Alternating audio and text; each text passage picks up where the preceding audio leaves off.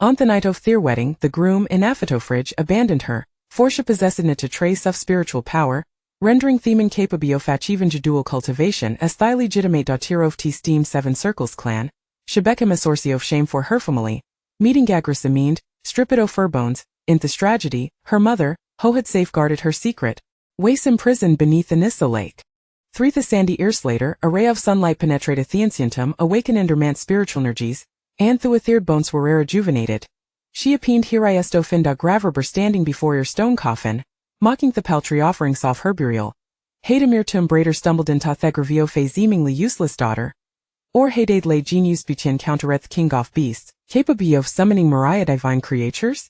Thuman suf vengiance a 3000 years was beautiflating moment, shwu challengeth the twa most powerful family since Seven Circles continent, seeking to reclaim her honor, armed with the spiritual power emisset of millennia on the ruggering left Byrmother. Thep honix wu draw across to world, while it tedragon concealed self among mortals their convergence would be unparalleled. Chapter 1 Secrets unveiled in Wedding Night. Joyous didding spread across 7 circles. Gusuli yun dexine cinnaming weretobed. That oneable familia swearing and nunneting in matrimony, and families both great and small, from the entire continent gathered for their congratulations. On this day the Gusu household was enveloped in a jubilant atmosphere, yet the bride, Gusaloayua, and her biological mother, Zichu wore expression of deep concern, for their long-held secret was on the verge of revelation during the wedding night. With the traditional rites of heaven and earth completed, ancestral tributes paid, and the ceremony concluded, guests filled the drinking merrily, as the melodious sound soft heaseth resonate throughout. The newlywed sweria shared into Theber Dalcumber.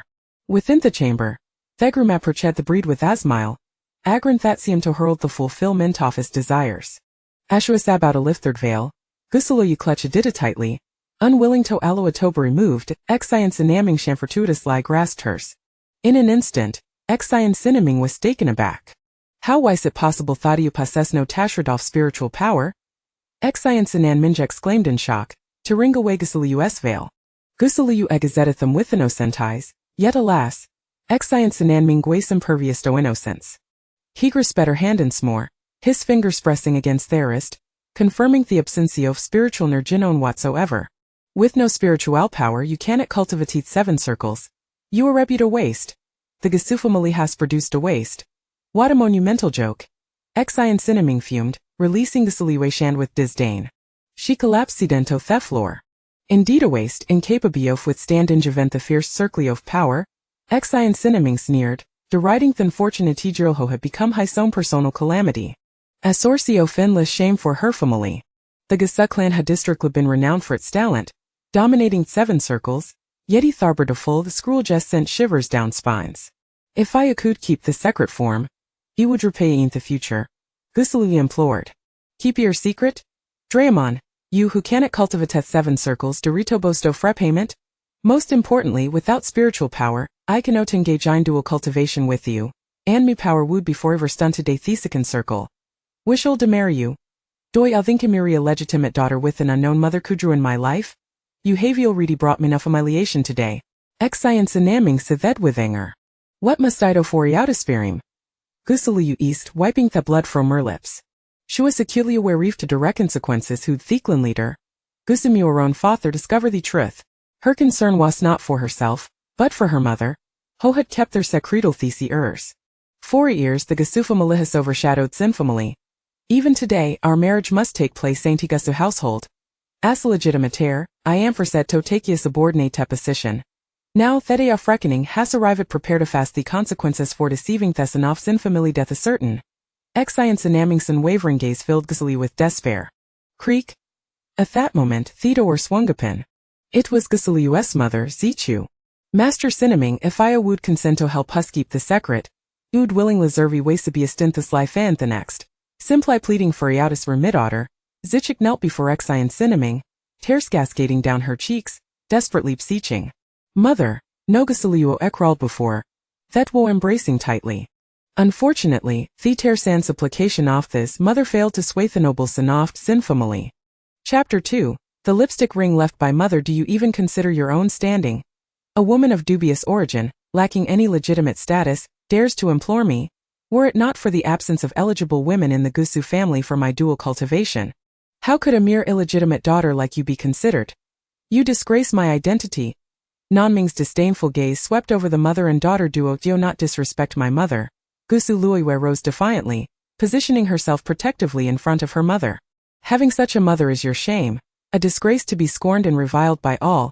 You are unworthy of being treated as anything other than a beast of burden. All of Nanming's fury was unleashed upon the two women.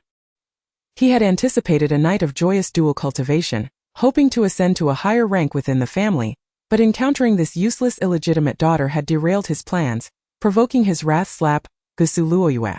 Emboldened by an unknown courage, struck Nanming across the face, leaving a vivid red mark. No one shall tarnish my mother's honor, Gusu Luoyue stated, her demeanor calm and composed. Luoyue. Her mother Ji Chu looked at her daughter with pained eyes.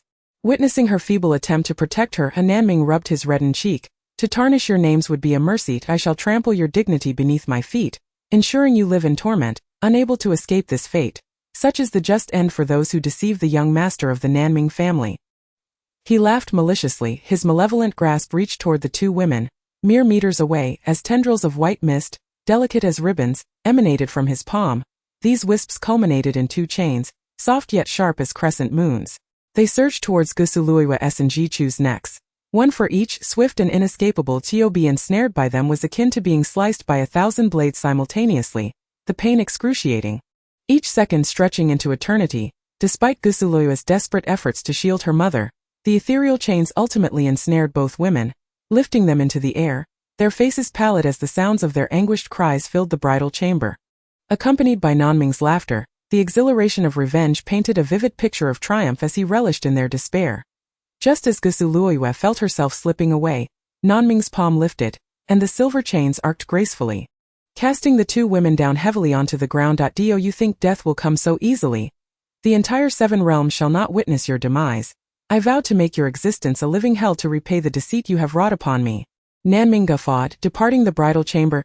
Gusu Luoyue and Ji Chu coughed for an extended period before regaining their breath, their faces still pale and feeble as two utterly powerless individuals, enduring even a fraction of the chain's torment had brought them to the brink of death.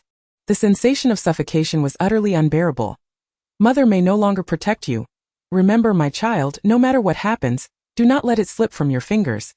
Ji Chu hastily removed a grimy ring from her own finger and placed it on Gusu Luoyue's right hand. Every motion was rushed. Mother, let us leave this place, Gusu Luoyue urged, yet deep down she understood that the matter had been exposed. Neither she nor her mother could escape. Even without this revelation, they had failed to find an opportunity to flee over the years. Or else today a scenario would not have unfolded. Chapter 3. The death of a noble bastard. Before the mother and daughter could properly bid farewell, members of the Gusu family burst in. Ji Chu recognized them as the chief elder's personal guards. This signified that the clan leader, Gusu Miao, was aware of the situation. Gusu Luoyue and Ji Chu exchanged glances. The matter had been exposed, and it would either lead to a painful separation or death. One guard escorted a woman, cold and unyielding, out of the bridal chamber. They proceeded towards the Gusu family's private execution ground, the bone removal platform. Located at the other end of the grand hall, Gusu Miao sat imperiously in the elevated position of clan leader, exuding authority and grandeur. In addition to the Gusu and Nanming families, various clans had gathered to witness this spectacle. Who could resist such entertainment? It turned out that after Nanming left the bridal chamber, he brazenly proclaimed before all that the Gusu family had produced a worthless offspring, and that the clan leader had foolishly betrothed a waste. This was not only a disgrace to both families' reputations but also a deception. Such a convenient excuse could not be overlooked by the Nanming family. The clan leader, Nanming Mo, sat beside Gusu Miao in silence, while the other elders awaited how Gusu Miao, the cunning fox, would handle the situation. Among the commotion below, only Nanming's antics stood out as that of a jester. From a distance, Gusu Luoyue could only see Nanming display his still reddened cheek to the crowd, gesticulating towards the bone removal platform, cursing and expressing his utmost rage and contempt. Even without hearing, she could guess the content of his tirade. Sympathy for the young master's face was palpable among the onlookers. Yet no one noticed the deep crimson marks resembling burns that marred Gusu Luoyue and Ji Chu's necks. The clan leader, Gusu Miao, sat high upon his throne from birth. Gusu Luoyue had scarcely seen her father. Now she watched him from afar, pondering whether he would truly condemn her to death. Amidst the murmurs of disapproval, Gusu Miao was compelled to take a stand. Clan leader Nanming, today was supposed to be a day of celebration. Yet it has unexpectedly turned into one of mourning, Gusu proclaimed, rising without casting a glance toward the bone removal platform.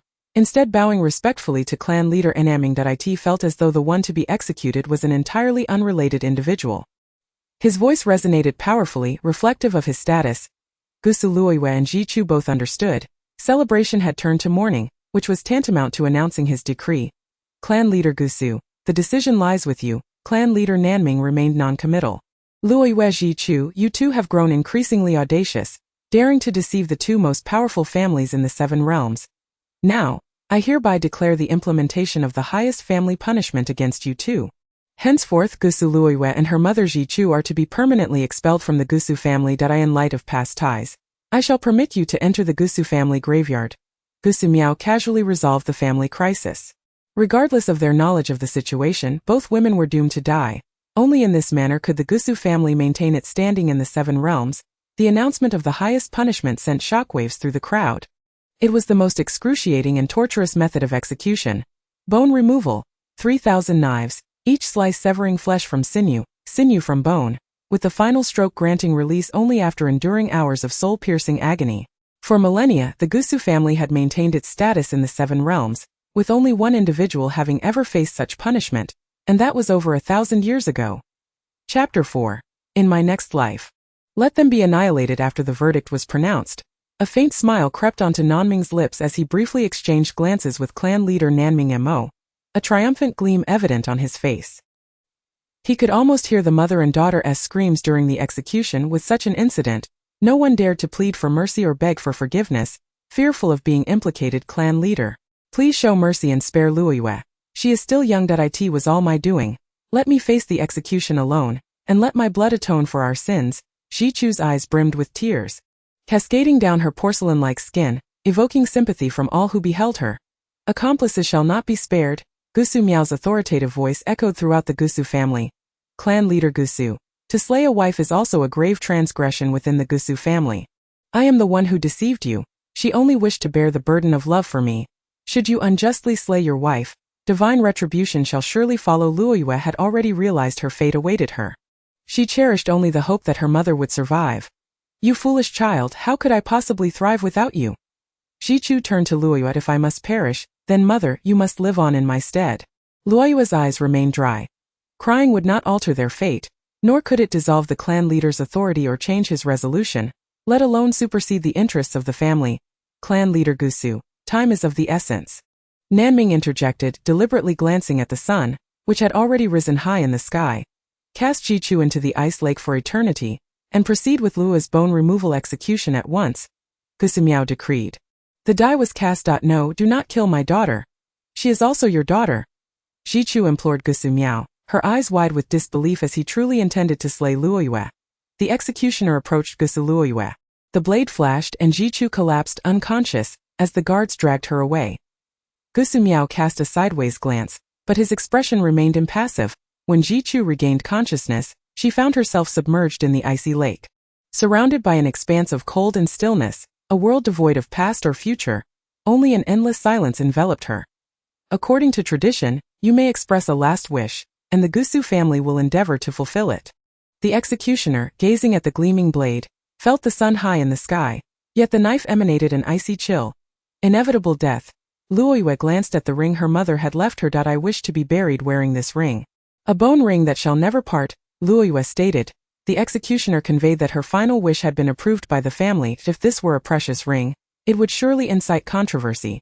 Fortunately, it appeared to be a cheap and vulgar trinket. So who would care? Very well, Miss Luoyue, I shall proceed with the execution.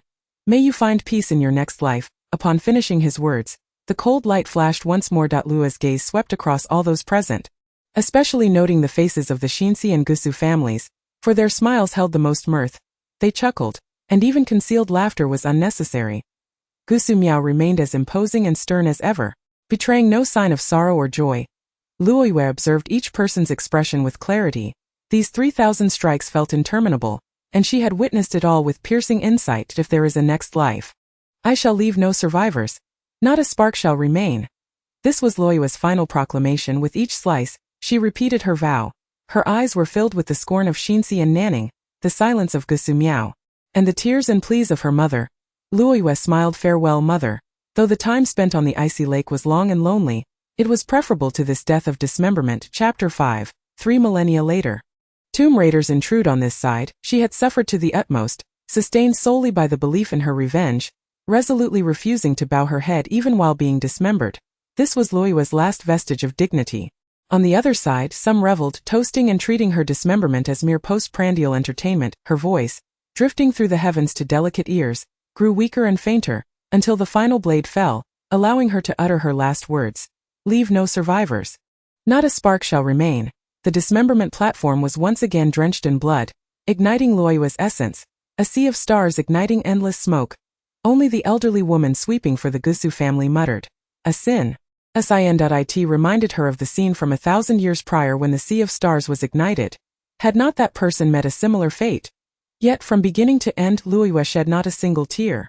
If any fell, it was for the sake of protecting her mother. When the last blade fell, she smiled.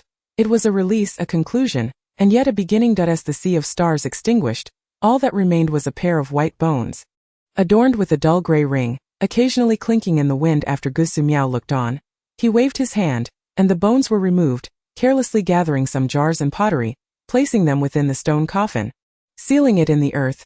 There was no funeral, no farewell, and certainly no weeping. The fate of a concubine's daughter was as valueless as chaff. What people remembered was only the amusement of witnessing her dismemberment. Those fortunate enough to attend would recount the tale for many years to come. 3 millennia. 3,000 years swiftly passed as the celestial bodies shifted. The strong grew stronger, and the weak grew weaker. In a corner of the Gusu family cemetery, wild grass thrived, towering over half a person's height, obscuring the already faded inscription, "I dig, I pry, I kick. I want in." A youth was using brute force to pry open the softest patch of earth in the cemetery. Stealing a little something is no easy task. After much toil, the youth, finding the earth rather yielding, began to jump upon it, hoping to break through directly. Oh, ouch! With an unexpected cry, he lost his footing and tumbled into the grave. He landed on the stone floor of the tomb, brushing the dust from his head and body. He looked around, sunlight streaming in, illuminating a vast tomb. Yet there was only one stone coffin. Perhaps he had struck gold. The boy mused. "O spirits of all kinds, please bless this coffin with abundant burial goods." "I, Xenian, thank you. I promise to offer more chicken bones in the future." The boy closed his eyes in prayer. "Gold and silver treasures, jump into my bowl." The boy stood up, speaking as he pushed the stone coffin with all his might, the dust choking him into a fit of coughs. 3,000 years of dust had accumulated far too much. After considerable effort, the stone coffin was finally pushed open. Inside lay a set of skeletal remains, adorned on the right hand's index finger with a dull gray ring. Despite the presence of a skeleton, the boy felt no fear. Rather, he sensed that the bones were merely in a deep slumber, peaceful and serene. "Excuse me, old man, I'm just here to make a living," the boy mumbled, wary of disturbing the slumbering soul. His gaze shifted from the skeleton to the surroundings. Within the expansive stone coffin were only a few ordinary jars and vessels. After rummaging, the burial goods amounted to just these. "Hey, old man, it seems you must have been quite the unappreciated individual in your past life. Dealt a bad hand, much like me." The boy sat down heavily, momentarily dejected. Chapter 6, Withered bones renewed. A concubine's daughter reborn. As the sun set, its rays penetrated the tomb, illuminating the quietly slumbering skeleton within the stone coffin. The boy, however, remained oblivious to this spectacle, preoccupied with thoughts of where to find dinner. The ring on the skeleton's right index finger began to emit a faint glow, and the finger twitched slightly. Not merely twitched, it seemed to be changing. Every ray of light emanating from the ring connected with the sunlight, causing a surge of spiritual energy to flow through the entire tomb, a grand and unprecedented spectacle. Fleeting as it was, the light within the tomb intensified, blinding the boy. When the youth finally moved his hands from his eyes, the scene before him left him utterly astounded. The skeleton had transformed into a living woman, and most astonishingly, she bore a striking resemblance to him. Moreover, she was completely unclothed. After 3,000 years of slumber, she awakened, her bones rejuvenated. "This is truly a sight to behold. Old man, please don't hold it against me," the boy murmured, hastily turning away. "Remove your clothing." The woman's gentle, soft voice reached his ears. "It was my fault to disturb your long slumber. Punish me as you wish, but please do not whip my back. It is so tender. Can you bear to do it? Also, don't eat me raw, that would hurt." The boy spoke quickly, shedding his clothes with efficient grace. He tossed his garments over his shoulder. The woman donned the boy's attire. lowering her head to inhale the scent. It was infused with his essence, and although he was a grave robber, the clothes were surprisingly clean. You may turn around now, little grave robber, the woman said.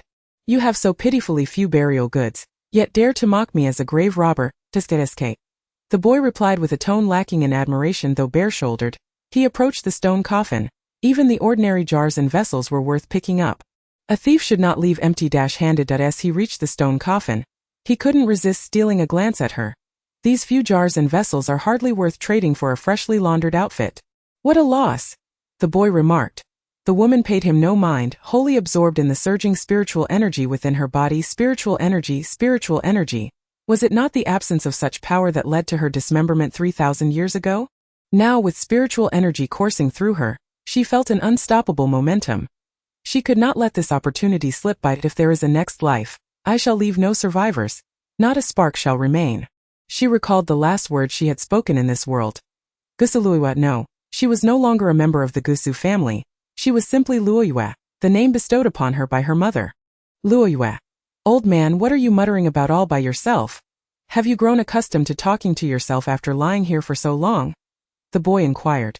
His eyes shone like the sunlight filtering through the tomb. Gentle yet radiant. What is your name? Luoyue asked, finally inquiring about my name. It's Zinyan, the purple of Zi in the years of Nyan. The boy replied, beaming with a bright smile. Old man, how is it that after so many years of death, you suddenly appear so youthful and look so much like me?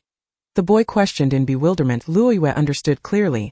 Had it not been for this tomb raider, Wu Chuang, intruding upon her resting place, the sunlight would not have penetrated, and the lipstick ring left by her mother would not have awakened from 3,000 years of darkness, nor would she have revived in this new body. Chapter 7.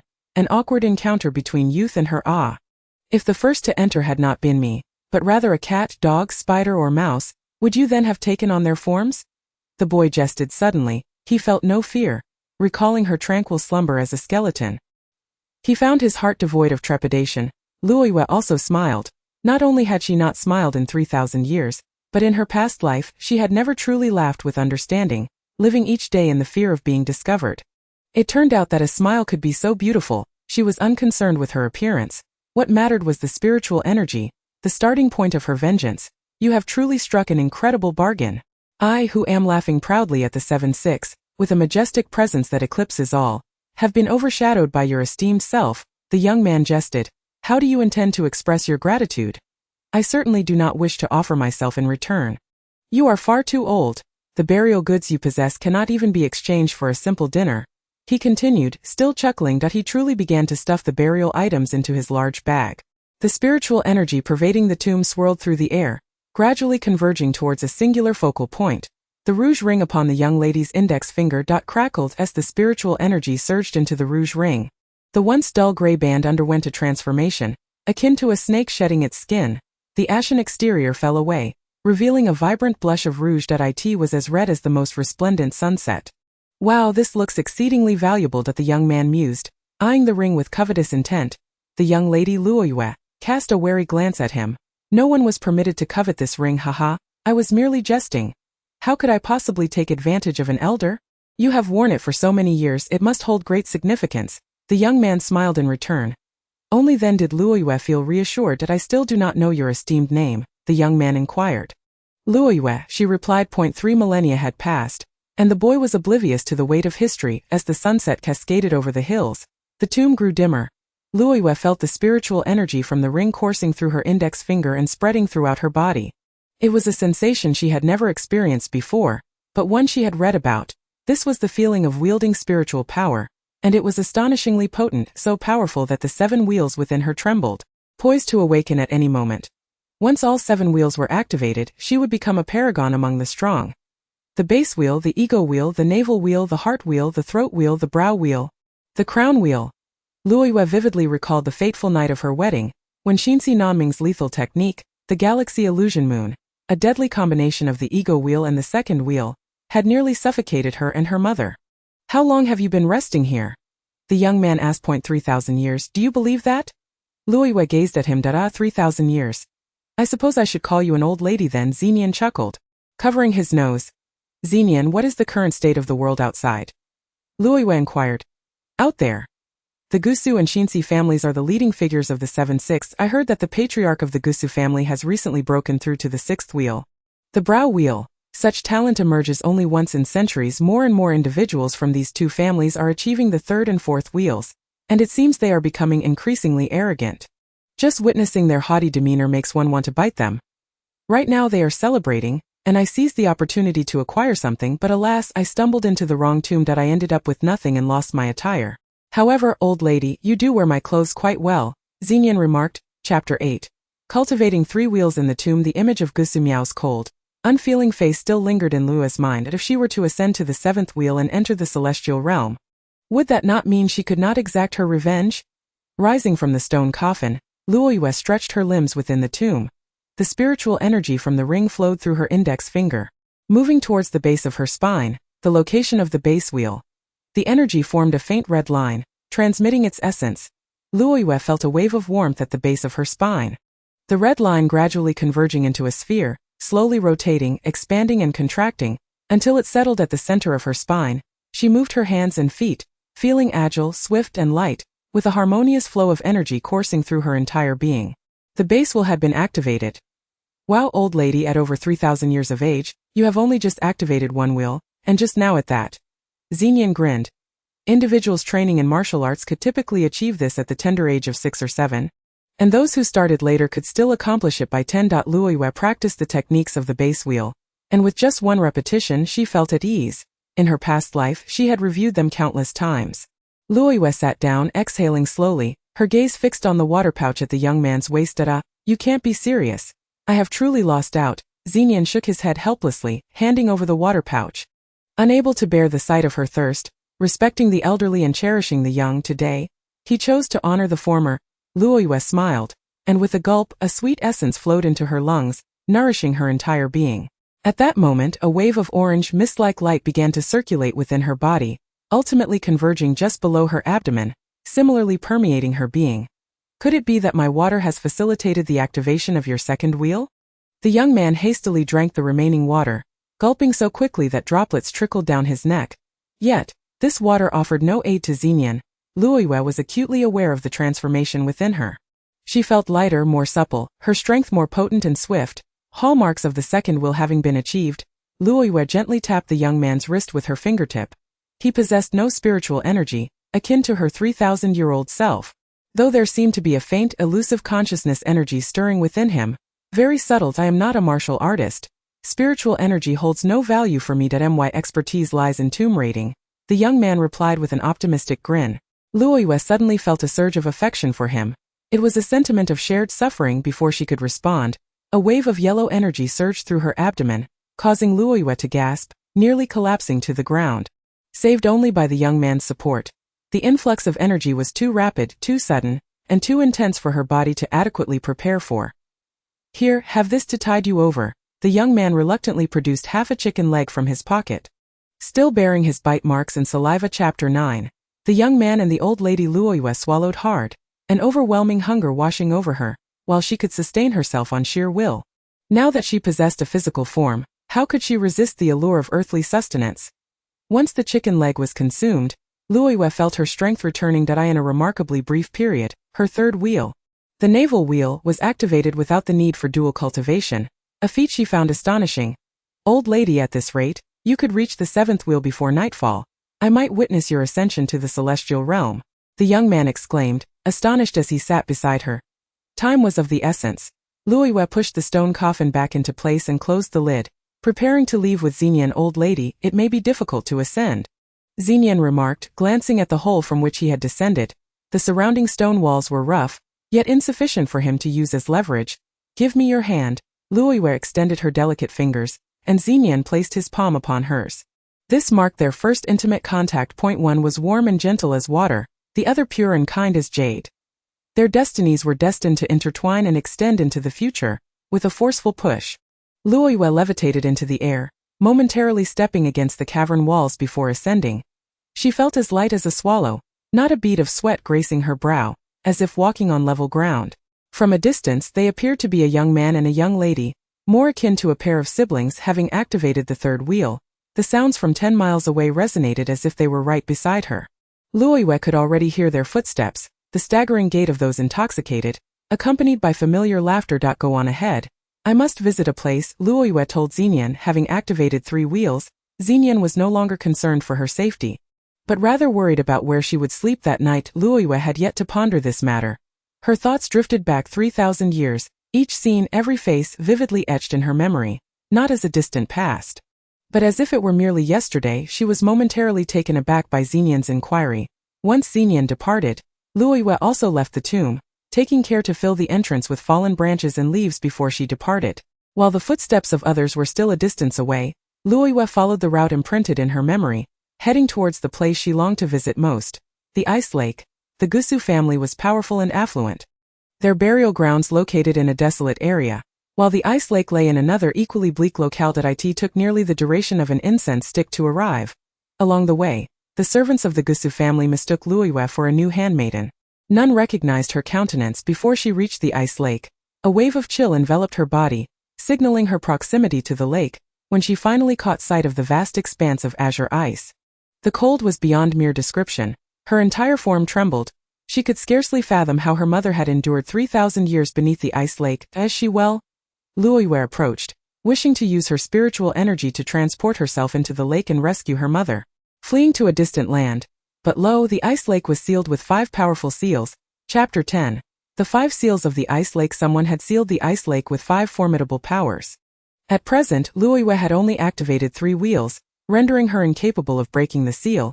She had no choice but to halt. She had attempted several times, but the rebounding force was too great while she could evade the impact.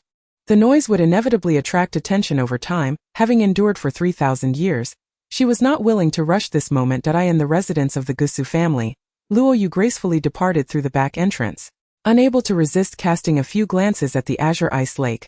The 5 seals rendered it even more chilling to the bone. Mother, are you well? I shall rescue you from the perils of the Gusu family. Luoyue pressed a kiss to the ring on her index finger. The presence of the seals was a reassuring sign. It indicated that her mother was still confined within. Luoyue comforted herself with this thought. Turning back, she gazed from afar at the expansive estate of the Gusu family, her heart filled with a singular sensation. Coldness. The faces, familiar or unfamiliar, appeared equally frigid to her, akin to the icy lake. Her only concern lay within that frozen expanse. As she walked along the grand avenue outside, Luoyue brushed past the chariot of the clan leader, adorned in golden jade. She could scent the aroma of wine exhaled by those around her. A remarkable vintage aged in the Gusu family's cellars for millennia, untouched since she had witnessed it being stored at the age of 3. The clan leader, Gusu Miao, parted the pearl curtain and exchanged a glance with Luoyue, who recognized him. The same unyielding, unkind visage. Emblazoned on his chest was the lion totem of the Gusu lineage, intricately carved from diamond, radiating a brilliance reminiscent of starlight, both dazzling and blinding. Not only did she see him, but she also felt his formidable aura enveloping the entire space. Gusu Miao's brow furrowed slightly as the pearl curtains fell into place. At that moment, another figure stood silently observing from within the Gusu family's gate, the elderly woman sweeping the floor. Could it be her? After 3,000 years, could it truly be her? The old woman murmured, watching Luoyue's silhouette fade into the alley. The day had grown late, and many households had already lit their lamps. Luoyue sensed the transformation within herself. After the 3rd round, both her exterior and interior had undergone a complete metamorphosis, as if she had donned a new identity, coupled with her freshly radiant countenance. She truly felt reborn. Unbeknownst to her, she had wandered to the southern part of the city, the very location spoken of by the little grave robber. His abode. The southern outskirts were desolate, nestled against the mountains, teeming with wild and magical beasts. Rarely did anyone venture here, save for hunters, and even fewer chose to reside. An old, solitary house came into view. In the courtyard sat 2 individuals, sharing crude porcelain cups and a toast. One was the little grave robber, the other, a youth unfamiliar to Luoyue. What a splendid day it is. Another visitor has arrived. Wait a moment for me. Xinyan set down his cup and approached Luoyue at the entrance. You've come. Why are you just standing there? Come inside, old lady. It must be tiring to stand at your age. How did you find your stroll around the Gusu estate? Xinyan inquired with a smile. How did you know I was wandering around the Gusu family? Luoyue asked. Luoyue glanced at the seated individuals in the courtyard. Chapter 11. Hearing news of the enemy again. Rest assured, I will not divulge your secrets to anyone. So, have your grievances been resolved? Xinyan asked. Not yet, Luoyue replied. Then focus on your cultivation. I have faith in you. A woman's vengeance is never too late. Even after 3,000 years, Xinyan remarked. Just as the youth at the table approached, he was clean-cut, refined, and fair-skinned, adorned with a brooch in the shape of a tulip. The tulip was the totem of the Mu Chao family. A minor clan in the 7th continent. Tulips symbolized flora. Though the Mu Chao family did not cultivate the 7 rounds, they possessed extensive knowledge of the properties of various plants, with most apothecaries in the 7th continent being theirs. I am Mu Chaofeng, the youth said politely. This is my friend, Luoyu, Xinyan introduced, pulling them into the courtyard and fetching a chipped bowl to pour wine for Luoyu. Though the Mu Chao family was small, Mu Chaofeng was considered a young master. His friendship with the little grave robber indicated he cared little for social standing. Luoyu took a sip, having abstained from alcohol in her past life. She found the drink surprisingly soothing, leaving a pleasant aftertaste. Hey, if you drink like that, there won't be any left for the two of us. Xinyan quickly pulled the wine jug closer, fearing that Luoyu would consume it as if it were water. The three shared a laugh. Xinyan, Luoyu, you both have splendid names, while my father bestowed upon me the singular name Mu Chaofeng, he said. Others may call you Young Master Feng. I would gladly take that over being called Young Master Nian. Xinyan remarked, taking a graceful sip, his movements fluid and elegant, complemented by a sunny smile. Dressed in fine garments, he would be quite the sight. Your sister is marrying tomorrow. What gift have you prepared for her? Xinyan inquired while sipping his drink. The Xinc family is not one to miss an opportunity. Xinyan commented. My parents said that without a dowry, there would be no face to uphold. And since the Xinc family took the initiative to arrange the match, they plan to contribute 2 volumes of our family genealogy as part of the dowry, Mu Chaofeng explained. Genealogy? I've heard that such things are closely guarded. Your parents are truly investing heavily in this marriage. Xinyan expressed his astonishment. Living in the 7th continent, Xinyan delighted in hearing the gossip that circulated among the various families.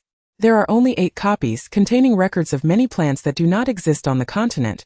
Countless people have wished to deceive and seize them but have failed, Mu Chaofeng added. Upon hearing the name Xinc Nanming, Luoyu nearly dropped her wine bowl. A surge of hatred welled up within her, causing the bowl in her hand to shatter with a crash as it fell to the table. Chapter 12. Luoyu's first kill. It turned out that the power of the 3rd round was far more formidable than she had anticipated or than was described in any book. My family possesses only 3 bowls, and you truly know how to squander. Xinyan initially intended to jest, but upon seeing Luoyu's pallor, he held his tongue. Young Master Mu Chao, how about letting me serve as your sister's maid of honor? Luoyu proposed. Knowing it's a den of wolves and tigers, you truly intend to walk into the lion's den? Xinyan exclaimed, alarmed, wondering if her 3 millennia of slumber had dulled her wits. Is that truly your intention? Mu Chaofeng asked, with Luoyu nodding affirmatively. Nightfall had fully descended. Mu Chaofeng took his leave. Xinyan pulled a chair closer and sat across from Luoyu, fixating his gaze upon her without blinking. Shua, do not speak or ask. I merely wish to ascertain whether you have become senile or if a hole has been opened in your head. Xinyan said, searching around. Who would have thought a little grave robber could also claim an old house? Luoyu retorted without reservation. All right, I know you're old. You needn't flaunt it. I am a master grave robber of my generation.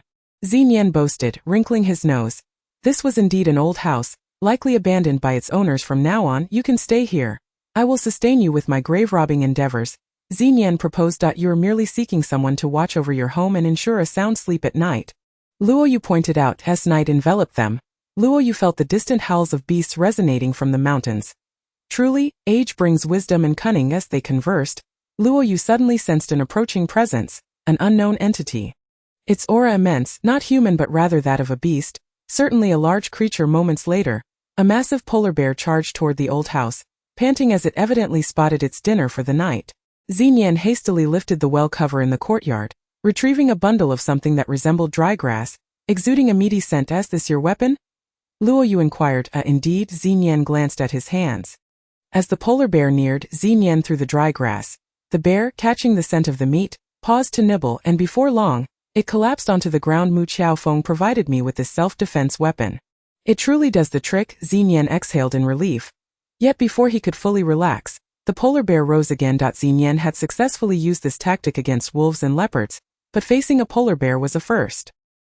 He hadn't anticipated its formidable fighting spirit. The bear advanced, and Xinyan sighed deeply, contemplating whether he would need to resort to his final move.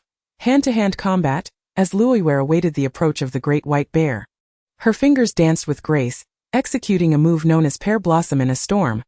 This transformed her spiritual energy into martial prowess, unleashing countless raindrop-like strikes from her palms, each one heart-shaped and seemingly delicate. Yet imbued with the weight of 1,000 pounds, they fell relentlessly upon the great white bear, which, after a few feeble grunts, could no longer advance and soon collapsed to the ground. Luoyue withdrew her hand. That last move flowed like water yet possessed the might to swallow mountains whole. Let this serve as a means of honing her skills for revenge. This was Luoyue's first act of taking life. Just now the spiritual energy you wielded was heart-shaped, yet each one bore a flaw. What could have caused your heart to shatter in such a manner? This was Xenian's first inquiry. Luoyue found herself momentarily taken aback. Chapter 13, The Crimson Double Moons and Enchanting Rouge. Can you see? Luoyue asked. Logically, those incapable of cultivating the 7 wheels should be unable to perceive spiritual energy. No matter its form, it remained invisible. How could he? That's one of my many peculiarities. I've been able to see it since childhood, yet ironically, I cannot cultivate it. Xenian replied with a hint of resignation. Come, let us procure some crystal cores. They are worth far more than the clay pots in your stone coffin. Xenian unsheathed a dagger from his boot and dashed toward the great white bear. Not only would they acquire valuable crystals, but it would also secure their provisions for the next fortnight. Meat every day with deft precision, he eviscerated the bear, extracting the crystal core from its heart, processing the raw flesh and hide with remarkable efficiency. Demonstrating the mastery that comes with practice. Behold, a large white crystal. It can fetch a handsome price. Consider it your initiation fee. Xenian held it aloft for inspection before unceremoniously pocketing it with a smile. Having someone with spiritual power at home is indeed advantageous. Life becomes more prosperous with such unexpected gains. After a supper of bear meat, Luoyue fell asleep upon the bear's hide. Meanwhile, Xenian was in another room. Toying with the large white crystal, he meticulously gathered the various crystals he had acquired, contemplating how many silver coins they might yield at the market. Luoyue dreamt of a place bathed in shades of crimson, the hues unevenly distributed, and when she looked up, she beheld the scarlet moonlight cascading down. 2 crimson moons hung above, and a small bird flitted about amidst them. The surroundings were hazy, and Luoyue found herself bewildered.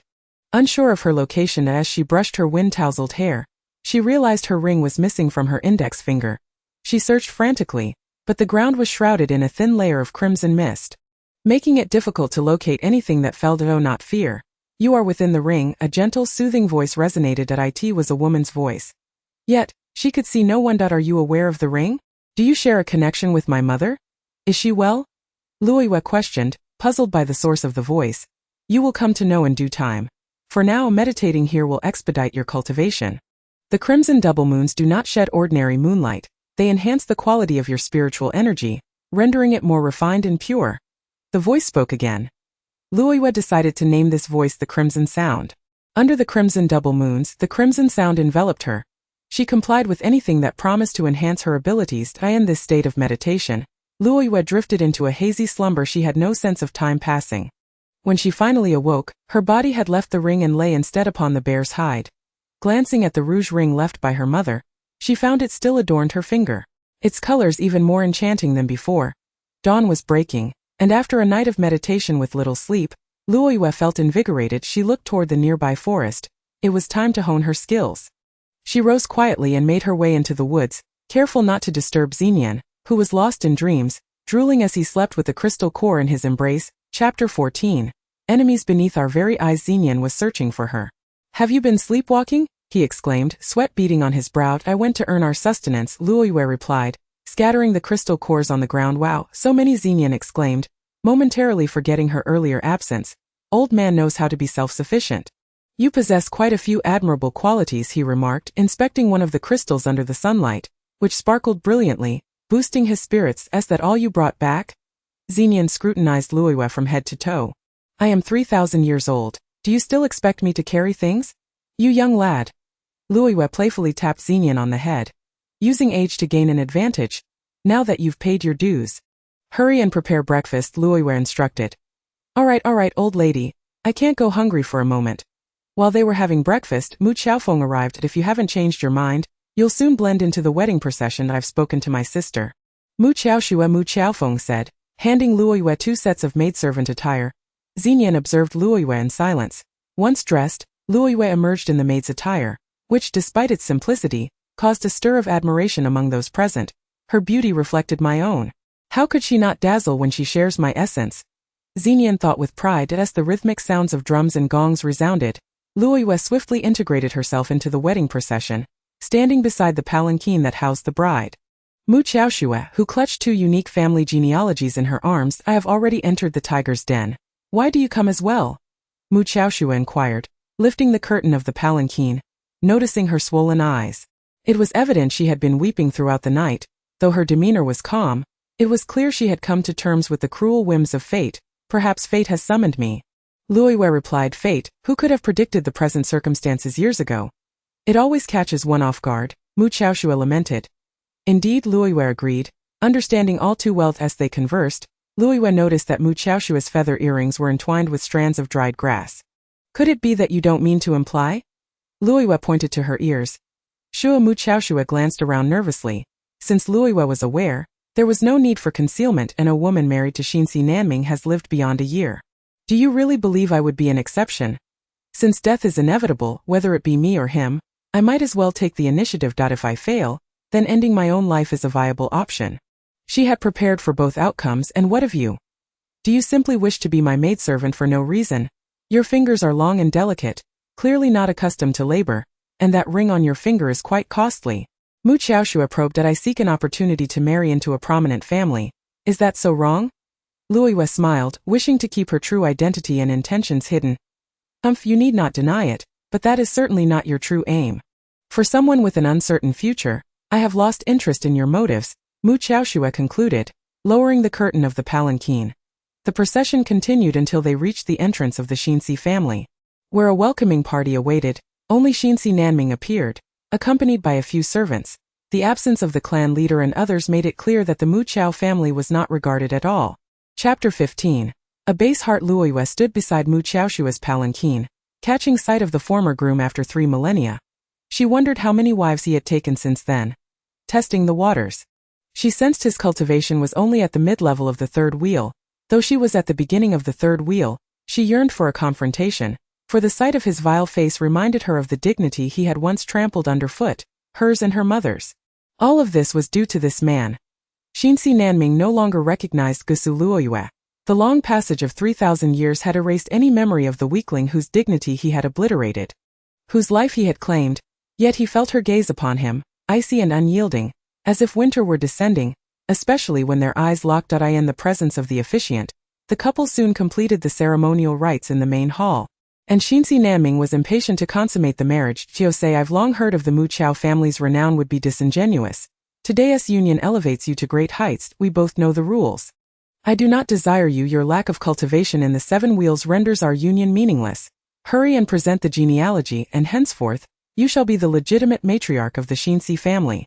Should anyone dare to oppress you, simply invoking the Xinxi name will send them fleeing in terror. Xinxi Nanming's true nature was revealed.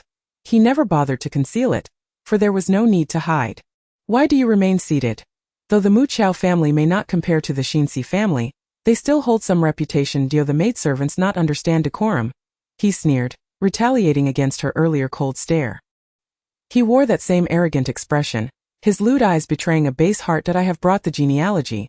However, I recall that on the wedding night, we must first partake in a cup of mingled wine for it to be deemed legitimate. Mu Xiaoxue replied, no one cares, who lifted the red veil. That makes sense. Serve the wine, commanded Xinxi Nanming. No, allow me to do it myself. The world knows that the Mu Qiao family is a lineage of apothecaries. Yet few are aware of our unique method of crafting cocktails. You are fortunate, my lord. Please indulge yourself. Mu Xiaoxue prepared 2 glasses of wine, one for him and one for herself. Although we are indeed a family of apothecaries, aside from the miraculous apothecary spirit who emerged thousands of years ago, there has been no one to bear the mantle since. This is also the reason for your family's decline. Otherwise, you wouldn't need to curry favor with our lineage through your family tree. Ha ha ha, Xinxi Nanming laughed heartily. Upon hearing such humiliating words, Mu Xiaoxue felt an overwhelming desire to peel the skin from his bones to share a marital chamber with such a man. She would rather die. Her hopes rested solely upon the wine. Drink swiftly, she thought with a smile. Luoyue observed, as if witnessing her own helplessness from the past. Mu Xiaoxue, you are fortunate, for I shall ensure this scoundrel suffers 1,000-fold in return. Excellency Nanming pondered for a moment the cup of exchange. We must swap our glasses. He slyly exchanged cups with Mu Chao Shui. Come, after we drink together, our formalities will be complete, and we can peruse the legendary family tree tonight. Ha ha ha, delightful. Excellency Nanming downed his drink. What is this? Do you not wish to drink? Or shall I feed you? Excellency Nanming approached her, nearly pouring the wine into Mu Chao Shui's mouth. To think you could scheme against my woman before she was even born. Excellency Nanming chuckled. Leave me the family tree, or else another stone will join my wife's grave. Chapter 16. Do not underestimate this beast, you shall not lay claim to it. Mu Chao Shui swallowed the poisoned wine, blood trickling from her lips. Then you shall rest here alongside your family tree. And your maidservant as well. By the way, let me share a little secret of mine. Witnessing the struggles of others in their final moments is a profound delight. Excellency Nanming settled down, pouring himself a cup of tea, savoring it slowly. Could he not sense my hidden strength? If he could, he would not have uttered the words your maidservant. Luo Yu was puzzled when a voice echoed from deep within her heart. The rouge ring conceals your power. Hush, you need not speak. I can discern your thoughts, for I am the one you see within your ring. Then I suppose I cannot have my own secrets. Luo Yu mused, testing the waters. Secrets? Did I know everything about you? The woman replied. Luo Yu's face flushed crimson. Had she indeed seen her self-satisfied demeanor during her baths and chosen to remain silent about it? This matter can wait for another time. For now, I must eliminate this beast. Luo Yu declared. Do not underestimate this beast. While you can hide your strength, he can toot. The voice cautioned Luo Yu. Luo Yu carefully sensed Excellency Nanming's aura. Apart from his 7 rings of spiritual power, he carried a trace of malevolence, indicating he had trained in other arts, though he could not control that darkness well, occasionally allowing it to surface, which Luo Yu keenly noticed. Congratulations, you've spent an entire night training under the crimson double moons. And your perceptiveness has improved. The voice chuckled, seemingly pleased with her advancement. What shall I call you? I cannot simply refer to you as voice forever. Luo Yu contemplated. Since this ring is called the Rouge Ring, you may call me Rouge. That I am a woman as beautiful as Rouge itself. The voice responded. Your foolish maid must be new. She has never encountered such a situation and nearly lost control from fright. Ha ha ha, Excellency Nanming laughed triumphantly, his mirth unrestrained at that moment. Mu Chao Shui's lips had already begun to bleed profusely, her body collapsing onto the golden-threaded carpet. Luo Yu knelt down, placing her hands delicately on Mu Chao Shui's abdomen, offering her grace. Then she turned her gaze towards Excellency Nanming. It was time to settle old scores. The bridal chamber was indeed the most fitting venue for this encounter. Maidservant, search her body and retrieve the family tree for me. And I shall spare your life. I have no desire to touch a corpse. Excellency Nanming pinched his nose, making exaggerated gestures as if Mu Chao Shui had been dead and rotting for ages. Luo Yu approached the table, filling an exquisite glass with wine. Such spirit! The maidservant wishes to join the table.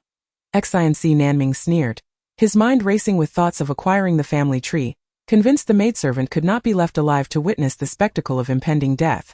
However, he never anticipated that Luo Yu would suddenly splash the wine in his face. Excellency Nanming leaped up, burnt by the liquid. Though the wine had been warm, it felt scalding hot. Half his face was in agony. The most excruciating pains in the world are childbirth and burns. Chapter 17. A day of wailing and gnashing of teeth. He howled in agony, yet no one outside paid him any heed. Merely assuming the groom was indulging himself, had she just poisoned her own hand? Surely she must have done so. Only then did Excellency Nanming realize. These 2 women were not here to wed, but to commit murder. You shall not leave here alive.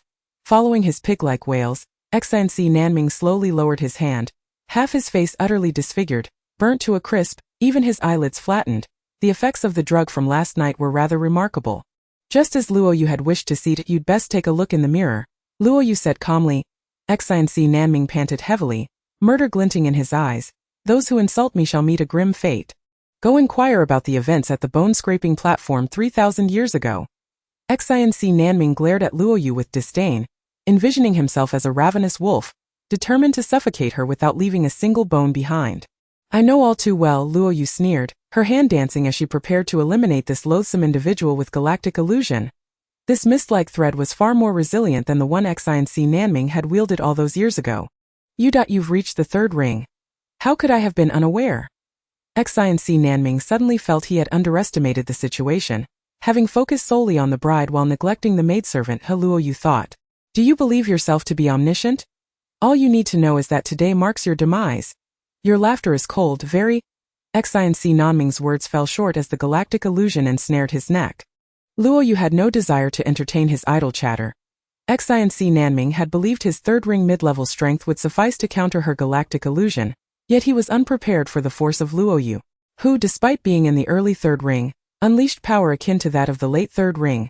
Caught off guard, he could only gasp for breath, his voice stifled, unable to articulate a word. You are correct. This sensation is indeed pleasurable, Luo Yu observed, her gaze fixed on Xinc Nanming as she tightened her grip, relishing his struggles and the loathing etched upon his face. Suddenly, Xinc Nanming's complexion shifted. He expelled a cloud of black mist from his throat, a nauseating aura quickly enveloping the space. Corrosive energy. Quick, move away. Otherwise you will be disfigured even worse than him. Rouge warned Luo Yu, it was too late to evade. Luo Yu caught a glimpse of Xinc Nanming's triumphant grin once more. In that instant, Luo Yu comprehended why so many brides had perished over the years. The cultivation of corrosive energy required the blood essence of women. When their essence was drained repeatedly, how could they possibly survive? This vile technique was scorned throughout the entire realm, yet it appeared someone had been practicing it in secret. In a desperate moment, Luo Yu unleashed the crystal shield, a radiant white light emanating from her third ring navel, forming a translucent protective barrier that repelled the corrosive energy, melting it upon contact. This was typically a skill reserved for those in the late third ring. Yet in her urgency, Luo Yu had unexpectedly succeeded. Though not overwhelmingly powerful, it was sufficient to counter his corrosive energy. 3,000 years ago, such a scene did not exist. I owe you a debt of gratitude for this added drama.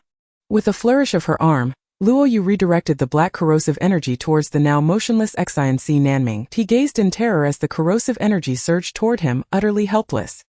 His pupils dilating, once more howling in despair. Chapter 18. The thrill of revenge courses through my veins. Please, no.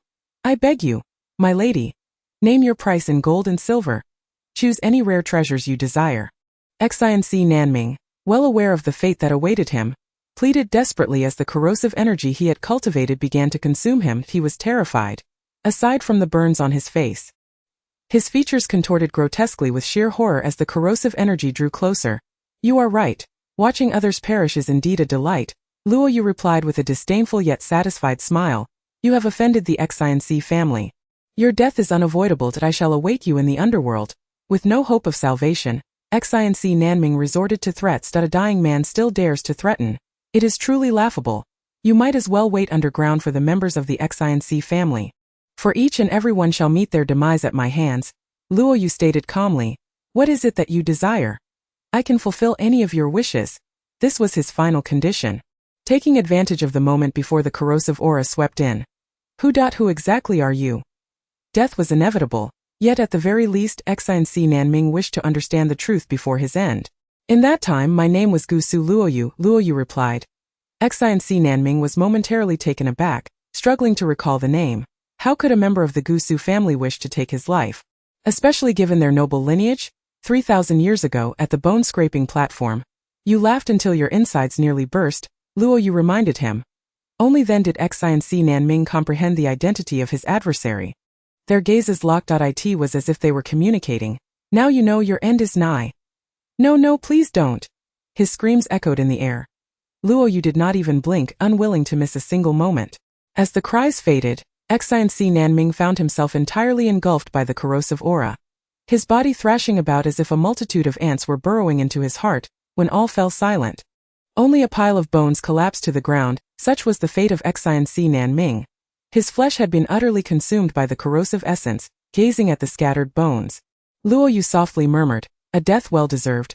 She then sealed the remains with a trifold seal and the corrosive aura, ensuring that this rogue would not, like herself, find a chance at rebirth. Compared to the agony of bone scraping, this was but a trifling matter, for his death was swift and decisive. Now, feeling a sense of relief, Luo Yu could finally breathe easy.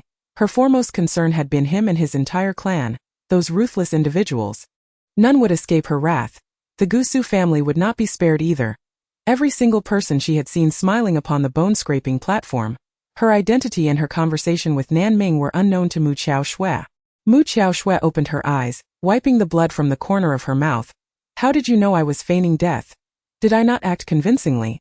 Could someone from a family of physicians truly be poisoned by their own medicine? Luo Yu retorted, nonetheless, I must thank you for the poison you administered. It has aided me somewhat. Luo Yu remarked that it turned out both cups of wine were poisoned, merely in varying degrees, ensuring absolute certainty. Luo Yu upended the candlestick, flames igniting, and she and Mu Qiao Shui quickly fled the bridal chamber. Chapter 19. An incident in the bamboo grove. No one anticipated such an event would unfold in the bridal chamber. Naturally, there were no stringent defenses in place. Upon reaching the bamboo grove, Mu Qiao Shui suddenly spat up blood. Was this part of your plan? Luo Yu inquired. Mu Qiao Shui's complexion turned pale as she looked helplessly at Luo Yu. I fear I cannot accompany you any longer. That scoundrel Xinc Nanming has poisoned me with another toxin. The seeds of corrosion are already at work within me. As a skilled apothecary, she understood her plight well. Is there no way for you to counteract it? Luo Yu asked. Not only can I not counter it, but I fear I shall not survive more than a few hours. Mu Qiao Shui sat down, her face growing increasingly ashen. If this corrosion continued, she would age beyond recognition in just a few short years. I shall take you to find Mu Qiaofeng. He is in Xinyan's courtyard. Luo Yu suggested. No, if you take me there, I shall only become a burden. I do not want my brother to see me in such a state. Please do not inform him of my fate. Simply say I have gone far away. Mu Qiao Shui's plea carried the weight of a final request. Mu Qiaofeng is not a fool. Perhaps he will spend his life madly searching for you because of your words. Luo Yu cautioned. That is still better than knowing the truth that I do not know who you are. Nor do I wish to, but I am grateful for your slaying of Xinc Nanming. Now that I face death, I implore you to deliver this to Mu Qiaofeng. It is our family's genealogy, the very thing Xinc Nanming covets. Can you fulfill my dying wish and allow me to rest in peace? Sister? Mu Qiao Shui nearly begged. From her eyes emerged two orbs, not mere books but rather spherical, slowly enlarging. One as large as a palm, densely inscribed with characters and adorned with illustrations. She handed them to Luo Yu. Luo Yu agreed to Mu Qiao Shui's request. Luo Yu understood the helplessness that accompanies impending death. The Mu Qiao family bore no enmity towards her, having always been a peaceful clan. They had only become entangled in the affairs of the 7-6 due to unfortunate circumstances. Yanji, since I can enter and exit the ring freely, please assist me in placing her within, beneath the crimson double moons. It should contain her toxin that in the future, when an antidote is found, we can release her. Luo Yu contemplated. Do you truly intend to place this unrelated individual under such auspicious spiritual energy? Yanji queried. She is also a woman whose fate is beyond her control, Luo Yu replied with compassion. Very well, there happens to be a tree here. We can suspend her upon it. When the antidote arrives, all will return to normal. Though this corrosive aura has no known remedy, Yanji remarked, that is of no concern. I simply do not wish for her to die. At least not today and not before my eyes, Luo Yu asserted. Then simply turn your face away. Yanji suggested. You too possess a mischievous side. Luo Yu remarked. Let us begin. Focus your attention and envision pushing this woman inside, Yanji instructed. Luo Yu's gaze fell upon Mu Qiao Shui. Her mind devoid of distractions, she employed her most adept meditation technique, as if the entire world consisted solely of this bamboo grove. Herself and Mu Qiao Shui alike. Before long, Mu Qiao Shui's body was gently lifted and drawn toward the ring. Once the action was complete, Luo Yu breathed a sigh of relief, for had she faltered midway, the girl might have sustained injuries. Luo Yu sat beneath the bamboo, closing her eyes in meditation, thus entering Yanji's ring. Chapter 20. The mysterious orbs conceal secrets. Upon entry, Yanji had already concluded the necessary procedures within. Beneath the crimson double moon stood a tree of the same hue, upon which hung a crystalline orb, cradling a figure that resembled a fetus, her long hair and white garments entwined. This was Mu Qiao Shui. The crimson tree shall provide her with the energy and nourishment she requires. There is no need for concern. She cannot overhear our conversation, and the toxin shall not spread within her body. She can exist in this state for an extended period. Yanji assured. I did not see this crimson tree when I arrived, Luo Yu remarked, gazing at the tree. Your powers have deepened, and thus this place has undergone corresponding changes. This is also a gift to you, so keep striving, Yanji encouraged. Luo Yu held the two orbs, the genealogies of the Mu Qiao family. Do you intend to keep these? Yanji inquired. No, I shall give them to Mu Qiaofeng. However, I wish to peruse them first. Precious items are rare indeed, Luo Yu replied, her curiosity piqued. Without studying various plants, one could never hope to discover an antidote, and this was one of her motivations. Both orbs were spherical. Luo Yu examined them closely, noting entries on Schisandra, flowering quince, rose, foxtail grass, plantain seeds, dandelion. It seemed the inscriptions detailed commonplace flora. How could this serve as a genealogy? Surely, there lay profound mysteries within. Luoyu attempted various methods to decipher the intricacies, yet none bore fruit. Will you not lend a hand? She asked. To reach for what is readily available will stifle your growth. You truly are rather foolish. I could see through this in an instant, while you have fumbled for half an hour. Yanji's words filled Luoyu with embarrassment. Ultimately, she positioned the two orbs to the left and right, perfectly aligned with the two crimson moons. As her gaze swept across, she faintly perceived a center. Focusing intently upon it, gradually, the orbs became transparent, or so it appeared. The inscriptions upon them danced and shifted, seemingly reassembling, while the illustrations of branches and leaves also rearranged. Upon completion, the two orbs transformed into two books, resting in Luoyu's hands. It turned out they were a form of plant seal. Discovering the center was the key to breaking the seal. As she opened the book, she found it contained plants she had never before encountered, even mentioning continents beyond the 7-6, and so forth. Each plant's remarkable uses were meticulously documented. When she reopened her eyes, it seemed the crimson tree had sprouted a few more leaves. You have once again unlocked your photographic memory. Thus, as a reward, the crimson tree flourishes. The more it thrives beneath the crimson moons, the stronger its spiritual power, and the greater its effects. They complement each other. You must strive diligently, Yanji advised. Even without these, I would exert myself. For I seek to annihilate both the Xinc and Gusu families, without endangering my own life in the process, Luoyu declared. The road ahead is long and arduous, Yanji replied, dousing her enthusiasm. The falling moon does not conceal from her. Sometimes it is good for a person to engage in conversation. To be by the way, can you sew garments? Luoyu pondered briefly before casually inquiring of Yanji. Chapter 21. Death in the bridal chamber. The corpse blooms. Are you treating me like a housekeeper? A skilled cook cannot make a meal without rice. If you desire several sets of appropriate attire, you must at least provide me with fabric, Yanji replied. I thought you were capable of anything, Luoyu remarked. You overestimate my abilities. Luoyu approached the tree of crimson hue, reaching within to rummage through Mu Chaoshue's belongings. Ultimately, she unearthed a few silver coins from her pocket, holding them in her palm, as she had no immediate use for them. You certainly know how to borrow, Yanji commented. Perhaps you, being ethereal and detached, have no need for such things, Luoyu responded before departing the ring. The two family genealogies of the Mu Chao clan did not reveal any methods to dispel the corrosive aura of Mu Chaoshui. You seem rather free for a handmaiden accompanying a dowry, Xinyan observed. What about my sister? Mu Chaofeng inquired, her face etched with anxiety. Why sister, she isn't dead, is she? Mu Chaofeng asked. She is alive. I can assure you. This is what she entrusted me to give you, Luoyu said, producing the genealogy of the Mu Chao family along with two spherical objects, handing them to Mu Chaofeng. Do not gaze too long. Even if you do, you won't master this technique. Only those of the Mu Chao lineage can perceive the Eastern with their eyelids. Xinyan remarked. I've known him for several years. Yet he never offered me a glance at it. Instead, it's you who has something readily available. Have you never thought of stashing it away? Xinyan queried. Stash it away? That wouldn't be proper, would it? Luoyu mused. Uncertain if it would be prudent to let it fall into his hands, given his apparent obsession with the crystal core. You are right. There is a method superior to stashing it away, transcribing it. Xinyan suggested. Transcribing. Sister, there exists a method even better than transcribing, one that prevents theft by others.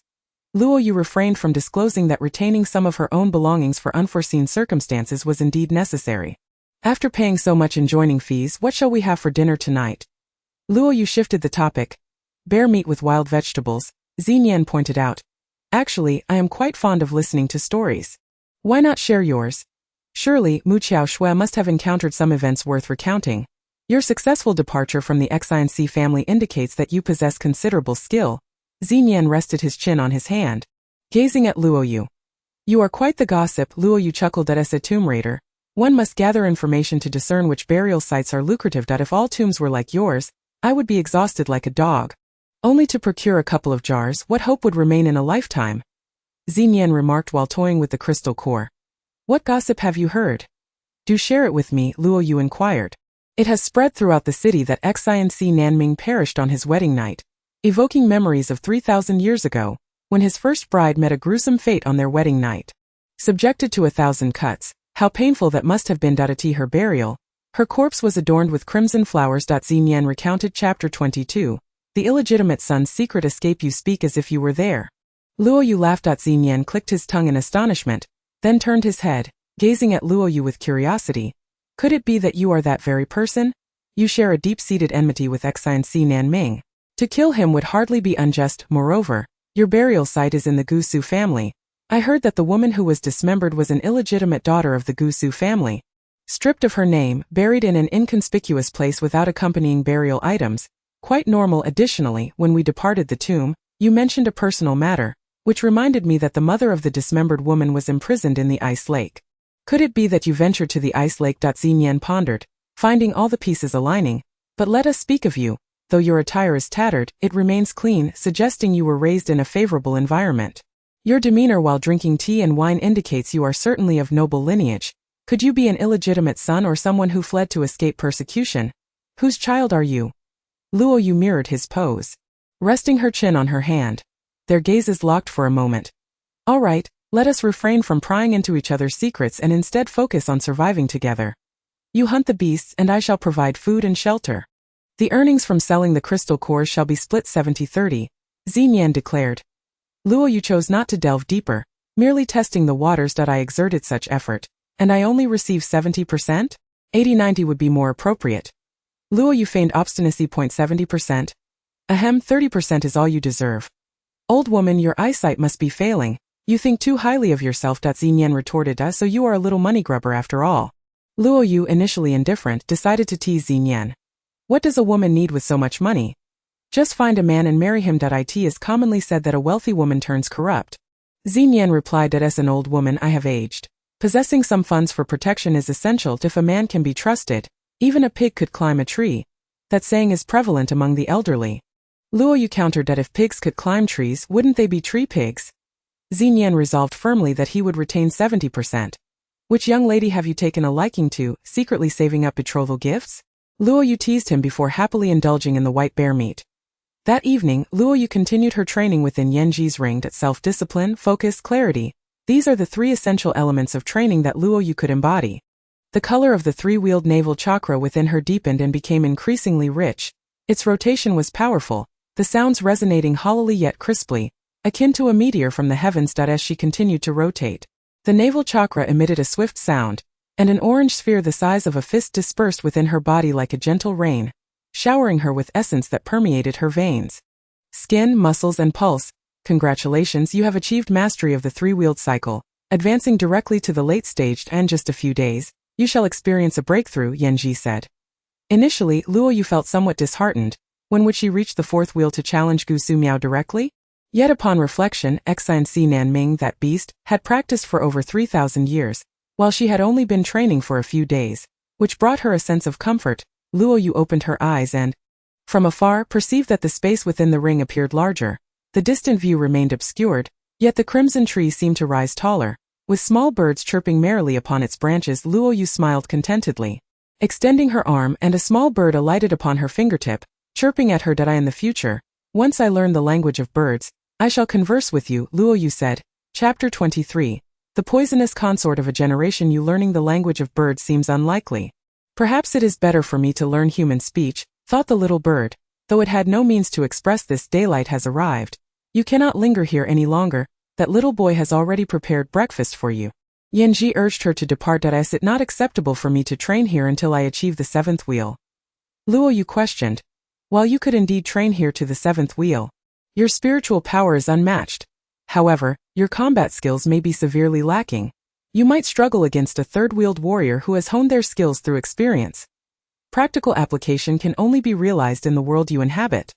Yanji explained. It appears I must take advantage of that little boy, Luo Yu concluded, recognizing that hunting monsters in the forest would also be an excellent way to enhance her combat skills. With the crystal cores naturally belonging to him, seeing your keen interest in medicinal herbs, I made it a point to procure a book for you, Yanji said, as a tome landed at Luo Yu's feet. Luo Yu picked it up, noticing it was covered in dust. Upon opening it, she found it filled with illustrations and text concerning various plants. The book was quite old, presumably as ancient as she was. Yet, the writing and illustrations remained remarkably clear. This demonstrated the profound skill of the author, whose knowledge had endured for millennia. Though the paper had deteriorated, the words were intact.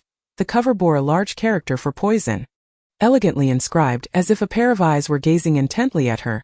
The author was unknown. The contents of this book opened Luo Yu's eyes.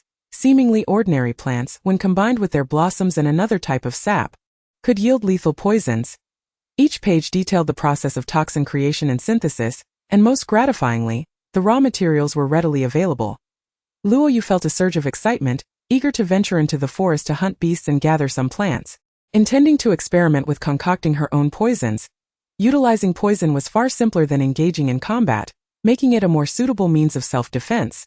Why is there only information on poison creation and none on antidotes? Luo Yu flipped through the pages and inquired.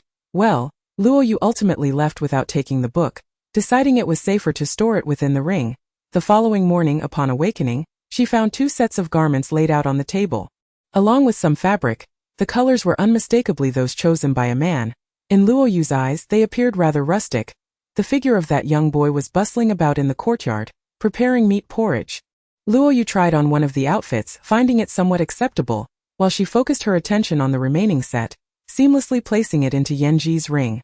The space within was ample, accommodating everything. Serving as a personal storage space, after stretching languidly outside, feeling rejuvenated, a splendid day begins anew, bringing me one step closer to my vengeance. Each morning upon awakening, I cast my gaze towards the Su family, reminding myself never to slacken my resolve. Why mother remains at the icy lake. Wow, what a beautiful old lady. A pie has fallen from the sky. Where did this new attire come from? Xenian clapped in delight. This color, this style, undoubtedly reflects the taste of a man who knows nothing of trends and fashion. Luo Yu seized a rare opportunity to interject.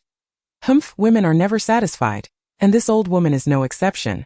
This outfit cost me a whole crystal core, Xenian remarked. This year Xenian donned new attire as well, a bonus obtained while purchasing fabric for Luo Yu, albeit with slight flaws and loose threads. However, being a man, he didn't rely on clothing for success. As long as it was wearable, he paid it no mind. Chapter 24. Cohabitation. Having just finished breakfast, Mu Xiaofeng hurriedly arrived. The invitation for Luo Yu is genuine. But as for me, I suppose I'm merely an afterthought, young Master Feng? Xenian said with a smile. He then muttered softly, not Miss Luo Yu, but old lady Luo Yu. Appearances can be deceiving, her youthful visage conceals her true age. Mu Xiaofeng chuckled shyly, evidently unaware of the latter comment. However, Luo Yu heard it and shot him a glare. Xenian was well aware this matter was a secret between the two of them. The family tree was one reason, and perhaps the other was to inquire about Mu Xiaoshua's whereabouts. Luo Yu pondered. Mu Xiaofeng assisted Xenian in clearing the table, and together they made their way to the Mu Xiao household. A woman who doesn't work. Xenian grumbled along the way. Ahem, we certainly haven't skimped on food expenses, and we're planning to go hunting tomorrow. If not, we won't go at all, Luo Yu whispered. I just said women shouldn't be burdened with such chores. It's a waste of those delicate, slender hands. The mention of hunting, Xenian's mind spun with thoughts of crystal cores, and he quickly changed his tune, though he was clearly referring to his own hands. What are you two talking about? Mu Xiaofeng failed to catch their conversation. Upon reaching the Mu Xiao residence, a fragrant scent of medicine wafted through the air. The plaque bearing the name Mu Xiao was inscribed with a special medicinal substance, exuding its aroma year after year. The vigorous brushstrokes resembled those of Luo Yu's own inscription of the character poison. This writing is truly remarkable, Luo Yu remarked while gazing at the plaque. Indeed, sister, you have a discerning eye. This calligraphy was penned by our ancestor Mu Xiao. Enduring through the ages, prolonged exposure to this scent can cultivate one's character and purify the soul, Mu Xiaofeng said with pride. As nearly everyone harbored a sense of pride when speaking of their ancestors, sister. After only 2 encounters, you're calling me sister. Xenian pouted, but I suppose it's not unreasonable, having cohabited with her after just 2 meetings. Cohabit? Luo Yu turned her attention to Xenian. It isn't cohabitation simply living together? The elderly tend to overthink, Xenian laughed, triumphing in his wit as they entered the main hall. Lord Mu Xiao and Lady Mu Xiao were there to personally welcome them. Miss Luo Yu's arrival graces our humble abode. Lord Mu Xiao greeted with a beaming smile. Lord Mu Xiao, you flatter me. I am but an insignificant individual. How can I claim to grace your residence? It is I who is fortunate to tour the Mu Xiao estate, Luo Yu quickly replied. Enough with the mutual flattery. Please take a seat, Lady Mu Xiao interjected, quite straightforwardly. They sat down to enjoy tea. Miss Luo Yu and Xenian do bear some resemblance. Could it be that you are related? Lord Mu Xiao inquired. I am his little aunt. Luo Yu willingly accepted a senior role, countering Xenian's casual references to her as old lady. Little aunt. Why not call me your big brother? I provide for your meals and lodging, Xenian thought to himself. Maintaining his composure, a glance exchanged with Luoyue revealed her victory in this round. So you are the little ant. My apologies, I had just called you Miss Luoyue. Mu Xiaofeng said. Oh dear, the title of little ant has been set in stone, Xinyan thought, grinning with satisfaction. Master, there is trouble. At that moment, a servant rushed in with alarming news. Chapter 25. The fourth young lady is poisoned. What is the cause of such haste? Lord Mu Qiao stood up, his expression shifting slightly. The fourth young lady has been poisoned. The servant reported, we do not know the source of the toxin. What are the symptoms? Lord Mu Qiao asked urgently. Blood from the 7 orifices, foaming at the mouth, a purple throat, convulsions in the limbs, and rolled back eyes. The servant described meticulously. Upon hearing this, Luoyue recognized the symptoms as consistent with the sudden syncope and vomiting syndrome documented in the Mu Qiao family tree. Using ice lotus as the medicinal catalyst, combined with crushed silkworms and a pinch of shell powder, could cure the affliction. Knowledge she had previously acquired flooded her mind. What shall we do, my lord? Lady Mu Qiao asked anxiously. Let me think. Lord Mu Qiao paced back and forth. To speak or not to speak? Luoyue hesitated. If she revealed the information, perhaps she could save an innocent life. If she remained silent, she might condemn her. After contemplating, Luoyue decided against speaking, fearing it might be a test. The Mu Qiao family might be gauging her knowledge of the family tree. Otherwise, the fourth young lady's ailment seemed too timely. You've grown clever. This is indeed a test, Yanji's voice echoed in her mind. Luoyue calmly sipped her tea. Seeing her composed demeanor, Lord Mu Qiao, feeling reassured, proceeded to formulate a prescription and instructed a servant to prepare the medicine.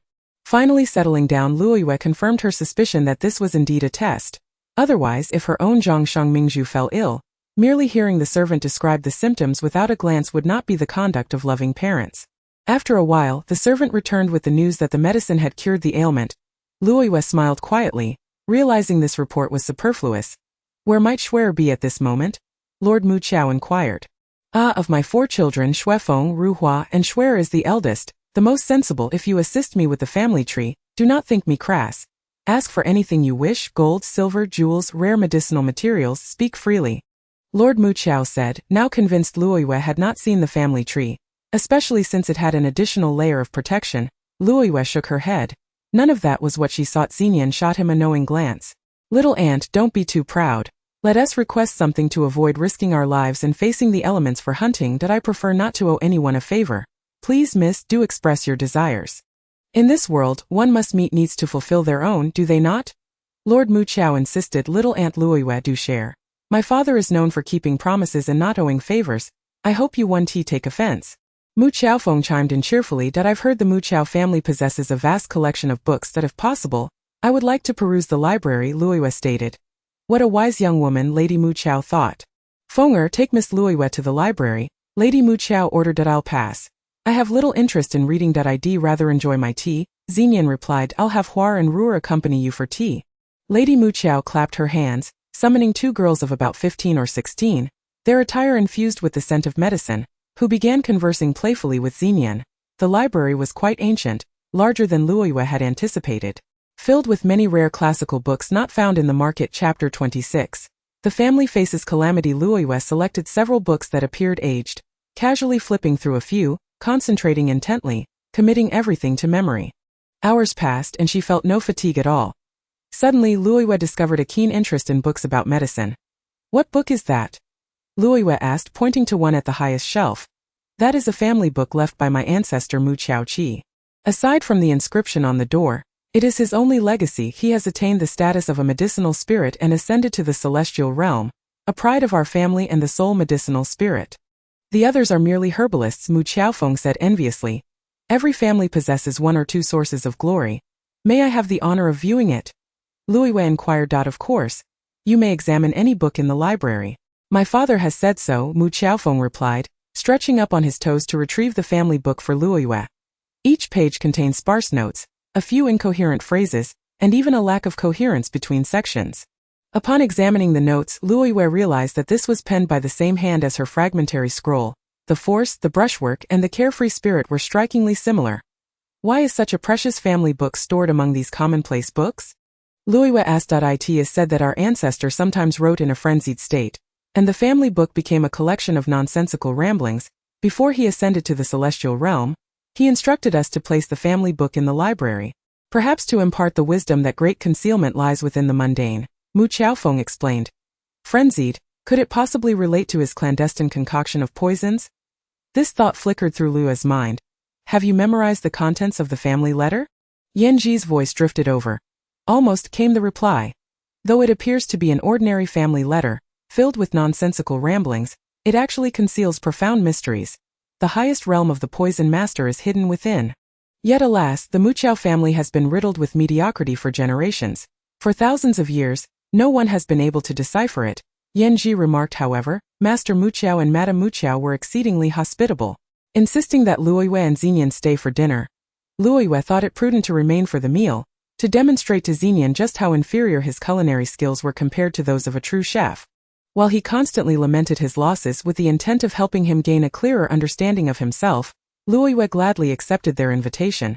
Why do I feel your smile is rather unsettling? Xinyan inquired. That is merely your misconception, young lad. Luoyue chuckled lightly. A full array of 9 dishes was presented. Everyone began to eat. Initially, the atmosphere was quite joyous. However, midway through the meal, a servant brought an invitation from the Qilun family. After perusing the letter, Master Muqiao slammed the table in fury. Such rage was detrimental to one's health. How could those from a medical family not comprehend this? Master, what troubles you? Madame Muqiao asked anxiously. Master Muqiao handed her the letter. I knew the Qilun family would not easily let us off the hook. With Qilun Nanming deceased and Schwer missing, the Qilun family is placing the blame squarely on us. Upon reading, Madame Muqiao was taken aback. The Qilun family demanded that their only son, Mu Xiaofeng, be sent to their household to atone for Mu Xiaoshui's transgressions, along with a bride price of not merely 2 family genealogies, but a total of 8. The Qilun family had audaciously requested 6 of them, threatening dire consequences otherwise. Master, this Madame Muqiao was left speechless. Only then did they realize the true predatory nature of the Qilun family. Mu Xiaofeng, Mu Xiaoru, and Mu Xiaohua exchanged glances, realizing their family was on the brink of calamity. Chapter 27. Peril in the forest. This is all due to my compromise. Master Muqiao lamented. If our ancestors had descended from the celestial realm, the Qilun family would not dare to dictate to us. Madame Muqiao retorted indignantly. The latter half of dinner lacked the joy of the former half. Young Master Feng has feigned illness, Xinyan observed.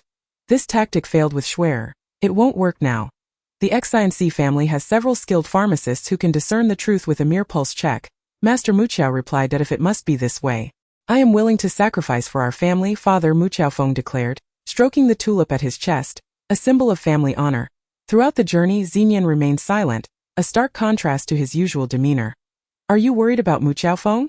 Luoyue asked. I only hate myself, for not being able to cultivate the 7 circles, for not being able to aid my friend, Xinyan exclaimed. Filled with frustration, having died for 3,000 years, I have come to understand this truth. When heaven prevents you from achieving something, it is not to ruin you but to redirect you towards something else, Luoyue said. Closing the door, she opened the window regrettably. I have lived nearly 20 years without knowing what heaven intends for me. Xinyan said self-deprecatingly. Let us venture into the forest tonight to hunt for crystal cores. Perhaps it will uplift your spirits, Luoyue suggested. You are worried my poor mood will affect the taste of your cooking. Aren't you? Xinyan replied precisely. Do you think I care about you? Luoyue quipped. The two made their way directly to the forest. There it is! There it is! Xinyan exclaimed, spotting a wild hare darting about. It can only yield a crystal core the size of a fingernail. Do you truly want it? Luoyue scoffed. Seeing money makes me greedy. That describes me perfectly, Xinyan admitted. As they ventured deeper into the forest, Luoyue suddenly fixed her gaze on Xinyan. Why do you make me feel as though the end of the world is upon us? Xinyan asked. I hear a colossal sound, labored breathing, as if it were a tiger, exceptionally massive. Luoyue remarked. A tiger? Oh, surely luck isn't that favorable to us. The only tiger in this forest is the ground tiger.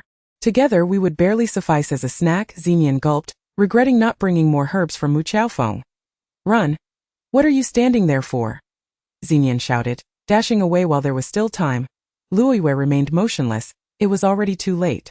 As Xinyan turned back 6 meters away, he found Luoyue standing before a massive ground tiger. Its long fangs were as thick as an adult's thigh. Its 2 eyes glowed like lanterns on the 15th of August.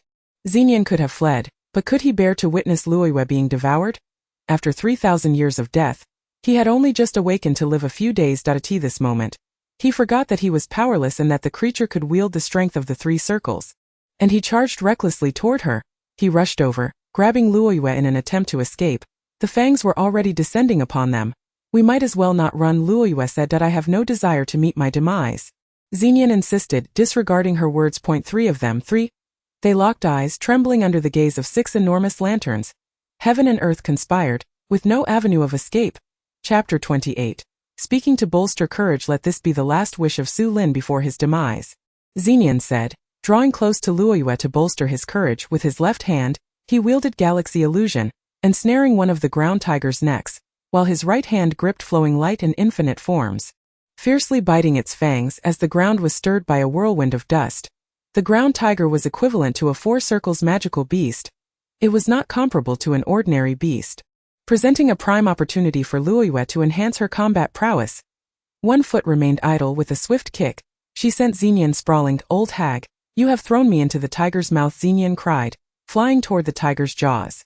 Pierced by its fangs, bloodied and battered, already foreseeing his grim fate, though it possessed the strength of 4 circles, it had a fatal flaw.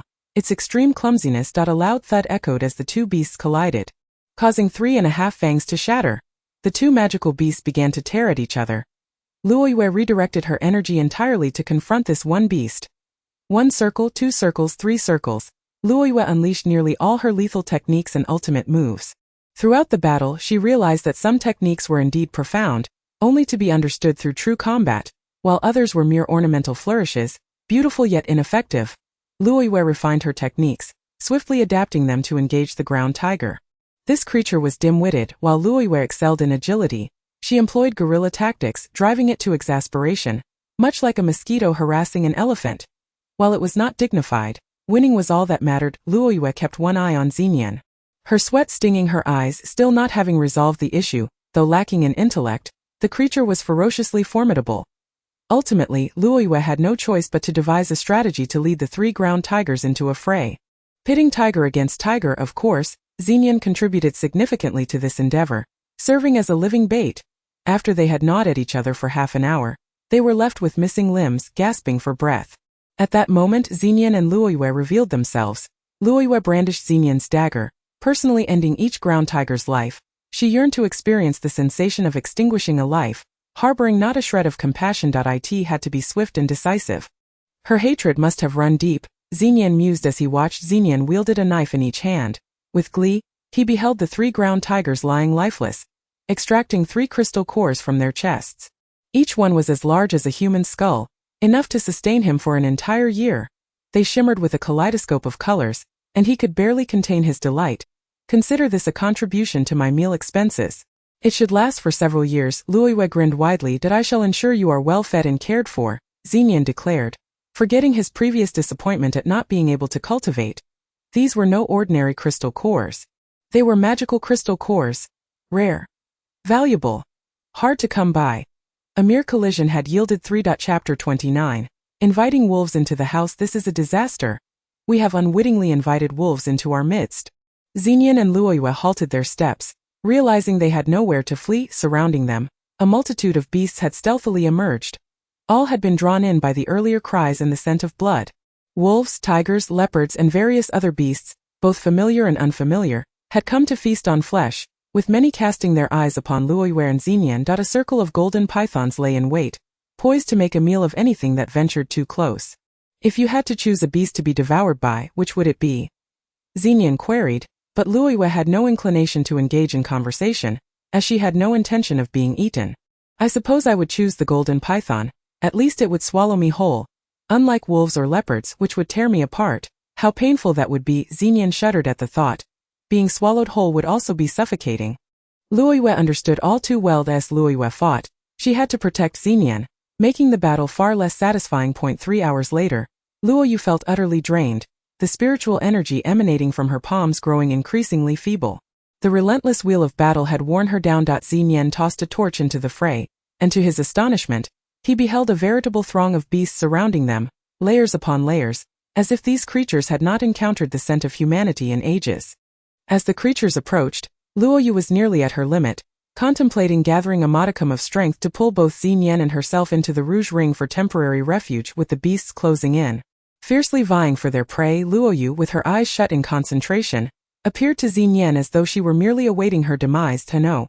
An unexpected surge of energy coursed through Xinyan, and with a resounding shout, he unleashed his voice. The entire forest trembled. All the ferocious beasts momentarily halted, their eyes wide with astonishment, fixated on this inconspicuous youth. At that moment, Xinyan felt an unfamiliar power stirring within him.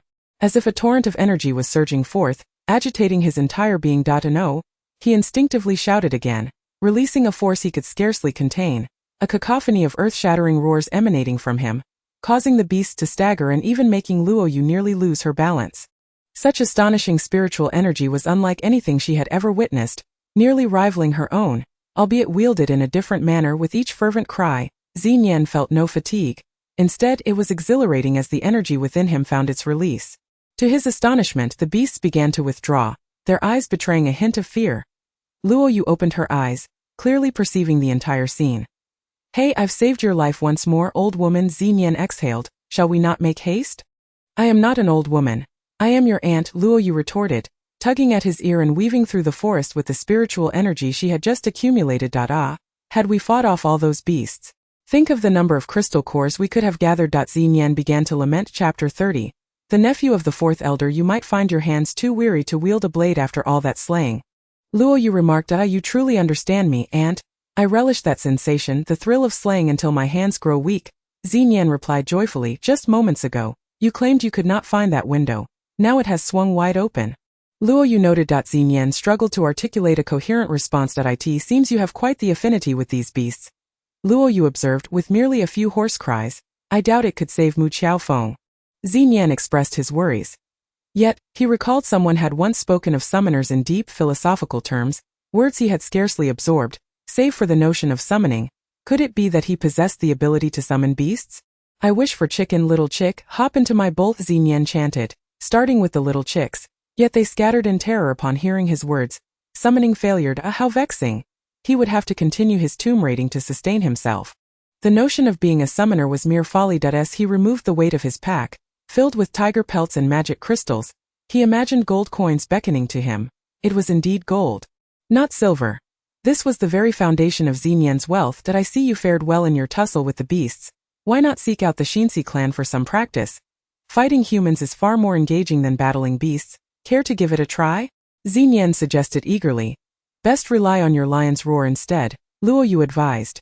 "The Xinsi clan is rather odious, and you seem to have a grudge against them. Every time we pass their door, your gaze shifts dramatically." Xinyan continued his persuasion. "The Mu Qiao clan is equally treacherous. Old Master Mu Qiao has been testing me," Luoyu replied, munching on some food. "In this world, who truly knows one another? Everyone harbors their own secrets," Xinyan mused thoughtfully. Luoyu was not inclined to pry into his secrets, yet she had nearly exposed her own. Had she drawn him into the ring, he would have known everything. She had not anticipated that in such a critical moment, his latent powers would be awakened. This little tomb raider was indeed peculiar. Much like herself, he speaks the truth. This is indeed a splendid opportunity for practical experience. Moreover, you possess remnants of their ancestors' scroll. Mind you, even their descendants lack such a treasure, so why not offer it at a discount? The voice of Yanji chimed in. That night, Luoyu entered the Rouge Ring to restore her spiritual energy while diligently practicing.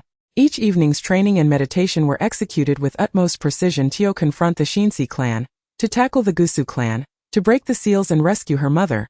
Each endeavor relied heavily on spiritual energy. This was a world where the strong reigned supreme, and the weak were devoured. Through practical experience, Luoyu gained significant insights, her internal meridians becoming more interconnected. Could she truly contend with the entirety of the Xinsi clan with just her late-stage three-wheel capabilities? Could she rely solely on that fragment of a poisoned scroll? And what of Xinyan's two lion roars? However, the time had come for her to take the stage. Luoyu. This name would once again echo throughout the realm of Qishir Lu. First, she would deal with the Xinsi clan, then gradually pay a visit to the Gusu clan.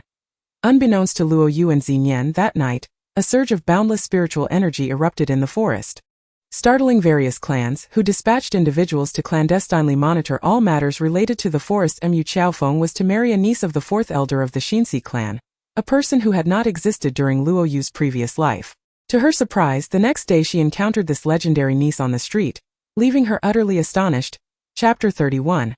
A lesson for the wild young lady. That afternoon, Luo Yu and Xinyan ventured to the marketplace to sell crystal cores. They refrained from parting with the 3 finest magic crystals, considering them their coffin funds. Thus, this marketplace frequently buzzed with trade, offering a plethora of goods. A few had been sold, yet a substantial number remained. Make way, make way. Just then, accompanied by the voices of 2 maidservants, a spirited young woman clad in red strode into view, her triangular face and pointed chin strikingly beautiful, yet her demeanor exuded the arrogance of a pampered young lady. Why is today so unfortunate? After such difficulty in visiting the marketplace, not a single item catches my eye, the young lady remarked, casting a disdainful glance at the crystal cores on the ground near Xinyan. She regarded them with utter contempt. How dare you display such worthless trash? Who would even consider purchasing it? She mocked. You insolent wretch, do you dare speak back to me? Do you know who I am? Speak my name and it would terrify you. One finger could take your life, she retorted angrily. You ignorant fool. We are of the Xinxi clan. Can you afford to offend us? One of the maidservants scoffed. Standing proudly before the young lady with the mention of the Xinxi clan, Xinyan felt an even greater aversion. Pray tell, is this young lady a concubine of the clan leader or perhaps the illegitimate daughter of one of the elders? Xinyan inquired. How dare you insult a lady of the Xinxi clan? You must be weary of life. Another maidservant exclaimed, ruthlessly launching a trio of silver needles at him. The needles glinted with a kaleidoscope of colors in the sunlight. Clearly laced with poison. How delightful. A few words of disagreement, and they resorted to violence. Luo Yu stepped forward, rolling up her sleeves to deflect the silver needles elsewhere, ensuring Xinyan remained unharmed. In her heart, she began to detest these 3 women. Once Luo Yu harbored such disdain, she knew the outcome would not be favorable. We are from the 4th elder's family. Be cautious with your words, lest you lose your life. The maidservant continued to wield her authority. So you are from the 4th elder's family. I am honored to make your acquaintance. I was in the wrong. I failed to recognize a great figure. Please forgive my ignorance, Xinyan said, cupping his hands in a gesture of respect. Humph, now you're speaking sense. Kneel and bow a few times, and present your finest crystal core, and we shall consider the matter settled. The maidservant and the young lady declared, reveling in their perceived power. The concubine of the 4th elder indeed is as beautiful as a flower, Xinyan remarked with a smile. Concubine? How dare you speak such nonsense? This is the 4th elder's niece, Excellency Meng Er. The maidservant chastised him. Oh, I heard she was to marry young Master Feng of the Mu Chao clan. Is that the one? Xinyan inquired. That useless waste, how dare he think he is worthy of me? Excellency Meng Er scoffed, pushing aside the maidservant, her disdain evident. Chapter 32. The first bloodshed. I cannot fathom why that useless waste is being allowed into our Xinxi clan. This place is not one he should dare to covet. Excellency Meng Er continued, her words unfiltered alongside her maidservant. Regardless, he does not practice martial arts. Once he enters, he will surely face dire consequences. The maidservant added wickedly. Your family? If I am not mistaken, you are merely the 4th elder's niece. The Xinxi clan has a clan leader, numerous offspring, and several elders, each with their own progeny. You a mere niece. Dare to overstep your bounds? Have some sense of responsibility as the head of the family. Xinyan laughed heartily. Their laughter caused their faces to flush. Xinyan was so overjoyed that a magic crystal slipped from her grasp. It sparkled brilliantly, and although Xinyan swiftly retrieved it, it was still noticed by Excellency Menger. Compared to you, it's probably like the heavens versus the earth. Even having you lick our young lady's shoes would be an affront. The maid declared with her hands on her hips. Kid, hand over what you have. The young lady has taken a liking to it. Excellency Menger stepped forward. She reached out to snatch the magic crystal from Xinyan. Chuyer, what do you think about me turning this into a pendant to wear around my neck? Excellency Menger inquired. That would surely captivate all, and every man in the city would kneel at your feet. The maid replied. Wow. Xinyan feigned a gag. Are you suggesting that every man in the city is blind? Or perhaps they have rather peculiar tastes? Excellency Menger was incensed by her words. You shall pay for your insolence. She immediately unleashed a second-tier technique, galactic moonlight. Wasn't that tantamount to seeking Xinyan's life? Moreover, she employed considerable force. Xinyan remained unperturbed. Luoyue could not bear to see herself perish, for someone had to handle the mundane tasks at home. You will face the consequences of your actions. Luoyue pulled Xinyan behind her and executed a technique, Mountain Splitter. He directly blocked Luo's galactic moonlight while sending her staggering back. Who are you, wild woman? Do you dare provoke me knowing my lineage? Excellency Menger was even more enraged. The term wild woman reminded Luoyue of how Xinc Nanming referred to her mother. The Xinc family members were all of the same ilk. Slap! 2 resounding slaps echoed, so swift that Luoyue barely registered the movement. It was a technique of shadow manipulation. Ah, that blush is quite well applied. 5 fingers worth. Xinyan laughed at just the right moment. Drawing a crowd of onlookers, especially those who had suffered at the hands of the Xinc family. The 3 of them were utterly embarrassed. Xinc Meager had unleashed her full repertoire of second-tier techniques. Yet Luoyue effortlessly countered each one with a graceful flick of her wrist, barely glancing at her opponent. This woman had no real combat experience. Her skills were merely ornamental. Luoyue had managed to embarrass her considerably. With the crowd roaring in laughter as Xinc Meager was tossed about like a rag doll, floundering like a toad swallowing a mosquito, or a dog squabbling over scraps, I will kill you. I will kill you. Xinc Meager was seething with humiliation. Is the commotion you've caused not enough? If a formidable opponent truly arrives, I cannot contend with them. Luoyue tugged at Xinyan's sleeve. If you don't pull me into this mess, how could you possibly help Mu Qiaofeng? Xinyan was calculating her own moves. Chapter 33. Tonight, death is inevitable. He means that much to you? Luoyue asked. He is my friend and I have few friends. Xinyan asserted confidently. They exchanged a flurry of insults, but Luoyue found the noise refreshing, hardly paying heed to their vitriol. She executed a technique, revenge returns, summoning a wave of ethereal clouds. These clouds were not mere wisps. They were razor-thin blades of spiritual energy, slicing through the air towards the trio, sweeping across their necks. One woman's neck bore an exquisitely fine yet deep gash that penetrated to the bone.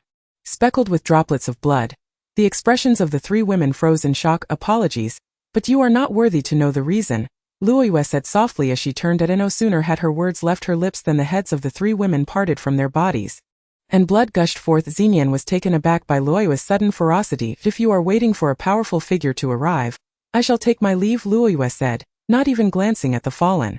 It is safer to be with you. Xinyan gathered her crystal cores and left the marketplace with Luoyue. On the way back, they exchanged not a word. The onlookers regarded them with a mix of awe and respect as they vanished from sight. Did the thrill of revenge course through your veins? Yinji emerged. No, this time there was no thrill. Luoyue's heart remained serene. You are a born killer. You must learn to wield that talent wisely, Yinji advised. Thank you for training me, Luoyue thought to herself. Upon returning, Luoyue maintained her calm demeanor, while Xinyan exhibited a noticeable change. Why do you keep staring at me? The pot will burn, Luoyue chided. People are concerned you might need comforting. I want to be the first to be there for you, Xinyan replied. Comfort? You mean to celebrate, don't you? Luoyue chuckled softly. Actually, you accomplished what I wished to do but lacked the courage to carry out. And I felt too shy to ask you to do it. Xinyan laughed heartily. Tonight, we'll feast? Xinyan exchanged the silver coins from selling the crystal core for fine wine and sumptuous dishes. All this was mere trifles. For Luoyue's thoughts lingered on one man, Xincmo, the patriarch of the Xinc family, who was nearing ascension. The memory of his oppressive gaze haunted her. Unforgettable through the ages, that old man was the true formidable opponent. And now Luoyue could only look up to him. The 2 enjoyed a hearty meal together. Xinyan drank to the point of inebriation. Shouldn't we be leaving? After killing members of the Xinc family, they are sure to retaliate. This place may already be under surveillance. Xinyan slurred. It's too late. You cannot escape now. A voice echoed nearby, unmistakably male, not Luoyue's. Upon closer inspection, the skills of these individuals were evidently no less than 3rd tier, with 2 of them at 4th tier. It was clear they were the backbone of the Xinc family. The unmistakable aura was characteristic of the Xinc clan. In their quest for revenge, they were willing to spill blood. Xinyan in her drunken stupor lamented, shouldn't have gotten drunk today. How many of them are there? They seem to be swaying. Xinyan mused as her intoxication took hold. Truly, the fearless are oblivious to danger. You 2 dare to oppose the Xinc family? A few deaths mean nothing. They are of no consequence, however. We cannot allow the Xinc family's reputation to be tarnished. That is why you shall die tonight. One of them proclaimed. Chapter 34. Capturing this little boy toy, a 3rd-tier girl and a novice who hasn't even reached 1st tier dare to take lives. What a ridiculous jest. Killing an ordinary person is one thing, but to offend the Xinc family? Another member of the assailants laughed derisively. They cackled maniacally, convinced that dispatching the 2 before them would require little effort. 4th elder is overly cautious. These 2 are no match for us. I alone can handle them. Why send 7 of us? The most arrogant was also the most ignorant. I alone can deal with them. The previously boastful one roared. Very well, we leave it to you. The rest of us will simply await the trophies. Another remarked, trophies? Ha! I fear I shall disappoint my brothers. I intend to pulverize them so the world knows the XNC family avenges its grievances. And no one will dare provoke us again. Well said, brother. Tonight's glory belongs to you, however. That little girl seems to possess some allure. Perhaps we should leave her for some amusement before we crush her. The XINC family truly embodies an unspeakable level of depravity. Xenian shook her head in dismay. The speaker appraised Xenian from head to toe. Brother, why not take this little boy toy for yourself? From the looks of it, he seems ripe for the picking, still a budding flower. A little variety wouldn't hurt. You must embody the essence of masculinity. We'll discuss that later. That girl must be tasted first. Such vile dialogue crossed Xenian's threshold of tolerance, not for herself but for Luoyue. Thinking to lay hands on my aunt. You ought to take a good look at yourself. Calling you a toad would be an understatement. Xenian retorted. You dare speak such words? You possess quite the courage, little boy. Boy, my foot. But I can share a secret about my aunt. Come closer. Xenian beckoned. The man, believing Xenian to be utterly powerless, approached, intent on taunting her and belittling her. Unexpectedly, Xenian seized the opportunity to bite down hard on him, taking off a piece of flesh. He hadn't even had time to react before he was howling in agony. Xenian pressed her advantage, stealthily drawing a dagger and plunging it into the most contemptible of them, blood gushing forth, in and out, in and out. The third-tier combatant could never have anticipated his demise at the hands of this young lad. By the time he sought to summon his power, the wound in his abdomen had already dispersed his spiritual energy, leaving him unable to coalesce. With a thud, he collapsed to the ground, convulsing several times. Third tier is indeed insufficient. Another remarked. The group showed no pity. Their brotherhood existed solely by blood. Regardless of our familial ties, refrain from gloating. At the very least, save your laughter until after tonight, said another with one less competitor for the inheritance. Are you not also amused? Concealing your mirth within is no different from expressing it openly, came the retort. Ugh, this is utterly unpalatable. Worse than a rat's ear. Xenian spat out a bloodied ear. Luoyu laughed heartily. For all that Xenian had done, she was resolute to stand by him tonight, fighting to the bitter end. Come what may. Chapter 35. The beast roars, breaking free from its cocoon. Hey, don't speak so dramatically as if you're about to meet your demise. If it comes to the worst, just retreat into the ring. Don't be foolish enough to truly lose your life. It's far too precious. Yanji advised. Well, even though the odds are against me, I still wish to hone my skills against a four-wheeled opponent, Luoyu declared, unwilling to let such a golden opportunity slip away. Very well. Act according to your abilities, Yanji conceded, falling silent. And did my earlier efforts yield satisfactory results? Xenian inquired. Defeating 3 with 1 is indeed a tale worth telling. Luoyu replied with a smile. This laughter, this tale, served as an affront to the XINC clan. Behold my absolute kill, dividing the world in 2. The man's palm slashed towards Xenian like a blade, unleashing a surge of energy that sent branches spiraling into the air, even causing the clothes of both Xenian and Luoyu to flutter as if caught in a tempest. Should the strike land, the outcome would be that Xenian would be cleaved in twain. In a flash, Luoyu seized Xenian and soared beyond the courtyard, where a more expansive battleground awaited. She could not allow the precious ancestral home, painstakingly acquired through years of tomb raiding, to be ruined. Damn it, let you escape by chance. Witness my lightning strike. The man unleashed another attack. What a cunning girl. I like it. Another four-wheeled man leapt forward, raising a protective shield that separated Luoyu from him. The shield tightened around her, constricting with increasing ferocity, especially as Luoyu exerted herself, akin to a tightening curse. Indeed, a four-wheeler. Luoyu had witnessed their prowess. Seeing Luoyu struggle, Xenian furrowed his brow. Surely it was painful for her. The dagger in his embrace had fallen far away, leaving him to ponder what could serve as a weapon. Crystal cores. The only precious item he carried was a magic crystal. And without hesitation, Xenian hurled it towards the protective shield. The magic crystal could hunt, but this ant was irreplaceable. Regardless of her age, this ant had truly earned his respect. What began as a mere throw unexpectedly shattered the four-wheeled barrier. A case of one object subduing another, as Xenian's assault struck true. Luoyu emerged from her cocoon, her amassed spiritual energy transforming into a flurry of ice blades and snow swords, all aimed at the enemy. Yet, in the face of the four-wheeled adversaries, her onslaught proved feeble, easily intercepted with a mere wave of a hand. The opponent smirked, raising a palm to crush downwards, invoking a black mountain to bear down upon them. Should this strike land, obliteration would be inevitable. Luo Yu gazed upwards in disbelief at the impending black mountain, rushing towards her like a gale. Roar! A lion's roar erupted. Xinyan! His voice thundered, shaking the very forest. As the howls of wolves and beasts echoed from all directions, a cacophony of roars erupting from the woodland creatures. All were entranced by this bizarre phenomenon, and the pressure of the black mountain dissipated as their focus wavered. The earth trembled and every beast seemed summoned, roaring in unison towards the heavens. Chapter 36. The beasts tremble in dread, yet all present heard the terrifying chorus, as if poised to eradicate humanity itself. Xinyan sensed a connection to his own roar, internally pleading for silence, fearing his eardrums might rupture miraculously. The wild beasts gradually calmed. "Oh, what a spirit!" Xinyan mused. "Could it be that I am somehow linked to these creatures? Surely not descended from them. After all, none could rival my beauty." The XNC clan members found themselves disoriented amidst the beasts' cries, the entire region shaken, especially the four-wheeled men. Luo Yu, having previously experienced the enigmatic bond between Xinyan and the beasts while hunting, was not overly surprised this time. "Luo Yu, who would have thought you so treacherous? I was worried about you, suggesting you hide within the ring," Yanji remarked. Only now did she comprehend. On one hand, Luo Yu sought to test her skills, while on the other, she aimed to unlock Xinyan's potential in times of crisis within the forest.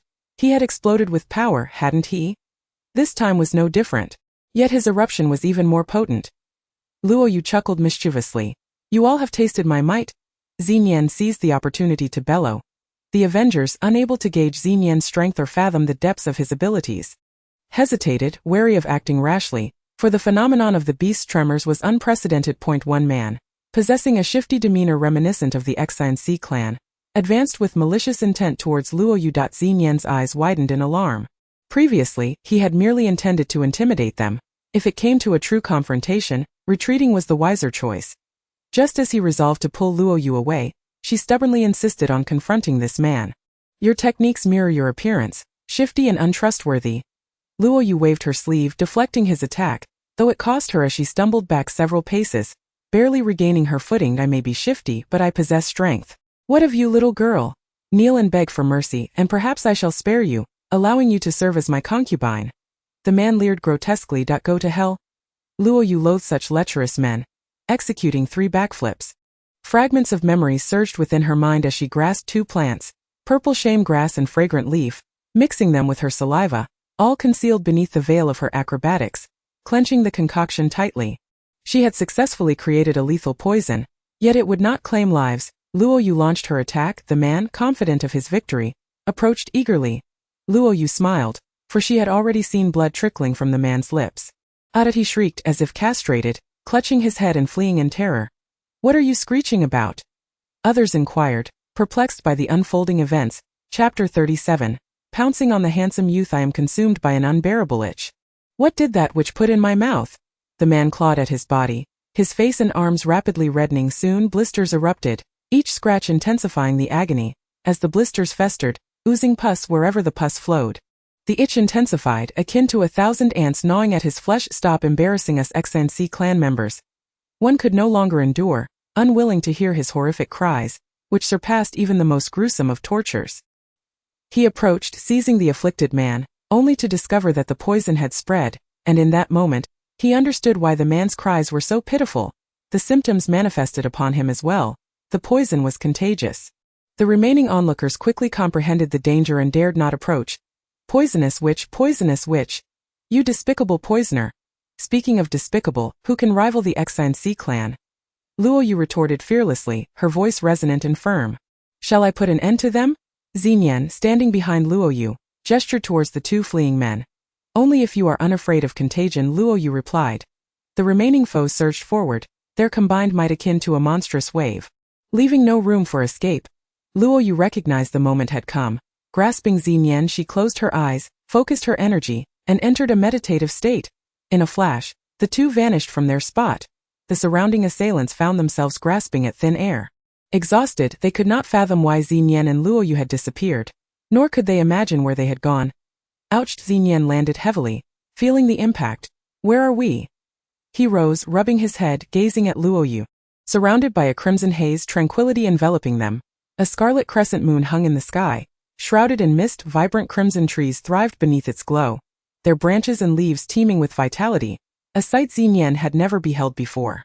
Surveying the area, an endless expanse stretched before him, all painted in hues of crimson, like a dream ethereal. Could it be that the sunset has fallen here?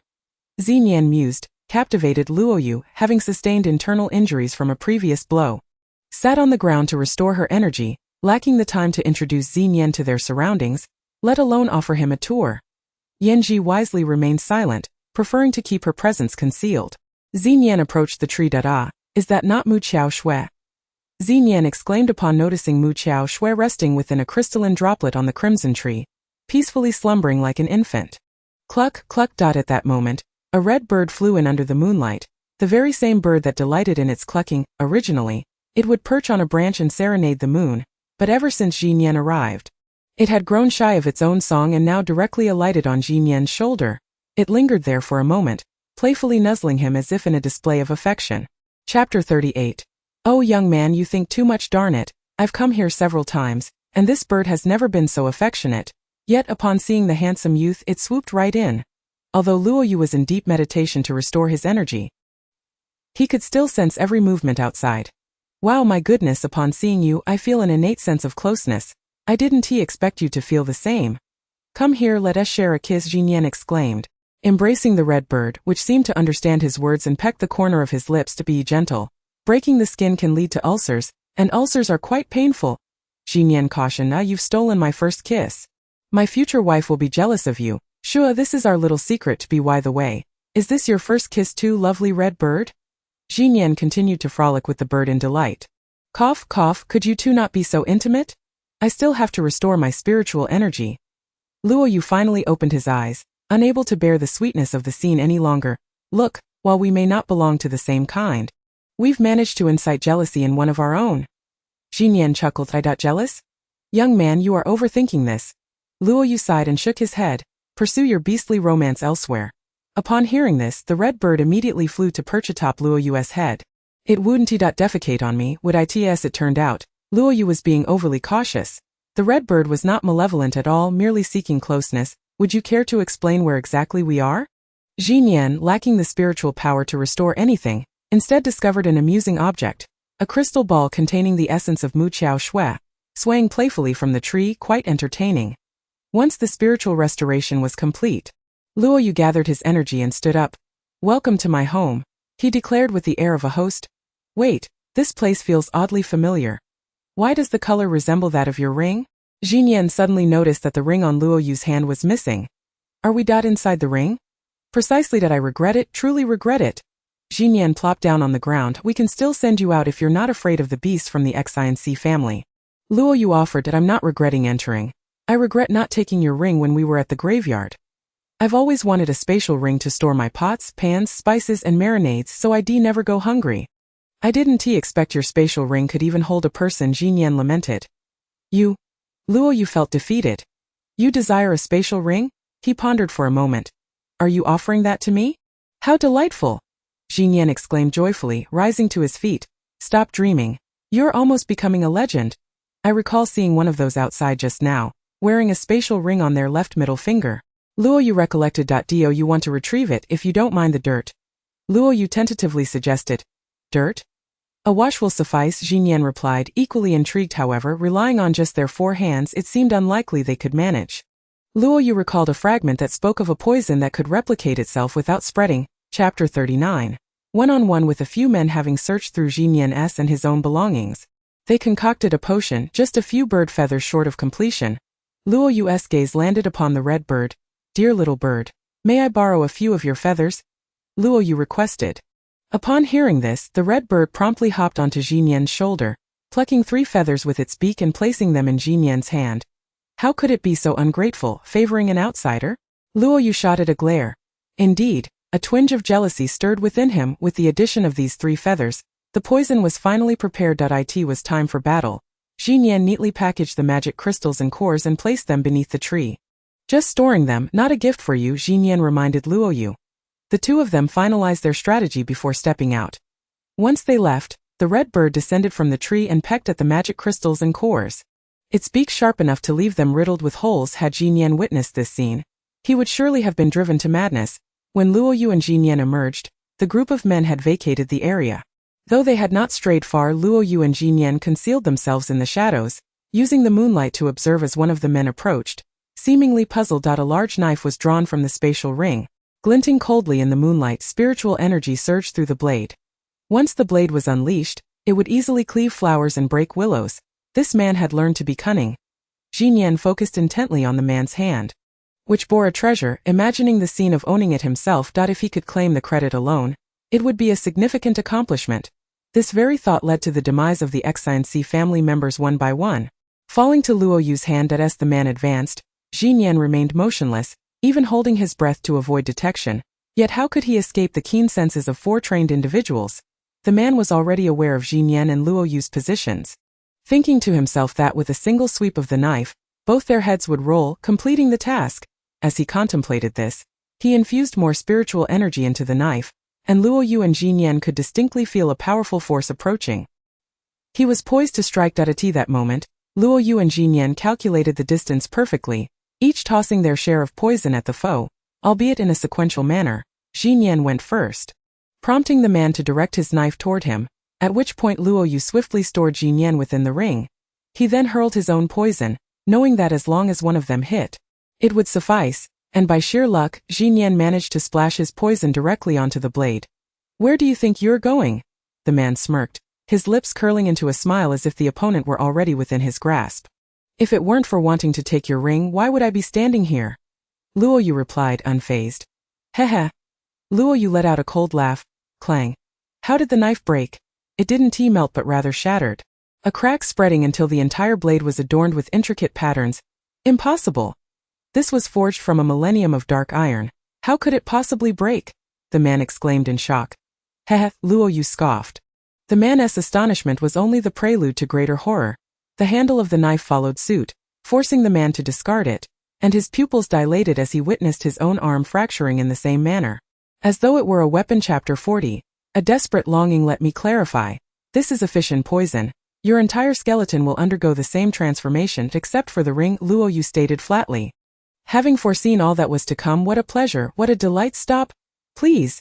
The man attempted to channel his spiritual energy to sever his arm, but it was already too late. His body had begun to fracture at an alarming rate.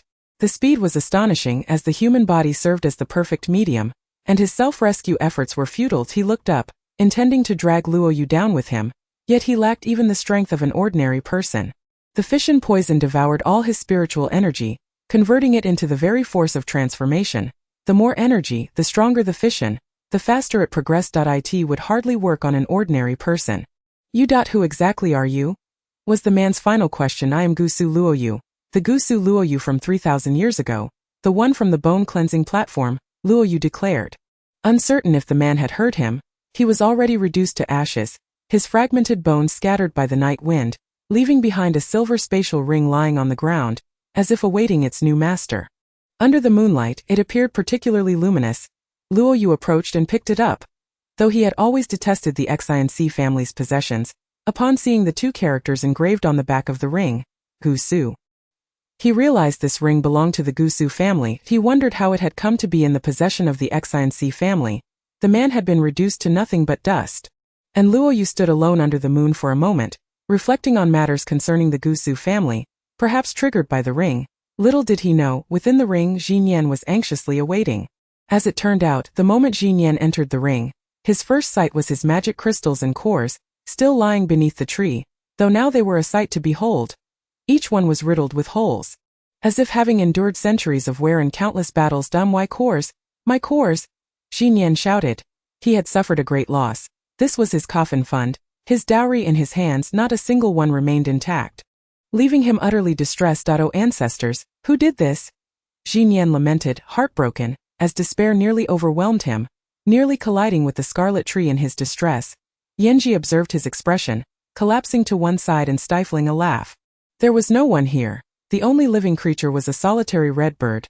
Judging by the appearance of the crystal core, the gap was most likely pecked by the bird's beak. "Great foolish bird, come out this instant!" Jin Yan shouted. Yet the red bird was nowhere to be found. It seemed to be hiding away, indulging in a lazy slumber, camouflaged perfectly amidst the scarlet surroundings, making it nearly impossible to detect. Could it have met with misfortune? Hey, hey, hey, just get me out of here before you perish. I'm going to starve to death without food or water. Jin Yan knocked against the surrounding crystal walls. But no one responded, and he could not escape. His anxious heart remained suspended until Luo Yu entered. Upon seeing his mournful visage, "Are you holding a memorial service for me?" Luo Yu inquired. "It's not for you, it's for them," Jin Yan replied, cradling the crystal court. Chapter 41. All meals and lodging taken care of for a lifetime. Did you carve these? They are exquisite pieces of craftsmanship. Each one is a unique masterpiece, quite rare and worthy of collection.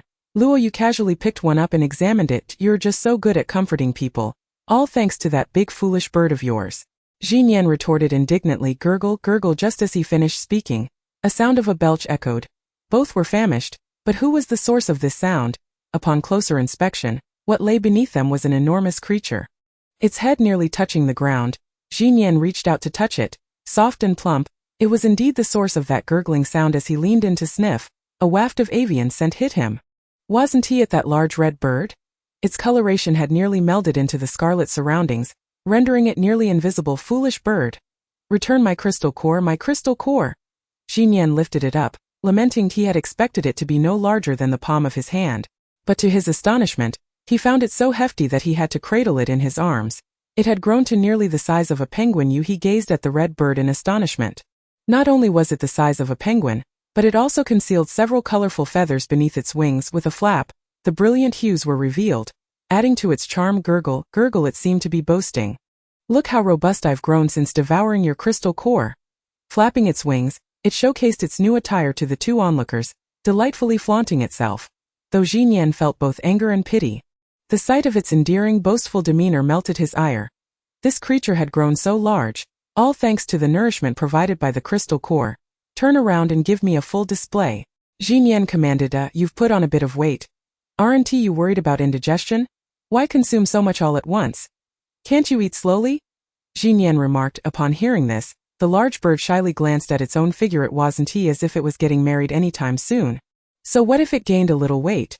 Feeling shamed by Jin Yan's words, it promptly fluttered onto Luo Yu's shoulder, akin to a child seeking comfort from its mother after being scolded by its father. "All right, being plump is a blessing. Just don't break our scarlet tree," Luo Yu said, giving the red bird's flesh a gentle squeeze. How substantial it felt, chubby and even more endearing. The red bird gently pecked Luo Yu's forehead before flying up to perch on a tree, singing merrily. "What song is that? It's completely out of tune, even worse than my singing," Jin Yan mocked, only to receive a disdainful glare from the red bird. This creature was far too perceptive.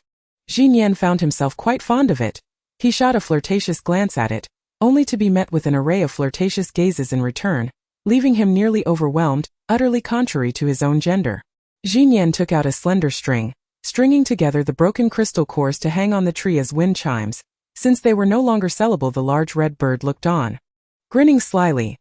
"Looks like you'll need to start paying for your meals again," Jin Yan mused, plotting against Luo Yu. "Is this enough?" Luo Yu presented a spatial ring before Jin Yan. "What meals?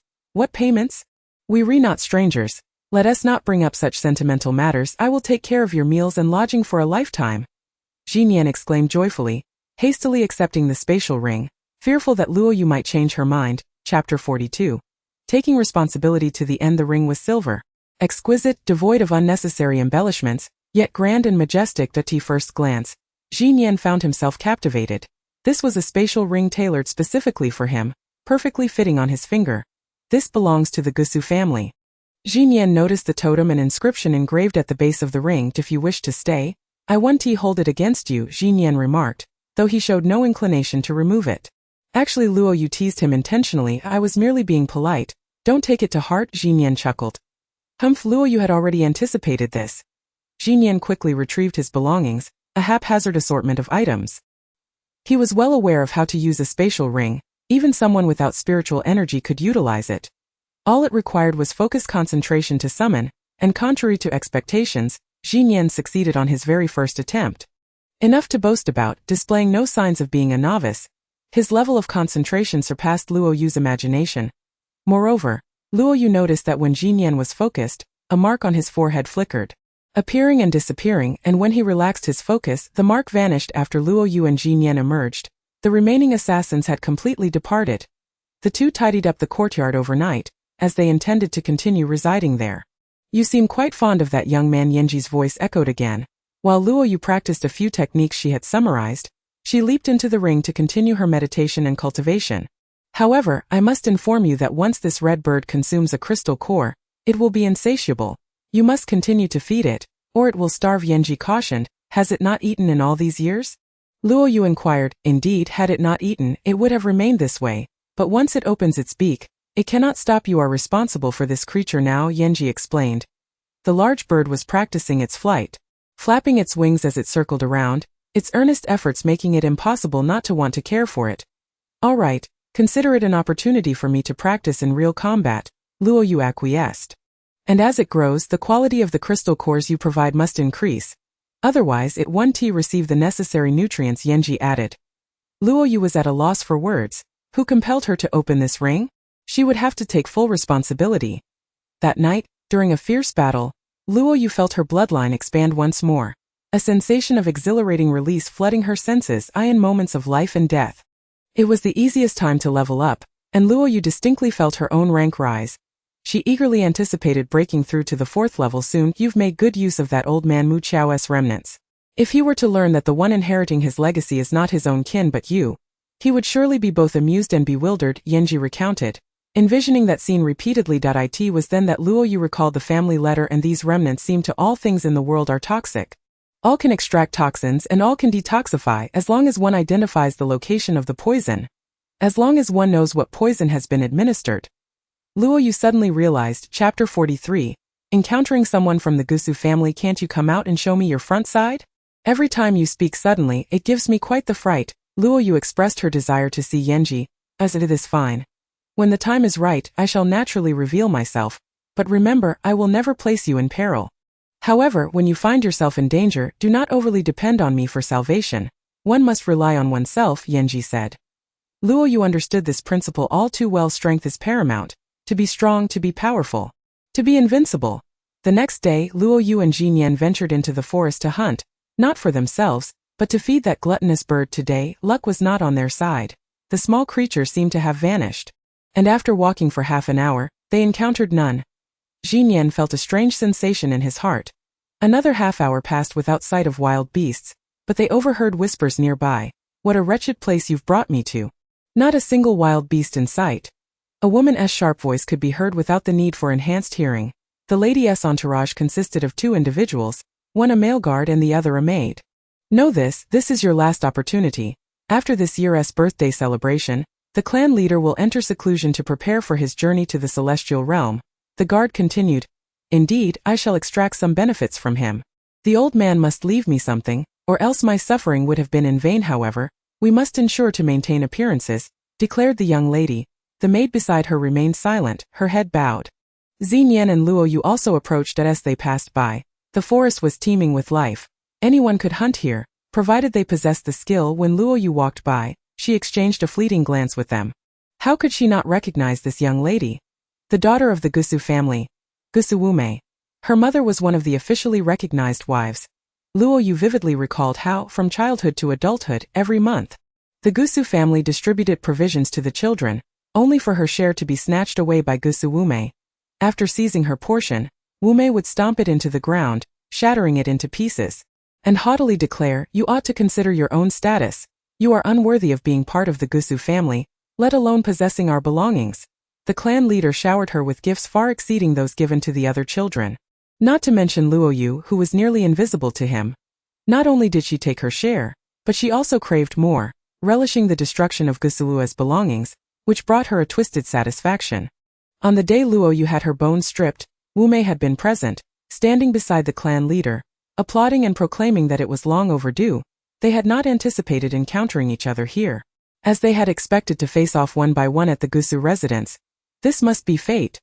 Unmarried, her skills halted at the 2nd tier, while the guards beside her had already reached the 3rd tier, one of whom was an obsequious man unknown to Luo Yu.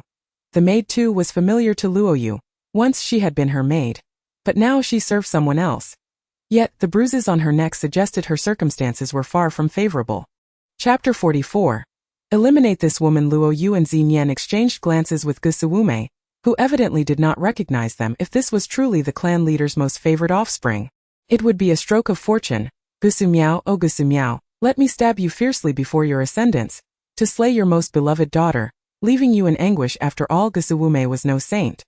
Her mother had previously caused endless trouble for Luo Yu's mother, a memory etched in Luo Yu's mind. A sinister smile crept onto Luo Yu's lips, her eyes glinting with malice. As they brushed past each other, their gazes locked. At that moment, a commotion erupted from across the way, drawing everyone's attention. A white elephant ambled toward them.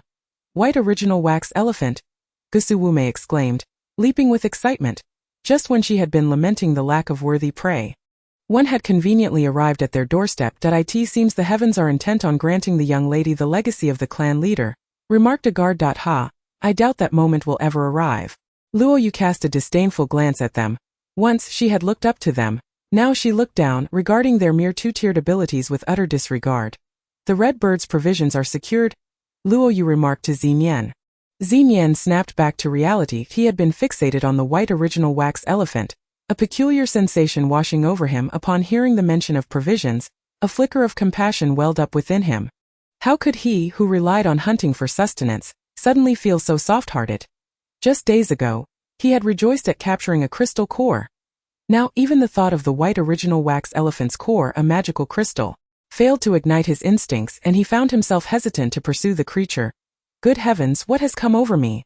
Am I becoming sentimental? Xinyan longed to slap himself awake. Prey was meant to be hunted. Compassion? That was the behavior of the weak. The white original wax elephant was first spotted by us. No one else is allowed to claim it. Gusu Wume declared, noticing Luo Yu's plain attire, devoid of any clan insignia, and her unfamiliar face. She had never encountered anyone of note in this forest. Thus, all signs indicated that Luo Yu and Xinyan were nothing more than wildlings. Naturally, they regarded them with contempt. Even if they were from another family, she would not regard them highly, as the Gusu family was the most prominent in the area. Had they known that the recent deaths in the Shinsi family were at the hands of someone here, they would have thought differently. Xinyan, unaware of the enmity between Luo Yu and the individuals before him, instinctively stepped forward upon hearing that the woman had her sights set on the white original wax elephant. Disregarding his own abilities, this forest belongs to the continent, and the beasts are of the forest. By what right do you claim it as yours? Who do you think you are? Xinyan retorted, clearly displeased. Little rogue, do you not recognize the clan insignia?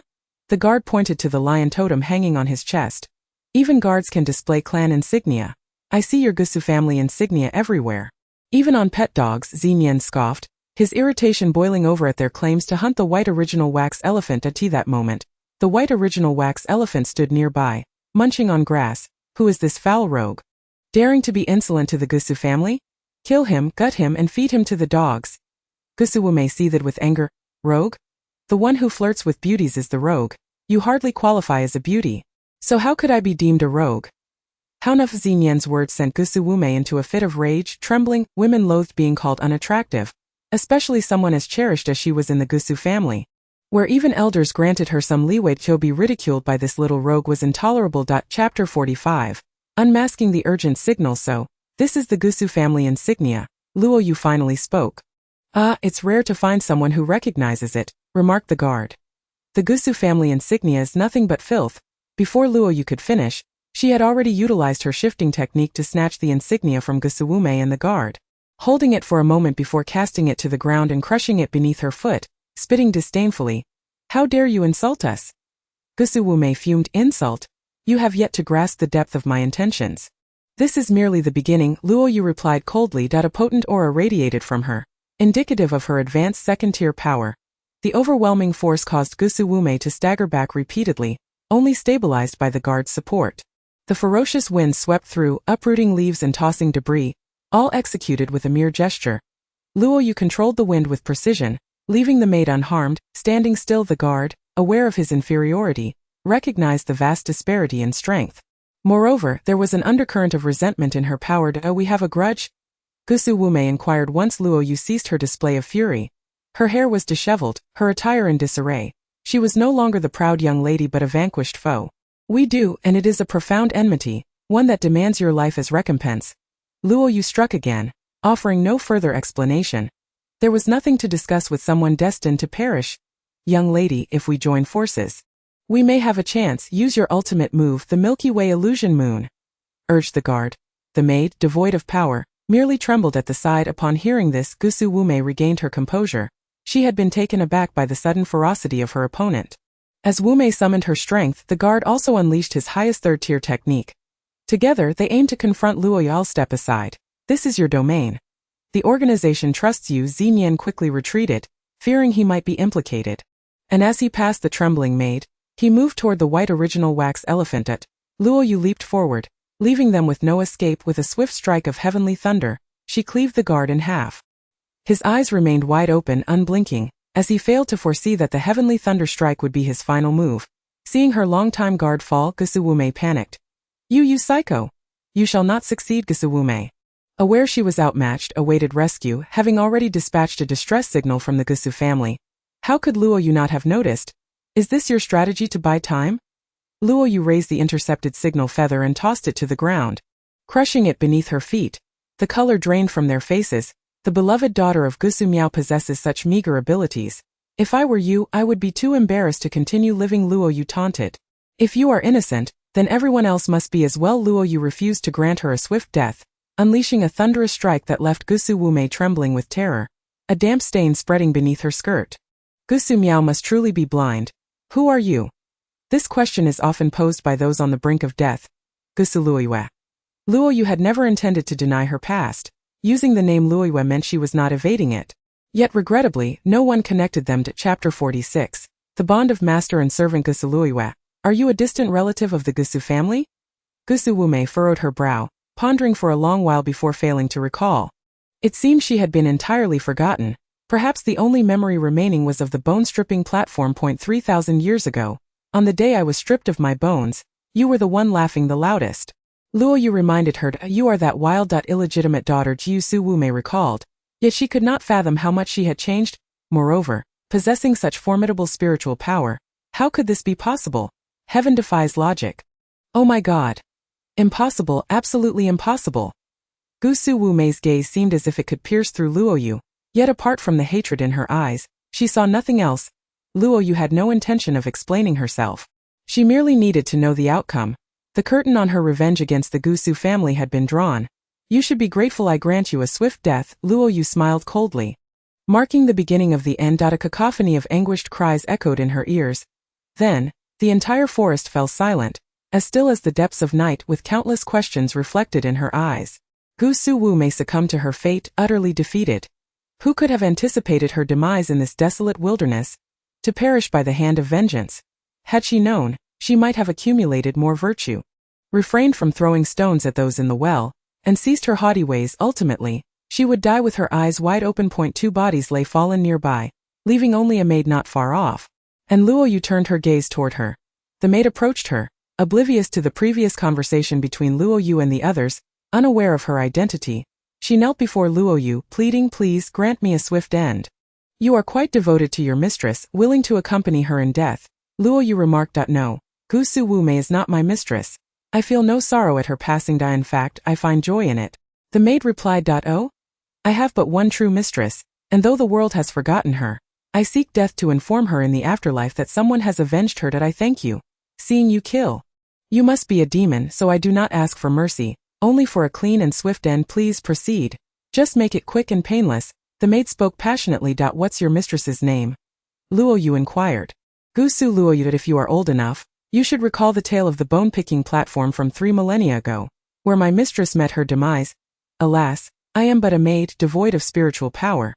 Unable to avenge her," the maid continued. Thus, it became evident that amidst the world's indifference, there remained those who remembered the bond between mistress and servant. "What is your name?" Gusu Luoyu asked. Feigning ignorance, "You are loyal to your mistress. You may leave. I am no demon. Those who die by my hand are merely deserving of their fate," Luoyu stated. Dan Er was left bewildered, surprised that she had let her go. Only then did Dan Er depart. In 3 days, it would be Gusu Miao's grand birthday celebration. Every year, he hosted a banquet for guests from afar, and this year was no exception, not only due to his increased prowess but also because it would be the last gathering before he entered seclusion. Chapter 47. Save him. The clan members would also present gifts, which Gusu Miao would open in front of everyone, offering praise for the worthy, bestowing generous rewards. Who wouldn't he desire to receive the clan leader's commendation and bounty in front of all? Such immense honor. This was also Gusu Wu Mei's reason for venturing into the forest. Luo Yu recalled a time when she and her mother were impoverished and devoid of spiritual power. Unable to produce anything, ridiculed, overlooked, and considered unworthy of the Gusu family. This time, however, she sought to attend Gusu Miao's birthday banquet in a different guise. Luo Yu understood all too well that this was her final opportunity. Once the old man entered seclusion, her chances would diminish significantly. How could she let this slip away? Before departing, she spat on Gusu Wu Mei's corpse. Only then did Luo Yu realize something was amiss. Why had Xinyan fallen silent upon approaching? She found Xinyan staring intently at the white original wax elephant. Is this the beginning of a beast-human romance? Luo Yu inquired as she approached. Luo Yu had approached with a murderous intent. After all, the magic crystal of the white original wax elephant was the finest nourishment for the scarlet bird. Startled, the white original wax elephant let out a sudden, thunderous cry, extending its trunk in a state of alarm. Xinyan felt a pang of sympathy upon witnessing this. Can we not kill it? Xinyan implored Luo Yu. Compassion? This boy had never displayed such feelings before. What will happen if the scarlet bird starves to death? Luo Yu queried at that moment. A nine-tailed fox happened to pass by, and Luo Yu, channeling her spiritual energy, prepared to capture it, only to be halted by Xinyan, who begged for its release. What is wrong with you today? Luo Yu asked. I don't know, I just feel a sense of sorrow. When you were about to kill the white original wax elephant, I sensed its eyes pleading for mercy. When you aimed to slay the nine-tailed fox, I heard its silent cry for help, Xinyan explained. The law of the jungle was something Xinyan had long understood. He had never felt pity before, but after that lion's roar, something had shifted within him. Let's go to the market and buy some crystals to feed the scarlet bird. Xinyan proposed. Do you have any money? Luo Yu observed, noting that he hardly appeared to be someone with a stash. Though I lack funds, you do not. Tonight we shall rob a money house. I have scouted it out before. Xinyan confessed.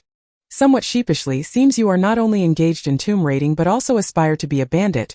Now you wish to recruit me into your scheme. Do not speak so harshly.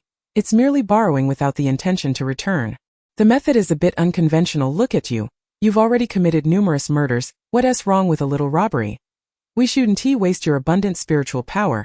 Improving our quality of life is of utmost urgency. It seems you are responsible for our sustenance. Roared at the white original wax elephant, trumpeted twice. It remained stationary, showing no intention to leave. Chapter 48. Take wealth, spare lives. It says its mother just died. An old death. Its home collapsed, leaving it homeless, searching for food but unable to find any, starving for several days and growing thin. Xinyan translated the beast's words. And then? A foreboding sense crept over Luo Yu. A feeling of impending doom. It pleads for us to take it in and raise it. Xinyan continued. We. You mean you? Luo Yu discerned the fabrication in Xinyan's words. Xinyan quickly gestured to the white original wax elephant, muttering something to himself, and the elephant bowed deeply to Luo Yu. He could actually command a wild beast. Luo Yu was genuinely surprised. Becoming a beast summoner held great potential. Very well, let us lead it along. Luo Yu conceded. You are doing this on purpose. You know exactly what I am thinking. Leading it through the forest is fine, but outside it will attract too much attention. My spatial ring is small. It can only hold some pots and pans, clothes, treasures and such. Your rouge ring has ample space. Why not let it stay there? It would save us worry, and the environment would be conducive for its growth. You wouldn't tire from carrying it, and it could keep the scarlet bird company. Xinyan had long been plotting this. Luo Yu could see through his intentions. Alright, now we have 2 mouths to feed. Luo Yu calculated briefly and decided to take the white original wax elephant in. Even in the forest, it was a rare breed. Fortunately, it was herbivorous. Xinyan casually picked some grass from the ground and tossed it into Luo Yu's space. Planting grass in the rouge ring, let's see if it works with the grass now inside. Its growth would depend on fate. Their growth rate was several times faster than on land, even without soil. They thrived, and the grass appeared lush and vibrant. After consuming this grass, the white original wax elephant would grow quickly. Xinyan insisted on entering to witness it for himself, primarily to broaden his horizons. As night fell, the two pinpointed a money house, which of course belonged to the Gusu family. The money house had extinguished its lights. The locks were secured tightly, 3 layers inside and 3 outside, as tonight was the month-end inventory check. With tomorrow marking the monthly submission date. Xinyan had long since gathered this intel and kept it firmly in mind. As the night deepened, Luo Yu prepared to set out. Will I be a burden if I go? Xinyan asked. Luo Yu brought out the white original wax elephant to keep Xinyan company while she stealthily slipped out before dawn with swift strides, and with Xinyan absent, Luo Yu felt unrestrained. She now maneuvered her body with ease, almost gliding across the ground with leaps like a tiger and grace like a phoenix. She entered through the rooftop. The traps, arrows, copper tracks, iron hammers, could not hinder Luo Yu's advance. Everyone knew these defenses were designed to thwart the treacherous, not the noble, who would dare to rob the Gusu family's money house, even if the door was left unlocked. Only a desperate fool would attempt it. Thus, when Luo Yu stood silently before the astonished proprietor and his clerks, resembling a cat in stillness, they were utterly taken aback. Luo Yu beheld box after box filled with silver coins and gold. The money house seems to be thriving, Luo Yu remarked casually, picking up a gold coin, blowing on it, confirming its purity. Chapter 49. 3 parts joy, 3 parts sorrow. Thank you for your kindness, Boss Xia. Today, I am here to collect a debt. Would you kindly summon your 4 bodyguards? Luo Yu spoke with striking directness that I in the blink of an eye, 4 figures emerged, exuding an aura of lethal intent. That clever lad Xinyan is fortunate to be absent. Had he been here, he might have become a casualty, thought Luo Yu. That I seek only wealth today, not lives, she declared, her fingertips dancing like the moonlight, directing a stream of venom towards a towering fortune tree in the corner. In an instant, the tree's leaves withered and its vibrant hue faded. The poison. The shopkeeper and others were visibly shaken, though they endeavored to mask their fear. Luo Yu had effectively intimidated them. One could only imagine the consequences had the toxin made contact with a person. A child would age into a frail elder within the time it takes to burn a stick of incense. Who wishes to volunteer for such an experiment? Luo Yu made it abundantly clear she was not jesting. None dared to respond affirmatively. They stood obediently in a line. Having pilfered from the Su family, they could forget about living peacefully for the rest of their days. Luo Yu brazenly filled her rouge ring with gold and silver coins. Then with a graceful turn, her enchanting silhouette vanished into the night sky. The shopkeeper hurriedly sent out an urgent signal. Oh dear, we must be cautious not to tarnish the beauty of this environment with such foul entities. Remarked Ding Zhis. As they passed through the market, it was evident that preparations for selling had begun early. Luo Yu procured a considerable number of crystal cores, storing them in her rouge ring for the red bird's consumption at any time. Upon returning home, she spilled the coins onto the table. There must be a small chest's worth. Is that all? Xinyan remarked, puzzled by the meager sum from a sizable bank, especially at the month's end. He placed the coins into his spatial ring, feeling a sense of fulfillment he had never known. So much wealth made even sleep more tranquil. You've become quite the affluent beauty now, dear aunt. Xinyan teased. Affluent beauty seems to describe you more accurately. Indeed, I am wealthy. Luo Yu chuckled softly. I was merely concerned you might squander it all. What is yours is mine, and sticking by your side will ensure a life of comfort. Luo Yu rolled over with a smile, drifting back to sleep. Hey. You put the wax elephant in there. It will surely want to cuddle with me tonight. I've already had several encounters today, and my face still bears a hint of grass scent. Xinyan complained. Luo Yu swiftly retracted the elephant that night. She resumed her meditation, but alas, the results were less than satisfactory. As the red bird and the wax elephant were at odds, an unwelcome intrusion into her territory. Ultimately, only Xinyan could mediate, delineating their respective domains and luring them with food, restoring some semblance of peace.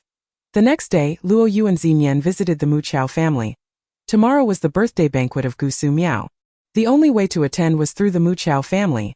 The Mu Chao household experienced a blend of joy and concern. The joy was that Mu Chao Feng would not have to marry in. The worry was whether the Xinc family would let matters rest. Chapter 50. A ruckus at the birthday banquet. Lord Mu Chao, we come with an unusual request. We have long heard of the Su family's formidable reputation, and the patriarch is a rare sight indeed. We wish to pay our respects at the birthday banquet tomorrow and fulfill our desire to witness such grandeur. Xinyan articulated. This sentiment had been prearranged for Xinyan to express, as Luo Yu could not have managed it without feeling nauseated. Encouraged by Mu Chao Feng, both Lord and Lady Mu Chao readily acquiesced. They would stay the night and depart together in the morning. Xinyan lodged with Mu Chao Feng. Luo Yu took it upon herself to tend to the 2 creatures within her ring. She noted that after consuming the recent batch of crystal cores, the red bird's tail and wings had become even more resplendent. The white wax elephant still harbored some fear of Luo Yu, recalling her earlier intention to hunt its core for the red bird. In the morning, the Mu Chao family was prepared with gifts for their visit to the Su family. A palm-sized black box emanating a fragrant herbal aroma, likely containing rare botanical treasures. With unprecedented boldness, Luo Yu stepped through the threshold, a first since her rebirth.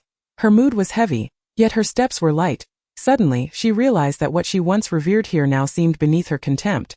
Be it the intricately carved beams or the exquisite embellishments that had once captivated her, the entrance bustled with activity, and greetings were exchanged amidst laughter.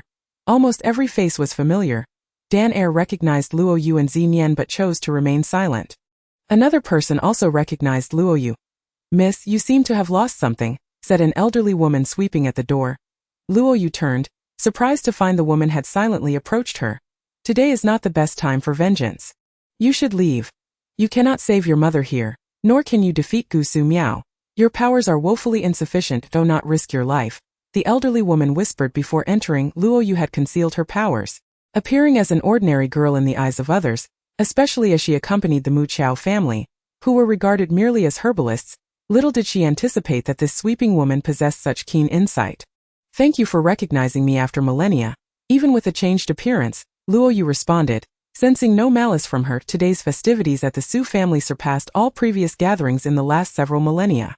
The scale was unprecedented, inviting guests from all corners. Members of the Qilun family recognized Luo Yu and Xinyan, despite their more refined attire. Naturally, they relayed this to the patriarch Qilun Mo. With a sidelong glance at Luo Yu and Xinyan, Qilun Mo unleashed his internal energy in a probing manner but could sense no trace of spiritual power emanating from them. "Is it truly her?" Qilun Mo questioned his own abilities, suspecting instead that his descendants might be deceiving him, shirking responsibility. The descendants were adamant. It was indeed them. Luo Yu felt no fear of encountering them here. The descendants were filled with confidence. She was the one. Pathetic fools. "Fourth elder, you should step forward.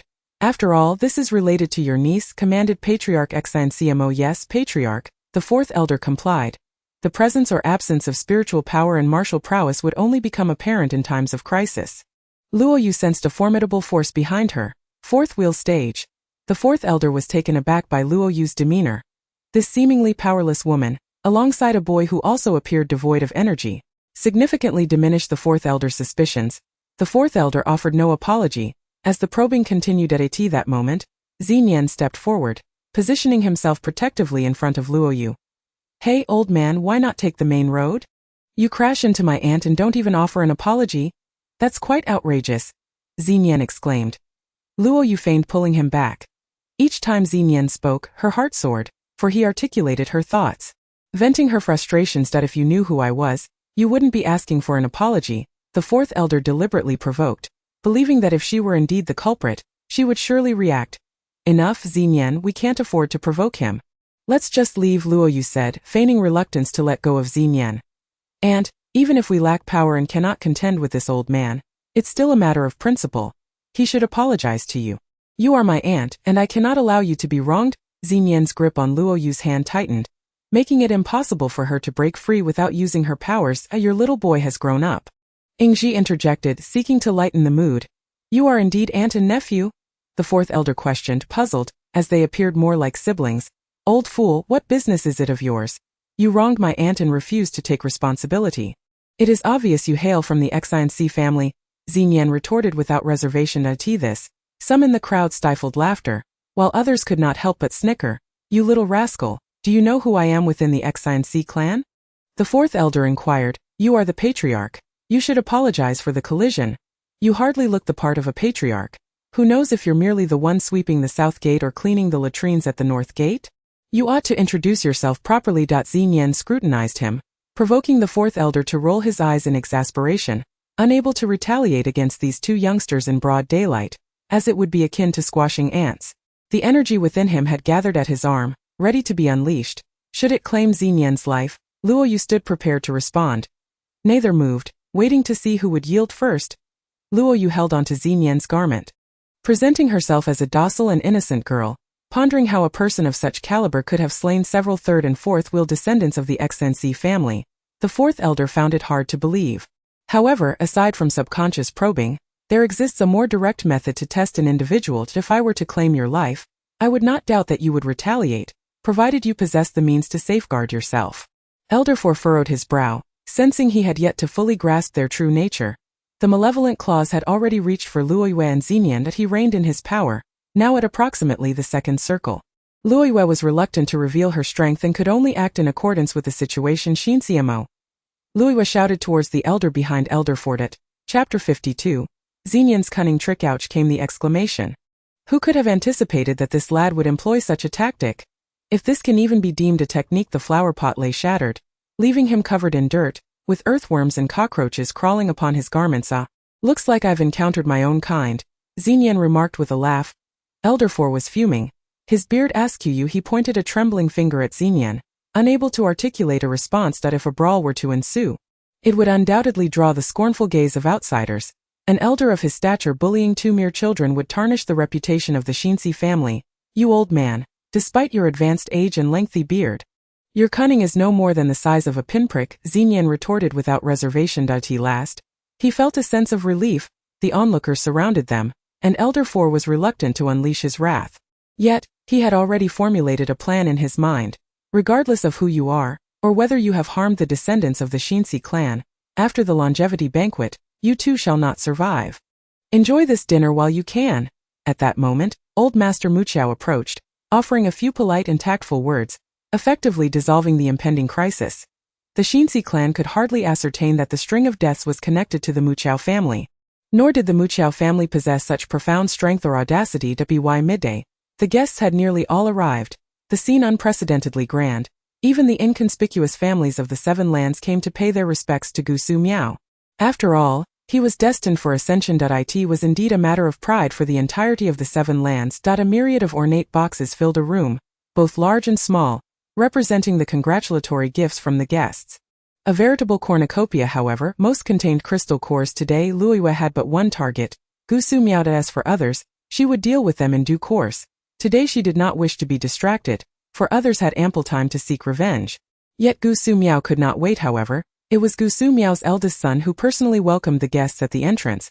Regarded as the successor of the Gusu lineage, several elders of the Gusu family, along with the steward, their wives, children and grandchildren were present. Only Gusu Miao had yet to make an appearance. With the number of attendees, all prominent figures of the Seven Lands, everyone exchanged polite pleasantries and compliments, hardly noticing that the main character had yet to arrive. After Luiyue and Xenian extricated themselves from Elderfor's entanglement, they began to search for Gusu Miao. Not encountering him is fortunate. Finding you would mean death, Yenji commented. Luiyue was indifferent to such warnings. Her sole desire was to see Gusu Miao. Even if it meant her demise, your life has been spared by mere chance. Cherish it and tread carefully. Do not act impulsively. Revenge is best served late. The current Gusu Miao is not the same as 3,000 years ago. His prowess far exceeds what people predict, Yenji cautioned. If I can kill him, I will. If not, I shall at least gnash my teeth in resentment, Luiyue insisted, yearning to lay eyes on Gusu Miao. Auntie Xenian, come quickly. At that moment, Muqiao phone called them over. For Gusu Miao was about to emerge, and the great families were exchanging greetings. The small family's gifts were being received by the Gusu family's eldest son, and there was no record kept. Although the Muqiao family was not large, they were unique in the medical field, thus considered an important family. The three quickly joined the ranks of the Muqiao family. Chapter 53. A humiliation unveiled. They had formed a line, proceeding to register before paying their respects to Gusu Miao in the main hall. I wonder what gifts old Master Muqiao has brought this year. Upon hearing that eunuch-like voice, Xenian instantly recognized it as Elderfor of the Shinsi family. We have brought an exquisite black crystal core, a piece that has been dormant for 5,000 years, reserved for significant occasions, fit for presentation, Elderfor of the Shinsi clan proclaimed, shaking the box in his hand. Our Muqiao family is but a small entity, unable to compare to the Shinsi clan. This year, our gift is a flourishing ginseng, old Master Muqiao said, instinctively reaching into his pocket, recalling that he had placed the ornate box there. Where did it go? He rummaged through his pockets, inquired with his wife and young Master Feng, yet none had seen it. This was dire. The gift was lost. Frantically searching, he saw nothing on the ground. Perspiration beading on Elder Shinsi's forehead. If he presented himself empty-handed, he would truly become the laughingstock of the entire city. What? You didn't bring anything? Did you lose it, or did you simply forget to bring it? Elderfor's detestable grin spread across his face, triumphant as a dogwood in full bloom. Who else could it be? Everyone was well aware. It was undoubtedly him who had secretly pilfered the flourishing ginseng, intent on shaming the Muqiao family. No time to return and prepare? A backup? Who would carry that? Muqiao clan. The Gusu family had begun to call names after the guests before them had completed their tributes. It was now the Muqiao family's turn. The clerk was ready with paper and brush to record on the Xian paper. However, old Master Muqiao had nothing to present. Would he use his wife's hairpin? Without a gift box, it would seem unseemly. In a moment, old Master Muqiao was filled with anxiety. His brow furrowed, as though sitting on pins and needles. Old Master Muqiao, what gift do you have? The clerk began to urge. Murmurs spread from behind, lamenting that this was delaying everyone's opportunity to pay respects to Gusu Miao. Why don't you go ahead? Muqiao suggested to Elder Four of the Xinxi family behind him. No, that's simply one do. You were in line first, so it is only proper that you go ahead. Elder Four laughed, feigning modesty while relishing in his amusement. All eyes were now on the Muqiao family. The center of attention. Old Master Muqiao felt utterly humiliated, unable to admit that someone had stolen his gift, as that would be tantamount to confessing his weakness, unable to safeguard even a congratulatory gift. Whispers began to circulate among the crowd. Today, old Master Muqiao has brought a grand gift, yet he is troubled with where to place it. Luoyue stepped forward, thinking that since Gusu Miao had not yet emerged, she would draw him out. That if I recall correctly, the Muqiao family presents rare medicinal herbs every year. Could it be that this year you have brought an entire cart? The clerk, somewhat perceptive, recognized Luo's boastful tone. Dismissing her as a mere child, old Master Muqiao was uncertain whether Luoyue could extricate him from this predicament. It was best not to place his hopes on this girl. The greater the hope, the greater the disappointment. He should prepare for the worst. Every year it's medicinal herbs. We feared that the clan leader of Gusu might not be able to use them all. Hence this year we opted for something novel. Our gift is a spirit beast. I fear your crystal core room may not suffice to accommodate it. Luoyue stated nonchalantly. Xinyan's aunt was utterly unreliable. My Muqiao family has dealt with medicine for generations. Where would we procure a spirit beast? Haha, a spirit beast? I see no sign of it being brought here. The clerk chuckled. Laughter erupted from the crowd. Various families joined in, some even doubled over in mirth. Old Master Muqiao felt utterly humiliated. Chapter 54. The enchanting innocence. For everyone knew that spirit beasts dwelled deep within ancient forests. Encountering one was a stroke of immense fortune, let alone capturing and taming it. Legends existed within the 7 lands of individuals riding spirit beasts, but those tales were nearly 10,000 years old. Who could say if they were merely fabrications of later generations? Furthermore, it was said that spirit beasts, divine beasts, and magical beasts all resided in the celestial realm, rarely seen by mortals. What merit did a medicinal family possess? Thus, this was merely a jest. No one believed it. Today I shall open your eyes. Luoyue laughed heartily. Her laughter was wild, desolate, and carried an indescribable air of intimidation. In the midst of meditation, Gusu Miao heard this laughter and opened his eyes in the main hall. Amidst Luoyue's laughter, the crowd failed to discern its source until suddenly, a great elephant descended from the sky. A white origin wax elephant. All eyes pointed in astonishment at the white origin wax elephant, who, surrounded by onlookers, seemed bewildered, munching on tender grass. It exhibited a natural, enchanting innocence. Its short, snowy white fur gleamed, with each of its 4 paws adorned with a touch of black, and its nose and eyes marked with 3 dots of black. Its trunk could tie into knots. It was indeed a white origin wax elephant. As the white origin wax elephant made its entrance amidst the crowd's gasps, most had only seen its likeness in books. The lifestyle of the white origin wax elephant was matriarchal, only venturing out alone if its mother had passed away. To encounter one was an extraordinary stroke of luck. To tame it was an even greater skill. It was said that although the white origin wax elephant appeared gentle, it could unleash chaos if it became obstinate. Gazing at the white origin wax elephant for a prolonged moment, everyone turned their attention to Luoyue. Was this creature truly hers? The Muqiao family is destined for glory this year. In a daze, I continued to observe the Muqiao Feng. I kept repeating, Auntie, is that true? Luoyue scanned the crowd, her gaze settling on a window at the corner, where an overwhelming spiritual presence lingered, surpassing all others. Just moments ago, in the blink of an eye, a pair of eyes had darted past, perhaps locking onto hers for a fleeting fraction of a second. A strong intuition whispered to Luoyue that this was the person she sought. Gusu Miao. In the blink of an eye, that formidable spiritual force had vanished from within the window, and no one noticed any of this. Mother, I want this. I want this as my pet. Whoever dares to compete with me, I shall slay them. A boy's voice pierced through the air. Luoyue did not recognize this boy. He seemed to be one of the younger ones. However, the woman holding him was familiar to her, one of Gusu Miao's many favored wives. You wish for it? Dream on. Xinyan cast a scornful glance at the boy. Like mother, like son, one could discern the woman's nature from her appearance and demeanor. You are a descendant of the Gusu family. Who would dare to contest with you? Your mother will inform your father that this is yours. Whether you wish to keep it as a pet or to discipline it is entirely up to you. The woman confidently declared that I want to eat his flesh, mother. Very well, you may feast, and no one shall dare to drink his soup. Gusu Miao, no matter how arrogant you are, none of your descendants seem worthy. You've brought this upon yourself. Xinyan secretly urged the Baiyuan Laxiang to unleash its fury upon the young one. Baiyuan Laxiang lifted its head, extending its long trunk to spray at the boy. A sizable blob of mucus landing squarely on the boy's face, sticky and unpleasant. Chapter 55. If fate allows, we shall meet in the immortal realm. Some people chuckled. After the guests admired the Baiyuan Laxiang, the caretakers led it to a dedicated breeding facility for proper care. The clan leader cherished it. Who wouldn't he desire their own spirit beast? I apologize, fourth elder, for disappointing you. Old Master Muqiao turned to see the fourth elder's face pale with anger, glaring at Luoyu as if he had already pinned the blame on her. The Muqiao family basked in applause, the appearance of the Baiyuan Laxiang overshadowing even the rarest of crystal cores. Once registered, the guests moved to the other side of the hall, where Gusu Miao would make an appearance to be admired. Today was his birthday banquet, and there was no reason for him to hide from the guests. Mu Qiaofeng, accompanied by his parents, found himself bombarded with questions from the crowd at a fleeting moment of glory. Luoyu and Xinyan hastened to pay their respects to Gusu Miao, using my Baiyuan Laxiang as bait. You truly are cunning. The old man is quite shrewd, Xinyan remarked. In no time, they arrived at the viewing hall, which was already bustling with people. To the far end of the hall, a figure strode forth, exuding an air of authority as he settled into a grand chair.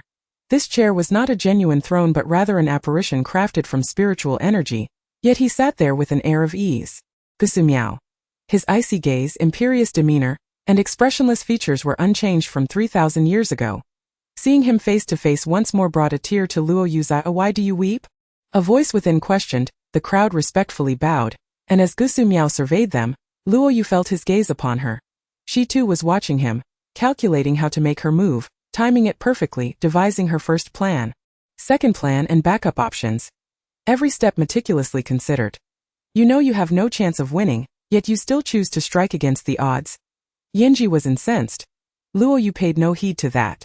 Even if it meant striking a stone with an egg, she had to try. With a cold gaze, she watched as her kin was extracted, her eyes unblinking, not a single tear shed. His bones shattered. He turned away with nonchalance. Such callousness was beyond even a stepfather's capabilities. Even a dog would evoke some sentiment. Thank you all for attending my birthday banquet. This shall be my final celebration. Gusu Miao's lips did not move, yet his voice resonated throughout the space, a flawless combination of ventriloquism and spiritual power. Luoyu was already prepared. If I perish, keep it well. Care for the Baiyuan Laxiang and the red bird.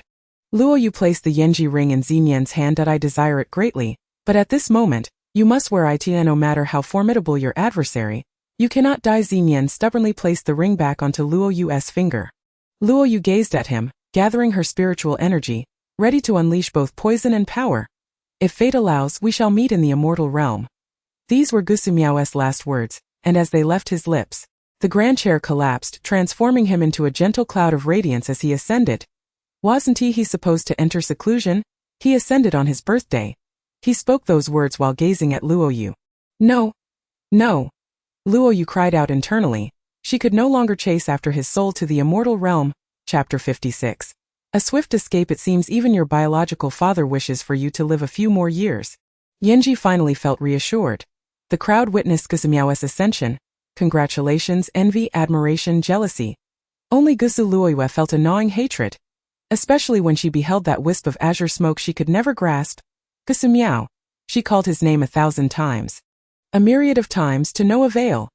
Initially planning to enter seclusion, who would have anticipated Gusu Miao's spiritual energy would surge on this day of his banquet, allowing him to ascend? The Gusu family must have been bursting with pride. Everyone indulged in wine and feasts, their conversations revolving around the immortal realm and ascension. Luoyu and Xinyan exchanged a glance, quietly slipping away from the crowd and heading to the Baiyuan Laxiang's breeding facility. This creature was rare and should not be allowed to fall into Gusu's hands. Even if it were to be feasted upon, it was their turn. In an instant, Luoyu drew it into the Yanji ring. Only then did the Baiyuan Laxiang let out a sigh of relief. Ah, are you back to contesting my territory? The red bird grumbled. You are the elder sister. You must take good care of your younger brother. Luoyu instructed the red bird. How could such a beautiful sister have such an ugly younger brother? The red bird mused. Calling me ugly? I haven't even mentioned your foolishness. Baiyuan Laxiang coiled its trunk around the red bird. And they managed to coexist peacefully. The red bird began to enjoy this natural swing. Upon exiting the breeding facility, they found themselves beside the area where various families were presenting gifts. Since it's your first visit to the Gusu family, how about we take a look around? Xinyan suggested, pointing at the room, his nature of not leaving empty-handed revealing itself once again. Everyone else was busy drinking, chatting, and currying favor. Who would pay attention to this place? Even the servants were preoccupied with attending to guests, replenishing drinks and dishes, leaving no one to suspect that someone might pilfer the Gusu family's congratulatory gifts. They easily slipped inside, closing the door behind them. Opening a random box revealed a glittering treasure. Although it was a crystal core, it was of exceptionally rare quality. Luoyu noticed a black box nearby and opened it, only to find black crystals, ironically. The very item the fourth elder of the Xinc family had flaunted. Without hesitation, she collected it. The Yenji ring had been yearning for adornments, and the red bird was in dire need of sustenance. Luoyu smirked mischievously, raising her palm as her spiritual energy swirled like the wind, absorbing all these items into her possession, of course leaving behind the various decorative boxes for the Gusu family. Hey, you must have been a pauper in your past life, terrified of poverty, Xinyan suddenly remarked. What did he mean by that? You're so stingy in this lifetime, don't you know the principle of sharing the spoils in half? Xinyan weighed his fingers, a little miser. Without a few fine crystal cores in his pocket, Xinyan felt uneasy. How could a man be without funds? Go in and pick some, Luoyu said. Pulling Xinyan into the spatial ring. She had little concept of what could be exchanged for money. Xinyan gleefully sought out the largest, oldest, and purest in color, stashing them into his pockets or his own spatial ring. Finally satisfied, he emerged. Some continued to drink and revel, while others wandered the expansive Gusu estate, which could take days to explore. Luoyu's footsteps strayed from the crowd, heading towards the ice lake. She wished to test whether she could unravel the seal on the ice lake now.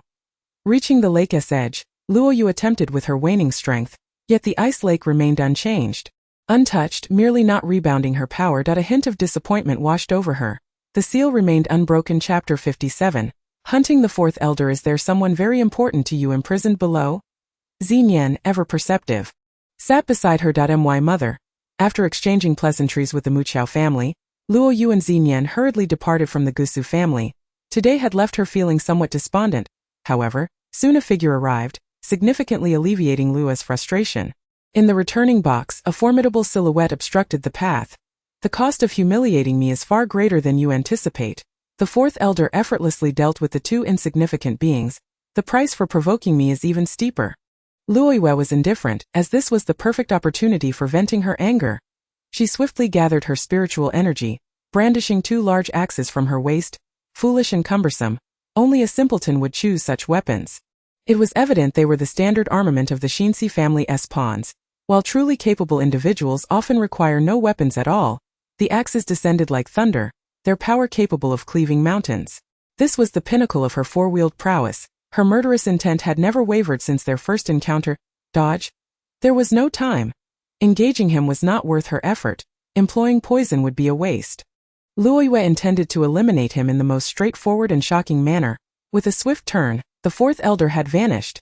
He and his spiritual energy were drawn into the Rouge Ring. What is this place? The fourth elder suddenly found himself disoriented. The crystal cores. Wasn't that my crystal core? My black crystal. He beheld a plethora of crystal cores scattered on the ground, alongside the white original wax elephant. How about you make a perfect exit? Luoyue was not making a suggestion but rather unceremoniously threw Xinyan into the fray. You? I am your benefactor, not your subordinate. Xinyan adjusted his attire. This is the final station of your life. Xinyan clapped dust from his hands. In his heart, he cried out, White original wax elephant, charge forth. Devour this old fool, otherwise I shall perish. As if comprehending his command, the white original wax elephant dropped the grass in its mouth and charged at the fourth elder. Catching him off guard, though he was brewing spiritual energy within, alas, it was insufficient to resist the already commanded white original wax elephant. With a thunderous crash, he was knocked to the ground, his axes rolling away. It turned out I could truly command beasts. Xinyan felt a surge of confidence. It was also more entertaining. The fourth elder, under the onslaught of the white original wax elephant, bore bruises of blue and purple, while his garments were pecked and torn by the red bird, leaving him in tatters. Disgrace, old fool, with your rotund belly and balding head, devoid of any muscle. Xenian mocked his ample form. The fourth elder, humiliated yet powerless to retaliate, found his spiritual energy seemingly halved within this space. No matter how he howled, roared, or cursed, Luoyue showed no interest in appearing. He could summon no other allies. Xenian watched helplessly as the white original wax elephant and the red bird relentlessly wore the old man down from exhaustion to desperate struggles.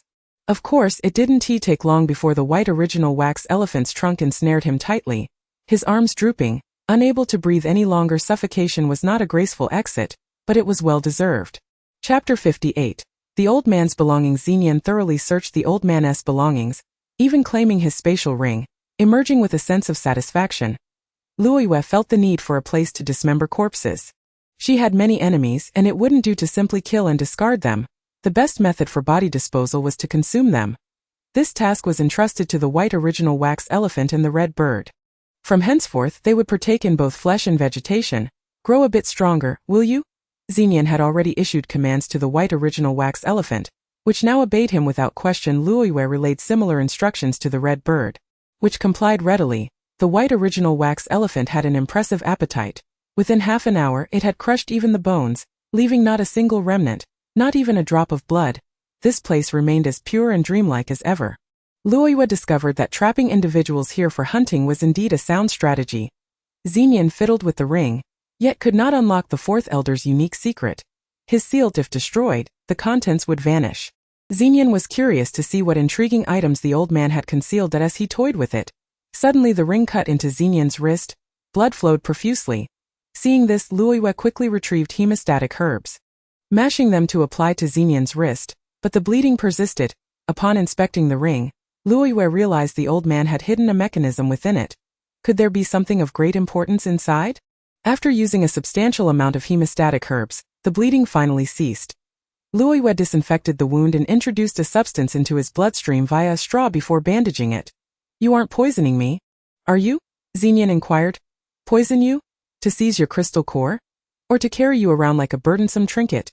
Luoyue retorted. The fourth elder's ring is toxic, hence your blood would not stop flowing. This poison disrupts the arrangement of blood platelets in the human body. What I administered is the antidote. Aren't you going to kneel and thank your little aunt for her offering? Luoyue remarked. With the poison neutralized, Luoyue examined the ring. It was made of alloy, with a wooden base embedded with an emerald. Luoyue first sent Xenian home, then headed to a pharmacy to purchase sulfur, natron, charcoal, along with a unique plant from Qilun, the Qilun grass, and a precious leaf from the scarlet tree. After combining them, she dipped a bit of the leaf into the mixture and applied it to the ring, slowly causing the edges to melt. The contents began to spill forth, and Xenian lay on the bed, staring as if mountains of gold and silver were emerging. Items of clothing were simply discarded to beggars, while silver coins were given to Xenian as pocket money. The old man had also hoarded 2 crystal cores, in addition to a palm-sized chunk of something dark and heavy. It felt cool in his hand. This is cold iron. Crafting weapons from it is considered top-tier. Xenian was elated, for it was the first time he had seen this little tomb raider more excited than when discovering money. Take it. After all, your dagger was left with the Gusu family, Luoyue said. Luoyue's attention was drawn to a piece of paper, or rather a page from a book, with only blurred writing, yet it perfectly matched the half-volume manuscript she possessed. It was also one of the writings left by the ancient elder Muqiao. This old fool had coveted the treasures of the Muqiao family. It seemed he had not surrendered them. From these inscriptions, it was evident that the latter half of this poison book contained antidotes. Chapter 59. The secret door of the library. Should she obtain the latter half, traversing Qilun would be effortless, even without spiritual energy. This sparked Luoyue's interest in plants further. Having an additional self-defense skill could only be beneficial. Being a pharmacist was an excellent profession, allowing one to conceal their spiritual energy and identity, thus facilitating revenge with no drawbacks whatsoever. That night, Luoyue continued to absorb spiritual energy and meditate within the Rouge Ring. All the skills she possessed below the third wheel, she repeated incessantly throughout the night until she was drenched and utterly exhausted. Yet she did not relent. You are not seeking revenge, you are courting your own demise, the Rouge remarked. She understood Luoyue's frustration at having released Gusu Miao and failed to unlock the seal of the ice lake. I merely loathe my own ineptitude. Luoyue was dissatisfied with herself. However, that night, her strength did not advance at all, for her heart was not tranquil. Sitting cross-legged, She focused on calming her mind, gradually feeling her body lighten. When will you allow me to see your true form? Luoyue inquired, and no sooner had she spoken than a woman clad in scarlet appeared before her. To her astonishment, this woman bore a striking resemblance to her former self. Who are you? Luoyue stood, scrutinizing her flawless beauty. Only because you swiftly calmed your emotions did I reveal my true visage to you. The rouge smiled, then vanished into the scarlet mist, leaving Luoyue aware that no matter how she questioned, the rouge would never divulge what she did not wish to share. She had already permitted Luoyue to perceive this place as a slaughterhouse. Alone within, Luoyue observed for a while longer. By midday, she had finished reading the useful books on this level and proceeded to the stairs. The tomes on the second floor were likely more profound and would be difficult to comprehend without a foundational understanding from the first floor. The dust on the first floor indicated that this door had been unopened for quite some time. Luoyue exerted her third wheel of power, yet the door remained steadfast. Then she noticed a brand on the wooden door. Resembling a mechanism, initially thinking it mere decoration, upon closer inspection, it was evident otherwise. There were multiple wear marks, both new and old, suggesting that someone had unsuccessfully attempted to pry it open multiple times. This brand seemed somewhat akin to her ring.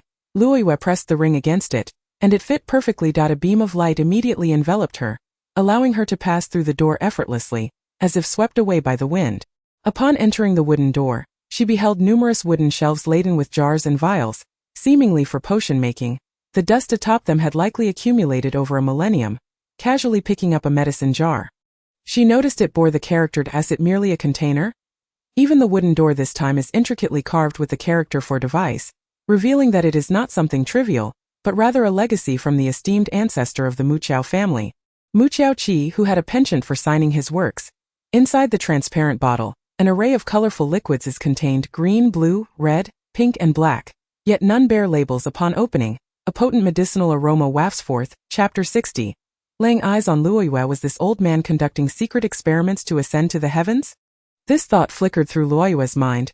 Regardless of their intended use, she decided to collect these items, stowing them all within her rouge ring, and trusting it to the ring's careful watch. If I remember correctly, these items do not belong to you, do they? The rouge inquired. Isn't it often said that a thief never leaves empty-handed? Luoyue found herself recalling this phrase. Had she truly descended to the level of a petty thief? After all, she was a formidable figure at the pinnacle of the third wheel. When fate hurls a boulder at you, you accept it. Now when a pie is tossed your way, even a fool would know to seize it.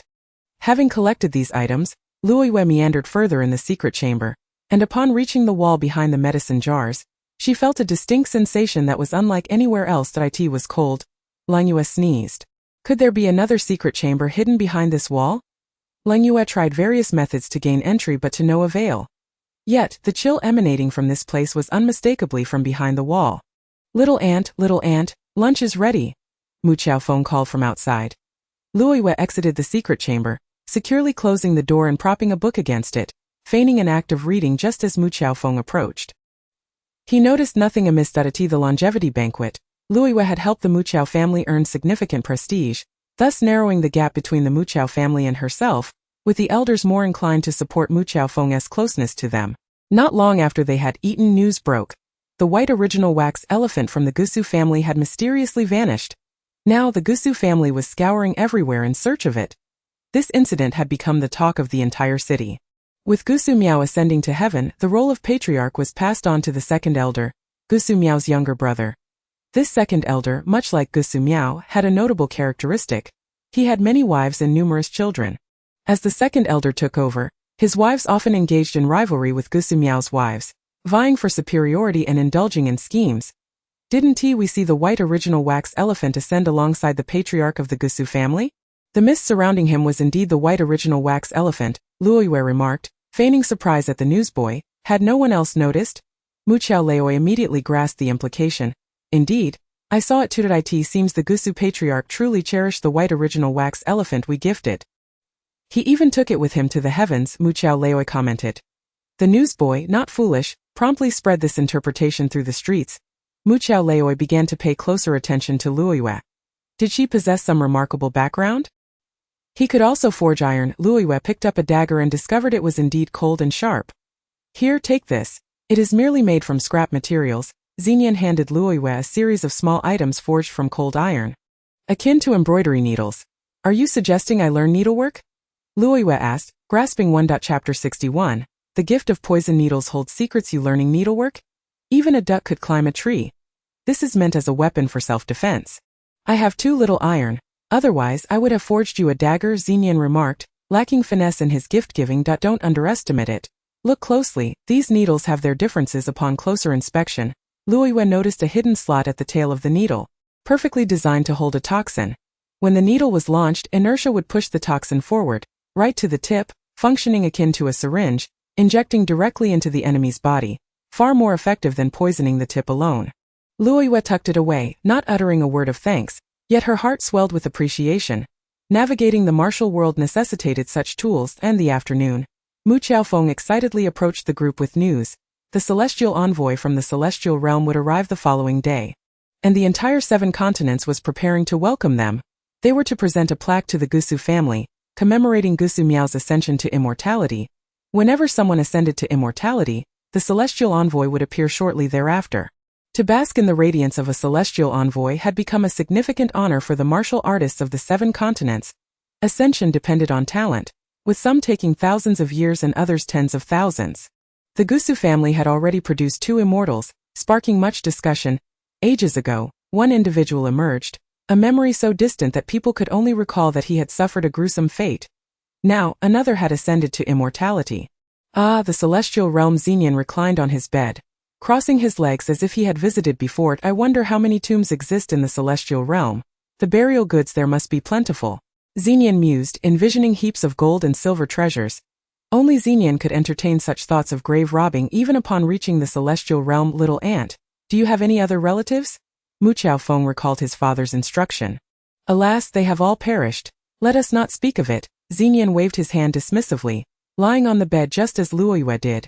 Both reluctant to discuss family matters, this old residence was their only home. After you finish with the celestial envoy tomorrow, come to my house to peruse some books. My father has unearthed a new collection, Mu Qiaofeng said to Luoyue before departing. As his footsteps faded, Xenian suddenly sat upright. Does Mu Qiaofeng have a crush on you? Why has he been so close to you lately? If he knew you were over 3,000 years old, he would surely be shocked to the point of spitting blood. Xenian chuckled. Aside from grave robbing, this little thief also indulges in wild fantasies. Women must marry. You are quite of age. If you marry into the Mu Qiao family, I would be your maternal relative, and the betrothal gifts would be plentiful. Xenian schemed. If I were to marry into the Mu Qiao family, you would merely be my dowry, Luoyue declared, feeling quite certain of this outcome, huffing at his lack of respect for elders and audacity to trade her aunt.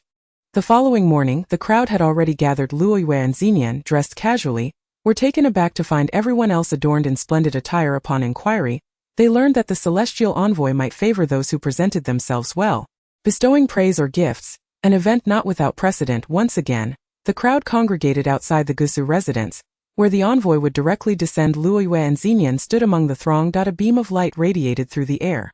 Chapter 62. The celestial envoy seeks disciples. Look, the celestial envoy has arrived. Someone shouted, pointing at the light. Following the direction of the finger, amidst the colorful aura, a man in his 40s descended gracefully on a 2-headed white crane. One head of the crane was adorned with silver thread, the other with golden silk, its neck arched high as if to declare, "Ah, the inferior beings of the mortal realm." As the celestial envoy descended, many had already knelt in reverence. The crowd erupted in cheers and screams. "He doesn't seem very wealthy," Xenian observed, scrutinizing the celestial envoy. The envoy held a brilliantly polished plaque inscribed with the characters for Gusu Miao. Though the plaque was black, it shimmered with an unusual light.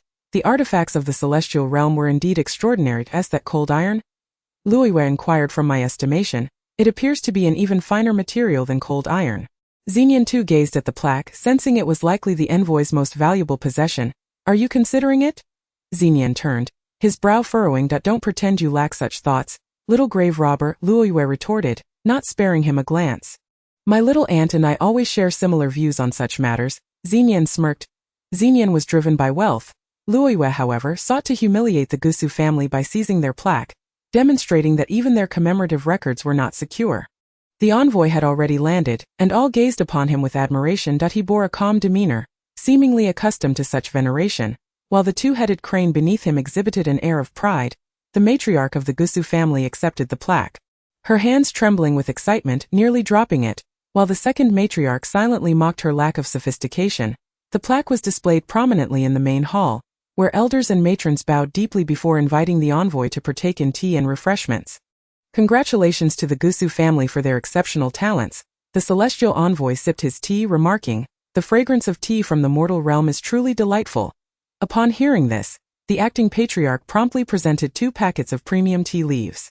This visit to the 7 continents is not only to present the plaque but also to announce an important matter. The celestial realm will be recruiting a disciple in the future.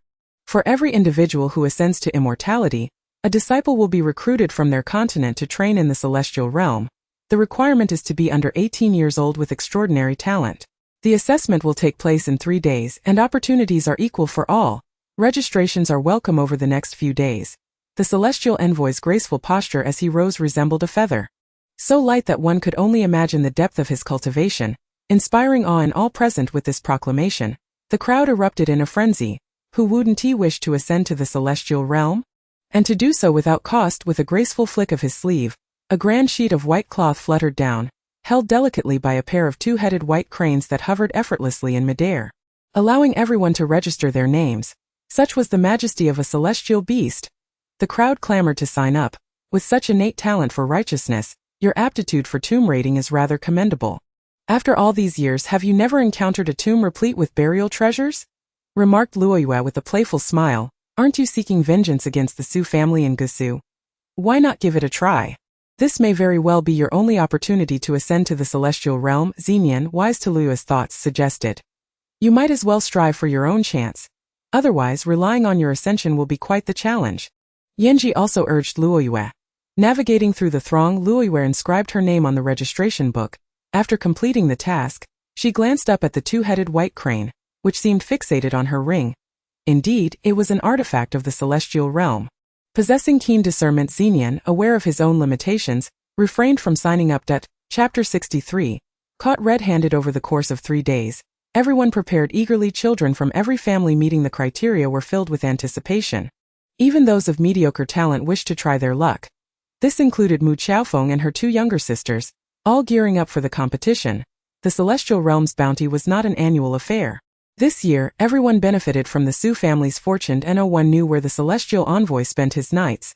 All that was certain was that he did not reside with the Su family. That evening, Luoyue exchanged a knowing glance with Xinyan. It was time to act in concert. The 2 stealthily approached the Su residence. "Are you still here as a maid?" Luoyue inquired. Danner recognized her 2 benefactors, who were avenging their master. The prideful daughter of Su Miao had perished, and the atmosphere of sorrow had long since settled with her ascendance and the arrival of the celestial envoy. "Though my master is gone, I shall remain here. I still have a master who will never leave," Danner declared defiantly. That master was the Ice Lake. Luoyue borrowed 2 sets of garments, masquerading as a newly arrived maid to infiltrate the Su estate. Dressed as a maid, Xinyan bore a striking resemblance to a woman, though his gait was somewhat unrestrained, lacking the modesty expected of a lady. Reluctantly, he donned the attire upon reaching the entrance of the hall.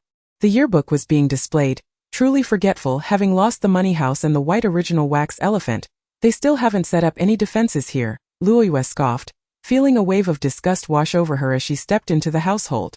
Just as she intended to advance, Xinyan seized her arm. He casually tossed a pebble to ascertain whether there were any traps, but everything remained eerily tranquil. Yet Xinyan sensed something amiss, unable to pinpoint it. He merely advised Luoyue to exercise caution, for it was she who would retrieve the item. As Luoyue approached, she felt no seals or hidden prowess in the vicinity. Swiftly, she grasped the yearbook in her hand. It was substantial, warm, supple yet sharp, indeed a fine item. Just as she was about to step forward, a voice halted her. "Young lady, do you dare to steal this? Do you not know it is not of this mortal realm?" The speaker was none other than the celestial envoy. Realizing the gravity of the situation, Luoyue attempted to flee but found her legs unresponsive, her entire being frozen save for her eyes. What manner of technique was this? One she had never encountered. Xinyan too was rendered immobile. Indeed, the envoy was as formidable as rumored, concealed in plain sight, his aura escaping not a whisper. "Yanji, Yanji, come help!" Luoyue silently called out.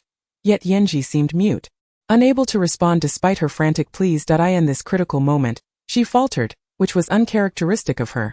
The celestial envoy glided before Luoyue, their gazes locking, and she finally discerned his features, serene, betraying no emotion. With a slight gesture, Luoyue felt a measure of relief in her throat. As if she could speak again, her other faculties remained immobilized. No matter the force she exerted, she could not budge. Even her usual method of ensconcing herself and Xinian within Yanji's ring proved futile. The scene of being at the mercy of another unfolded once more. "Why did you attempt to steal the yearbook?" the celestial envoy inquired. Tio smashed it in a fit of anger. Such an act would surely result in her demise. It appeared the envoy had discerned her intentions. With a flick of his finger, he allowed Xinian to speak. Chapter 64. Captured by the celestial uncle. Young lad, do share your thoughts. The celestial envoy directed his gaze at Xinian. Smooth-talking yet evasive, the envoy silenced Xinian once more. Recognizing him as someone unlikely to yield useful information, during this exchange, Luoyue quietly observed.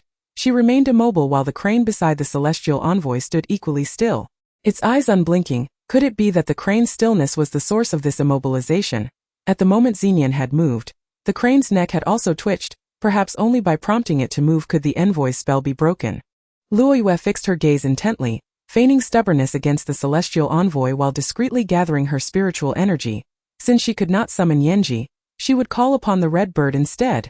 Responding to Luoyue's summons, the red bird yawned before leisurely descending from the scarlet tree. Its seemingly plump body soared forth like an arrow, swift and unencumbered. With a sudden swoop, it burst forth from Yanji's ring, hurtling toward the two-headed white crane. Clang! The crane had not anticipated this. Unable to evade in time, it staggered back, its once elegant and proud demeanor now in disarray. Feathers scattered. It squawked in indignation. Yet before the red bird, its earlier bravado diminished significantly. As the crane stirred, Luoyue felt the bindings around her loosen, her body rejuvenated with newfound control. Seizing the opportunity, Luoyue swiftly gathered Xinian and the red bird into Yanji's ring, and as she landed, she clutched the yearbook tightly. Casting a glance back, she saw the celestial envoy still standing there, wide-eyed and dumbfounded, unsure whether to be astonished by the crane or Luoyue herself. This old fellow didn't expect to guard the yearbook at night. Did we act too soon? Xinian mused, inspecting the yearbook and confirming it was indeed a remarkable item, crafted from superior materials for weaponry, far surpassing cold iron. To use it as a yearbook was akin to inviting knowledgeable thieves to seize it. But how many could perceive the exquisite resilience and perfection hidden beneath its dark exterior? And how many would dare to pilfer from a gift of the celestial realm? Red bird, you've worked hard. Luoyue produced 2 fine crystal cores, feeding them to the bird. At this moment, she noticed the red bird was not only adorned with iridescent feathers but now even its tail displayed a spectrum of colors. This creature was becoming ever more resplendent. The red bird, proud and haughty, locked eyes with the white original wax elephant, which, knowing it had done nothing of merit, lowered its head and resumed munching on grass. While Luoyue restored her spiritual energy, Xinian wandered aimlessly, uncertain how long they would remain, pondering whether the celestial envoy would still be lurking about. What is this? Xinian murmured, drawn to a collection of bottles and jars. Picking up a green jar, watching the liquid within shimmer like a green river, mesmerized. Just then Luoyue called out, "Don't touch that!" Startled, Xinian dropped the jar, which shattered upon hitting the ground. Unsurprisingly, the green liquid spilled everywhere. Luoyue remained uncertain of the jar's contents. After all, Mu Xiaoqi was known for researching poisons, and who knew? With that thought, she instinctively pulled Xinian away. Chapter 65. The interview scene. In truth, she leaped forward to embrace him. Was it the nature of tomb raiders to have an unusual affinity for jars and bottles? Luoyue scolded herself for neglecting to remind him of this. Covering Xinian's nose and mouth, their faces mere centimeters apart, she could hear each other's heartbeats. Luoyue focused intently on the green liquid seeping across the ground. For now, it appeared harmless. Could it be a failed experiment of Mu Xiaoqi's? Once assured of their safety, Luoyue released Xinian. "Little ant, you haven't been living alone for too long, have you? Feeling lonely and wanting to snack on me, your little boy?" Xinian quickly adjusted his attire. "Am I implying I wish to take advantage of you?" "I'd rather take advantage of a wall." Luoyue shot him a withering glance. "At least I'm softer than a wall," Xinian retorted, flexing his muscles. "Look!" Xinian suddenly exclaimed, pointing where the green liquid had flowed. The ground had turned verdant, and the grass grew even more vigorously. It turned out to be a growth serum. Luoyue finally breathed a sigh of relief. The two remained there until the following morning, only then daring to emerge. Not a trace of the celestial envoy was seen, and they swiftly made their way back to the ancestral home. Upon returning, Xinian wasted no time, immediately melting down the yearbook to forge weapons. "Wait," Luoyue interjected, examining the yearbook carefully before hurling it to the ground and stomping on it fiercely. You have soiled it. Must I bear the responsibility of cleaning it? Xinyan shook his head in resignation. At that moment, a figure emerged nonchalantly. Clearing his throat, I nearly fell victim to the envoy of the celestial realm. After calling for you for ages, you only just realized? Luo Yu inquired of Yan Ji. Ahem, had I emerged at that time, I fear your ring would have been discovered by the envoy, Yan Ji replied. Her tone tinged with grievance. 3 days swiftly passed, and today marked the selection day for candidates by the celestial envoy. Everyone hurried to the residence of the Gusu family, where the selection was to take place. Luo Yu pondered whether to attend, glancing at her reflection in the mirror, acutely aware that she would be easily recognized by the celestial envoy. He hasn't pursued you nor lingered, indicating that this matter has been laid to rest. You need not overthink it. You must go. Besides, you can disguise yourself. Xinyan suggested that a disguise is not the same as a change of appearance. It cannot alter my true visage, Luo Yu replied. Ordinary individuals tend to remember beautiful faces vividly. As for you, dear aunt, merely donning a different outfit among the crowd would render you practically invisible. Xinyan remarked, fully aware of Luo Yu's beauty yet still making such a claim. Thank you for your compliment, Luo Yu pouted, recognizing that this face was inherited from him. She glanced down. The path ahead was relatively flat. Could that be an inherited trait as well? That would be unfortunate. What are you thinking about, dear aunt? Your face is flushed? Xinyan commented without hesitation. Luo Yu felt genuinely embarrassed and hurriedly tidied herself in front of the mirror before changing her attire to attend the interview. Xinyan remained at home, continuing to forge his weapons. Although the annual chronicle was splendid, crafting it was no easy task. The news of the celestial envoy recruiting for the academy had spread widely. And today, the number of candidates surpassed expectations. Some even brought their newborns, merely to partake in the spectacle. The interview process was straightforward. It merely required demonstrating one's spiritual energy and prowess. Chapter 66. The contest against the descendants of the Gusu family. All that was needed was to unleash your most advanced classic technique of the second tier. If you possess other abilities, feel free to showcase them. Individuals under 18 generally hovered around the second tier. Those who married early and practiced dual cultivation might reach the third tier, although they would only be at the initial stage. Without decades of cultivation, advancing to the mid-stage was unfeasible. Luo Yu calculated that she was on the verge of breaking through to the fourth tier, and her opponents would likely be few. Surveying the scene, the Gusu and Xinc families remained the most favored. Over 300 individuals registered. The assessment method was simple. In the first round, the celestial envoy would place a crystal ball on a stone pedestal, and shattering this crystal ball would suffice to pass. Upon seeing such simplicity, many believed they could smash it with a stone, and confidence surged among them. However, how could things be as simple as they appeared? Out of more than 300, only 100 advanced to the second round. It became clear that without at least mid-second tier cultivation, one could not shatter the crystal ball. After being shattered, it would restore itself. Awaiting the next candidate for evaluation, Mu Qiaofeng also registered, but regrettably, he was eliminated in the first round. The celestial envoy dismissed herbalism with disdain. Luo Yu naturally passed through with ease. The second round featured another crystal ball, albeit larger. Shattering it would allow passage. Out of 100, only 20 succeeded. This second round required initial stage third-tier prowess. On the stage stood 20 individuals, apart from Luo Yu. The rest hailed from the Gusu and Xinc families, a veritable half of the competition. Luo Yu felt isolated, lacking a cheering squad or external support. She sensed that the envoy had not recognized her. He did not spare her a glance nor mention the annual chronicle. The Gusu family would not reveal that the chronicle had been lost. They could only suffer in silence, publicly claiming that the chronicle was a treasured possession not meant for outsiders, as it was a celestial artifact. Now you two will pair off and engage in combat. The 10 victors shall then compete once more. During the duel, you may utilize all your abilities without restriction to the 7 tiers. Remember, the only criterion for victory is to subdue your opponent. The celestial envoy scanned each face before him. Is it permissible to kill the opponent? A man from the Gusu family inquired. His gaze sinister, Luo Yu recognized him as a favored descendant of the matriarch. Feel free. The celestial envoy tacitly approved. The man smirked subtly, his smile hinting at hidden intentions. Luo Yu drew the lot against the very man who had posed the question. I am Gusu Ju, state your name. He regarded Luo Yu with disdain. I have been without a father since childhood. I have no surname. My name is Luo Yu, she replied. Encountering me signifies your misfortune. But I shall grant you a swift demise. Gusu Ju's tone echoed the most traditional arrogance of his family, something Luo Yu found particularly loathsome. Ha, Luoyu merely chuckled, knowing that revealing one's abilities before a decisive battle was the mark of a fool. Gu Suju's eyes flickered, his pupils slightly changing color. With a flourish of his sleeves, 2 venomous snakes sprang forth. Chapter 67. Luoyu leaves no survivors. A practitioner of poison and snakes. He has truly encountered his match. Luoyu, however, remained unfazed. With a swift motion, she struck the snakes at their vital points, effectively utilizing mid-third tier power. The snake's venom failed to reach her and instead sprayed onto an unfortunate member of the XNC family in the audience. Instantly corroding his garments, the venomous saliva began to rot his skin, causing him to scream amidst the crowd. "Today, I shall be the last face you see," Luoyu declared as she consumed the snake's gallbladder whole. Holding the snake's head and tail, she summoned a surge of extraordinary power, launching them towards Gu Suju. Though the snake lay dead, its head retained the ability to function for several minutes. It lost control, biting down on Gu Suju's neck, its residual venom seeping in. Gu Suju foamed at the mouth, letting out 2 cries of agony before succumbing. An eye for an eye.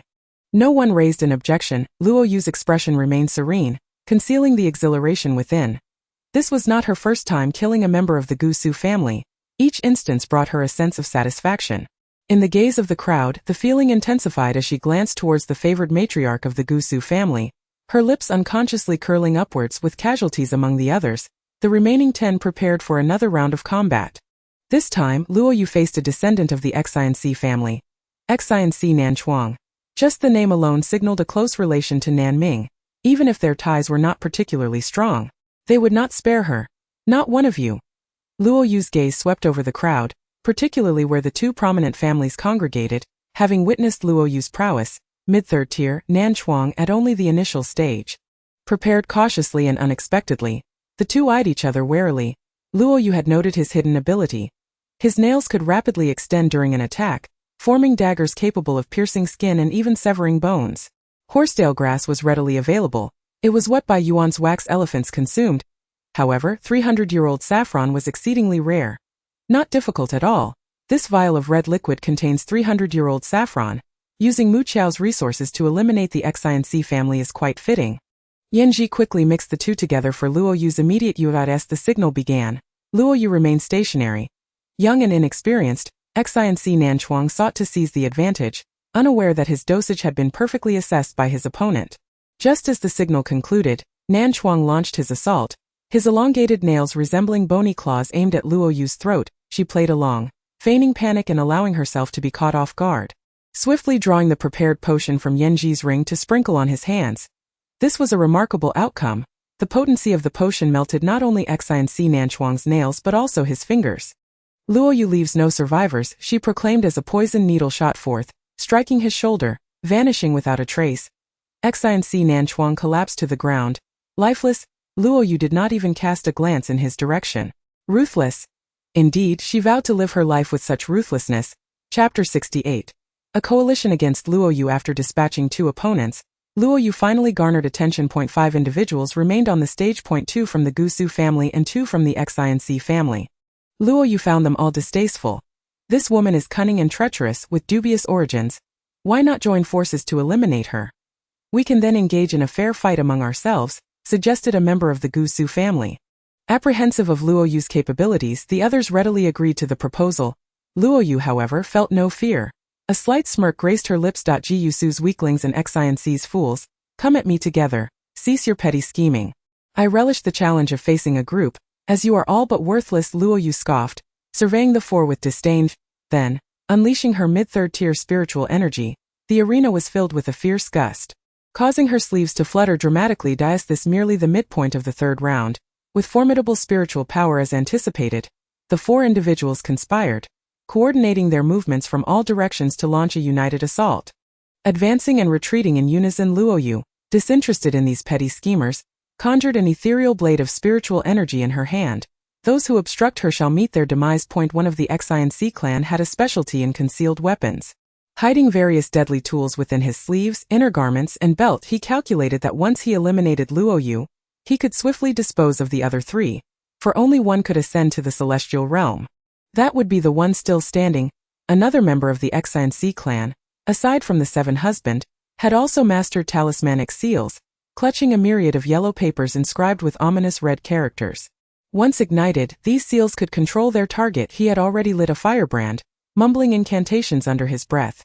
The two from the Gusu clan revealed their true forms, one of whom fought alongside a two-headed hound, its contemptuous appearance unmistakably marking it as a creature of the Gusu clan. In Luoyu's eyes, it was merely a mangy dog masquerading as a hound, a disgrace to the noble breed. The other was a woman whose aura transformed dramatically as she engaged her powers. Her lips appeared even more alluring, and her pair of phoenix eyes exuded a bewitching charm, concealing mysteries of their own. In the final moments, none concealed their intentions any longer. The four encircled Luoyu. She could effortlessly manage two adversaries at once, but what of the other two? She pondered while deftly maneuvering against her opponents. As he unleashed his talismans, Luoyu fixated on his left foot, where the seal adhered perfectly, rendering him immobile. His bones gradually yielding, she leapt, slashing horizontally, evading the other who was poised to launch a concealed weapon. Concealed weapons? He had unwittingly become the living target for Luoyu's cold iron needles. His lips turning blue, still clutching an unlaunched weapon, caught mid-attack, the red bird soared into the air. It pecked out the eyes of the two-headed hound, then turned to blind its master, leaving them both sightless upon the appearance of the red bird. The two-headed white crane instinctively recoiled, recognizing it as a creature of a superior caliber, a natural sense of humility and reverence blossoming within. Only one adversary remained, the fierce crimson lips, now fully armed, charging ferociously towards her with an unparalleled murderous intent in its gaze, akin to a famished wolf, yet to Luoyu it appeared weak, pathetically weak. Chapter 69. The poisoning of Xinyan. As the bones fell with a resounding thud, it marked the end for the remaining survivors. A torrent of powerful spiritual energy cascaded down like a river. On the ground, whether standing or sprawled, Luoyu mercilessly struck down upon her foes. This was no midpoint. This was the late stage of the third round. The onlookers finally comprehended. She even possessed a dedicated mount, albeit a foolish one, yet utterly relentless when it came to pecking out eyes. Standing atop the blood-soaked arena, a smile graced Luoyu's lips. She had to concede that the earlier exertions had drained much of her energy and stamina. She could not stand much longer without collapsing. Now only Luoyu remained upon the stage. Celestial envoy, may I accompany you to the celestial realm? Luoyu dusted off her hands, calm and composed, as though she had just indulged in afternoon tea. Who else but you? The celestial envoy rose to his feet. The proud younger generation of the Xansi and Gusu clans had nearly been decimated. The elders could hardly be pleased. Secretly channeling their energy to seek vengeance against Luoyu, the celestial envoy's voice echoed with authority. Luoyu had become a celestial apprentice. Anyone who dared to act against her would be opposing the entire celestial realm. The effect of this proclamation was not to be underestimated. Let us take our leave. The celestial envoy beckoned, and the two-headed white crane approached, crouching down for him to mount. You should join me. As Luoyu prepared to step forward, a voice called from behind, little ant, wait. Looking down, she saw Mu Xiaofeng rushing over. Drenched in sweat, Xinyan is foaming at the mouth, his limbs turning blue. And he is unconscious. Mu Xiaofeng gasped for breath. Wasn't this the symptom of poisoning? If she did not rescue him, who else would he rely upon? This little grave robber certainly had a knack for timing his poison. Can the envoy wait for me a moment? Luoyu inquired. The opportunity to become an apprentice in the celestial realm weighed against Xinyan's life and death. Luoyu was faced with a choice. With a determined bite of her lip, you would forsake your chance to ascend to the celestial realm for a mere mortal. You do not strike me as someone lacking in wisdom. The celestial envoy grasped Luoyu's arm. He is not a mere mortal, and I am not lacking wisdom. I will see you in the heavenly realm one day, and I hope you will still recognize me then. Luoyu had made her decision with a heavy heart. She chose to part with her aspirations. The celestial realm is calling. Luoyu fabricated an excuse, eager to dismiss him. No, that cannot be. She is indeed of celestial origin, yet has taken root in the mortal realm. Speak the truth, or I shall reveal your theft of the annals, making you an enemy of the seven Lu and all associated, facing dire consequences. What will you do then? The envoy persisted. It turned out he had already recognized Luoyu. Chapter 70.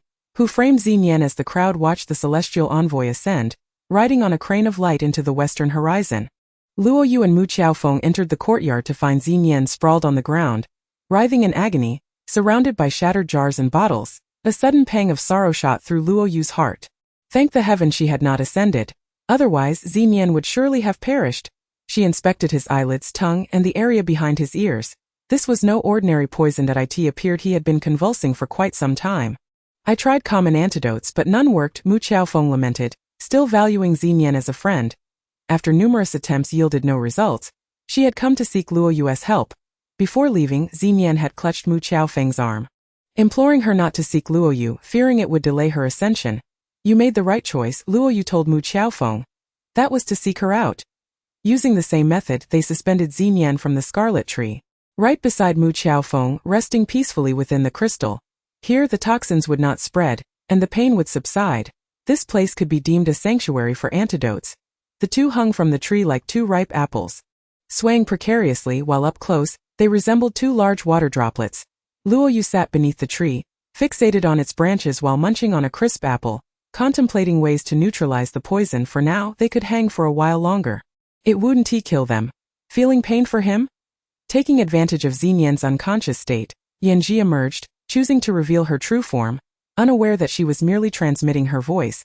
Are you not afraid of my gaze? Luo Yu asked. That I have never feared. It's merely that I am so stunningly beautiful that it pales in comparison to you, and I worry you might feel embarrassed, Yanji smiled, her cheeks radiating with a natural blush. Whether this was innate beauty or the result of later embellishments had always puzzled Luo Yu, as she had never had the chance to verify whether the makeup would smudge. Yanji resembled her mother closely. Though more youthful, the ring she wore was a memento from her mother. What connection did she share with her mother from the very beginning? Yanji was so formidable. Why did her mother possess no spiritual power and marry that vile creature known as Gusu Miao? Oh, are you thinking of that young man again? Look at how flustered you are. Yanji teased. That I am not flustered. It's just that one loquacious individual is absent, and another has appeared. Luo Yu rolled her eyes at her.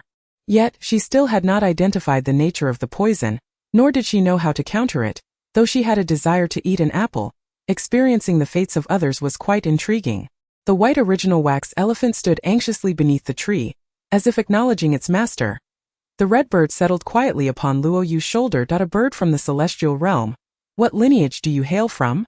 No wonder it could so easily consume the crystal nucleus. Luo Yu gently grasped its tiny claw. Beside her lay a half-ground crystal nucleus. Chapter 71. Difficult to serve. This crystal nucleus belonged to the fourth elder of the Xinc clan. What Xinyan intended to do with it remained unclear, yet he had collapsed before completing his work, leaving behind his precious new dagger, thus confirming that he had indeed been poisoned at this very moment. Luo Yu propped it up with something, picking up the violet magic crystal, the very object that had poisoned Xinyan, the ultimate source of his affliction. You cunning fourth elder, even in death you sought to drag others down with you. Dream on. It turned out that this magic crystal was originally harmless, a translucent gem, yet the fourth elder of the Xinc clan had, in his desire to enhance its appearance, tainted it with a purple hue and infused it with poison.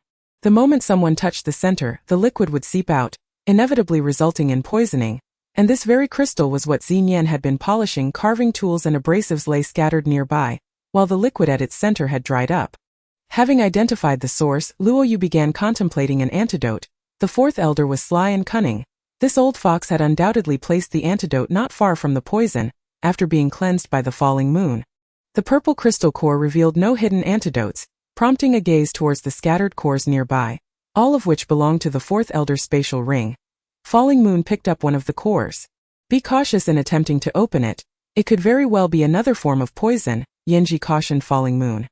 There were 4 crystal cores in total, including that of Xinyan. Falling Moon set the core down, pondering which core the fourth elder might have concealed the antidote within, and whether the others contained poison. All the other cores were tainted, save for one that retained its original hue, the very one she had just lifted. Yanji wiped the sweat from her brow, contemplating whether to experiment on a dog or cat. Gradually Xinyan's complexion improved, and within a quarter of an hour he regained consciousness. Auntie, I thought you had gone to the immortal realm? Xinyan rubbed his eyes, finally feeling at ease as Baiyuan, the wax elephant, approached him and affectionately licked his face. I see now. It must be that you have taken a liking to me, staying behind just for my sake. Xinyan said, delighting in his own interpretation. Sentimentality has long been a source of regret. I, however, am not one to be overly sentimental. Xinyan chuckled. Speak plainly. Spare me the grandiloquence. The two spent the night together in Yanji's ring. Xinyan recuperated while Falling Moon continued her training, effectively ignoring his presence. Only by maintaining such focus could her realm advance swiftly, and with it, the hope for vengeance and the rescue of her mother. The next day, upon hearing Mu Qiaofeng recount Falling Moon's affairs, Xenian tilted his head and regarded her as she consumed her meal, feeling an unusual sensation in his heart. This life of mine is truly a gift from her. Xenian was acutely aware of this but refrained from voicing it, much like Falling Moon. Recently, there had been much talk about the Thunder platform, where some chose not to venture to the immortal realm. While others plotted the demise of the descendants of the Gusu and Shinsi families, some secretly rejoicing, and others harboring thoughts of revenge, Falling Moon had caused quite a stir throughout the city. On this day, she was shopping for crystal cores at the market with Xenian. The appetite of the red bird had been growing increasingly voracious and discerning. Coincidentally, she spotted members of the Gusu family approaching. Chapter 72. He did not return to the immortal realm. It was the steward of the Gusu family. He approached Falling Moon with a beaming smile. Having memorized her visage yesterday, he recognized her even in the casual attire of Xenian. I am the chief steward of the Gusu family. May I inquire, which clan does the esteemed Falling Moon belong to? At such a young age, you have already attained the pinnacle of the 3 rounds. Truly unprecedented and likely unmatched in history. At least, that is my observation in the 7 continents. May I ask who your teacher is?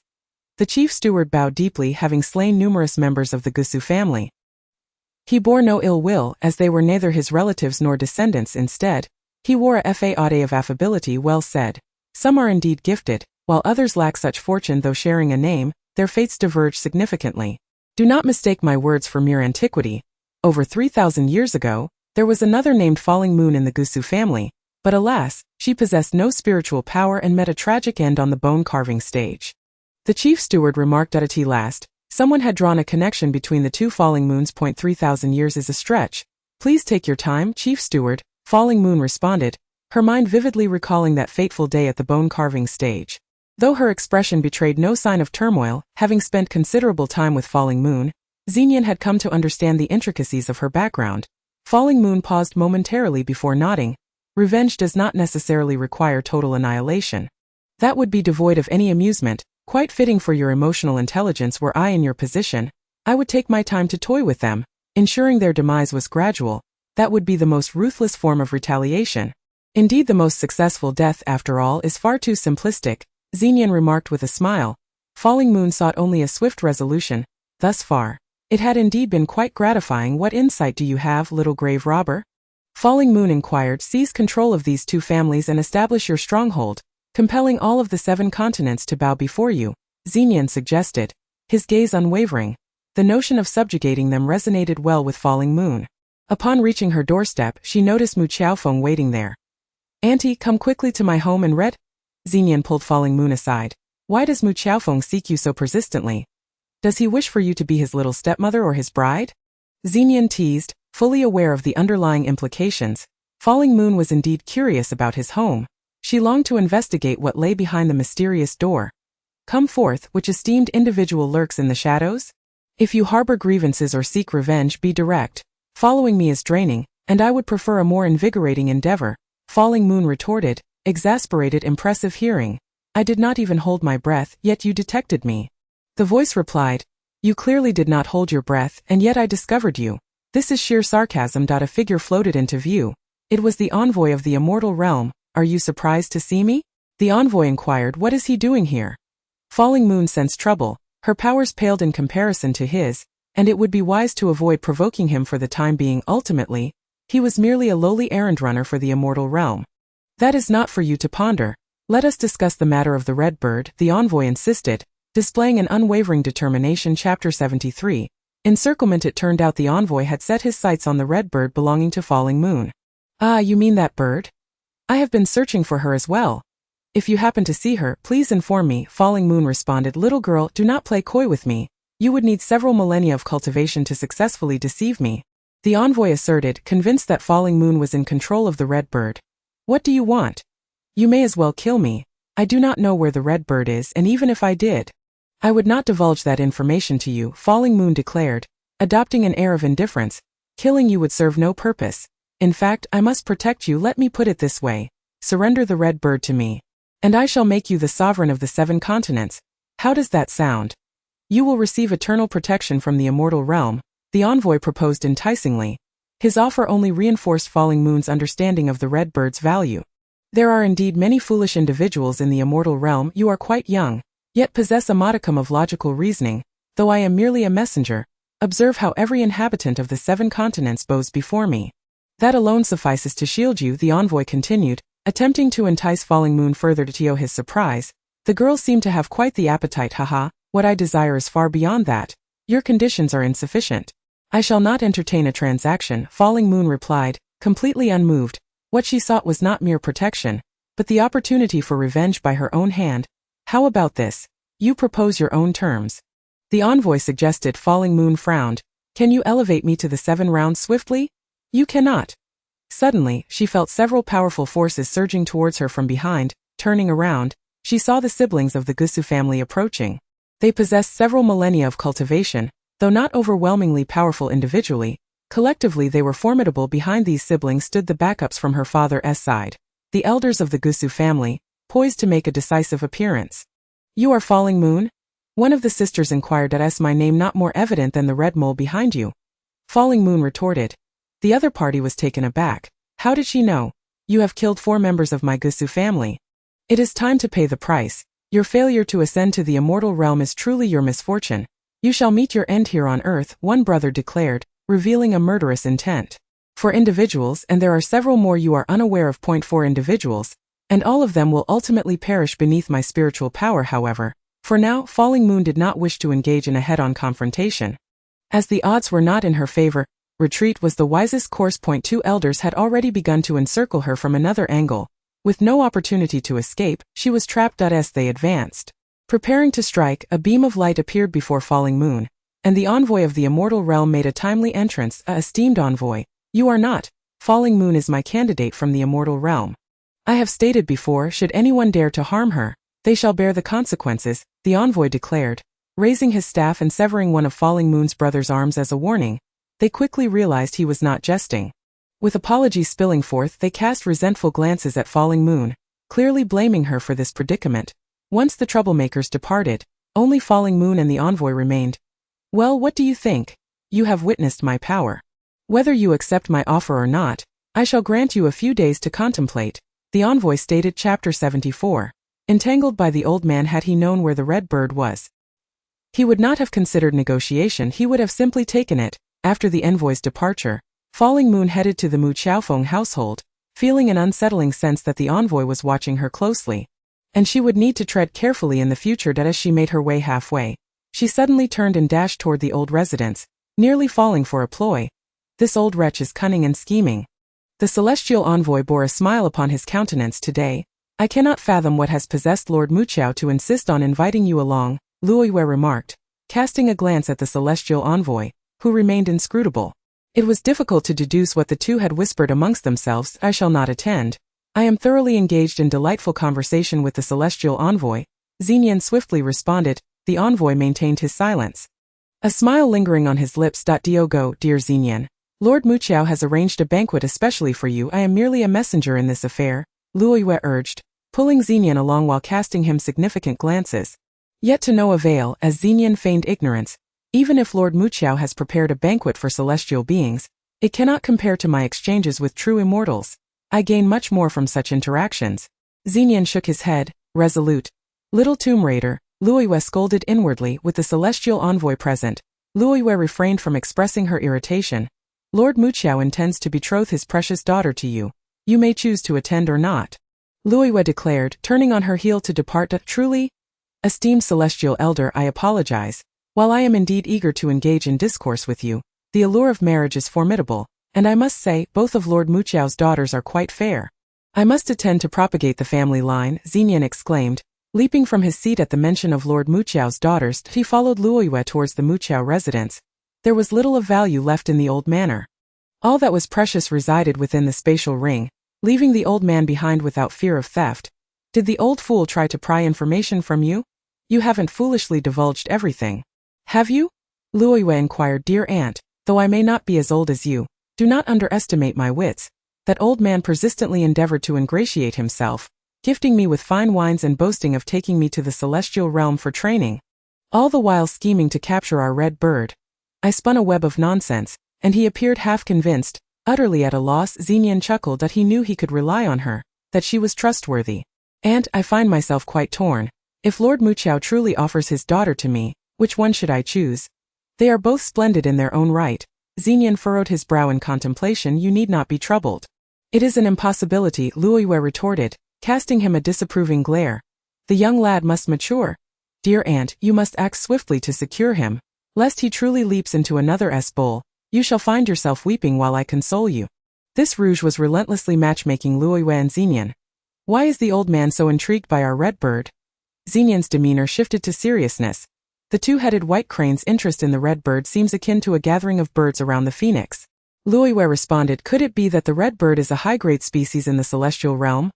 Otherwise, that old fool would not be so relentless in his pursuits. Xenian speculated. Chapter 75.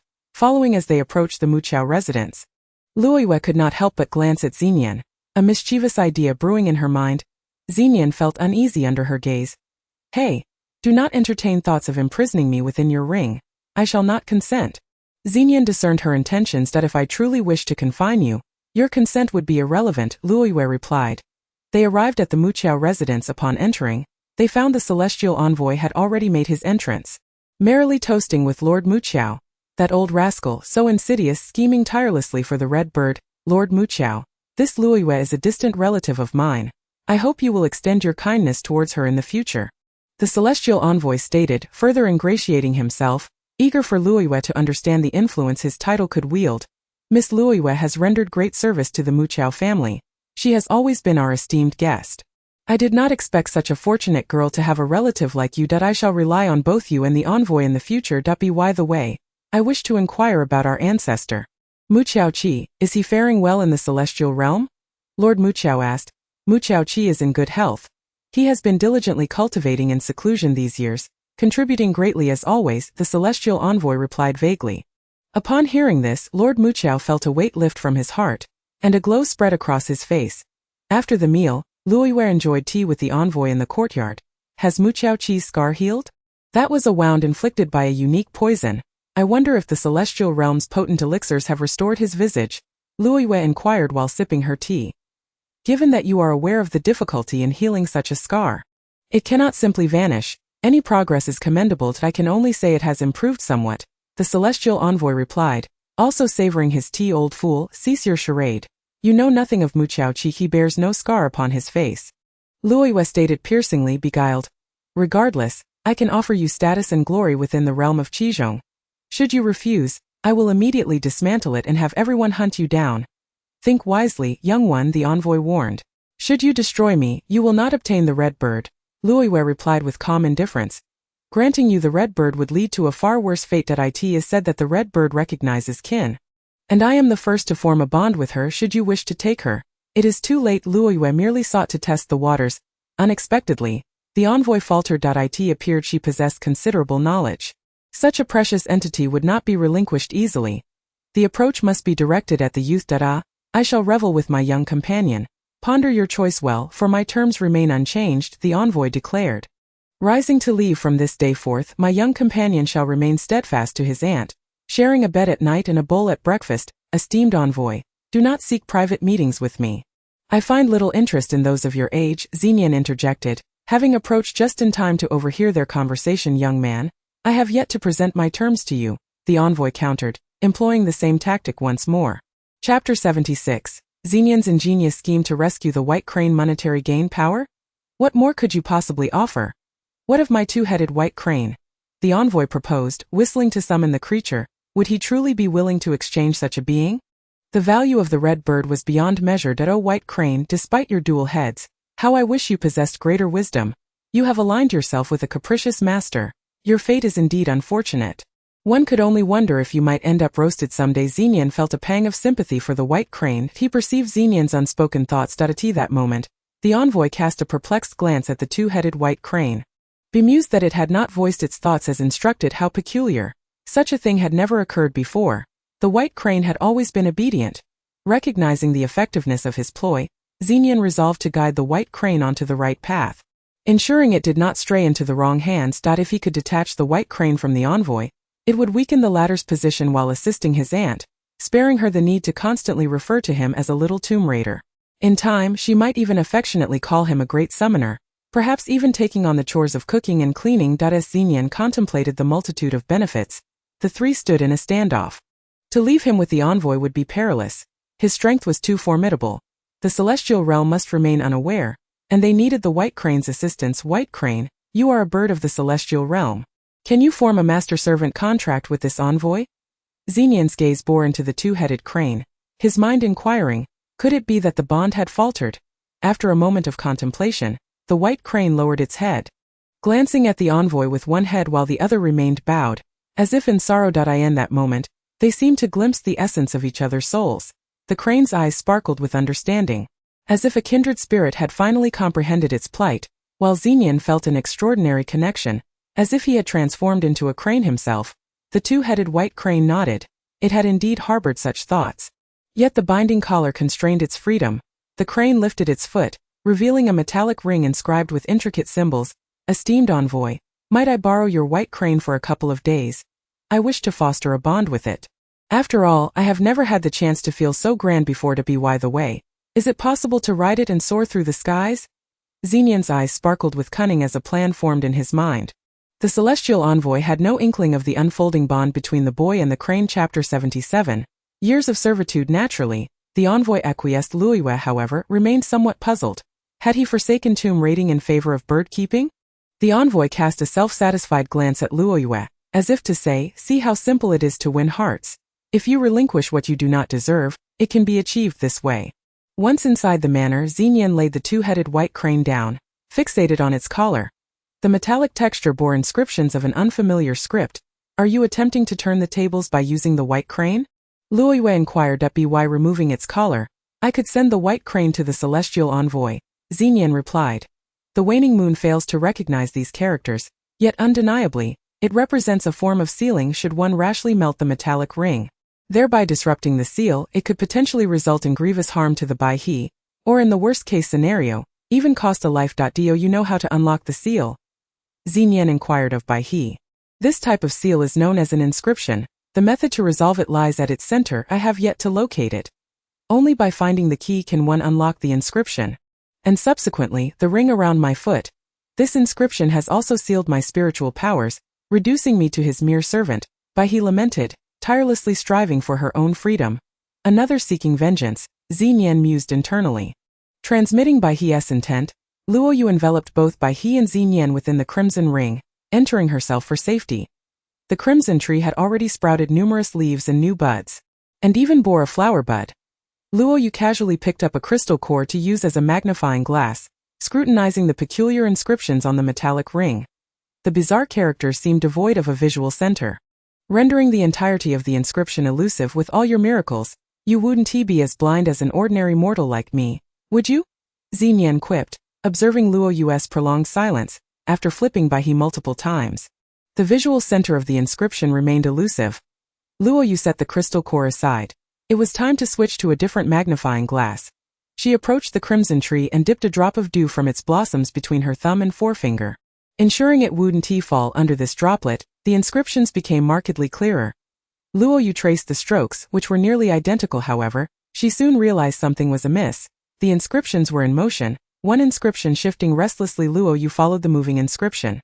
Her eyes unwavering. It was cunning, at times hiding behind other inscriptions, and at other moments darting around with great speed, wearing her down in pursuit. Determined, Luoyue kept her gaze fixed, and eventually she tracked it to its lair. Nestled inconspicuously in the most unremarkable corner of the metallic ring, attempting to hide. Luoyue reached in and swiftly yanked it out. Her palm formed a key, unlocking the entire inscription. The inscriptions flowed away from the metallic ring, drifting within the crimson space, ultimately converging upon the crimson tree, forming a crystalline inscription that hung silently upon its branches. What had once been an ordinary metallic ring now required only a small key. Yet Luoyue lacked the patience and opted to melt it directly. Before she could retrieve the potion, she was taken aback to see the two-headed Baihe pecking at it with its beak. Its front beak transforming into whatever shape it desired, elongating, bending, its flexibility enviable. In no time, it had unlocked the seal itself. Chapter 78. Unraveling the secrets of the hidden chamber. The primary constraint upon her was the inscription. Quack, quack. The two-headed Baihe expressed gratitude to Xenian and Luoyue. Luoyue released them from the ring, and the two-headed Baihe soared towards the radiant clouds on the horizon. It was rare for him to mention anywhere else he considered home apart from the old residence. Within a few hours, Mu Xiaofeng sought out Luo Yu and Xinyan for amusement. He brought news that, for reasons unknown, the envoy from the celestial realm had hurriedly departed, leaving their tea untouched, their complexion as pale as death. Luo Yu and Xinyan exchanged knowing smiles, appreciating the celestial realm's efficiency. "Auntie, are you going to read again?" Xinyan asked. Indeed, Luo Yu replied promptly. She wished to uncover the path leading to Mu Xiaoqi's hidden chamber. "Wait for me a moment," as Xinyan hastily tied several empty gourds to his waist. "You, it's not reading, it's for storing wine, isn't it?" Mu Xiaofeng chuckled. "Of course. If there's free wine, one must take some, especially if it's fine wine," Xinyan replied with a grin. Xinyan and Mu Xiaofeng engaged in jovial conversation over wine in the courtyard of the Mu Xiao family, while Luo Yu wandered alone in the library, eventually making her way to the second floor and entering Mu Xiaoqi's hidden chamber. Luo Yu approached the cold stone wall that sent shivers down her spine. Tapping and probing in every direction, meticulously examining the entire stone chamber, inch by inch, yet finding no concealed mechanisms, seating herself, a profound sense compelled her to breach this stone wall, as if something significant awaited on the other side. Akin to a deep yearning pulling at her heart, this feeling resembled the irresistible allure some feel for opium rouge. This woman was often unreliable, like a dragon seen only at its tail. In the end, Luo Yu unexpectedly summoned forth the red bird. It waddled awkwardly, letting out a couple of clumsy calls akin to a duck's quack, the meaning of which eluded Luo Yu. "Something I can comprehend. Since you possess the blood of the celestial realm, you must be quite clever." Luo Yu stroked its head. The red bird pondered briefly, then in a flash, pecked at the inner side of Luo Yu's arm several times. Her blood trickled down her arm and instinctively, she flicked her wrist, causing the blood to splatter against the nearby icy wall. The blood seeped into the wall, producing a loud cracking sound within, yet the surface remained intact. The sound carried a tension, as though the entire wall had transformed into soft water, retaining its form. Yet Luo Yu marveled at this miraculous transformation, unable to resist reaching out to touch it. To her surprise, it felt liquid. She plunged her arm inside without issue. Could this lead to the ocean? Luo Yu had always felt an affinity for water, though her mother forbade her from approaching it. Driven by curiosity, she fully immersed herself, compelled to discover what lay hidden within the depths. Chapter 79. Heating the body for self-preservation, Luo Yu continued to swim forward in the frigid water, each stroke becoming increasingly arduous, as the ice layer behind her sealed more rapidly. With a single misstep, she could find herself permanently preserved as a specimen, after swimming for about half an hour. Luo Yu's outstretched hand, still in a freestyle position, was obstructed by something. Though she could see the water clearly, she was unable to swim past it. It was a seal. The water was riddled with seals, and the spiritual energy within bore a resemblance to that of the ice lake, albeit diminished and lacking the rebound effect in water. The seal must be broken to proceed, and the situation behind her was equally dire. She found herself cornered in a dead end, trapped between two sides with no escape. This was Luo Yu's predicament. Summoning the red bird and rouge, the duo utterly failed her, refusing even to play the role of strategist. Breaking the seal was her only option. The seal here was not powerful, and being submerged in water diminished its inherent strength. Drawing upon spiritual energy from her limbs, her mind entered a meditative state to discern the essence of the seal. It was a red pentagram seal, with energy concentrated at its 5 points, while a hidden floral pattern resided at its center. An insidious second layer of sealing. Upon clarity, Luo Yu dispersed her spiritual energy, directing it toward the concentrated points of the seal, striking with force. Before the seal could react, the ice layer behind her began to crack and freeze, compelling Luo Yu to allocate some of her spiritual energy to warm her body, prolonging the freezing process. Thus, the energy to break the seal diminished. Stretching the time required. The extreme exhaustion made Luo Yu feel as though her body would collapse. At this rate, she would be entirely drained. A risky decision loomed. Luo Yu resolved to sacrifice her warmth, determined to unlock the seal, refusing to abandon her endeavor. Otherwise, the energy she had just accumulated would be devoured by the seal, amplifying its strength, making future attempts significantly more challenging. Luo Yu sensed that in mere seconds, she would be sealed away, yet fully unlocking the seal would take at least another 2 minutes.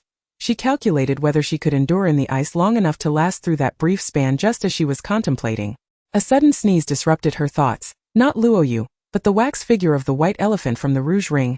Luo Yu's mind shifted. The wax figure surged forth from the ring, its massive trunk sucking up the surrounding water, drawing the lake water in, then proceeding to absorb more. "Thank you," she thought gratefully. Upon entering, the oppressive sensation vanished entirely. based on the geographical locations of the Muqiao and Gusu families. Luoyu speculated that this place must be the ice lake of the Gusu family, unless there existed another ice lake dungeon dedicated to imprisoning individuals, as the 7-6 might suggest. Once within the seal's range, the interior transformed from water to a conventional architectural structure, resembling living quarters. However, everything was crafted from cold jade, as frigid as the depths of Wintered. At Chapter 80, the 9th imprisonment chamber. Mother, are you here? Luoyu called out urgently, searching each room for her mother's presence. It had been over 3,000 years. Was she well? Was she still confined here? Her hurried footsteps betrayed her heart's desire. This ice lake housed 10 imprisonment chambers. After traversing the first 5, which were empty, she entered and found the cold jade beds covered in dust. No one had resided there. In the 6th chamber, Luoyu beheld a figure with flowing long hair lying upon a cold jade bed. Mother! Luoyu rushed into the room, hurrying to the bedside, and upon reaching out to touch, the scene before her instantly vanished. Surrounding her, the cold jade furnishings seemed to echo with the faint, pale laughter of a woman. The 7th and 8th chambers were no different. These were the souls of the deceased, trapped in this frigid abyss. Devoid of sunlight, existing solely within the boundless, penetrating chill, those who were cared for here would endure for at most 3,000 years before succumbing. Upon their demise, their spirits remained shackled, unable to find solace. Gradually, the power of the seal diminished their essence, scattering them, ultimately leaving traces within the cold jade furnishings, perhaps within the bed, the cabinet, or the mirror, wherein dwelled the remnants of some long-lost woman's soul. To be cast into the icy lake was tantamount to a death sentence, albeit one with a delayed execution. Could it be that mother was also? No. Luoyu could distinctly sense her mother's vitality even from beyond the icy lake. She would not perish here. From a young age, Luoyu had remembered her mother's profound connection with water. Everything associated with it seemed to bend to her will, as she was drawn to it. And it reciprocated her affection. Upon entering the 9th chamber, Luoyu observed a woman with hair cascading down to her waist. Just as she lifted her face, both her hands and feet were bound by cold jade shackles, tightly secured, leaving only a pair of innocent eyes gazing toward the doorway. Witnessing this scene, tears that had long evaded Luoyu now flowed freely. Within the icy lake, sustenance was unnecessary. One could survive solely on the nutrients provided by the cold jade until the soul disintegrated. Without a tranquil heart, the cold jade would hasten the consumption of the imprisoned souls, nourishing itself with their essence. This jade, so gentle in appearance, had unknowingly devoured the spirits of countless individuals. That was the beginning. She was the beginning of Luoyu's mother. 3,000 years had passed, yet her mother's visage remained untouched, preserved just as it had been when Luoyu departed. But she did not recognize Luoyu, for the latter had lost her former appearance, such a beautiful, serene woman. Just as Luoyu intended to push open the door, she discovered that an additional cold jade lock had been affixed. This proved to be the only living door. Once a person dies, the locks naturally fall away. Luoyu summoned her inner spiritual power to unlock the cold jade lock and entered. The gaze of the beginning was calm and tranquil. For 3,000 years she had remained in silent meditation, witnessing all as ephemeral as smoke.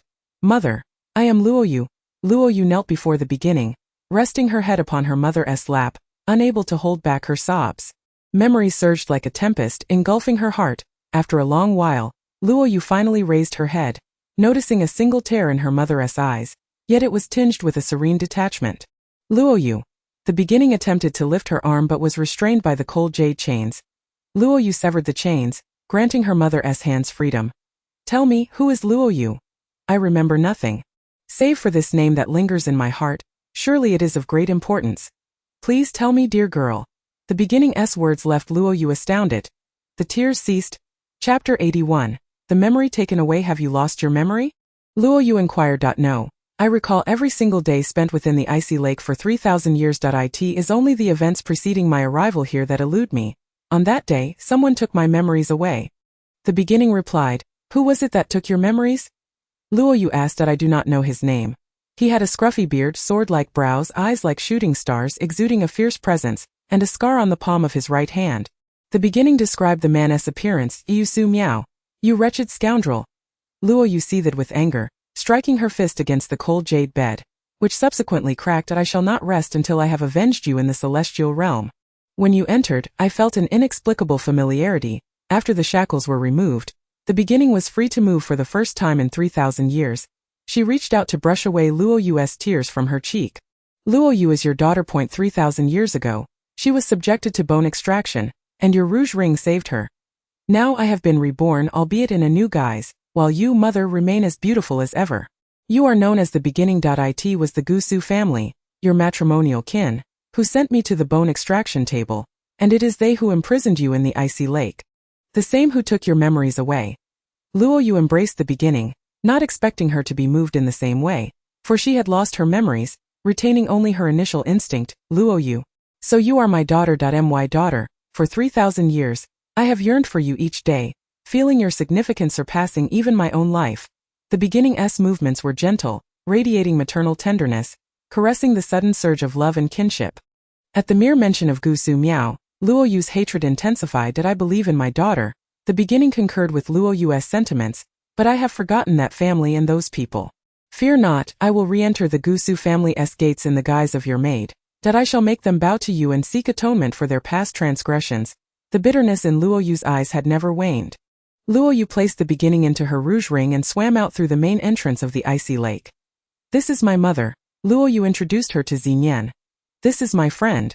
Xinyan. You are over 3,000 years old, so your mother must be. Xinyan remarked. They say like mother, like daughter. Your mother is so gentle, youthful, and beautiful, yet you seem rather rough. Xinyan chuckled. This marked the third person the beginning had encountered in 3,000 years. The first was Gusu Miao, who took her memories. The second was Luo Yu, who came to her rescue, and the third was Xinyan. The beginning smiled. You two look remarkably alike. I borrowed his visage for my rebirth. Luo Yu replied helplessly, feeling she had no choice in the matter. It seems you are quite wronged. Despite having gained an advantage, mother, you ought to discipline her. I am still the one doing the dishes and washing the utensils. Xinyan remarked. Chapter 82. Xinyan recognizes his mother. This is my mother. You should call me little aunt. And thus it seems you ought to refer to my mother as great aunt, not simply as mother, Luo Yu explained. The beginning smiled once more. Having not laughed in 3 years today, she found herself both laughing and crying. Seeing her daughter alongside her amusing friend brought her joy. Mother, no, great aunt, did you become so beautiful by following a vegetarian diet? Tonight, shall we feast on meat or vegetables?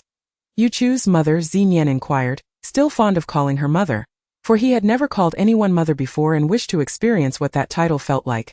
Luo Yu insisted that Xinyan call her great aunt until he relented, promising not to charge for meals and to wash his own dishes for life, at which point Luo Yu agreed to allow him to call her mother. Having unexpectedly gained a mother, Xinyan was in high spirits and prepared several dishes with great care, each wonderfully fragrant, awakening the appetite of the beginning, who had not eaten for 3,000 years. Mother, you must be a descendant of the Shuizhe family, correct? During dinner, Xinyan suddenly asked. Luo Yu had always known her mother's name was Jichu but had never known her surname. Nor did anyone inquire about it. The Shuizhe family? This was the first Luo Yu had heard of such a family, her astonishment mirroring that of the beginning. What? You don't even know your own lineage? Xinyan was even more surprised, unable to comprehend that someone could be unaware of their origins. My mother's memories were taken away by that old rogue Gusu Miao. I had no prior knowledge. Luo Yu had to concede. Ahem, then I shall say no more. Some secrets are best kept. Xinyan clamped his mouth shut and resumed eating. Xinyan. Luo Yu stealthily kicked him under the table. Alas, mother, see how she bullies me, taking advantage of my lack of spiritual power. Xinyan whined, as though he were a son-in-law lamenting to his mother-in-law. The beginning laughed once more. Xinyan was truly a delightful youth. Little aunt, you haven't only stayed on the Qilun continent, have you? Xinyan asked. Luo Yu felt embarrassed. She had never ventured beyond the Gusu family or this city. I am of course a woman of the world. Having roamed far and wide, Luo Yu insisted, determined not to lose face before her mother. Then do you know where Bingji is? This is common knowledge. Even beggars and 3-year-old children are aware of it. You must know, do enlighten us, Xinyan urged. Bingji? Of course I know that place. It's rather pleasant, my memory of it is quite vivid. It's bustling and renowned, frequented by many merchants, Luo Yu recounted, having learned this from the celestial messenger. Speaking vaguely, haha, there is no such place as Bingji. I made that up. Xinyan laughed until his stomach hurt. Nearby, the white origami elephant, which had been out for a stroll, also chuckled. You scoundrel, Xinyan. Forgive me, little aunt, for startling you, Xinyan continued to laugh. Yuer. Xinyan is already quite good. The beginning gazed tenderly at Luo Yu. Yuer. Her mother called her this. Though the beginning had forgotten everything, she still remembered this childhood name. Filling Luo Yu's heart with warmth. It had been so long since she had felt loved. So very long. Luo Yu nodded repeatedly. which implied her admission that she had never ventured beyond the 7 lands. Mother, you cannot show favoritism. If you call her Yuer, you must call me Nianer, Xinyan quickly asserted, seizing the other hand of Jichu and refusing to let go, determined to secure his position. Chapter 83. The affection for mothers and the hatred for fathers. Nianer. How could Jichu bear to reject a youth, especially one as amiable as he? Mother, you have known him for less than a day. And he is already on par with me that I might feel jealous, and should my jealousy lead to an uncontrolled surge of spiritual power, the consequences could be dire. Luo Yu remarked, casting a mischievous glance at Xinyan. You mentioned the Shuizhe family. What is that? Luo Yu redirected the conversation. Jichu listened intently, as if captivated by a tale. Far from the 7 lands lies a grander continent known as Shuizhe continent, home to the enigmatic Shuizhe family. You might find it hard to believe, but they dwell beneath the water's surface, possessing an innate ability to manipulate it. They can construct homes underwater, walk as if on solid ground, and revel in an aquatic lifestyle. Xinyan explained succinctly. How do you know my mother is a descendant of the Shuizhe family? Luo Yu inquired. I can sense the essence of the Shuizhe family within her soul. It cannot be mistaken, Xinyan replied. When did you become so perceptive? What about me? Am I not her daughter? Luo Yu questioned, sniffing at her garments. All I can detect from you is the scent of flesh. It turned out that Luo Yu had consumed the platter of meat that belonged to Xinyan. Mother, can you recall anything? Luo Yu asked. Jichu shook her head. He is not my father. I have no father. He is an old thief. An old thief? Luo Yu exclaimed, casting a glance towards the western sky. Mother, you must eat more, grow plump and healthy. Now I am supporting 2 women. It is my pride to nourish both of you. Xinyan declared, patting his chest, then inexplicably producing another platter of meat for Jichu. Inheriting such a devoted son, Jichu felt a warmth in her heart, although she could not presently comprehend Luo Yu's animosity. It was evident that whatever had incited such hatred was indeed deserving of it. Jichu also pondered how she could have wed such a man.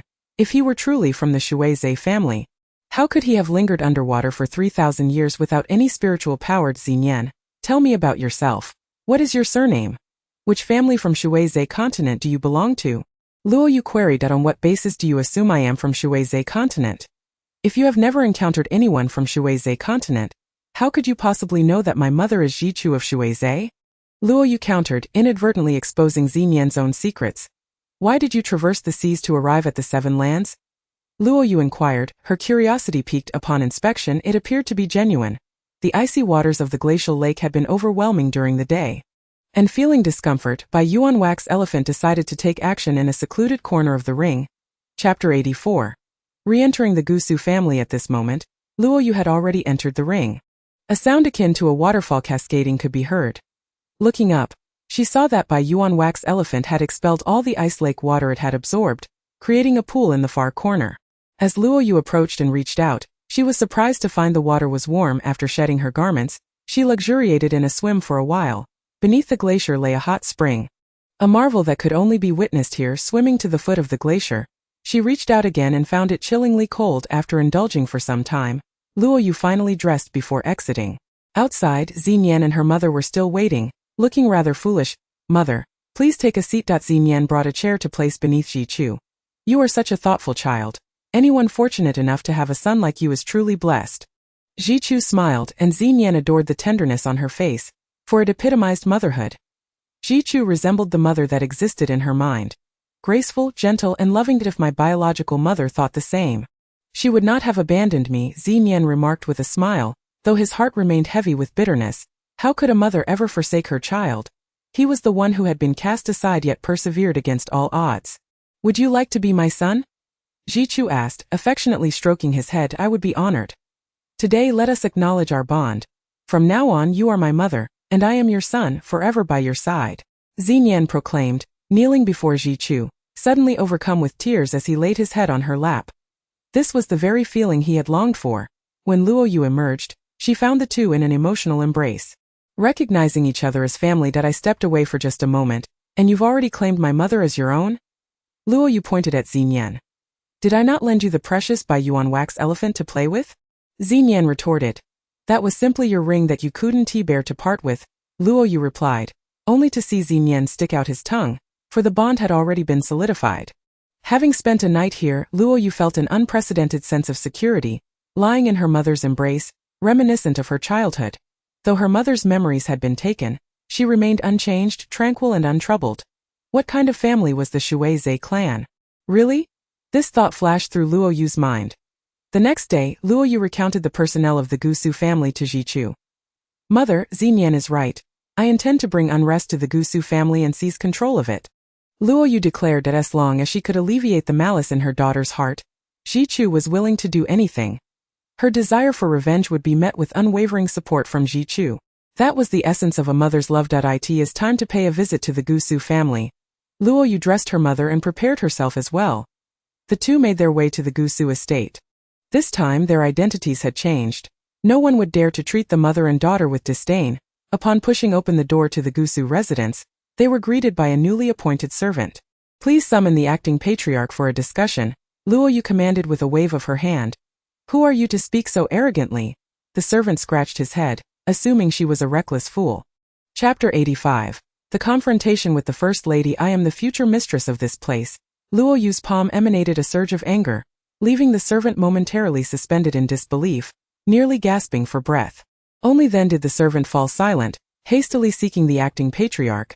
Realizing he had encountered someone formidable. It was no simple task to summon the acting patriarch. The servant first reported to Gusu Miao's principal wife, who had instructed him to inform her of any disturbances. Luo Yu and Jichu waited patiently. Before long, the principal wife, accompanied by a retinue, arrived. The one who first subdued the ruckus at the Gusu residence would certainly gain merit. Especially with Gusu Miao's ascension to immortality imminent, the principal wife aimed to solidify her standing. Who claims to be the future mistress here? I am keen to see this audacious thief, the principal wife remarked as she approached. The elaborate embroidery of her gown, adorned with countless corals and pearls, immediately struck Luo Yu as garish. Such vulgar tastes had not changed in 3 millennia. Jichu felt no familiarity with this place, but Luo Yu had made her the mistress, and she intended to embody that role through her daughter's eyes and descriptions. It was clear that she harbored only hatred and a desire for destruction towards this place. Today Jichu, as in the past, donned a gown of pure white, its hem delicately embroidered, with white lace encircling her waist, resembling a graceful flower amidst the snow, while Luo Yu dressed as a favored maid, one whom the mistress could rely upon. This is. The principal wife was momentarily speechless. She faltered, unable to articulate a response. Madam, greetings. Do you not remember me? I recall you vividly, and quite clearly. Jichu spoke the words Luo Yu had taught her. It was as if her lost memories had never been taken. You are Jichu, but you were sealed in the ice lake. Without the patriarch's decree, how dare you escape? The principal wife could not forget the appearances of all of Gusu Miao's wives. They were her rivals. Jichu, who she had thought perished at the bottom of the ice lake, had unexpectedly survived and emerged. Ah, then leave. Gusu Miao has ascended. You have no further significance here. That you are alive is a grace bestowed by the heavens, yet you still manage to dress so splendidly. The principal wife remarked with a hint of resentment. After all, 3,000 years had passed. Yet her own visage had aged, wrinkled with crow's feet, while Jichu remained as youthful as ever, as though time had not touched her. By what right do you linger here? I merely declined your earlier overture. Do you recall the day you were submerged in the icy lake? It was also the day your daughter was stripped of her bones. Xianren Gusu Miao once declared that you were permanently expelled from the family. What audacity brings you back here now? You have lost your daughter, a mere concubine devoid of influence or connections, seeking to enter our domain. What gives you the right? The first madam believed that her words would leave the other party speechless. Chapter 86. The initial return has the first madam aged so much that she can no longer recall the family rules, or perhaps, with Gusu Miao present, you became so lonely that you forgot them. One of the rules of the Gusu family states that once submerged in the icy lake, all sins may be forgiven. After serving your time, everything returns to the way it was. Luo Yu replied. A mere maid, so well versed in the family rules of the Gusu clan, are you not inviting a wolf into the fold? The first madam had no intention of allowing this, having bullied Jichu and her daughter for long enough. Who would willingly keep their enemies close? The crowd grew ever larger, particularly the wives of Gusu Miao, who recognized Jichu and her unsightly maid. Luo Yu had already shown her face to everyone before. This time, she had changed her hairstyle to 2 horned braids with bangs partially obscuring her eyes, and a large blemish on her face. Only the old woman sweeping at the entrance muttered, "That little girl truly knows how to put on an act." The trees at the entrance were plentiful, and the fallen leaves seemed never-ending, as if the old woman could sweep for eternity. Every time one saw her, She was always sweeping leaves. Thank you for your kind words. If the celestial Gusu were to learn that his first madam cannot even manage the almanac bestowed upon her by the celestial realm, would he not be incensed to the point of his nose twisting in rage? Luo Yu inquired with a smile. At this, the wives flushed with embarrassment. The matter of the lost almanac was now known to outsiders. They had come prepared, and it seemed they would not be easily dismissed. Even Ji Chu found amusement in this remark. At this moment, the three wives of the acting clan leader emerged, each accompanied by a maid.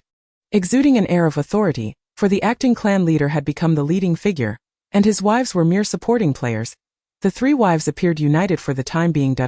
It is Sister Ji Chu. Congratulations on your complete rebirth. The Gusu family will always have a place for you. You are forever a part of this family, the first madam of the second elder greeted with a smile. Since when did the Gusu family come under your command? Gusu Miao's first madam shot her a cold glance. Have you not heard the saying, the waves behind push the waves before? Your elder brother has ascended to immortality. And you have aged. It is time for you to enjoy your twilight years tending to flowers and birds, while we handle the significant matters of the clan, the first madam of the second elder remarked. Being called old only fueled the first madam's ire. She was the undisputed matriarch of this household, and no one could challenge her position. Even if she had lost the almanac, Luo Yu discreetly retrieved a shard of ice from the icy lake from her spatial ring, using her spiritual power to flick it onto Gusu Miao's first madam's knee, causing her to suddenly kneel before Jisiachudatum. Why master has stated that there is no need for such penance. Rise, for you are of an advanced age, better to refrain from wandering about. Luo Yu seized the opportunity to say, Sister Ji Chu, come with me to your residence. It is in dire need of renovation. The wives of the second elder quickly sought to appease and win her over. This place had fallen into disrepair. They found several maids for Ji Chu, one of whom volunteered for the task. Her name was Dan Air. Under Dan Air's guidance, the house was swiftly tidied up. The wives of the second elder brought numerous porcelain items and decorations, ensuring it no longer appeared desolate, and they even transplanted a variety of flowering trees to the entrance. Chapter 87. Confrontation with the sharp-tongued woman. Such a piercing and strident voice belonged to none other than one of Gusu Miao's most favored legitimate wives, the young madam. Upon hearing this, Luo Yu stepped forward. Do you know? I have longed to meet Gusu Miao in person, Luo Yu stated. Do you truly think a mere maid can meet an immortal? You should take a good look at yourself. The young madam retorted disdainfully. I am eager to inquire how Gusu Miao could have been so blind as to marry such a shrew as you, Luo Yu replied, a smile gracing her lips. While Ji Chu chuckled silently, her heart clear of love or hate. Yet, for her daughter, she would stand on the side of hatred. How dare you insult me, and dare to insult an immortal? The young madam was taken aback by the maid's audacity. And what if I do? Can you harm me? Luo Yu was unperturbed. Her disdain for the young madam was not a fleeting sentiment. The young madam, emboldened by her own abilities, would not permit a maid to act so recklessly. She immediately gathered her spiritual power, unleashing a azure dragon mist lock toward Luo Yu, aiming for her to reap what she had sown. How could a mere early-stage third wheel compare to my fourth wheel? Luo Yu did not even attempt to evade, causing the young madam's expression to shift from triumph to astonishment in mere seconds. You. Blood trickled from the corner of the young madam's mouth. She wished to curse Luo Yu, but her strength had failed her, for she had just unleashed a deadly strike, now facing the consequences. Do you know where you met your demise? It was through your sharp tongue and impudent nature. Just like your daughter. She and her guard encountered me in the forest. Now you may meet her, Luo Yu declared, preparing to strike another blow to send her to the afterlife. Yet, unexpectedly, Ji Chu approached. There is no need for my daughter to say more. Ji Chu plunged a poisoned needle into the artery of the young madam's neck. She collapsed instantly, her eyes rolling back. This needle was a defensive measure given to her by Luo Yu. Mother and daughter exchanged a knowing smile. It turned out life could be so exhilarating. What the daughter hated, the mother would undoubtedly not tolerate. Luo Yu had heard numerous tales from Ziyuan about the Shuizhe clan, and her mother's maneuver bore striking resemblance to their style. Cold, ruthless, precise. A misty aura enveloped the scene. The young madam of Gusu Miao lay dead, causing a stir throughout the estate. The body remained there. Luo Yu had no intention of concealing the evidence. This was merely the first shot fired at this moment. The acting clan leader, the second elder, emerged, the elders and their wives, being the most seasoned among them, gathered at the entrance to deliberate on how to deal with Ji Chu and her maid. Indeed, a life for a life. Gusu Miao's second madam aligned herself with the first madam, Ji Chu. Do you not wish to explain yourself? The acting clan leader called for silence. Chapter 88. Ambush. This statement was beyond what the former Ji-Chu could have articulated. The attendees were taken aback. She had changed, she was no longer the submissive concubine they once knew. Is it truly you, Ji-Chu? The second elder approached with a question. Acting clan leader, what do you think? Perhaps you should investigate the icy lake. Ji-Chu replied with a cold smile. Luo Yu had informed her of the appearances and temperaments of everyone present, allowing her to recognize them all from time immemorial. The strong have ruled, even within a family. The tradition of bullying the weak and fearing the strong persisted. As Ji-Chu exhibited her newfound strength, others began to regard her with increased respect. I am indeed one of Gusu Miao's wives. Though not favored, that does not alter my status. I am a part of the Gusu family, and I deserve my rightful place here. Acting clan leader, do you not recognize that? Ji-Chu inquired coldly. The second elder had no retort. The young madam had long been insufferable, riding on Gusu Miao's favor and looking down on everyone else. Though her demise was abrupt, many felt it was well deserved. Very well, we shall proceed according to the rules. Ji-Chu, you may remain. Your monthly stipend will remain the same. The second elder declared that I have yet to agree. Gusu Miao's first madam interjected. There are too many people in power within the Gusu family. Are there to be two acting clan leaders? Luo Yu interjected. A mere maid overstepping her bounds. You truly excel at educating others. The first madam scoffed. My maid may fully represent me. Ji-Chu conferred authority upon Luo Yu before the crowd. My lady requires rest. The gathering is dismissed. Luo Yu waved her hand, indifferent to who remained. Thus, the first day in the Gusu household concluded as night fell. Lanterns were lit in the courtyard. Luo Yu and Ji-Chu stepped out of the courtyard. They had no intention of staying the night here. The old residence was far safer, and the meals prepared by Ziyun were 100 times more delectable than what was offered here. Who knew if it might be poisoned? Luo Yu did not trust everyone, save for Dan Er. After walking 2 streets, Luo Yu sensed the footsteps of someone following them. It was Gusu Miao's first madam, accompanied by what could be considered a skilled fighter. Luo Yu halted, turning alongside Ji-Chu. 2 flying daggers were aimed directly at their throats. Luo Yu summoned a shard of ice from the icy waterfall, shattering the daggers. Come out and face us together. This hiding and seeking is far too dull. Who doesn't know who?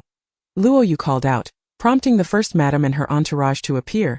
Such bold words. At the same time, she summoned Ji-Chu into her rouge ring. After a fierce skirmish, Luo Yu, relying on her extensive combat experience, managed to subdue the individuals brought by the first madam, including the first madam herself. Leaving no survivors was Luo Yu's style. The others perished. You are merely a girl? How cunningly you hide your true self. The matriarch was now anxious, realizing that she had underestimated her opponent. It was only at the last moment that she recognized her folly. Chapter 89. Bathing. Calling me cunning is far less accurate than labeling you foolish. The reason for your impending demise lies in my desire for you to recognize my identity. 3,000 years ago.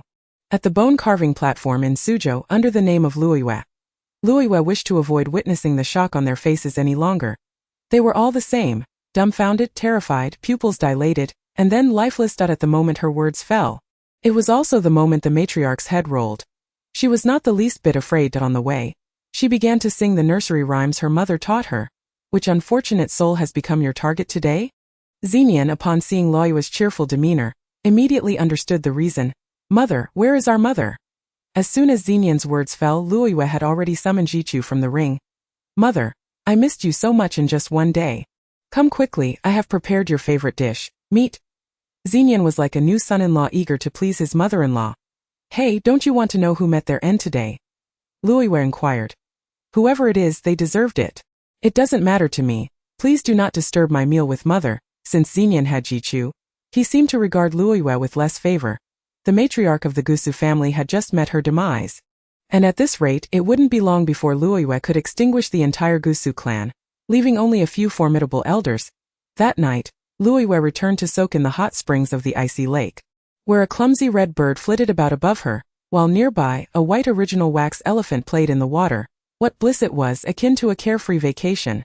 The remnants of Mu Chaoqi's poisonous texts and his various vials remained there, with only the green one identified as a hormone-stimulating plant growth. But what of the red, blue and purple ones? Yenji, won't you come out for a bath? Luoyue called several times, but Yenji remained silent. This mysterious woman had vanished once more. After emerging from the ring, her hair was still damp. You haven't swum inside the belly of the white original wax elephant, have you? Xenian remarked, smoothing Luoyue's damp hair. Upon peering into the ring without a second thought, He stripped off his clothes and jumped in. The hot springs had both icy and heated water. As soon as he entered, the wound from cooking that evening, which had inadvertently cut him, suddenly felt less painful. The icy lake's water could alleviate pain. He would have to visit more often. Xenian, why are you swimming naked? You could wear your clothes while swimming. Luoyue exclaimed anxiously, as she closed her eyes and could vividly picture him unclothed from every angle. I've seen you too. Where even now Xenian was unconcerned, merely wanting to enjoy the water. You too. When Jichu emerged, she pointed at the pair, having overheard their conversation. Jichu smiled.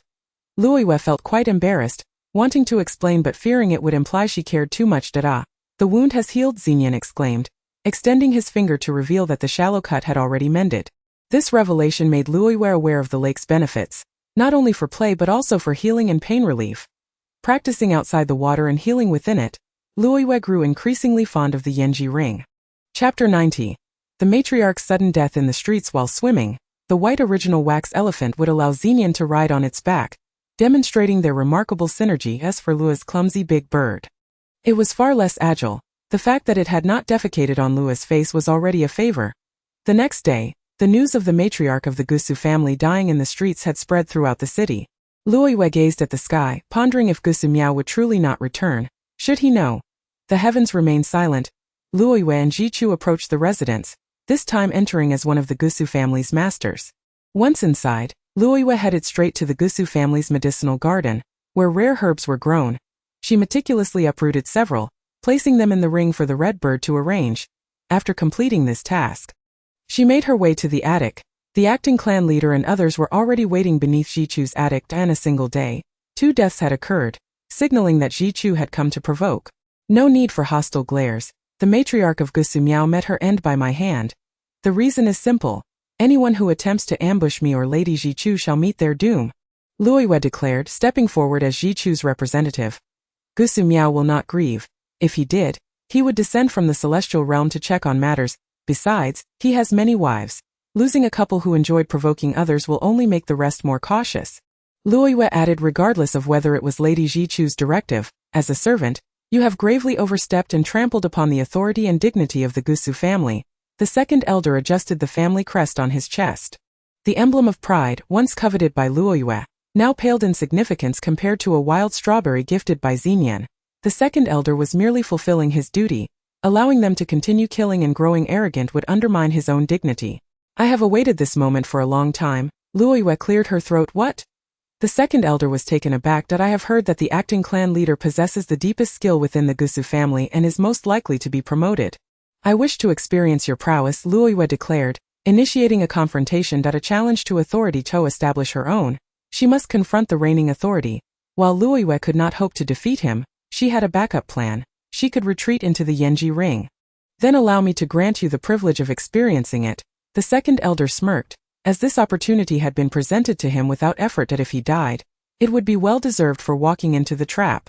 If he survived, it would leave a potential threat, the second elder calculated. Please make your first move. I wouldn't want you to claim I am taking advantage of you, the second elder offered magnanimously. The onlookers gathered around. Luoyue glanced at Jichu. Engaging the second elder was merely a way for Luoyue to gauge his capabilities and uncover the depths of his power. One by one, she sought to draw out his moves.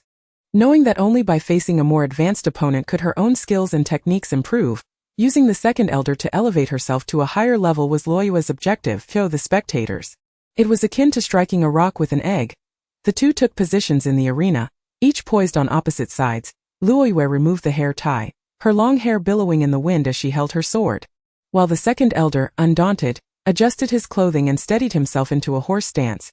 His foot shot towards Luoyue like a fierce gale, initiating the attack. Though it was claimed to be a concession, it was more akin to impatience. Luoyue blocked with her elbow, remaining unyielding.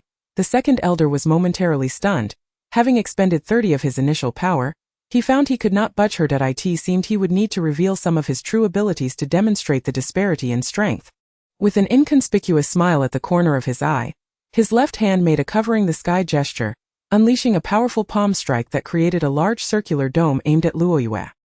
His right hand executed the black sword through the heart, with 5 nails launching from his fingertips, each targeting Luoyue's heart. As if that were not enough, the second elder's left foot stomped down with force, invoking heaven and earth collapsing. causing the ground beneath Luoyue to crack wider, ready to engulf her whole. His right foot kicked up flying sand, rendering Luoyue motionless. This was the true essence of a four-pronged assault. No one expected Luoyue to prevail, not even Jichu's heart raced to her throat. Luoyue had to dodge the spikes, escape the fissures, break free from the dome, and avoid the flying debris, quick as a flash. She could only handle 2 of the threats with her own power, while the other 2 were insurmountable. The second elder intended for a swift conclusion, and the amusement in his eyes indicated everything. To the audience it appeared Luoyue had no chance of recovery. Before falling into despair, she had to devise a solution. This dome? Luoyue thought of it. The dome could transmit sound, since it belonged to the second elder. The sound would only reach him. This was precisely the outcome Luoyue desired. Second elder, should I perish, your affair with the second lady of the Gusu family will be exposed immediately. At that point, your position will be forfeit and your reputation will be in ruins.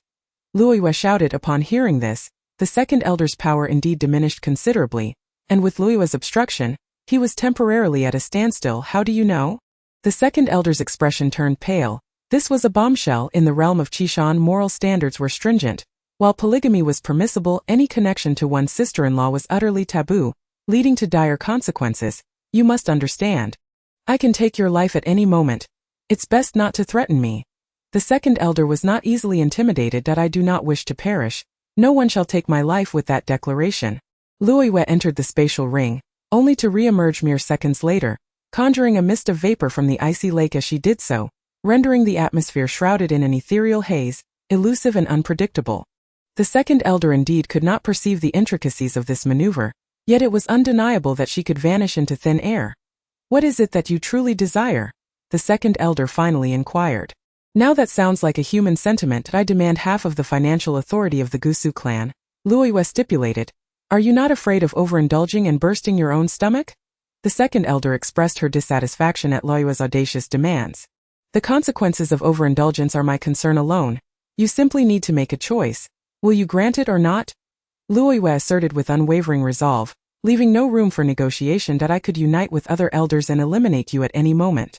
Are you not worried that your appetite might be too grand? Though it appeared as a confrontation, the two were actually engaged in a negotiation. If you can bear the burden of your and your sister-in-law's infidelity, then choose between your future and half of the financial authority. Luoyue pressed further. Chapter 92. Visitors from the Heavenly Alliance Continent. 1/3. 1/2. Luoyue remained steadfast in her refusal to compromise. Agreement reached. With gritted teeth, the second elder struck a deal with Luoyue, and both withdrew their hands simultaneously. To outsiders, it seemed as though they had reached a stalemate. My goodness, to be able to stand on equal footing with the acting patriarch is no small feat. And the arrangement was flawlessly executed. Naturally, outsiders could not discern the underlying intricacies. Tomorrow, a delegation from the Heavenly Alliance Continent will arrive. Although they claim to visit, they are, in truth, here to challenge and humiliate the Seven Stars continent. If you wish to claim half of the Gusu family's financial authority, you must defeat them, so that I may rightfully bestow it upon you. Otherwise, I cannot account for it at the clan assembly. The second elder contemplated aloud. This was reasonable, and Luoyue nodded in agreement.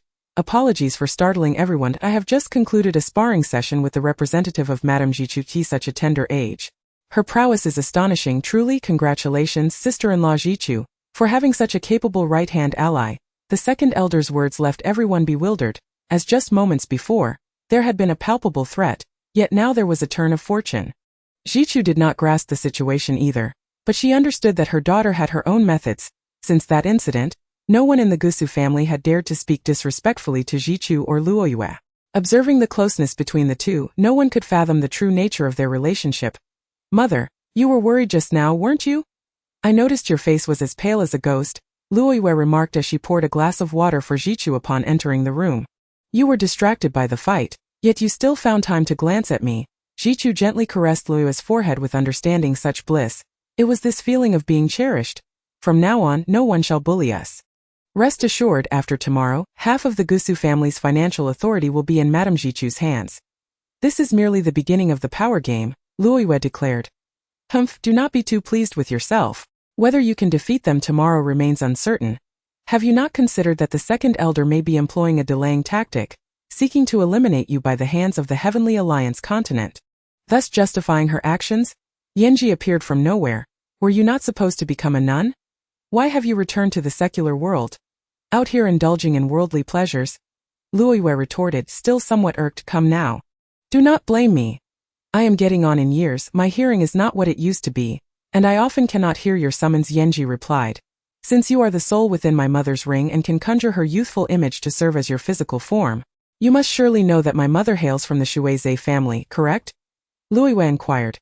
Indeed, your mother is named Shuizhe Jichu, a descendant of the Shuizhe family, Yanji replied calmly, as though it were a matter of course. Then why did you not inform me? Luoyue pressed. Inform you? I assumed you were aware. And to think you do not even know this, are you truly your mother's biological daughter? Did you believe you could access the secret chamber leading to the icy lake and traverse it solely through the spiritual power of the Seven Stars continent? It is, in fact, the legacy of the Shuizhe family's water vein that facilitates your mother's survival in the icy lake for 3,000 years. Do you think it is merely your determination? It is the water vein. Use your brain, child. Yanji chided Luoyue. Luoyue's face flushed with embarrassment. Tell me everything about my mother that I do not know. Since you refuse to reveal your identity, at least share the details of my biological mother. As her memories have been taken from her, Luoyue insisted, no longer pursuing past grievances. She sought to understand the present and seize the future. Chapter 93. The Alliance of Beasts, Life and Death. When you reach a certain height, I shall reveal my identity to you. As for your mother's matters, what do you know or not know?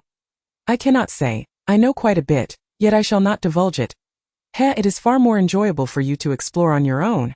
And I am eager to see you make a fool of yourself. So, what will you do? Will you bite me? Yanji chuckled wickedly before vanishing without a trace. Luoyue entered the scarlet ring, meticulously searching, employing her spiritual power to probe the surroundings, yet she could not detect any sign of Yanji. Truly, she came and went without a trace. If you can catch me, I shall indulge you. A gust of wind brushed past her, carrying Luoyue's voice. Yet her spiritual power still could not sense Yanji's presence. It was utterly impossible to catch a glimpse of her whereabouts. Capturing her was akin to chasing a dream. As Luoyue strolled through the expansive courtyard of the Gusu family, regardless of the authenticity of their sentiments, they were at least outwardly respected. The maidservants and lower-ranked individuals all paid their respects to Jichu and Luoyue. Let alone those of younger generations, even peers showed deference. Knowing full well that the girl was no simple opponent, and it was wise to keep their distance, Luoyue relished leading Jichu through the courtyard, reveling in the newfound freedom where no place was off-limits and no one could impose restrictions upon them. Within Yanji's ring, the various herbs harvested from the Gusu family's medicinal garden had flourished abundantly. Coupled with the nourishing essence from the Muqiao device, the land was thriving even more lushly. Luoyue estimated that the growth achieved in just a day or two was equivalent to that of 1 or 2 months outside. Without a doubt, Luoyue intended to transplant more plants from the medicinal garden. She would miss nothing that was available. Jichu, in her simple attire, resembled a serene and nurturing bodhisattva, yet surprisingly had a particular fondness for meat. When it came to dining, the three of them were united in their cravings. They were all gluttons. I am going to take a bath, Xinyan declared after their meal. Now, soaking in hot springs had become his new obsession, and it was the moment Luoyue dreaded the most. My eyes are about to be tainted again. Luoyue lamented. Mother, did you see how she humiliated your son? At least I possess six-pack abs alongside biceps and triceps. Look here, my triceps are deep muscle, hard to cultivate. I, Xinyan, take excellent care of myself, Xinyan boasted. One could not deny that this youth appeared somewhat slender, yet without clothing, he indeed possessed muscle definition and form. He looked quite lean, but beneath his clothes was a toned physique. What a splendid state. Are you familiar with the Heavenly Alliance continent? Luoyue had to admit she was rather ignorant. She had only heard of this continent but knew nothing of its specifics. Previously, she had never heard of any social interactions between the Seven Stars continent and the Heavenly Alliance continent. The Heavenly Alliance continent. At last you seek my counsel. Well done, a teachable child, Xinyan feigned a teacher's demeanor. If you wish to bathe, get to the point. Luoyue's gaze had grown impatient. She would not allow him to indulge in self-aggrandizement any longer. The Heavenly Alliance continent, as its name implies, is a pact of celestial beings. Xinyan had already approached Yanji's ring, shedding his garments as he spoke. They do not cultivate the 7 wheels. Each individual possesses a contract beast to fight alongside them. When a beast is injured, a human is injured. When a beast dies, a human perishes. The Heavenly Alliance contract is signed at birth, leaving no option for choice. This means that the nobility enjoys a legacy, while commoners can only sign contracts for chickens, ducks, Geese and Dogs at Chapter 94. The 5 Ambassadors of the Heavenly Alliance. Why the sudden interest in this? Are you considering emigrating? If your clumsy bird were to carry you, it would likely take years to arrive. Xenian chuckled, clearly mocking their sluggish red bird. Humph, Xenian, you have offended the wrong person. As Lua's words fell, the flapping of wings was heard, and the red bird soared toward Xenian. What was it doing? It aimed for a particularly sensitive area of his body. Xenian flailed about in the water, resembling a fish with cataracts. Xenian would surely remember the price of his careless words. My apologies, great red bird. I promise to carry you while I speak ill of others from now on. I never imagined you would be cunning enough to understand human speech. Xenian pleaded, looking quite pitiful. How cruel, with so much flesh on me. You chose the softest spot. You wretched red bird, I shall roast you one day. Ah, I made a mistake, truly. I sincerely regret it, please forgive me.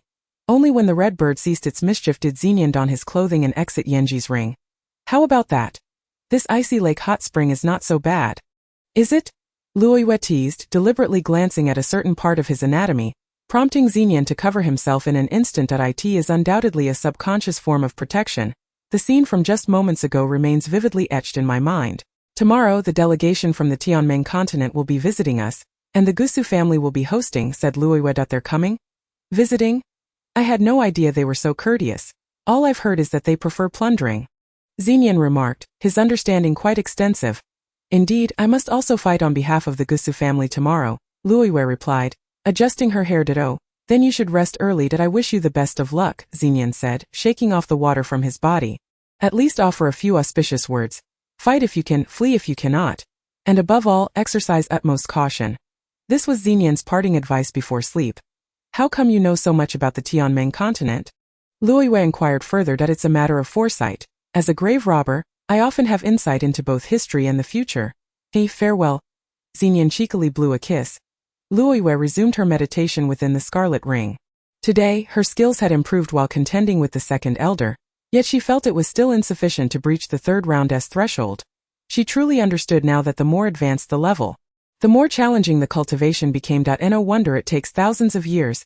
Taking a deep breath, she continued to breathe. When Luoyue emerged from the rouge ring, dawn had already broken. The sun rose as per usual. Arriving punctually at the Gusu residence today, the Gusu family appeared markedly different. Everything had been meticulously cleaned, and extravagant vessels were displayed to enhance their facade, for they represented the Qilun. Representatives from the Xinc family and other clans had also arrived. Sunlight filtered through the clouds, casting a warm glow across the courtyard, where dust particles danced in the air. Everyone was curious, having never encountered individuals from the Tianming continent, and they peered eagerly towards the entrance. The sound of galloping hooves signified the arrival of the Tianming delegation as they disembarked from their carriage. Everyone was astonished to see that the visitors from the Tianming continent were unlike any they had encountered before. 5 individuals arrived. One rode a leopard, another perched upon an eagle, one led a flame wolf, and a woman seemed to be seated atop an enormous shark. To the forefront stood a particularly extraordinary figure. A man with a dragon's body and a human face, his eyebrows elongated and narrow. Chapter 95. Utilizing Luoyue. Greetings, you ancient relics. This was how the envoy from the Tianming continent chose to greet them. With the man on the leopard pointing at the gathering. I've heard that in the Qilun, even ordinary maidservants can live for thousands of years. Truly, seeing is believing. Are you not ancient relics yourselves? Indeed, it takes millennia for one to ascend to immortality. The rest merely grow old and perish. The eagle-riding man chuckled upon hearing this. The faces of those present soured. They hadn't anticipated such audacity. The visitors displayed a blatant disregard for basic etiquette, clearly underestimating the Qilun. Anger brewed within them all. Though their expressions were grim, they still had to maintain a semblance of hospitality. It was said that the people from the Tianming continent were formidable, with many having ascended to immortality, yet these individuals were so arrogant, showing no intention of tempering their demeanor. You serve tea, the second elder of the Gusu family gestured, locking eyes with Luoyue. Second elder, pushing such matters onto me. Do you truly wish to treat me as a mere maidservant? Do not think the Gusu family's share of wealth is so easily acquired. Be wary of burning your fingers, the second elder thought to himself. The two shared an unspoken understanding. Luoyue approached with a tea tray, bearing 5 cups, and made her way towards the 5 Tianming envoys who were already seated. As she neared, she suddenly heard the flame wolf man say, in such a vast Qilun, the illustrious Gusu family has not a single decent-looking maidservant to serve tea. At that moment, Luoyue sported two rather unkempt pigtails and a large blotch of makeup on her face, rendering her rather unattractive. As soon as the words left his mouth, the tea tray she held slipped from her grasp and shattered on the floor. You ugly maid. Incapable of serving tea, you might as well fetch a chamber pot. The flame wolfman continued to mock. Hey, you are mistaken.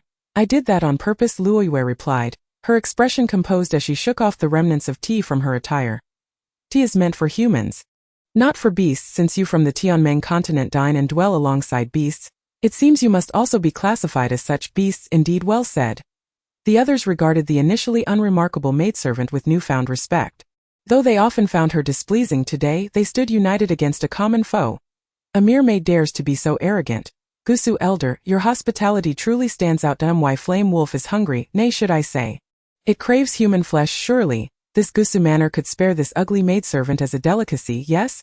The flame wolf man licked his lips, while his flame wolf eyed Luoyue hungrily. Very well, let it serve as an appetizer. But you must fetch your own ingredients. The second elder, who had never cared for Luoyue, clearly hoped they would both suffer, as they were enemies in his eyes. Those who were truly anxious were the others, while the rest merely wished to witness the spectacle. My flesh is fair game. I am but a maidservant, a worthless life. That if your flame wolf is indeed a lowly beast, it is only fitting that it consumes my flesh. Among us, the most valuable life is that of the second madam of Gusu Miao, Luoyue declared, glancing at the elegantly adorned second madam.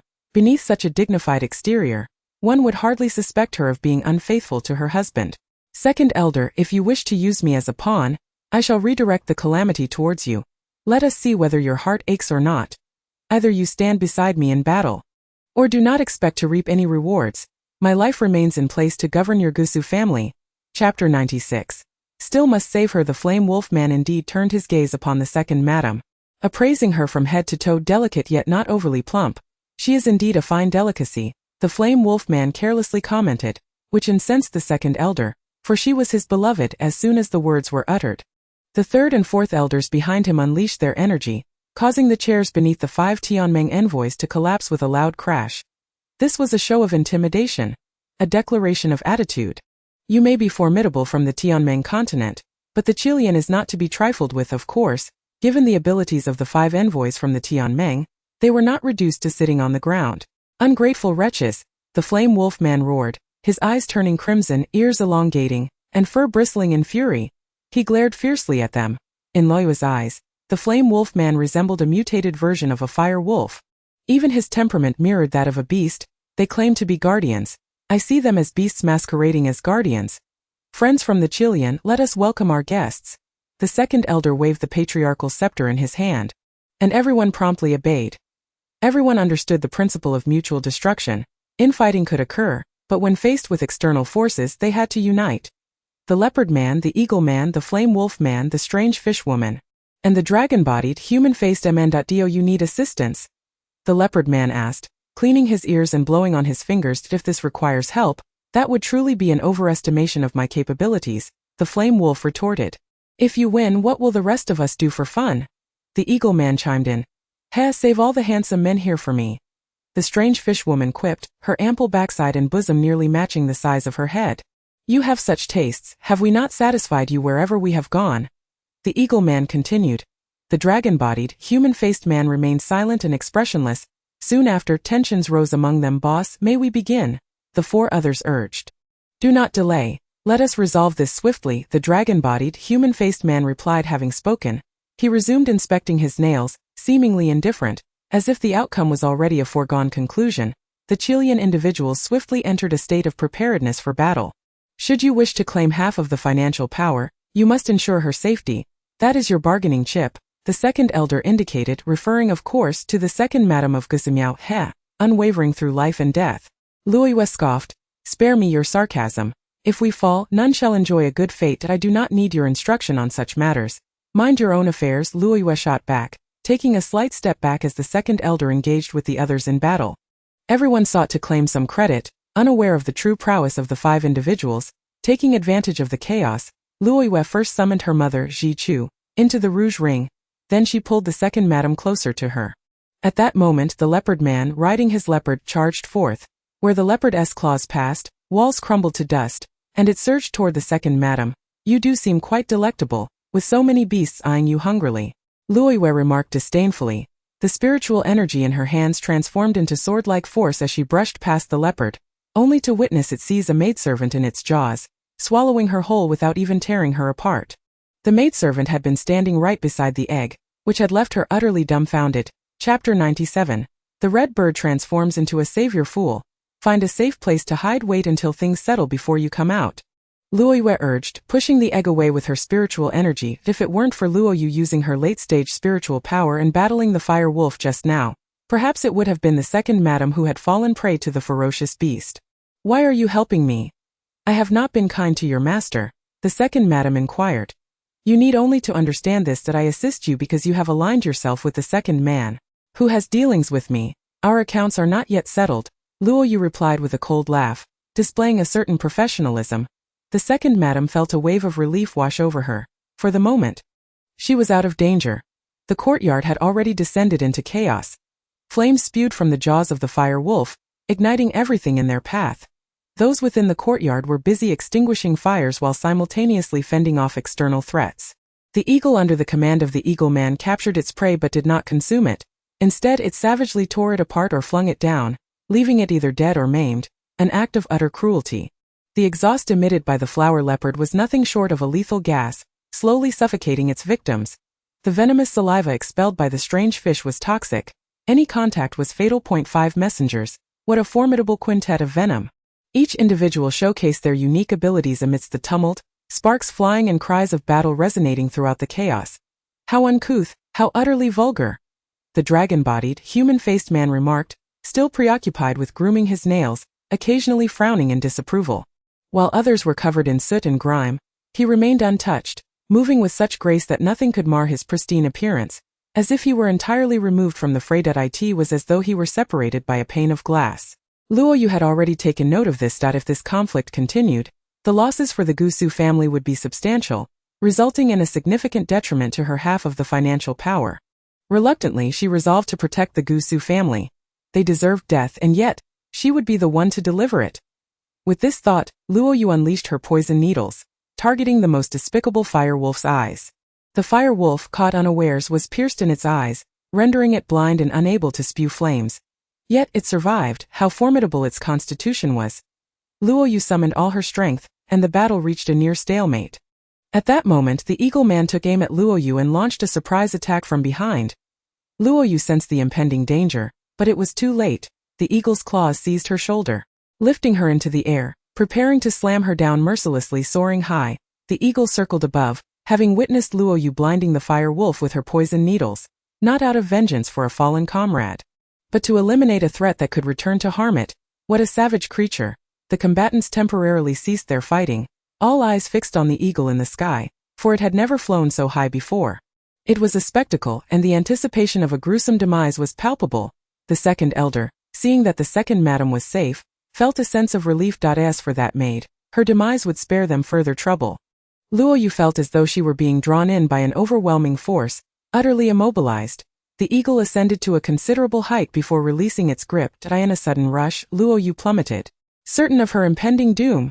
No!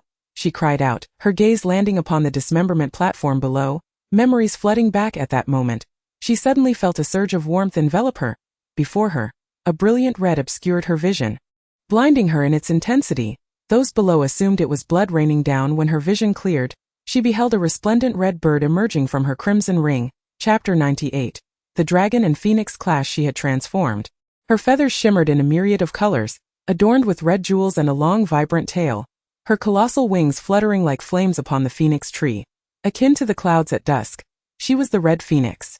The entire sky was painted with her dazzling hues. The red phoenix unfurled a wing, nearly engulfing half the heavens. An infinite expanse of crimson darkness surged forth, and with a mighty flap it sent the eagle crashing to the ground. The eagle man with a crooked nose was left choking on dust. Luoyu continued her rapid descent, but the red phoenix swooped down, grasping her and tossing her onto its shoulder with perfect poise. What a close call! A chorus of gasps erupted from below. Could it be that she possesses the bloodline of the Heavenly Alliance? How does she command a guardian beast? The flower leopard man queried in confusion. That is no mere guardian beast, that is a divine beast. The red phoenix, Who would have thought such a creature still existed in the mortal realm? Truly an eye-opener, the dragon-bodied, human-faced man remarked, finally putting away his nail file. A divine beast. Those with profound powers naturally caught wind of their conversation. How could a mere maid possess a divine beast? Jealousy and envy surged among the onlookers. Heavenly Father, have you lost your sight? Allowing such a divine being to be wasted on this girl? Many harbored this thought, believing that the ugly maid did not deserve a divine beast. That girl is rather unattractive, yet the divine beast is exquisite. The strange fishwoman commented, how can you as a woman fail to see that this girl is the most beautiful among them? The dragon-bodied, human-faced man retorted without a glance, how can we possibly compare ourselves to the dragon boss? The flower-leopard man approached with a sheepish grin. Such a remark was a profound humiliation. The eagle seethed with rage, yet before the divine beast, the red phoenix, what could it do? Resistance would only lead to its demise. With agility unmatched, the red phoenix soared, its massive form in perfect harmony with its grace, while Luoyu sat firmly upon its back. Are you a divine beast? Luoyu inquired. As my master, how could you be unaware of my nature? I feel a sense of shame for you, the red phoenix replied. You can speak? Luoyu had merely been testing the waters as a mouth only for consuming food. The personality of the red phoenix was as fierce as Luoyu's own. As Luoyu sat upon it, the red phoenix gradually descended. Everyone gazed in awe, particularly the second elder. What merit did she possess to command such an unparalleled divine beast? It was enough to incite envy. The red phoenix folded its majestic wings, standing beside Luoyu, exuding an air of obedience. Boss, it seems it is time for you to take action. You are also a divine beast. In this clash of dragon and phoenix, the dragon must prevail, the strange fishwoman suggested. The dragon-bodied, human-faced man slowly approached Luoyu. A powerful pressure bore down upon her. I cannot defeat him, the red phoenix uttered. Are you not a divine beast? Luoyu exclaimed in astonishment. Only the dazed Luoyu remained to face the overwhelming force of the dragon-bodied man. He advanced, inching closer, clearly intent on seizing the red phoenix. Luoyu, run! A voice called out, Xinyan's voice. Everyone's attention was drawn to that sound. It is him. Our true target has arrived. The dragon-bodied man turned his head. Chapter 99. Xinyan has departed. The five messengers turned their gazes toward Xinyan, their eyes sparkling with excitement. Indeed, Dragon Boss, you were right. He has been hiding in the Seven Stars district, the strange fishwoman assessed Xinyan, swallowing hard. The reward? It pales in comparison to his intrinsic worth. The dragon-bodied man mused, momentarily forgetting about his pursuit of Luoyu, or perhaps at this juncture, she was of little consequence for the Heavenly Alliance messengers. Xinyan was the true objective, and their aim was to locate him. The Gusu family was merely collateral. Capture him and ensure no harm befalls him. Injuring him would render him worthless, commanded the dragon boss. Understood, rest assured, the others replied, racing towards Xinyan. The second elder exhaled a sigh of relief. Knowing that the Tianmeng messenger's ultimate target was Xinyan, the chaos was no longer his concern. They hurried to extinguish the flames and manage the aftermath, for there were numerous matters to attend to at home. If Xinyan remained hidden, he would evade detection, but when he witnessed Luoyu on the brink of being crushed by the immense power of the dragon-bodied man, how could he not come to her aid? The only way to assist her was to divert the floodwaters eastward, drawing the dragon-bodied man's attention toward himself. Xinyan succeeded, but these pesky flies would not relent. Xinyan fled with all his might. But how could he outrun those with the swiftness of beasts and birds? As Luoyu came to this realization, she no longer cared for her surroundings. She soared directly toward Xinyan to save him. To her surprise, this little tomb raider possessed a remarkable ability to escape, darting away with astonishing speed. The five messengers pursued him as if he were gold, relentless in their chase, and it seemed as though Xinyan would soon be caught. White elephant, Xinyan shouted as he ran. Others were puzzled by what white elephant referred to, but Luoyu understood immediately and promptly summoned the white original wax elephant from her rouge ring. At Xinyan's call, the white elephant charged toward him at lightning speed. Despite its massive size, it moved with astonishing agility. Excellent! With each call, Xinyan urged the white elephant onward, and it accelerated, swiftly reaching his side. Lifting him up with its trunk and placing him securely on its back, white elephant, we must devise a way to escape these pursuers. Xinyan repeated fervently, his heart racing as the relentless enemies closed in behind him. The white elephant sensed his urgency and determination. 5 envoys seethed with a desire to eliminate him, yet they understood that vanquishing Xinyan would mean forfeiting the coveted prize they so fervently sought. Thus, capturing him alive became imperative, and they were resolute in their intent not to harm him. That as they surrounded him, the white elephant suddenly erupted in a blaze of white light, sprouting 2 pairs of wings, and soared into the sky with Xinyan in tow. Luoyue, until we meet again, were Xinyan's final words as the white elephant vanished into the horizon. The 5 envoys, however, were undeterred. After years of searching, they had finally caught his scent and could not afford to relinquish their pursuit. They darted forward, determined to chase him down. Luoyue halted, observing their disappearing figures, a sense of melancholy washing over her. Chapter 100. The master of the Gusu clan. It appears the second madam is unscathed. Luoyue remarked calmly, eyeing the second madam who was meticulously retouching her makeup. Indeed, the second elder replied, now wary of Luoyue after witnessing her crimson phoenix. With the gestures gone, so too was the mood for levity. Everyone fixed their gaze on Luoyue, whose expression was devoid of emotion. She let her hair down and wiped away the blemishes from her face, revealing an ethereal beauty that captivated all, her long hair cascading gracefully around her. Emerging from the rouge ring, she stood out among them, untouched by the dust of conflict, for she had not participated in the war at all. The crimson bird perched upon her shoulder, its eyes seemingly declaring to all, whoever dares to bully my master shall face dire consequences. 3,000 years ago, I was known as Gusu Luoyue, and my birth mother is Jichu. Now you are aware of my identity. From this day forth, I shall wield control over half of the Gusu family's financial power. Should anyone dispute this, feel free to challenge me one-on-one, or consult my crimson phoenix, Luoyue proclaimed with an air of indifference, her demeanor as calm as a still pond. The crimson bird chirped in agreement. A harmonious affirmation of their bond. Gusu Luoyue, the boisterous girl who once clamored for utter annihilation upon the bone-picking platform, the young girl has finally revealed her true identity. How could she escape the penetrating gaze of an old woman like me? Ha ha ha! None heard the laughter that resonated within the heart of the elderly matron sweeping the floors of the Gusu household. How could she fail to notice the unfolding transformations? Everyone pieced together the puzzle. Gazing into Luoyue's cold eyes, they felt an involuntary tremor of fear at her newfound strength. Elder 2, where is the ledger? Luoyue inquired. Indeed, the visitor is not to be trifled with. Elder 2 admitted, wary of the crimson phoenix, uncertain of his own chances should matters escalate. Moreover, the leverage he held over the second madam and himself could lead to disgrace should the truth be revealed. Weighing the consequences, the ledger was promptly placed in Luoyue's hands. Welcome Gusu Luoyue, back to the clan. Today your contributions to the Gusu family are invaluable, and thus I, on behalf of the clan leader, shall entrust you with the management of half of the family's wealth. Let it be known to all, Elder 2 declared. Those who were taken aback dared not voice their dissent. They feared her words, no mercy shall be shown, and the presence of her crimson phoenix. People could only imagine the magnitude of destruction that awaited those who had endured the bone-picking ordeal and returned anew. Elder 3 was less than pleased. He had anticipated inheriting the financial power next. But the sudden emergence of Gusu Luoyue had thwarted his plans, and he regretted not having disposed of her remains when he had the chance.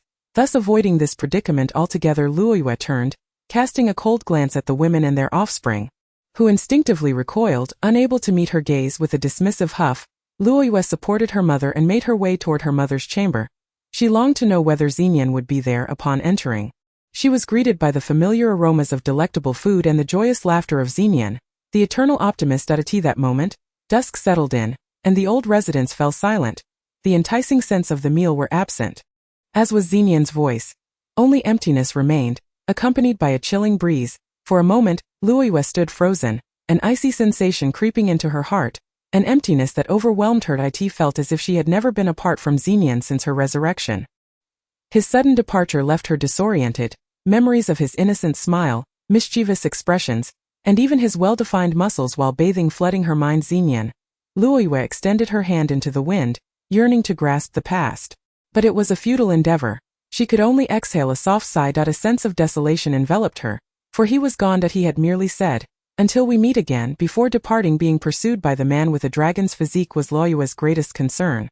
Xinyan possessed little power, and while the white elephant had sprouted wings, its abilities were comparable to the crimson bird, whereas the dragonman's prowess was formidable. Could he elude the clutches of such a being? Luoyue did not know. Anxiety for Xinyan gnawed at her, worried about the young lad. Are we? Yinji appeared at the most inopportune moment. She disrupted Luoyue's contemplative solitude. I'm not worried about him. I merely lament the loss of his exquisite culinary creations. Though the Gusu household employs renowned chefs, their dishes pale in comparison to Xenian's, Luoyue replied. Seems your stomach has developed an attachment, Yenji teased. Yenji, considering you have concealed yourself within this ring, it suggests you are at least several thousand or even 10,000 years old. You are quite the lecherous one. When I truly need you, you vanish, yet you appear unbidden for idle chit-chat, Luoyue retorted. How dare you peek at a young man while bathing? Luoyue had underestimated Yenji's wicked sense of humor. Beauty is meant to be admired. Besides, do you genuinely believe he is just a youth? He is older than the two of us combined. Yenji asserted confidently. How do you know? Luoyue inquired by examining the bones. Of course. Each 1,000 years a rib turns white. Did I caught a glimpse of him while he was bathing? Yenji revealed. Xenian, you harbor more secrets than I do. Luoyue pondered. There she had already carved out half of her territory. For 7 consecutive nights, she meditated within the Yenji ring, and on the 8th morning, a verdant vision unfolded before her, her body brimming with green energy spinning incessantly until it formed a sphere that settled within her heart. The heart chakra, the green heart chakra, had manifested. This was the 4th chakra. At last, a breakthrough had been achieved. Luoyue felt invigorated. The heart chakra symbolized balance, love, forgiveness, compassion, trust, and growth. Gone was the sensation of being top-heavy. Her body seemed to have achieved a perfect state of equilibrium. With 4 chakras attained, was the 7th chakra far off? Gusu Miao, not much longer. Chapter 102. The proposal of Xian. This news spread rapidly. Rivaling the shock of the bone-picking sentence, Jichu had dismissed the other maidservants, retaining only Danner, the steadfast girl, by her side. While others flattered Luoyue due to her formidable spiritual power, Danner worked silently, even when others distanced themselves because Luoyue was a lowly daughter and Jichu had been thwarted. Danner remained steadfast, only being reassigned after Luoyue ascended the bone-picking platform and Jichu was imprisoned in the ice lake. Before the spirit stone, the 4 figures, Luoyue, Elder 2, Elder 3, and Elder 4, extended their hands. Green energy swirling within their palms, this indicated that the 4 had attained the 4th level of spiritual power. The 3 elders were astonished. Not long ago, she had only reached the 3rd level. Her progress was astonishingly rapid. Normally, it would take a person over 1,000 years to cultivate to such a degree, requiring both talent and diligence. Yet, she had achieved it in mere days, a feat not to be underestimated. Although she had just entered the early stages of the 4th level, her green energy, while less dense and profound than that of the 3 elders, was nonetheless a testament to her achievement. Coupled with the Crimson Phoenix, she became a source of trepidation. The news spread quickly. The Gusu clan had produced another 4th-level practitioner, much to the delight of the young men of the 7th district. Who wouldn't wish to share a romantic bond with such a woman, especially when she was unmarried?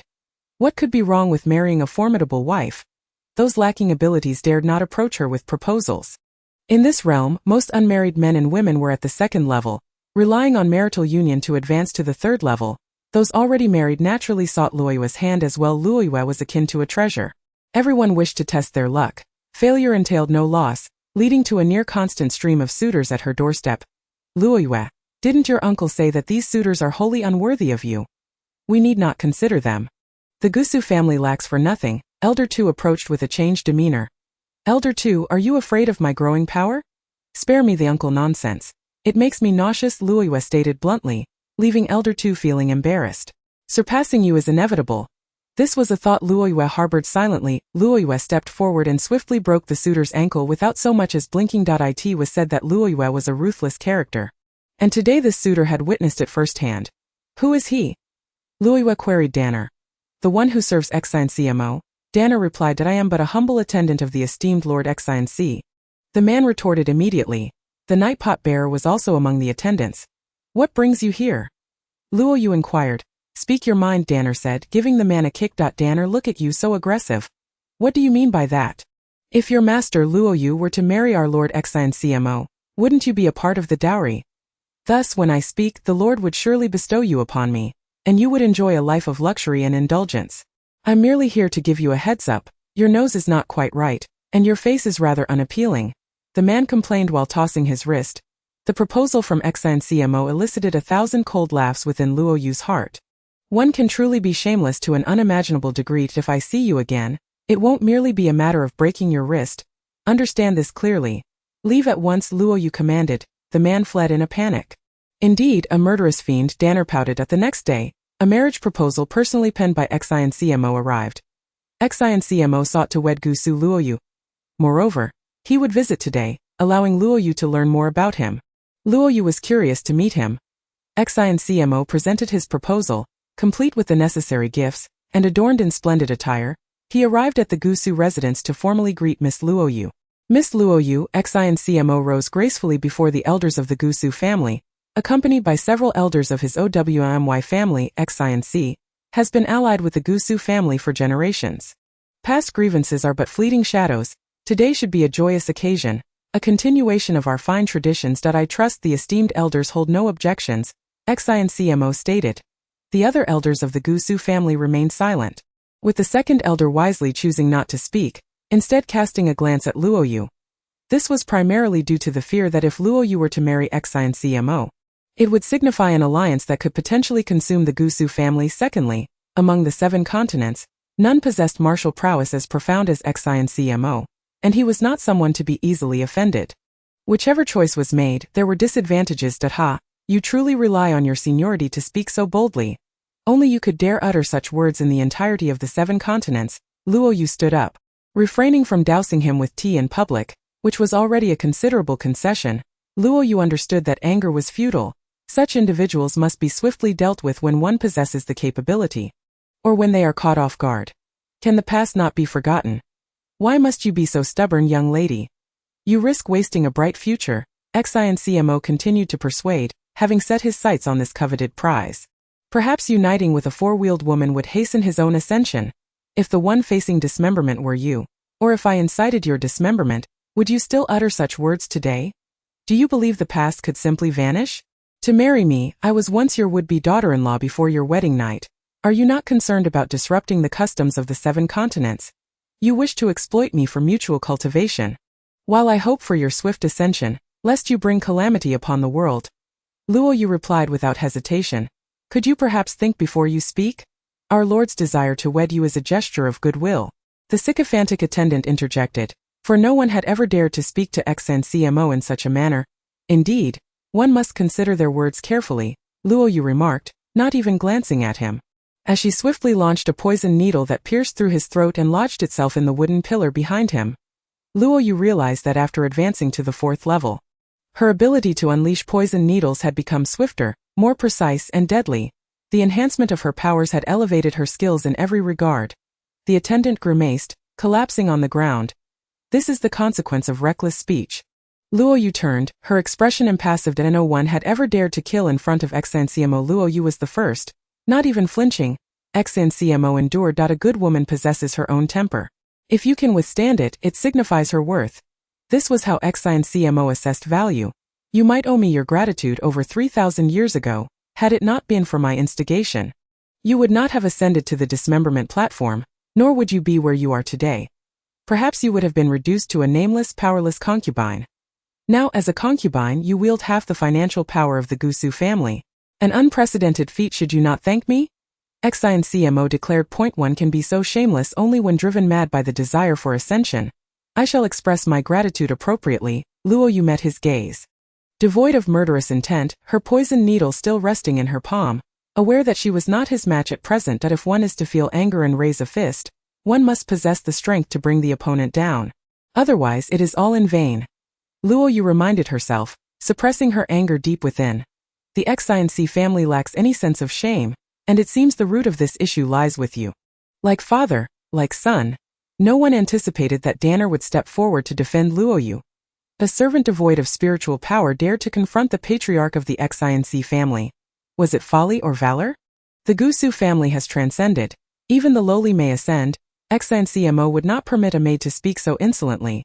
The price would be her life. As soon as the words left his mouth, Xincmo's arm shot forward, aiming directly at Danner's chest.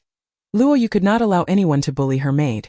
Regardless of who it was. It seemed that a confrontation was inevitable. Luoyu caught her maid, who was about to collapse, into her embrace, and summoned the red phoenix, which emerged splendidly, flapping its wings and launching itself toward Xincmo. Danner bled from her mouth, her life hanging by a thread. Master, grant me a swift end, was Danner's final request. With tears in her eyes, Luoyu nodded. Gathering her spiritual power, she pressed her hand against Danner's back. Upon contact, Luoyu suddenly sensed something amiss. although she had sustained a blow from Xincmo that had severed several meridians. Her entire being felt invigorated, the meridians pulsating with newfound vitality. The very meridians Xincmo had disrupted were clearing the blockages within Danner's body, and with other congestion present, Luoyu directed her spiritual energy to expel it all. Gradually, the blockages dissolved, blood flowed freely, and Danner's body brimmed with spiritual energy. It turned out that her lack of spiritual power stemmed from obstructed meridians. What a twist of fate! Luoyu continued to channel her internal energy into Danner. To others, it appeared that Danner had closed her eyes in death, but Luoyu understood she was undergoing a rebirth. The Red Phoenix was engaged in a fierce battle with Xincmo. Luoyu had no concerns for it, for if it were to be defeated, at least it could still fly. Luoyu carried Danner to a quiet place, using her spiritual energy to awaken her. At which point her body had fully relaxed. Focus your mind and meditate. Envision your body filled with spiritual energy. Now you must release this energy through your arms and legs. Luoyu patiently guided Danner step by step. Danner was a clever girl, quickly overcoming the initial challenges. The maid had embarked on the path of cultivation towards the 7th level, a noteworthy feat within the Gusu family, especially considering a once powerless servant had begun to awaken. Seeing Danner advance swiftly, Luoyu promptly guided her toward the 2nd level. Although Danner did not immediately reach the 2nd level, she had already grasped the fundamental principles and could employ them with ease. Thank you, Master Luoyu, that I shall follow you for life. This vow has long been made, but I wish to reiterate it. Danner knelt before Luoyu. Who would have thought? This is the reward for your courage. You have earned it. Take care of my mother. Luoyu helped Danner to her feet. Her entire visage had become notably more exquisite, spiritual energy enhancing her aura and demeanor. Luoyu and Danner emerged together. The astonishment of those present was palpable. The elders also recognized that Danner had acquired spiritual energy as she had only reached the 1st level. None took it to heart. The focus remained on the clash between the Red Phoenix and Xincmo. Xincmo had not gained any advantage. His face bore the marks of a savage scratch. Old fool, do not flatter yourself. Danner had grown bolder. If I could not perceive this, do you think I would have become the patriarch of the Xinc family? You do not believe that being the eldest son guarantees the inheritance of the family position, do you? Xincmo directed his gaze at Luoyu, ignoring Danner's outbursts and insults at times. This individual was quite cunning with such a flimsy argument. You wish to marry someone who almost became your daughter-in-law. Luoyu challenged. 3,000 years have passed, yet your foolishness remains unchanged. Xincmo conjured a protective barrier around them, such that only the two could hear their conversation. Do you think the financial power of the Gusu family is easily obtained? It is not without its burdens. You require a powerful ally. And I am the best candidate. Do you truly believe the 2nd elder would willingly share his wealth with you? Alliance, I would never seek someone like you. This is akin to a mantis stalking a cicada while a yellow sparrow waits behind. The matters between me and the Gusu family are private affairs. Regardless of who holds power, our surname remains the same. You are merely an outsider, a brazen one at that. Danner speaks the truth. You are nothing but a debaucher of the elderly, willing to conceive any shameless scheme to ascend to immortality to marry me. You wouldn't even dare to dream of it, said Luoyu unreservedly. Speak your conditions. Xincmo inquired. Even if all the men in the world were to perish, I would never consider you, for the sight of you already makes me nauseous. Spare me your pretense. Luoyu spat disdainfully. She had long wished to express her contempt for this old fool. Young and reckless, I shall forgive you. There will always be things in this world that stir your heart. If I am not mistaken, the poison needle that killed my attendant was crafted using the yearbook, wasn't it? The thief of the yearbook was an insider, and the toxin within the needle is a patented invention of that old fellow Mu Qiao. Surprising that you have managed to learn it, Xincmo queried. Luoyu maintained a facade of tranquility, yet deep within, she was profoundly shocked by Xincmo's knowledge. It seemed she had underestimated this old scoundrel. The truly formidable adversary was not the easily manipulated 2nd elder but Xincmo, the cunning old rogue. Since you are aware of the poison's origin, you must also be capable of counteracting it. Luoyu said, simultaneously launching 3 poison needles towards Xincmo, one aimed at his head, one at his body, and one at his thigh. Xincmo merely smiled. 3 poison needles could hardly pose a challenge for him. With a swish of his hand he deflected them effortlessly. But what was this? A 4th needle. Xincmo noticed that one of the needles had transformed into 2. It turned out another was concealed within. Only when under attack did the 2nd needle reveal itself, resulting in a total of 6 poison needles. This was the modified poison needle crafted by Xenian using the yearbook. Xian Seymour had no time to react. Ultimately, one of the poison needles pierced his eye. Luoyue did not hear a scream. If you think I will go blind, then you are sorely mistaken. Xian Seymour quickly applied a liquid to his eye. The toxin had not spread into his bloodstream but was halted, gradually diminishing. Chapter 106. To marry or not to marry, this is the antidote. Xian Seymour possesses the antidote. If he has such an ancient poison's antidote, it indicates that perhaps he has seen the Mu Chao family's genealogy, otherwise, he wouldn't possess it. Heh, whether you go blind or not is of no concern to me. I merely demonstrated why you have long coveted the Mu Chao family's genealogy. Luoyue remarked with a cold smile. She understood that the other party wished to cultivate dual practices with her body and would not harm her. Mu Chao Chi's antidote technique. Was that not the missing half of her own fragment? So it had ended up in Xian Seymour's hands. Lua's eyes sparkled. Xian Seymour had unwittingly revealed his vulnerability. Go, you seek the antidote manuscript left by Mu Chao Chi. You know what you must offer in exchange. I shall await you at Xian Seymour's residence, Xian Seymour declared as he lowered his protective barrier. The second elder and the others had not overheard their conversation. The two emerged with calm expressions. Xian Seymour's eyes appeared completely normal. This was the best proof of his possession of Mu Chao Chi's antidote manuscript. Are you two getting married? The second elder could discern no signs of joy or sorrow on their faces. Luoyue? Getting married? The second elder asked nervously. Marriage would imply an alliance with an outsider, jeopardizing his own position. If they did not marry, then what had they just discussed? Curiosity gnawed at him. That he wishes to form an alliance with me. Naturally speaking ill of you and extolling the benefits of the alliance, Luoyue replied with a smile. Did you agree? Luoyue, we are family after all. He is an outsider. The wealth and power are split between you and me. It will always belong to the Gusu family. His surname is Xian Seymour. This you should understand, the second elder insisted earnestly. Hey, you seem anxious. I thought you were as steady as a mountain. Luoyue chuckled again. The second elder felt an unsettling chill. Would she marry or not? If I had to choose between killing Xian Seymour or siding with you to eliminate him, I would choose to ally with you to kill him, and then dispose of you. Is that answer satisfactory? Luoyue revealed. The second elder felt a weight lift from his heart. Then what were you two discussing just now? What? Has your skill not yet reached the level of penetrating the sound barrier? You should focus on your training and refrain from scheming against others.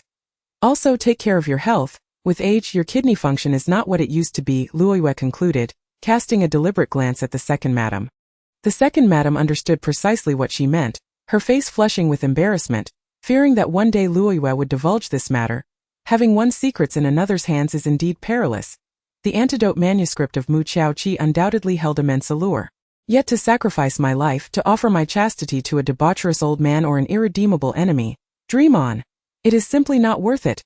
However, Luoyue began to concoct a plan. Steal? Red Phoenix, you come and go with ease. Why not steal it for me? Luoyue suggested. I can imagine that the red bird perched on the branches of the scarlet tree, lost in thought. Oh, that sounds good. After you steal it, I'll take you to find them. How does that sound? Luoyue proposed. You must keep your word. Have I ever gone back on my word? Your reputation is still quite good. Then I shall await your good news. Chapter 107. Interspecies romance. The red bird flapped its little wings as it departed from the Rouge Ring. It was hard to imagine that such a clumsy creature could pilfer the antidote manuscript from the hands of that old rogue Xian Seymour. Luoyue sent her not because she believed she could succeed, but to provide an opportunity for growth. Only through practical experience can one truly improve. Even for a bird, Luoyue did not believe she could accomplish it, yet she was certain it would not fall into the hands of the old rogue. This little creature was quite clever. Luoyue fell asleep, and while obtaining the antidote manuscript would indeed be beneficial, not acquiring it would not lead to any loss on her part. As for Xian Seymour using it as bait, that was pure fantasy. Red bird may not have the ability, Luoyue thought, never considering that the red bird would succeed. The two fell asleep, and in the middle of the night, Luoyue suddenly awoke, a voice beckoning her from within. Hurry! Save me! Hurry, save me! Master, master! It was not the Rouge but the red bird's voice.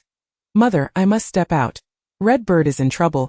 Luoyue donned her garments and flew out into the night and the woods on the outskirts of the city. The red bird flitted its wings, perched on a tree, calling for Luoyue. Did you go to steal something from Xian Seymour? Or did you learn from little grave robbers and venture into a tomb? Luoyue inquired. Then she bandaged the red bird. I went to the old rogue's house, believing that the item must be in his secret chamber. Since he went to take a bath, completely undressed, his belly was enormous and quite revolting. Filled with fat, I entered the secret chamber, but suddenly a multitude of arrows shot out from behind the door. One pierced my wing, so I flew and flew, making my escape, but don't worry. I didn't come to harm. When the secret chamber opened, a tremendous noise erupted, and the old rogue emerged. I pecked him hard on the rear from behind and even left a generous deposit on his head. Just as I was feeling unwell, the red bird recounted that it seems you're fine, and you can still chatter away. Luoyue embraced her, lying together on the grass beside the icy lake, where the rapidly growing grass thrived, and the white wax elephants were no longer present to devour it. The nearby patch of land was sown with herbs transplanted from the Gusu family's medicinal garden, which were also beginning to flourish. While listening to the red bird's incessant chatter, Luoyue harvested herbs and scattered seeds simultaneously. Could you please pay attention to what I'm saying? The red bird, displeased, flew before Luoyue, limping slightly. My ears are listening. Indeed. Humph, if I didn't provide you with something useful, you'd truly think I was one of those big foolish birds, the red bird said, pulling something from beneath its feathers and placing it before Luoyue. Just from glancing at the notes, Luoyue recognized it as Mu Qiaoqi's manuscript. As the antidote manuscript. Red bird, you? Luoyue exclaimed in surprise, her hands scattering the herb seeds all over the ground. Utterly oblivious. Ahem. I'm thirsty. The red bird began to take on a commanding tone. Sister, sister, divine bird, divine eagle, darling, quickly identify the authenticity for me. Luoyue was now anxious, feeling compelled to appease this little deity. How about it? Am I impressive? The red bird asked. Chapter 108. Interspecies romance. You are extraordinarily impressive, invincible in the universe. Did you dare to underestimate me? Who would dare? I would flatten him with a single blow. Am I good to you? Yes, better than my own mother. Do you like me? I like you so much I could die for you. Am I beautiful? You are stunningly beautiful, unparalleled throughout the ages, a one-of-a-kind wonder. Very well, since you have answered correctly, I shall grant you this.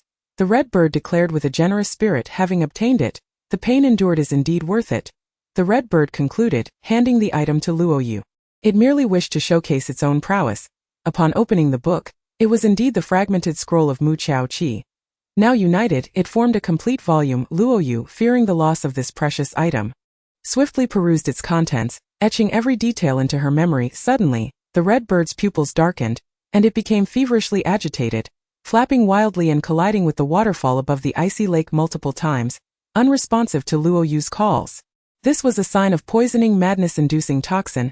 Regardless of the late hour, Luoyue promptly raided the nearest apothecary, gathering the necessary ingredients to concoct a remedy, boiling them together into a broth, and then ensnaring the red bird to steep it within. After half an hour, the red bird finally returned to its senses, its wounds having largely healed. What a close call. Luoyue herself also soaked in the remedy to prevent any potential poisoning. Knowing that if she succumbed, the red bird would be unable to save her. Go to the Gusu family to collect your reward. I shall take charge of this apothecary, Luoyue declared, seizing every ingredient from the shop and transporting the entire shelf into her scarlet ring, which contained countless small square boxes, each meticulously labeled with the names of the various herbs. What delighted Luoyue most was the presence of several rare medicinal ingredients in this shop. Casually combining a few herbs, she simmered them for half an hour before allowing the concoction to cool. I want to drink this. It smells delightful and sweet. The red bird began to boast once more. The red bird is fine, Luoyue reassured Jichu. The red bird had already been released. Let me go find Bai Yuan, my beloved elephant, the red bird exclaimed, filled with excitement akin to that of a love-struck admirer. Are you considering an interspecies romance? Luoyue inquired. Oh dear, your human thoughts are truly sordid. My relationship with Xiang is one of friendship, pure and innocent. The red bird scoffed at Luoyue. Unlike you, who thinks of Nian yet never goes to see him. It added pointedly that I don't think of him. Luoyue adamantly refused to admit. Enough of your banter, Luoyue. Since you promised the red bird, you should accompany her to find him, Jichu suggested. Very well, then you all may enter my ring, Luoyue replied. No child, I shall not go. I wish to remain with the Gusu family, guarding this legacy. Now that Danaer has acquired her spiritual power, she can protect me as well. This was Jichu's resolute decision. Chapter 109. Seeking Xinyan no way. After such a hard-won reunion, how can we bear to part again? The Gusu and Xinc families are both ruthless. They will not spare us, just as we shall not spare them. It is absolutely out of the question, especially since Danaer is only at the second round and cannot contend with formidable adversaries. Luo Yu firmly disagreed. My child, I have dwelled at the icy lake for 3,000 years. Although I have lost my memories, I am not so foolish as to remain idle. You are growing stronger. They dare not harm me. I can leverage this portion of wealth and power to gradually consume the Gusu and Xianxi families, perhaps even the entire Qishan territory, Zhichu said with a smile. This was a subtle form of assassination. Beneath her gentle exterior lay a cunning heart, perfectly aligning with Luo Yu's ambitions. I trust that my mother will adeptly navigate and manage everything, but the absence of a skilled fighter and a clever mind nearby leaves me uneasy. Luo Yu confessed. Yet, there was no suitable person to assist her. The red bird, while formidable, could not be left behind. Luo Yu thought of Yanji, come forth. This is the moment we need you. The time to test your mettle. Luo Yu called out.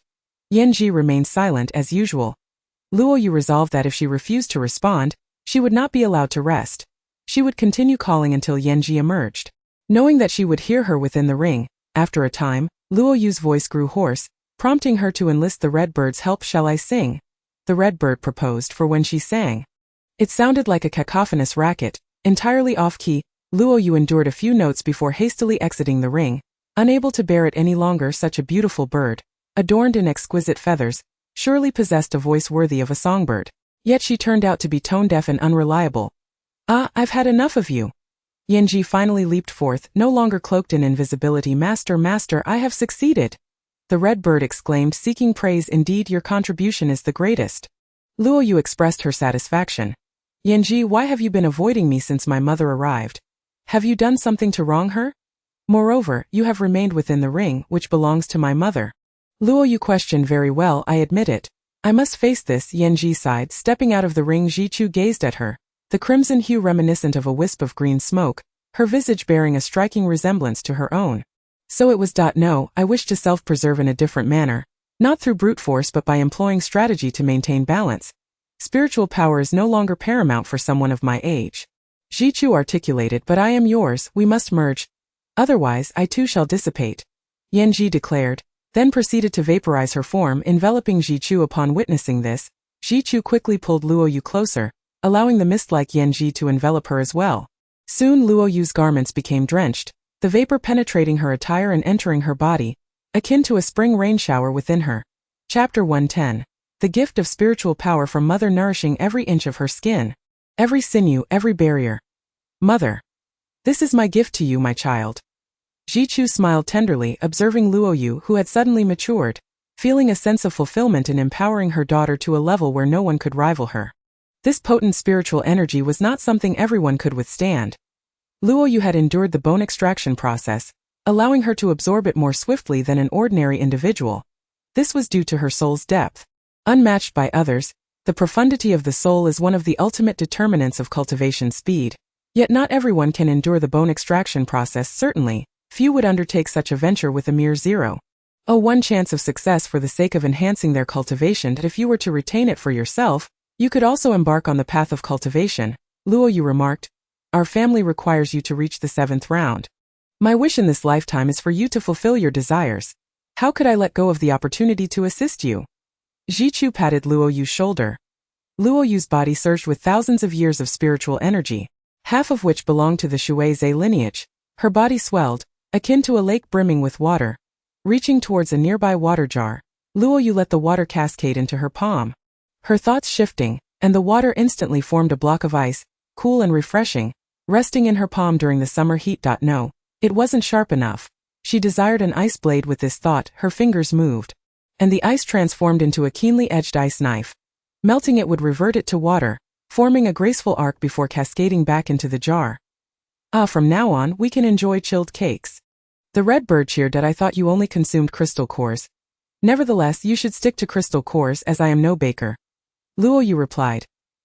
Relying on you would surely leave me craving. Once I find xiang, Nian will make them for me. Your sole responsibility shall be the uncomplicated task of chilling. The red bird rolled its eyes at Luo Yu. You. After Yanji fully vaporized and entered Luo Yu's body, she would no longer speak like a soul. The atmosphere in the ring grew significantly quieter. Now with the red bird, the ability to manipulate water elements, and her inherent 5-elemental strength, she would undoubtedly be able to match Xianxi. When did you become an intermediate divine beast? Only then could I agree to him, Luo Yu mused, gazing at the little glutton. Hey, if you expect me to assist in your revenge once you reach the 7th round, I will still be at the beginner stage, yet I could defeat that old thief. The treasures in that old thief's family are plentiful. I wish to plunder them, the red bird said. Luo Yu meditated within the ring for 3 days, allowing her mother's bestowed spiritual power to integrate more fully while also practicing her control over the water elements, causing the icy lake to churn tumultuously. 3 days later, having achieved a sense of accomplishment, Luo Yu finally emerged after bidding farewell to her mother. She set off towards the city gates alone. Before departing, she visited the Mu Qiao family, leaving Mu Qiao Shui there. Although still unconscious, her poison had been cured, and she would recover with some rest. Are you truly leaving, little aunt? Mu Qiaofeng asked, somewhat reluctant to see Luo Yu go, having formed bonds during their time together. Yes, I am going to find Xinyan. Luo Yu replied with a smile. Chapter 111. Entering the dark forest, it seems that both you and I are tasked with eating, while Xinyan is responsible for the cooking. I truly long for his culinary creations, with their distinctive flavors. Just wait here for my good news. Please take good care of my mother, Luo Yu instructed. Of course, Mu Qiaofeng readily agreed. At that moment, Luo Yu had yet to fully comprehend that once her mother's cunning nature was unleashed, it would be of an extraordinary caliber. The destination of Luo Yu was the Tianming continent. We are off. The red bird flapped its wings, no longer content to remain in the ring, and perched itself upon Luo Yu's shoulder. They would leave the city by afternoon, and at dusk, Luo Yu chose to avoid the main road and instead meandered into the forest. Master, why are you not taking the well-lit path? Instead, you're heading that way. I've heard that leads to the Black Forest, where at night, the cries of ghosts and wolves can be heard. Aren't you afraid? I'm still small and quite frightened. What if a large bird decides it likes me? Should I marry or not? Or perhaps I should date for a few years first, and find a virtuous husband? The red bird prattled on, unabashedly voicing its thoughts, to which Luo Yu had grown accustomed. Such was its nature.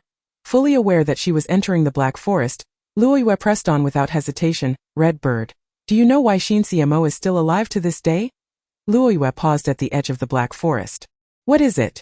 It is because neither you nor I are strong enough, Luo Yu declared. To grow stronger, one must engage in constant battles. Only through combat can we progress and unlock the power within our bodies. That is the purpose of our journey through the Black Forest, Luo Yu explained. Very well, from now on, if you desire crystal cores, you shall hunt for them yourself. I shall no longer provide them. Luo Yu's words instantly invigorated the red bird, as it realized its rations were being cut off. You have such a cruel heart. I am still young and in need of nourishment. The crystal cores you gave me were merely small ones. And I did not complain, the red bird lamented, crossing its claws in a display of grievance, expressing its reluctance to hunt for food small. You have existed for thousands of years. By all accounts, you are older than I am. I have yet to rely on you for sustenance, and now even the small ones are gone. Whether you eat or starve is entirely up to you, Luo Yu resolutely declared. You are a beast. You are worse than a beast. The red bird huffed in frustration, infuriated by its master's stubbornness. You've known this for quite some time, that I can be more beastly than any beast. Given the opportunity, that I am hungry and intend to catch a rabbit to roast. The rabbit I eat will not come with a crystal core. You shall handle your own affairs, Luo Yu said, and with that, the two officially entered the Black Forest, fortuitously spotting a gray rabbit hiding behind a tree. Provisions have arrived. Little rabbit, be good. Auntie is coming to eat you. It is a blessing for you. Chapter 112. Moonlight grass. In a swift manner, Luo Yu, though not as meticulous as Xinyan, managed to roast the rabbit over the fire. The dried rabbit skin proved perfect for crafting 2 pairs of insoles, one for Xinyan and one for herself. Ah, look at you making insoles for Xinyan. The red bird snickered from the side, observing Luo Yu's determination to use self-inflicted hardship to starve herself, curious whether her master would intervene, despite her stomach growling for quite some time. Luo Yu endured. Keep laughing, and I might just use your feathers to make Xinyan a bed. Luo Yu threatened, as she took a bite of the fragrant roasted rabbit. Already thinking about bedding? Master, your thoughts wander far indeed. The red bird scoffed, as if questioning Luo Yu's motives in seeking someone to provide for her in the long run. Luo Yu took a sip of water and wiped her mouth. Now I shall enter my training meditation time. You ought to conserve your energy for speaking. Otherwise, you may find yourself hungry soon. Luo Yu felt no sympathy for the red bird, determined to eradicate its lazy habits at the root. Observing Luo Yu engrossed in her training, no amount of antics from the red bird could distract her. while its own stomach was growling incessantly. "Very well, you heartless master. It seems I must fend for myself." The red bird flapped its wings, feeling quite exhausted, and decided that lying down was far more comfortable. "Oh, what is that ahead?" A red-eyed fox. The red bird had already spotted the crystal core wriggling within its belly. Was this red-eyed fox out at midnight to steal chickens? "Encountering me shall be your misfortune." After some contemplation, the red bird concluded that a direct approach would be best, as it would allow for a swift resolution without excessive exertion. With that thought, the red bird darted towards the red-eyed fox, expanding its body just as it neared, leaving the fox bewildered as it was quickly subdued. The red bird swiftly pecked at the crystal core, devouring it hastily, driven by hunger, and thought to itself that it would begrudgingly settle for such a lowly meal. Having finished, it felt insufficiently sated and glanced at the red-eyed fox's pelt, musing that since its master treated it poorly, it would treat the master well. Hoping to induce feelings of guilt with its claws, the red bird stripped the fox's skin and draped it over its body. Perched upon a tree was a gold-and-silver monkey. Deliciousness approaches again. The red bird dashed forward. Meanwhile, Luoyue continued her cultivation within the ring, her mother's spiritual power overwhelming her, transforming her entirely. As she utilized her previous techniques, she realized that her former self had merely been a fool. Moving in slow motion, previously proud of that version of herself, how ignorant and naive she had been, the red bird had ventured out for training. Luoyue could not afford to be idle either, as her purpose in entering the Black Forest was to further her own advancement. After all, should danger arise, she and her contracted beast could summon each other for assistance. Thus, she felt no fear as she ventured deeper into the Black Forest, which lived up to its reputation, with the cries of wolves and ghosts echoing through the night, and even the moonlight appeared pale and eerie. Luoyue treaded cautiously, suddenly catching sight of 3 to 5 twinkling lights ahead. Chapter 113. Ice Fox. Upon closer inspection, she discovered that the light emanated from a type of grass. Was this not moonlight grass?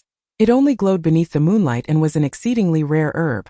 Luoyue uprooted it and placed it within her lipstick ring, but as she pulled the last root, the moonlight grass sprang to life, darting away as if it had developed sentience, leaving a trail behind it.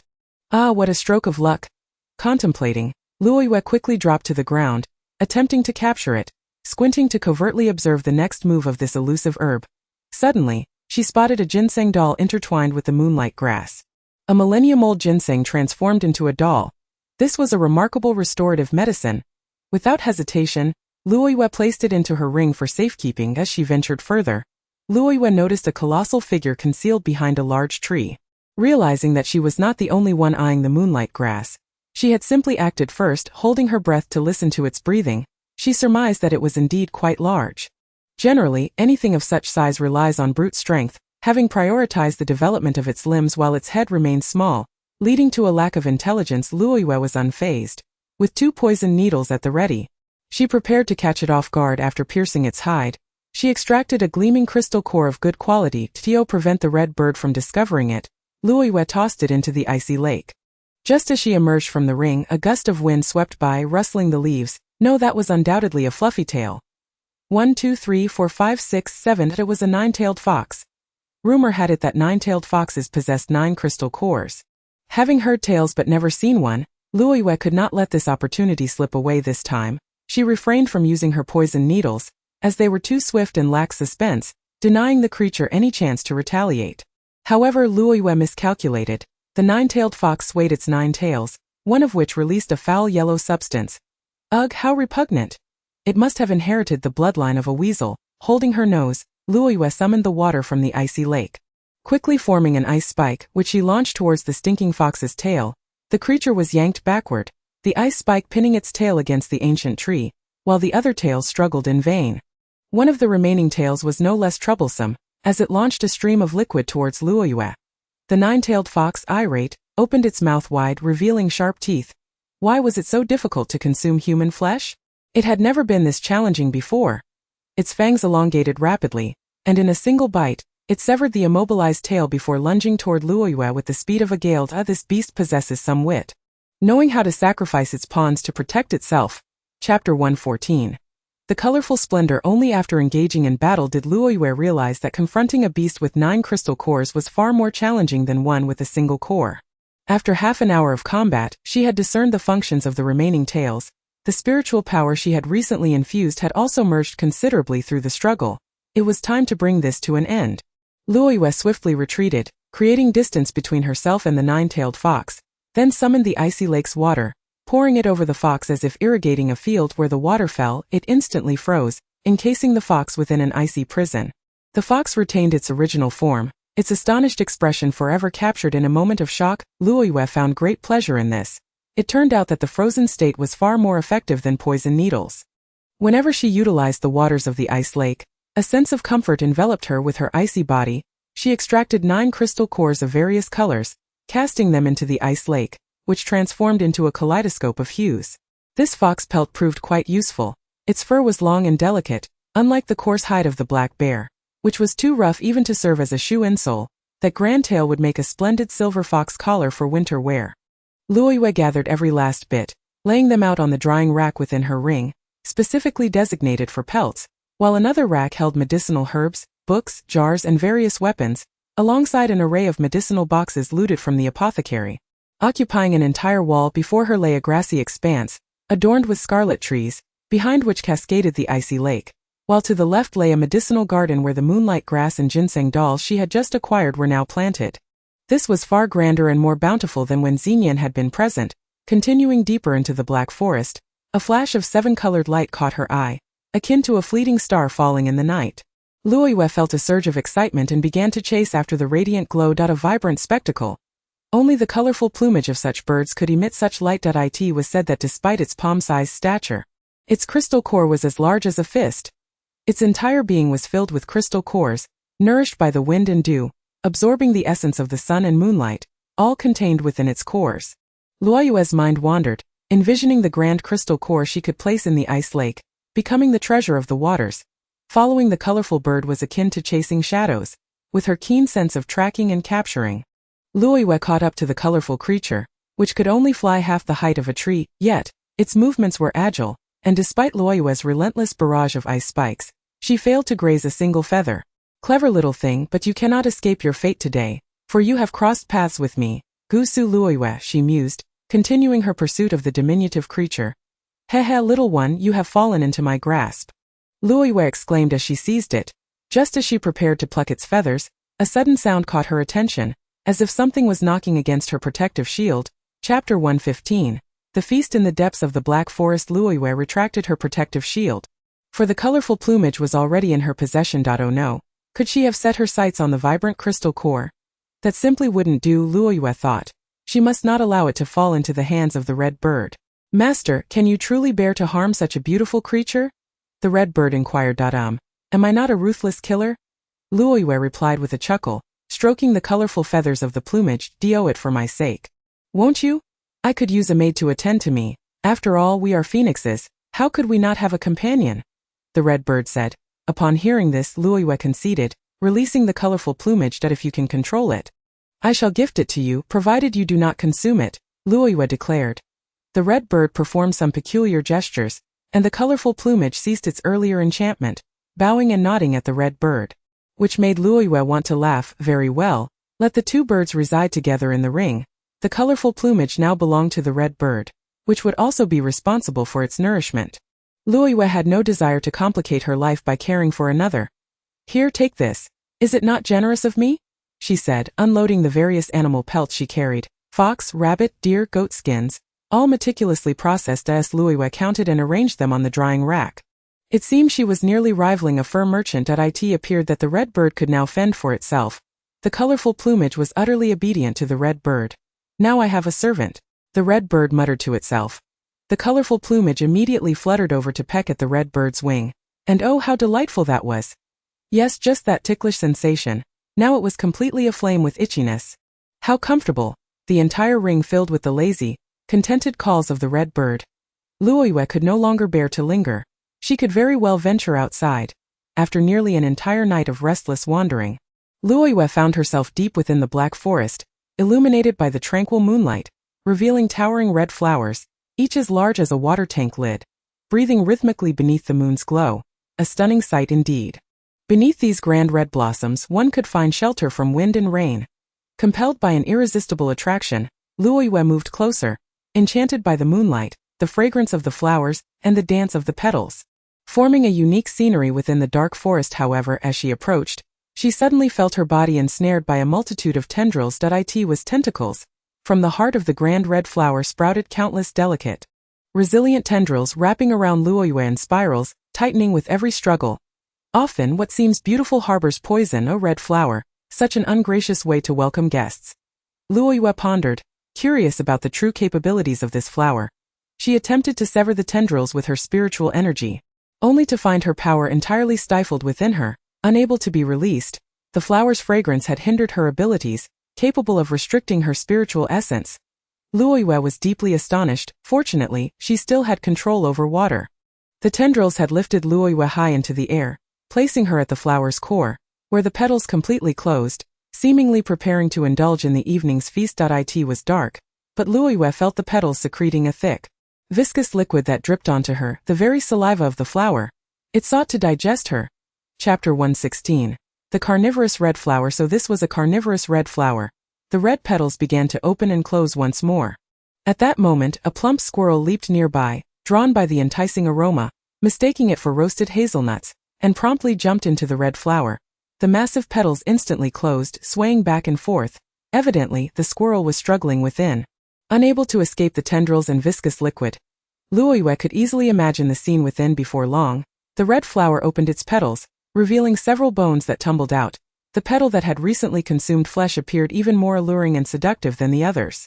It seemed that these flowers thrived on meat rather than mere vegetation. Turning to leave was not an option.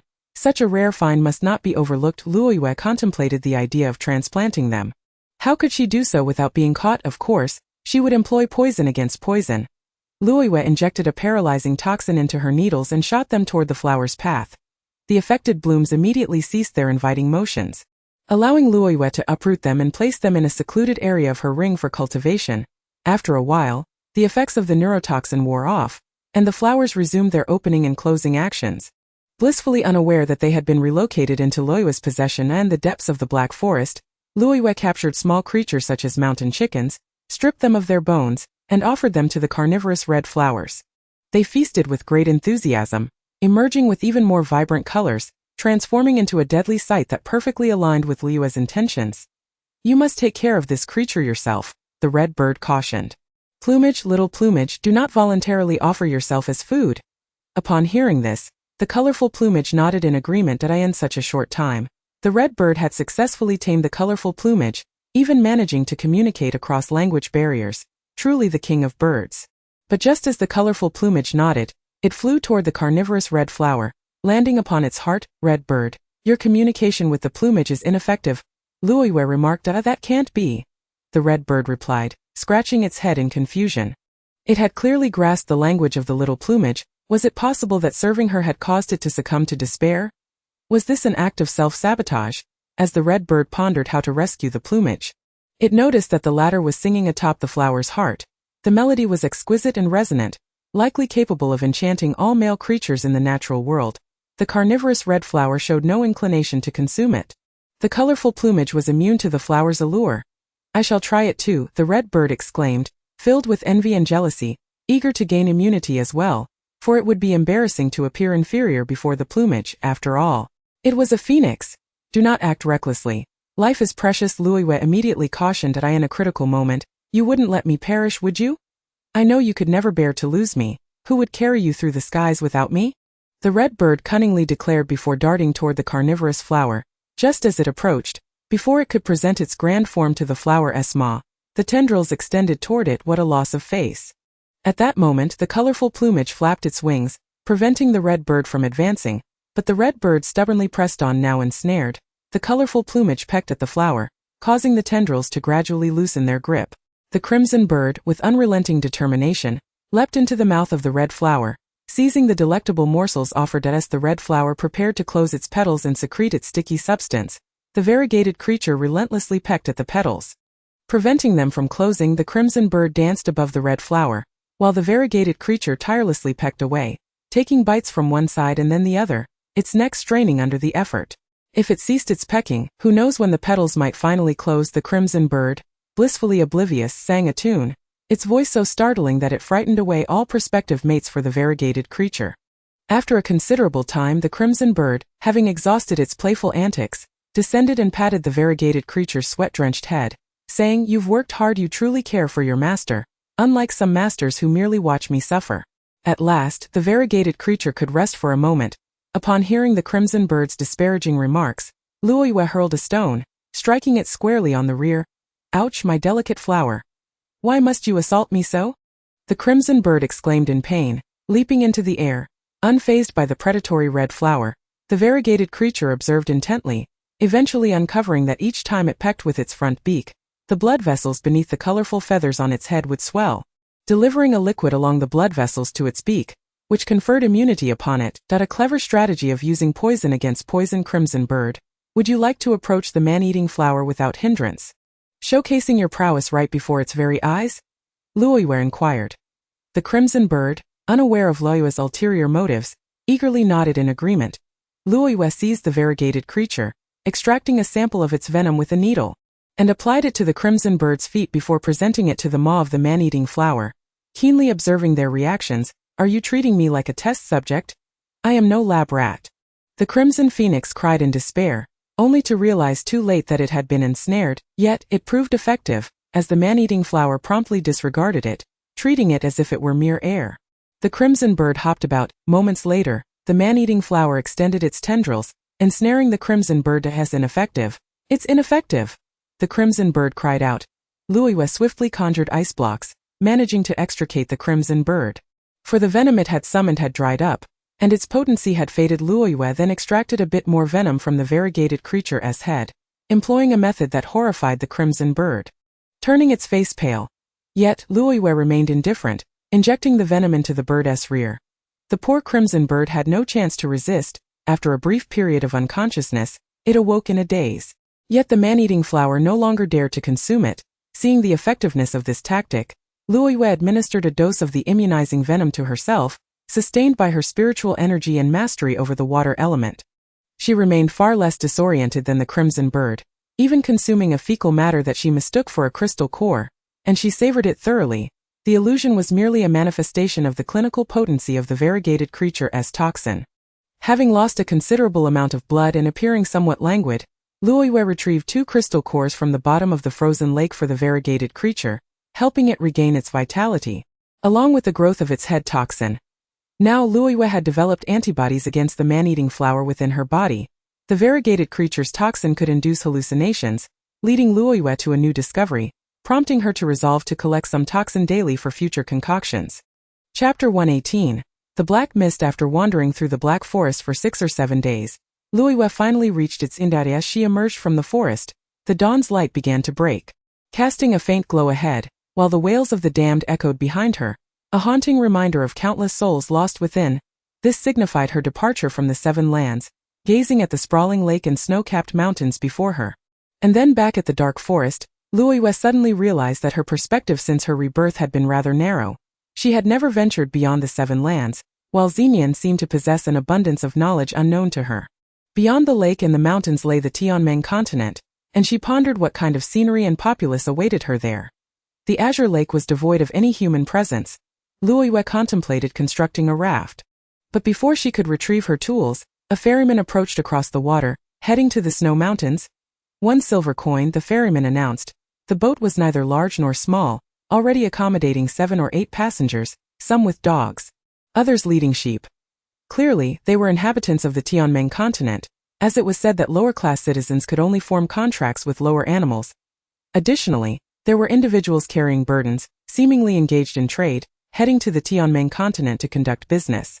Luoyue caught a whiff of pelts from one of the burdens, suggesting that the person was transporting furs acquired from hunters to sell in the Tianmeng continent.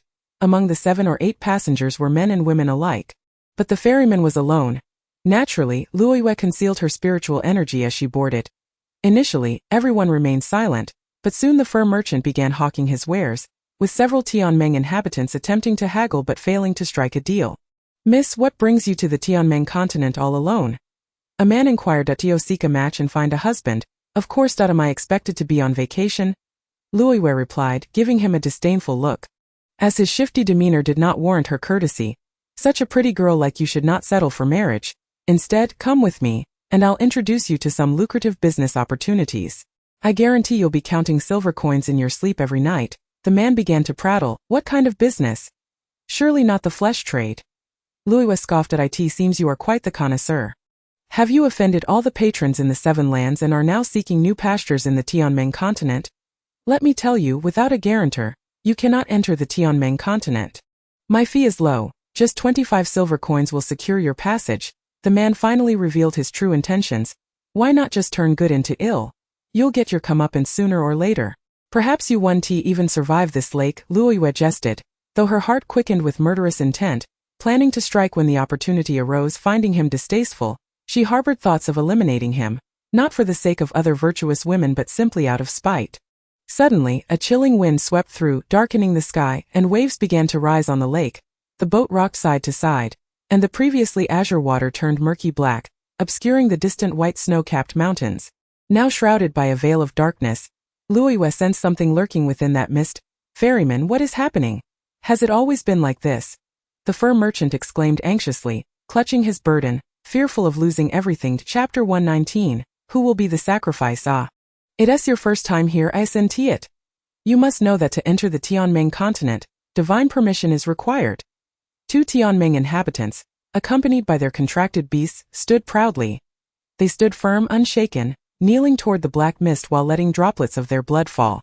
Not just one or two, but a stream akin to tears, reminding Luiwe of the blood grooves on Xenian's dagger. O exalted deity, please witness my unwavering loyalty as your devoted follower. They then bowed 3 times.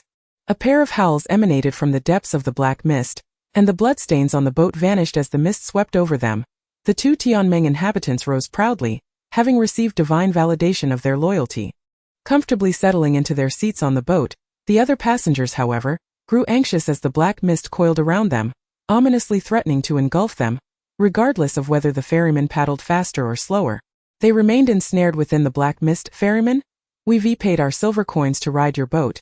You are responsible for our safety. If we perish here, you won't escape the consequences. The fur merchant continued to tremble in fear as the mist encircled him. I am also powerless in this situation. The ferryman quivered. 2 Gentlemen, please help me. If this is indeed the guardian deity of the Tianmeng continent, you must have a way to save me.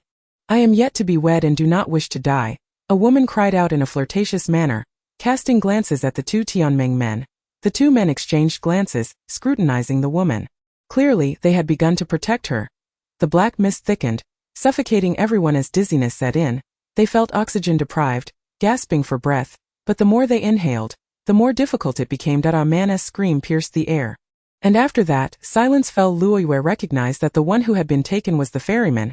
The deity has decreed that one among the passengers must be offered as a sacrifice to ensure the safety of the entire vessel. Otherwise, aside from the 2 Tianmeng inhabitants, all shall perish. This is the price of entry into the Tianmeng continent, the ferryman stammered. Trembling, the black mist gradually receded from each individual, coalescing into a singular mass. Awaiting its offering, everyone exchanged glances. A sacrifice would undoubtedly be selected from among the weakest. That girl seems suitable.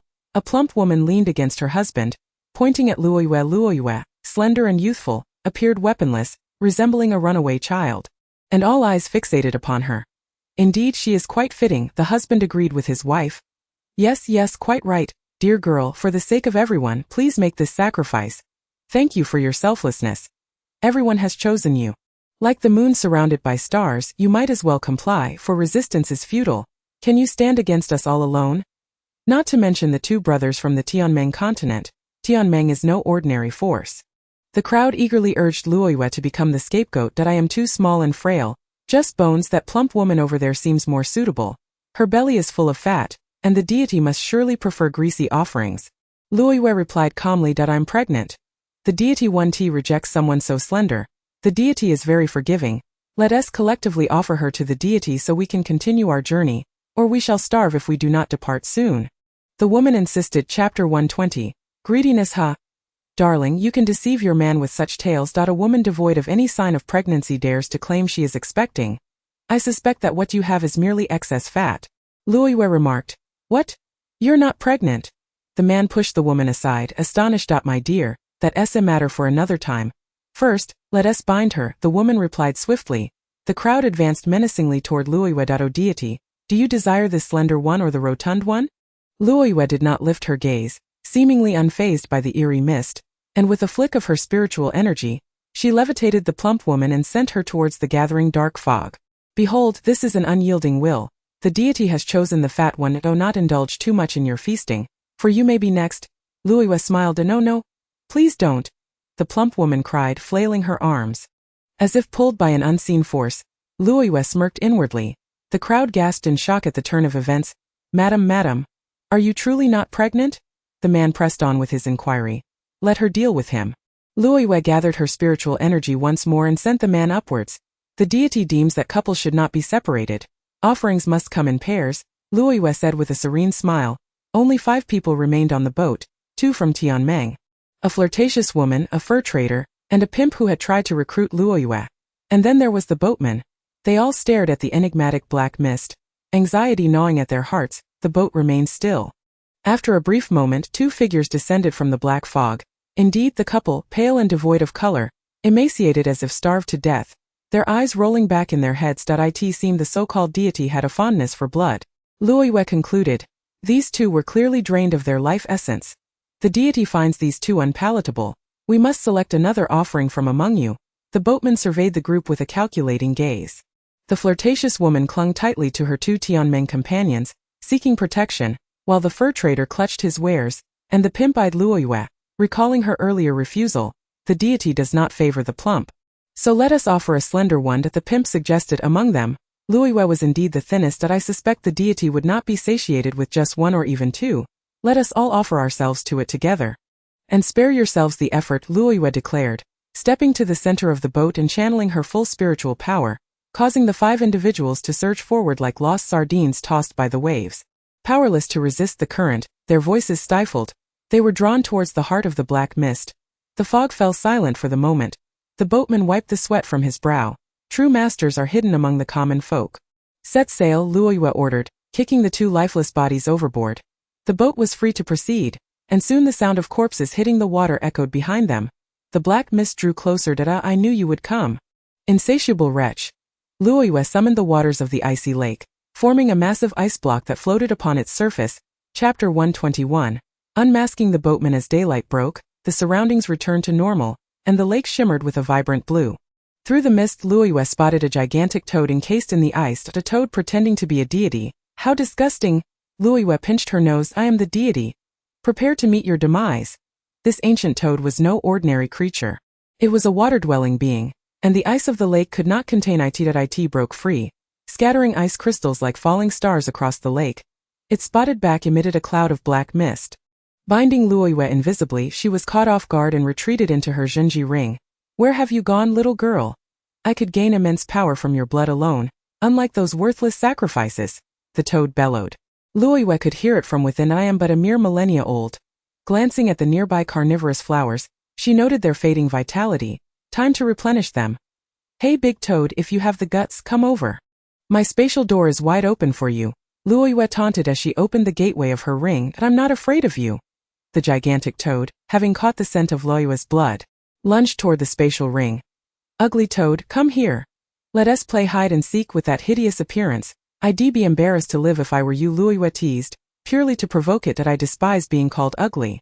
Ribbit, the toad roared, leaping towards Luoyue. She nimbly perched atop a carnivorous flower, and the toad leapt forward. It had become a delightful meal, and several carnivorous flowers eagerly reached out with their tendrils to ensnare it. However, the toad was too large for even one flower to capture. The carnivorous flowers, undeterred by its toxic fumes, swiftly tore it apart, ensuring that everyone received a share, for none would allow the toad to be monopolized. The toad had met its match among the flowers, its final cries uttered in a language Luoyue could not comprehend. Moments later, the flowers regurgitated its bones, leaving behind a massive black crystal core. For the flowers feasted only on flesh, not on crystals. The red bird and the variegated one licked their lips, their eyes fixated on the black crystal core. The toad had cultivated well, and the core was of high quality. Luoyue picked it up and tossed it into the icy lake. The toad's bones were valuable, highly toxic, and Luoyue diligently collected them to grind into powder, labeling and storing them carefully. The toad's bones were a deep black with a hint of red, indicating their premium quality. Stepping out of the ring, she found herself back on the boat. Boatman, let us set sail. What are we waiting for? Luoyue maintained her composure, a slight smile gracing her lips. The The boatman wiped the sweat from his brow and resumed rowing. They had reached the midpoint and all was calm behind them. Soon they would arrive at the foot of the snowy mountains. "Miss, you truly are remarkable. If only we could hire someone like you as a bodyguard. Then no one would dare to bully our passengers," the boatman flattered. "Is that so? I fear you would most prefer not to encounter someone like me," Luiwe replied coldly, a smile still lingering. "What do you mean by that?" The boatman broke into a cold sweat. "Stop dallying with your boat, colluding with the toad spirit to offer sacrifices. How much benefit do you expect to gain from a single offering?" Luiwe inquired. The boatman, stunned, nearly overturned the oars in shock. Chapter 122. "They would fare better without you, heroine. Spare me. I have a family to support. They cannot survive without me," the boatman immediately pleaded, clinging to her leg. "They would thrive even better without you. Those who wish to remarry will do so, and those who wish to establish a new life shall proceed," Luiwe declared, her hand descending decisively. The boatman grimaced and collapsed. Kicking him into the lake, Luiwe sailed alone across the surface, savoring the tranquility, with the snow-capped mountains looming ahead, beyond which lay the Tianmeng continent. "Xinjiang, may you be caught. That way, I shall not have to run about aimlessly." What was that jumping in the lake?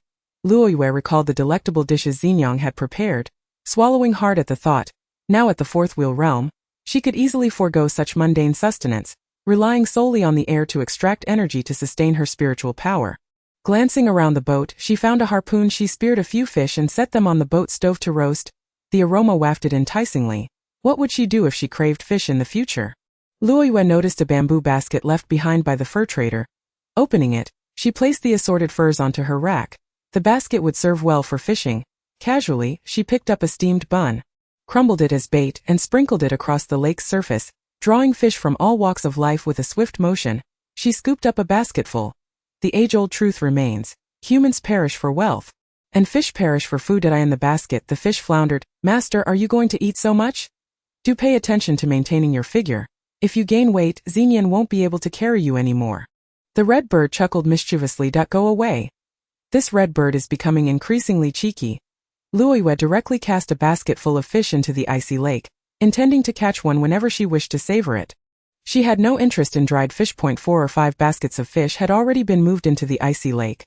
Luiwe had to personally step in, gathering some aquatic plants and algae to nourish the fish, creating a cycle where the fish's waste would serve as fertilizer for the plants, ensuring a continuous supply of deliciousness. The boat had reached the ferry terminal. Snowflakes danced in the air, mountains layered like a grand tapestry. As wine simmered, smoke billowed, and a small boat carried the moon. What an atmospheric scene it was. Though her internal spiritual energy kept her warm, Luiwe still draped herself in a piece of animal hide, which she had skillfully fashioned into a cloak, tying it together with 2 straps across her chest. "Ask. Your sewing skills are truly..." The red bird seized every opportunity to tease its master. "At least I can sew. What about you? Your poisonous needles have their uses. They can be employed for mending and patching."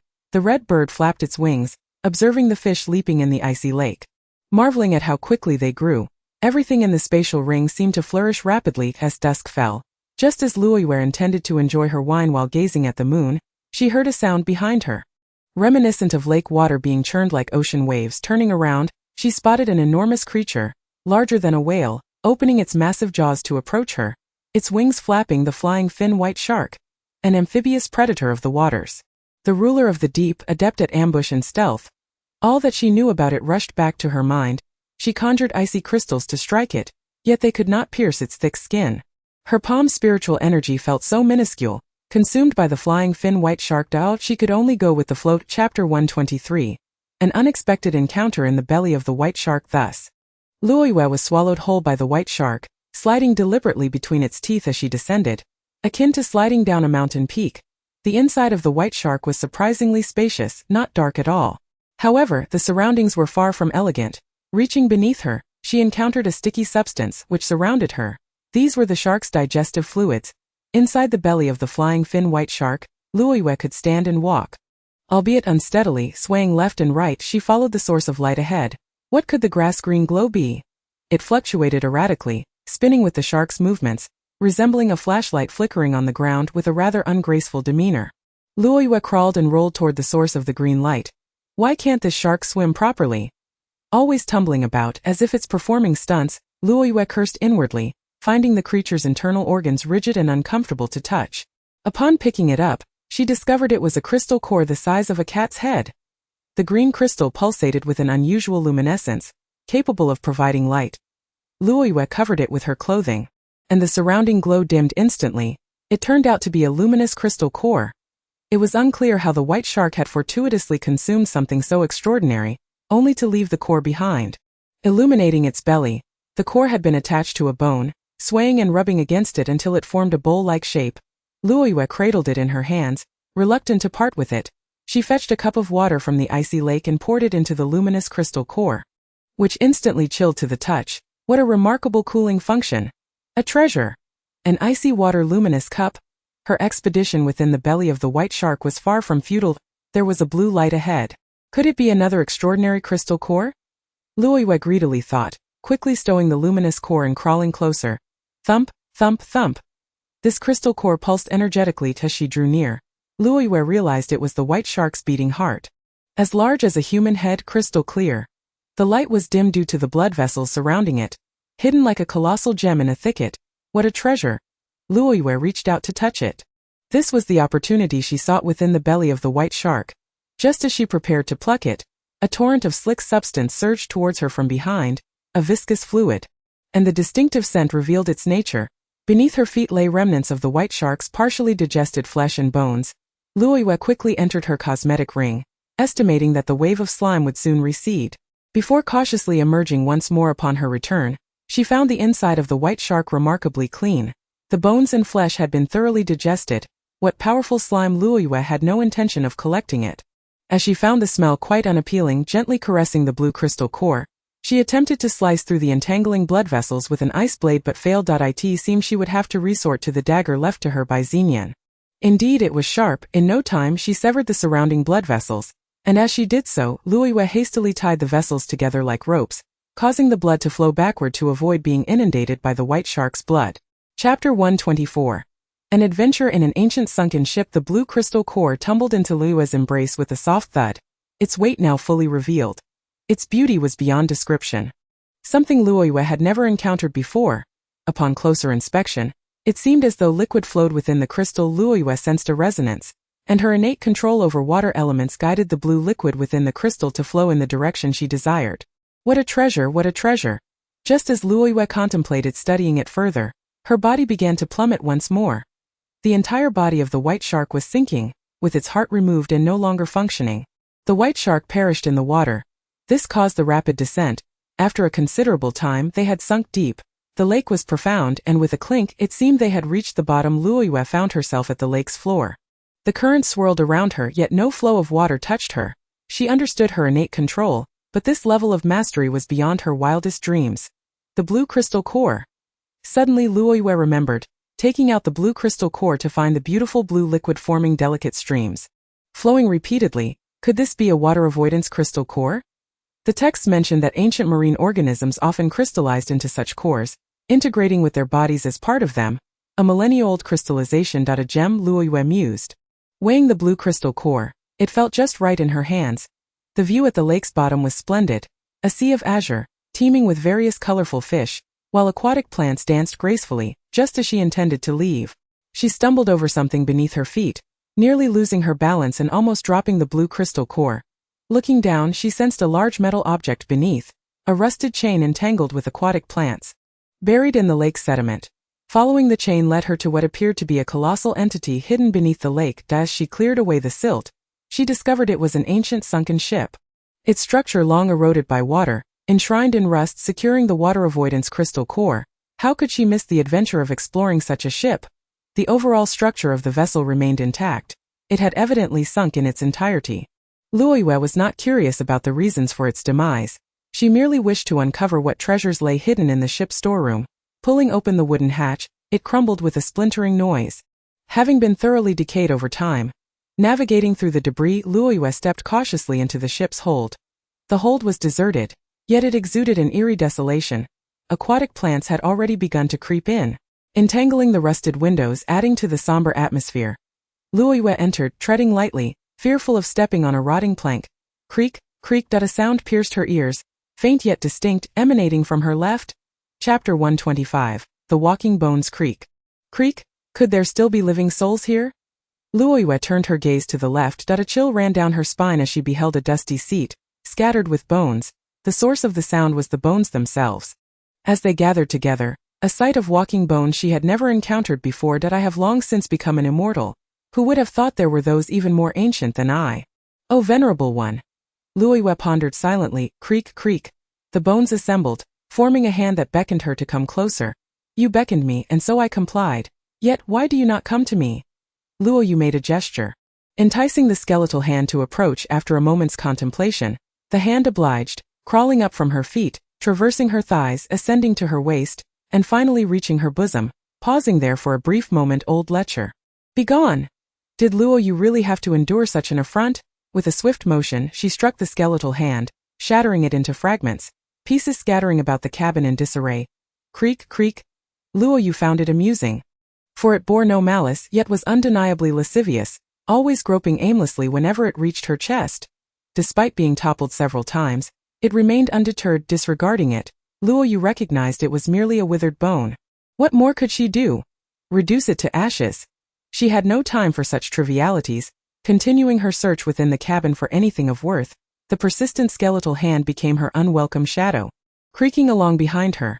Though devoid of eyes, it had an uncanny knack for following her every move. This peculiar entity made Luoyue shake her head in exasperation. Extracting a vial of ice lake water, she conjured a block of ice to encapsulate it, ensuring her own peace while she sought the sunken treasure. What was that orange glow behind her? In the mere instant she turned, the skeletal hand had ignited in an orange flame, effortlessly melting the icy prison she had created. With the ice dissolved, the flames extinguished. Such an ability to spontaneously combust was indeed formidable. But since you are but a bone, let me see how you fare when set ablaze. Luoyue ignited the skeletal hand with a fire starter, only to find it reveling in the flames like a fish in water, leaping joyously, utterly unafraid of the fire. Water and fire cannot coexist. Must I resort to toxins? Just as she prepared to retrieve a toxin, the skeletal hand lost its patience, leaping to her chest, its index finger suddenly sprouting a sharp, needle-like bone, piercing directly into her heart. In that moment, Luoyue felt a jolt coursing through her body. Had she truly been struck? Was she destined to perish within the ship's depths? Xun, at the very least, allow me one last meal as a farewell. The skeletal hand's finger, now smeared with her cardiac blood, absorbed it slowly. The blood-tinged bone began to shimmer with a golden hue as if playing a piano. It gently tapped the ground, retreating a few meters. Luoyue, still reeling from the sudden pain, stood frozen, clutching her heart. The skeletal hand then performed a gesture of supplication, and obediently stood by, an expression of feigned innocence adorning its visage. Chapter 126. The right hand of the divine. After a considerable interval, Luoyue's heart finally regained its composure, though the area still throbbed painfully. No wonder this creature lingered around her chest. It was seeking her heart, not merely a lecherous advance. The blood of her heart nourished the skeletal hand. Could it be yet another bloodthirsty entity? Luoyue mused, recalling the words of the great toad. Upon hearing this, the skeletal hand immediately shook its head. You understand me? Luoyue exclaimed in astonishment. The skeletal hand nodded. Creak. Creak, gibberish, speak in human tongue, not in skeletal language. I cannot comprehend, Luoyue remarked, only to observe the hand once more adopting a posture of dismay. After all, it was merely a skeleton incapable of human speech. How cruel it would be to expect such from it. Since you have tasted my blood, you must obey me, yes? Luoyue's tone softened unexpectedly. The skeletal hand nodded vigorously. That it seemed to yearn for the ability to articulate human speech. I even groped your bosom. Rest assured, I shall take responsibility as long as you are willing. Then tell me where the treasures of this ship are concealed. Lead the way. Luoyue's gentleness was clearly calculated. The skeletal hand bashfully pointed to itself. Luoyue nearly retched. You consider yourself a treasure. You are nothing but an old lecher. That if you refuse to divulge information, then do not follow me. I shall seek the treasures alone. Ignoring it, she deemed the blood merely a means of aiding the needy. The cabin was largely vacant, the food long spoiled. Luoyue pressed on, accompanied by the creaking. The skeletal hand trailed after her once more. What is it that you desire? Luoyue inquired. It pointed at her. Then at itself. Are you hoping I will sustain you, providing you with daily blood to drink? Dream on. Luoyue exclaimed. The skeletal hand first nodded, then shook its head, clearly frustrated at its inability to communicate with someone so lacking in comprehension. Upon reaching the rear of the cabin, a chill enveloped her. Luoyue shivered. Upon opening a door, she discovered a plethora of large ice blocks, meticulously stacked within the room, the walls coated in frost. Suddenly, the cold dissipated, accompanied by the sound of crackling flames. Turning around, she beheld the skeletal hand, grinning in greeting, its entire form aglow with orange flames, radiating warmth to provide her solace. Luo Yu approached to warm herself, and the skeletal hand appeared quite pleased. Perhaps you possess some utility after all. I might just keep you around. Are you hoping to follow me for free meals and shelter? Luo Yu jested playfully. The skeletal hand appeared bashful. This was no ordinary ice. The flames could not melt it. Within the ice, faint silhouettes hinted at concealed contents, but remained too obscure to discern. The ice had fused with the surrounding wooden planks, indicating it had been here for millennia. A true relic of eternal frost, chilling even the bones. At this moment, Luo Yu remained unaware that the skeletal hand's extraction of blood from her heart signified its rebirth, the cost of which was the automatic formation of a master-servant contract. Luo Yu contemplated whether placing the skeletal hand within her rouge ring would incite jealousy in the red bird, leading to incessant troubles, potentially jeopardizing her precious herb garden and shelves. Chapter 127. Marking territory. What secrets lie within this ice? Her curiosity piqued. With this thought, Luo Yu resolved to transfer the entire ship into her rouge ring, allowing it to drift upon the ice lake, thus delineating territory for both the skeletal hand and the red bird. Bending down, she began clearing away decayed wood, rotting water plants, and other debris. The skeletal hand obstructed her, each fingertip igniting with crimson flames, incinerating the useless refuse until naught remained. Not a trace left behind. Only true fire could accomplish such a feat. Could the skeletal hand wield true flames? Oh, what a fortunate discovery. Luo Yu regarded the now pristine ship with satisfaction, instructing the skeletal hand to wait while she distanced herself from the vessel. Gathering all her spiritual energy into her palm, she commenced a slow yet deliberate ascent of the ancient sunken ship. Beads of sweat dotted her forehead. One misstep could spell disaster. Luo Yu had never attempted to manipulate something of such magnitude with her spiritual energy before. The weight was disproportionately distributed, with the ancient ice concentrated at the stern. The skeletal hand swayed above, fervently cheering her on, while Luo Yu longed to tell it to be quiet, but alas, she could muster no extraneous energy for such trivialities. Focus, focus, focus. Should the vessel capsize, it could shatter entirely. Such a magnificent ship had captured her interest. She could not allow it to be destroyed before her very eyes. Absolutely not. Absolutely not. Luo Yu, you are a master of navigation. You can do this. Encouraging herself, she took deep breaths, concentrating. The ancient ship finally shed its encumbering layers of water plants and mud, revealing its true form, its rust and grime incinerated by the skeletal hand's true flames. Luo Yu was struck by its beauty, the seamless fusion of steel and wood, the metal gleaming brilliantly, the wooden railings adorned with intricate carvings. Luo Yu envisioned herself leisurely vacationing upon such a vessel, using this imagery to relax her nerves, allowing her spiritual energy to sharpen as she proceeded to move the ship with utmost care. At last, with a resounding snap, the ancient ship entered the rouge ring, floating atop the ice lake, swaying momentarily before settling steadily in the center. Luo Yu freed a hand to wipe the sweat from her brow, triumphant in her accomplishment. It had been no small feat. She felt somewhat drained and hurried to take deep breaths, replenishing her energy and restoring her vitality. She noticed the crimson leaves had multiplied. It seemed she was being rewarded for her efforts, her powers having increased as she tackled a new challenge. When would it flourish? Perhaps then would be the moment to seek revenge on Gusu Miao, ensuring he leaves no trace behind. Alas, alas, you startled a flock of gulls. The red bird began chirping excitedly, for the ancient ship's entry into the spatial ring had splashed water from the ice lake upon its feathers, interrupting its display of grandeur before the colorful creature. Wow, a new toy! The red bird instantly abandoned its prior distractions, flitting about the ship with abandon. Level 1 alert? Master, there's an external intrusion. Unknown entities. The red bird flapped its feathers, squawking in alarm. It turned out that the skeletal hand stood at the ship's railing, gazing at its newfound domain. Creaked. The skeleton's right hand uttered, with no understanding of bird language or human speech. How could they communicate? The red bird began to look down upon this newcomer. Chapter 128. The Hunter of the Snowy Mountains. You two, remain in your respective territories and behave. Anyone who dares to stir trouble will be expelled. Right hand, the ancient ship is now yours. You are responsible for its daily cleaning and maintenance, as well as ensuring the purity of the water source and taking care of the fish and shrimp in the ice lake. Phoenix, the land within the ring belongs to you. You are in charge of the flowers and plants. No one is to disturb me, commanded Luo Yu with an iron will. leaving everyone with no choice but to comply. Emerging from the lake, the snowy mountains lay ahead. Crossing the snowy peaks would lead into the realm of the Celestial Alliance, that a vast expanse of white surrounded her, prompting Luoyu to don 2 dark crystal cores as snow blindness goggles, which greatly eased her eyes. The deeper they ventured into the mountains, the colder it became, and the higher the peaks rose. The red bird and the brilliant one led the way, their feathers serving as natural insulation. Fearing encounters with others and wishing to remain concealed, Luoyu wrapped herself in thick fur, resembling a wealthy lady chirping merrily. The red bird sang along the way, displaying various flying postures exuding sheer joy.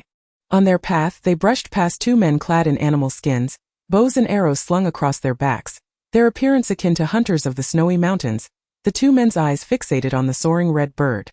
Exchanging a knowing smile as they simultaneously reached for their bows, Luoyu heard the sound of their arrows being drawn behind her. Meanwhile, the red bird and the brilliant one continued to foolishly flit about, calculating the time. She pondered how swiftly she would need to act to prevent the arrows from striking the red bird and the brilliant one, considering these 2 were mere ordinary hunters without spiritual power. Perhaps it was time for the red bird to learn a lesson, too absorbed in play to heed the dangers lurking nearby. Its vibrant red feathers were indeed a target. The red bird was ostentatious. While Luoyu remained discreet, whoosh, 2 arrows whizzed past instantly. The red bird clutched the brilliant one and flapped its wings upwards. Astonishingly, the arrows altered their trajectory, striking the 2 hunters instead. The hunters had not anticipated such a maneuver. Meeting their demise before they could react, the red bird proudly flicked its tail, leaving Luoyu quite satisfied. Since the men were already dead, it would be better to make the most of the situation. So Luoyu tossed their bodies to the man-eating red flower for lunch. The consequence of misidentifying a target was death. Continuing forward, smoke rose in the distance, revealing a wooden cabin, indicating the presence of inhabitants. Luoyu initially intended to circumvent it, having no need to lodge a complaint, but the red bird, in its mischievousness, had already knocked on the door, seemingly eager to showcase its prowess, as if to say, "Look, master, I can knock on doors." An elderly woman, her face adorned with wrinkles, opened the door upon seeing the red bird. She smiled and offered a handful of millet for it to eat, which the red bird graciously accepted. "Old man, come quickly. A magpie has come to our door. What good fortune!" the old woman called out. At that moment, an old man emerged, also offering millet to the red bird. "What a pair of old fools! Mistaking me for a magpie. Such a lowly creature cannot compare to a phoenix like myself," the red bird muttered inwardly. Nonetheless, it continued to eat the millet offered to it. Luoyu stepped inside. Engaging the couple in conversation, she learned that they too were hunters of the snowy mountains, having spent their lives hunting, and now they lived modestly, capturing mountain chickens and wild rabbits. "Have you ventured across the snowy mountains?" Luoyu inquired, pointing in that direction. Chapter 129.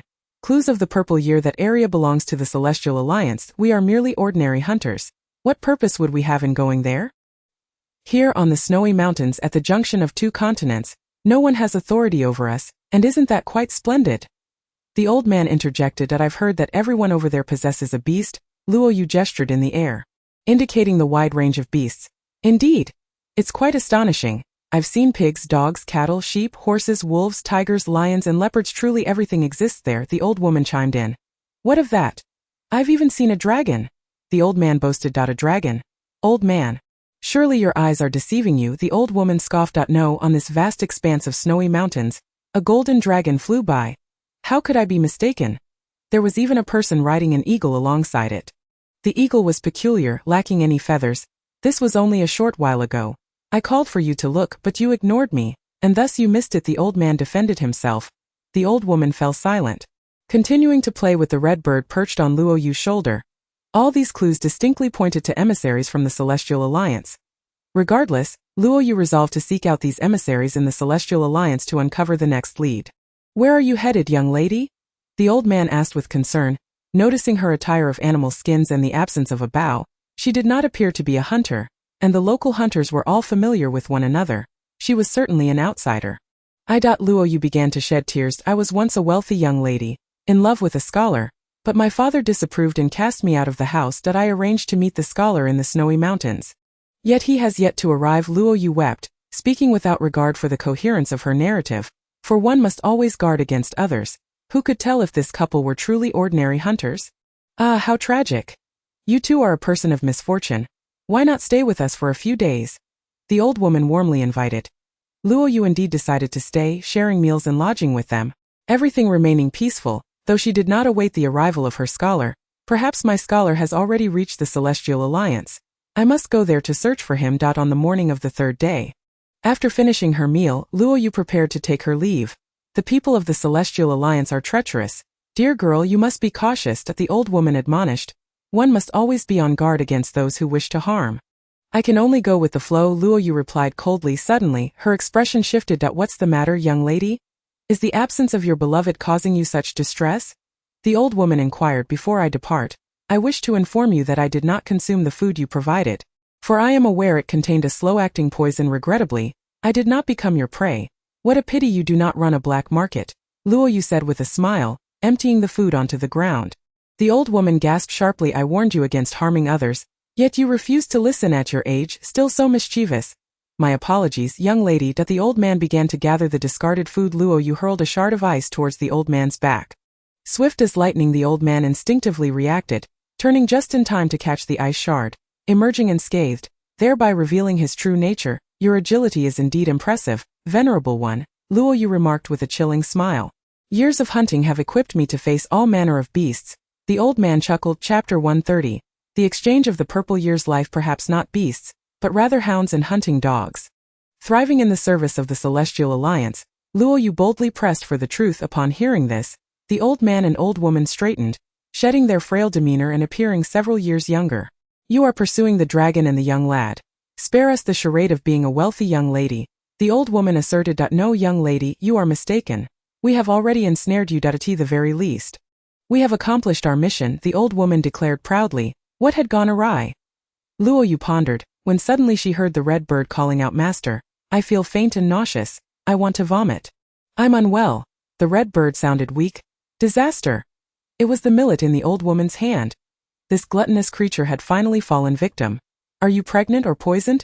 Luo Yu scrutinized the drooping feathers of the red bird, which lacked the strength to protest. Although she wished to scold the old woman, her energy was depleted. You poisoned my bird. Do you think it will survive until sunset? Luo Yu demanded. At the very least, we succeeded in poisoning it. Even if you kill us, the poison cannot be undone. The antidote is in the hands of the Dragon Lord. This poison is unique in the world, and so is the antidote. By the way, the young lad is also in the hands of our Dragon Lord. If you wish for him to live, you must deliver the red bird to him. Otherwise, not only will your young lad perish, but your red bird shall also meet its end. This is what we call double insurance. Do you submit, young lady? The old woman gloated. Ha ha ha, what a clever scheme. But have you considered that today may very well be your day of reckoning? Luo Yu cared not for the consequences, reverting to her former style. Slay the living and the dead alike. The ice blade in her hand flew towards the two of them. They spun on the spot, then vanished without a trace, leaving only swirling snowflakes behind. A technique of earth evasion. They burrowed into the snow, and Luo Yu pursued relentlessly, following the subtle, shifting traces left upon the snowy surface. The icy blade struck down with precision. The two individuals maneuvered swiftly through the snow, possessing no other skill but the art of escape. No one has ever eluded my grasp, unless they were beyond my capability to defeat. After twisting and turning in pursuit of them for a while, Luo Yu discerned that they were traversing an S-shaped trajectory, and the next ice blade was poised directly ahead of them. Crack! The ice blade descended, and a splash of crimson stained the pristine whiteness of the snow. A sweet metallic scent wafted through the wind. Only one remained. Luo Yu continued to trace their path, sending down yet another ice blade. Crack once more. A fountain of blood erupted forth as Luo Yu approached. She cleared the snow to reveal the corpse of the old man, who had fallen victim to 2 strikes.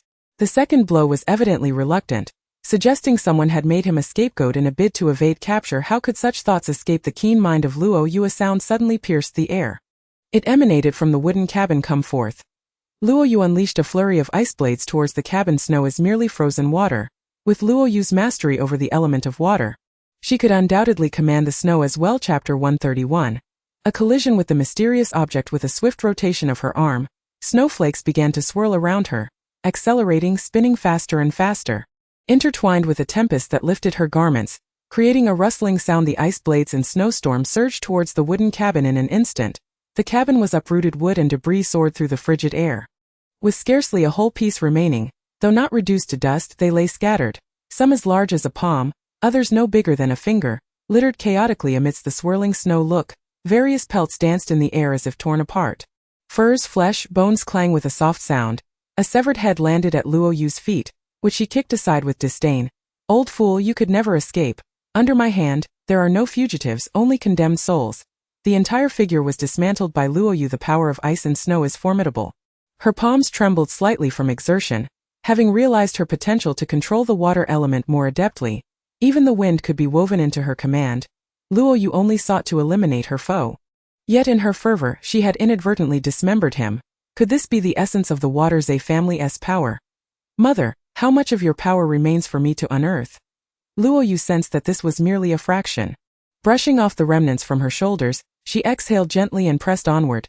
Her journey was smooth, and upon reaching halfway up the snow-capped mountain, the daylight began to fade, and the temperature dropped. Luo Yu paused beneath a grand tree.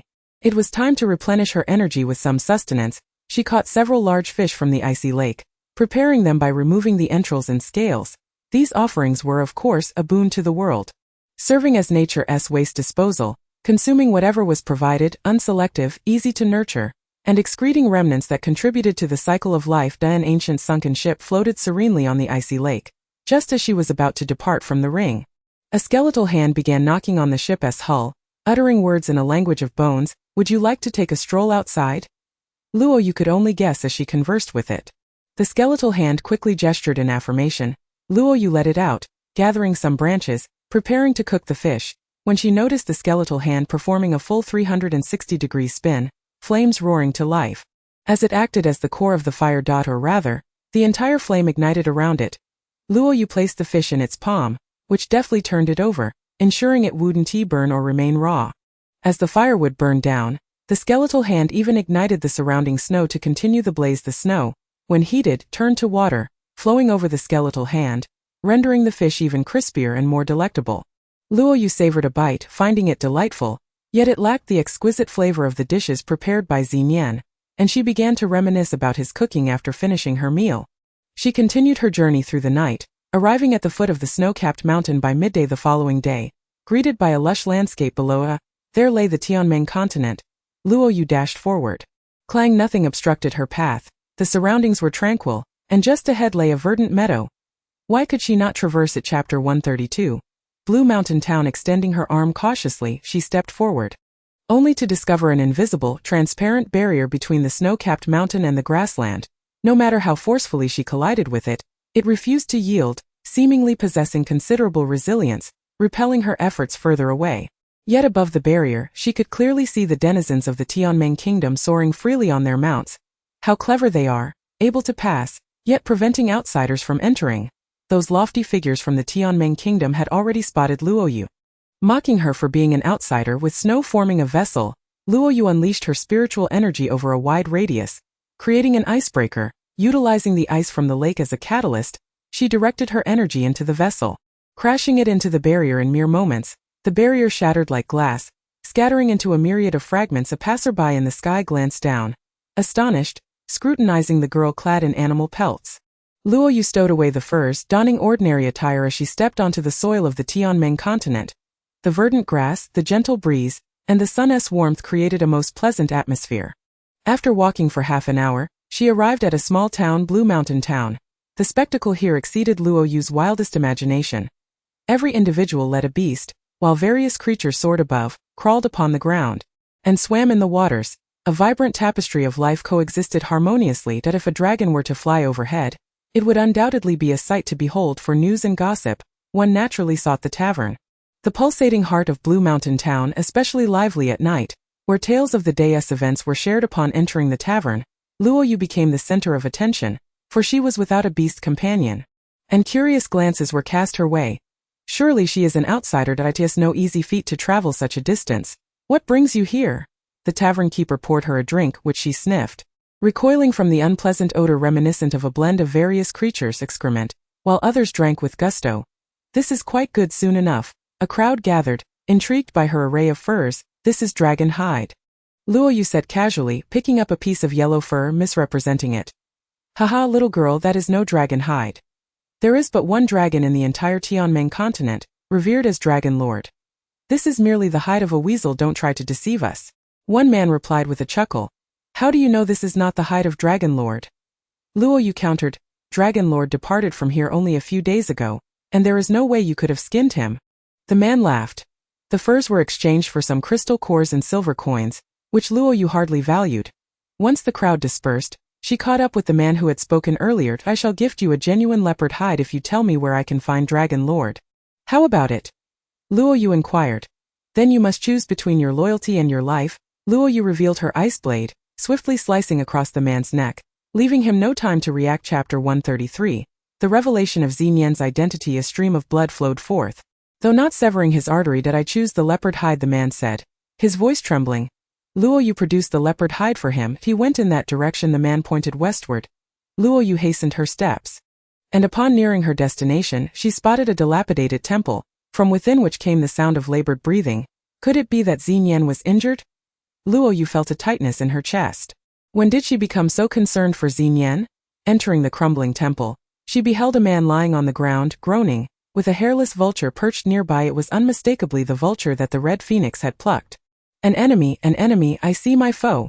Even the red bird within the ring sensed it. The vulture man was drenched in sweat, appearing utterly exhausted. Just then, a commotion erupted outside, prompting Luo Yu to hide, and she saw the strange fish woman enter. She kicked the vulture man. Get up, stop your whining, don't keep Dragon Lord waiting, the strange fish woman commanded. The vulture is bare. Sitting on it makes my rear go numb. I'm exhausted, let me rest a bit longer. Anyway, we've searched for so long without finding that little schemer. What does it matter if I report to Dragon Lord a little later? The vulture man replied confidently. Alas, where could he possibly be hiding? We clearly brought him into the Tianmeng continent, yet he managed to slip away. We have searched for so long, and not even a trace or a clue remains. It is as if he vanished into thin air. The strange fish woman also sat down, incredulous.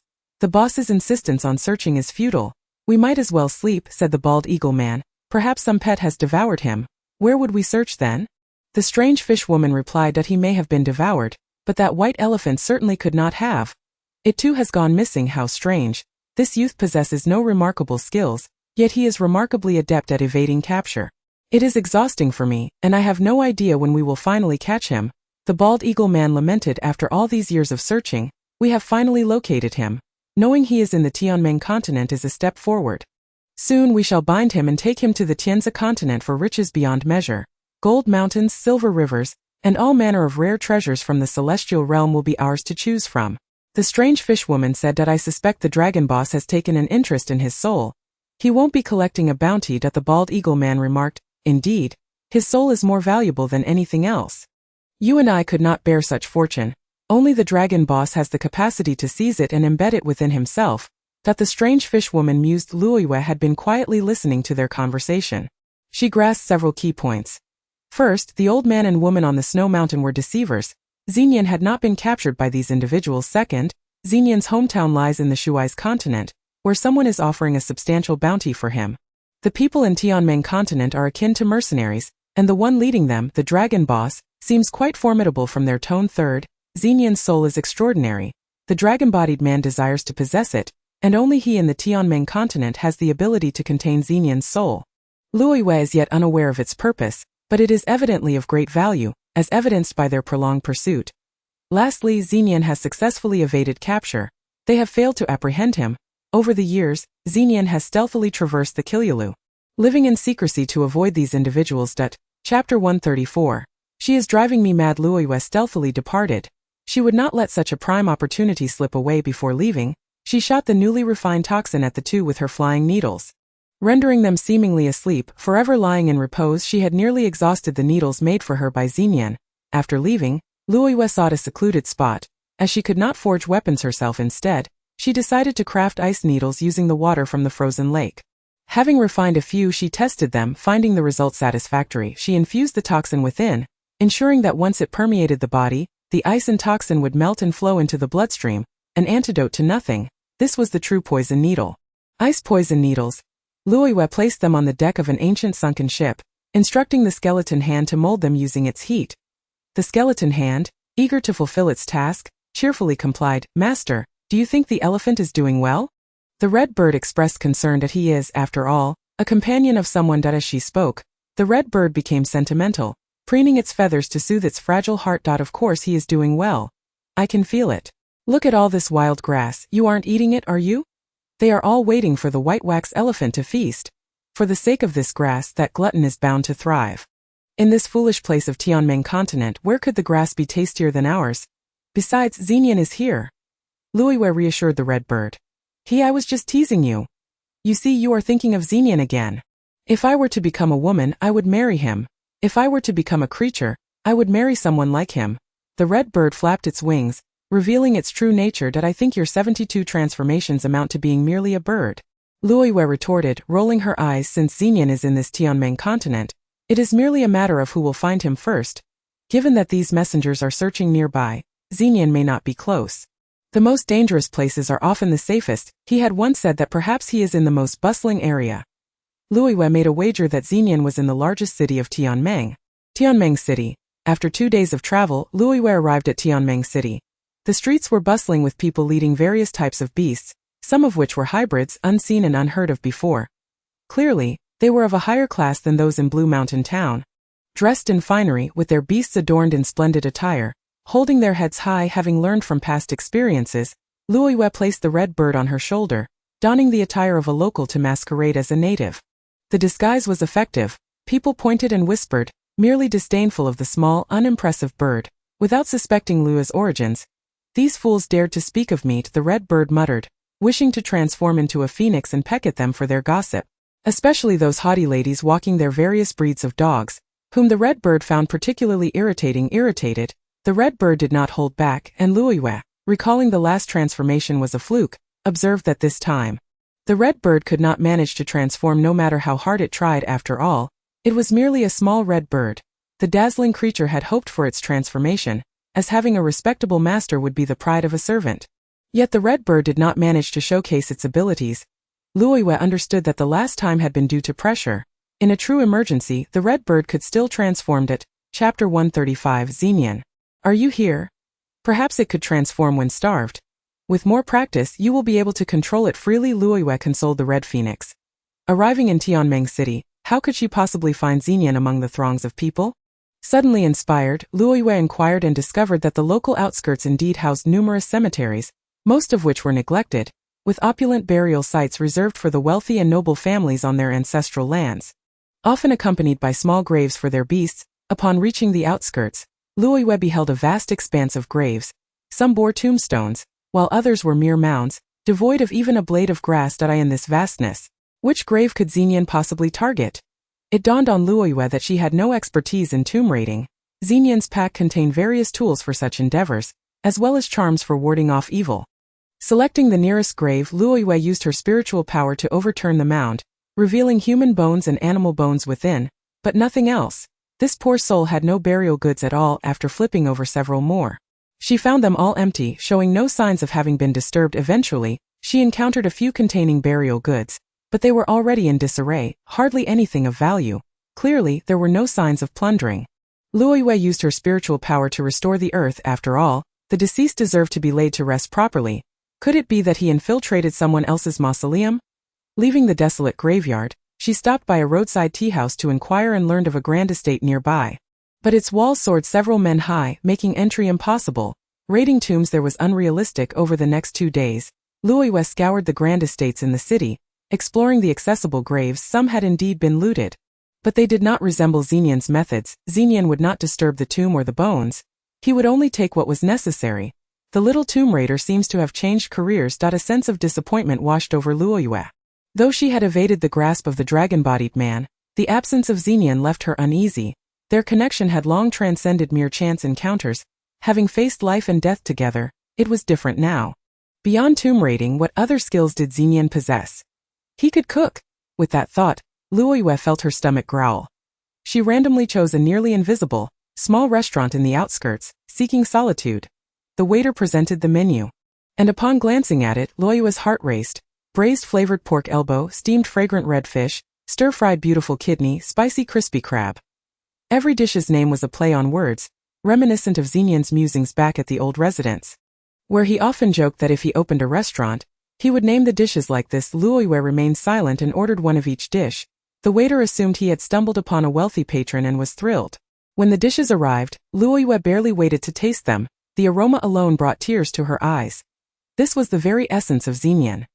Every dish carries a unique flavor, influenced by the spices and cooking time. Even with the same ingredients and spices, the results differ. Before her lay the unmistakable taste of Xenian. "Could you introduce me to your chef?" Luoyue inquired of the waiter, producing a silver coin as a token of gratitude. Chapter 136. Xenian's family still the same mischievous young lad. Luoyue shook her head, smiling upon learning that he was safe and sound. The weight that had long hung over her heart finally lifted. The innkeeper had gone to the kitchen to search, while Luoyue straightened her attire, pondering when she had begun to care about her appearance. Her heart fluttered like a fawn. The footsteps she heard were unmistakably familiar. She rose to her feet. "Wow, little aunt, you didn't even fix your bangs upon seeing me. They're all askew," Xenian said with a laugh as he approached, his banter as lively as ever. Indeed, Xenian remained unchanged. Luoyue hastily patted her bangs. They were perfectly fine. "Hey little aunt, you must have missed me," Xenian said as he sat down opposite Luoyue, holding her hand with affection, his eyes never wavering. He had once promised that they would meet again. The clues left for Luoyue would surely lead her to the answer she sought. Here she was, after all. "How have you been, Xenian?" Luoyue inquired, seeing him again. She felt an unexpected warmth in her heart. A dampness she struggled to suppress. She held back her tears. Xenian had grown more robust, transforming from a youthful lad into a true man. "How could I be well with you absent? There's no one to spar with me in banter," Xenian replied, his grip on her hand unwavering as they matured. Their features began to resemble one another more closely. If Luoyue were to tie her hair up, people might easily mistake her for Xenian. Save for their differing heights, they exchanged tales of recent happenings in their lives. It turned out that Xenian was aware he could not traverse to the Tianmeng continent and had deliberately allowed 5 envoys to capture him, only to slip away once he arrived there.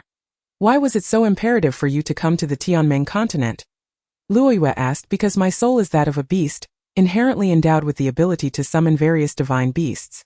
Such a talent arises only once every tens of thousands of years. With training, any beast can heed my call. This was precisely why the envoys sought me. Under mutual consent, a beast's soul can be exchanged. Hence, they cannot harm me, nor can I perish. If I die, the beast's soul perishes with me," Xenian explained. "Every individual on the Tianmeng continent has a contracted beast. It is the most suitable place for training, as the land is infused with the unique spiritual energy of beasts, which greatly aids in developing my beast soul," Xenian continued. "Did you know all this beforehand?" Luoyue probed. "No, the information about beast souls was overheard while I was with the 5 envoys. I first discovered that my soul was a beast soul while I was with you, little aunt," Xenian replied. "That was a bounty from my family, Xenian sighed, as everyone has topics they prefer to avoid. "Family," from his tone, it seemed to be a prominent one. "Your family isn't involved in ancestral tomb raiding, are they?" Luoyue jested, hoping to dispel Xenian's somber thoughts about his family. Chapter 137. Xenian's fiancée. "Little aunt, will you accompany me to my family in the Shuai's continent one day?" Xenian asked, the earlier gloom dissipating. Shuai's continent, that was the homeland of his mother. She too had a lineage tied to it. "Will I be acknowledged as little aunt there?" "I fear no one would recognize me," Luoyue chuckled. "My homeland, my family, my fiancée," Xenian murmured, gazing out the window, lost in thought. Luoyue had never witnessed such a faraway look before. Fiancé, the weight of those 3 syllables struck Luoyue's heart. "You re so young to have a fiancée. Is your family tradition to marry young and bear children?" Luoyue remarked, though a wave of discontent washed over her. It dawned on her that despite his youth, Xenian was indeed promised to another. It was a peculiar feeling, one Luoyue had never encountered before.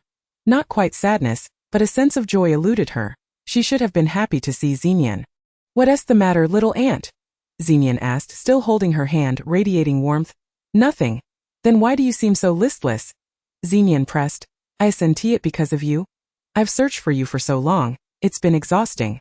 Sleepless nights for many years," Luoyue replied. "You're so kind to me, little aunt. Your hand is so warm, it feels like family." "Let us sleep together," Xenian said, still grasping Luoyue's hand as he rested his head on the table. Could he truly see her as his little aunt? Did she appear that old? Luoyue found herself pondering this notion. Seeing Xenian safe and sound brought her joy. Perhaps at last she felt at peace. "What of the Baiyuan wax elephant?" Luoyue inquired, suddenly recalling it amidst her affectionate exchange with Xenian. Realizing she had neglected her own pressing matters, she scolded herself, feeling foolish for focusing on Xenian's affairs while neglecting her own. "It's in my ring," Xenian said, retrieving the spatial ring he had hung around his neck to avoid detection. He had stopped wearing it on his finger. Wasn't it too cumbersome to carry? "Little ant, I know what you're wondering. The Bayuan wax elephant is so large. This ring can only store pots and pans. However, I discovered a secret. This ring is actually a linked ring. Once you enter the first space, there's another entrance to a second space, a space within a space, and the second space is nearly as vast as yours," Xenian excitedly informed Luoyue. He had opened the first spatial door and could control it at will. When it opened, Luoyue caught a glimpse inside.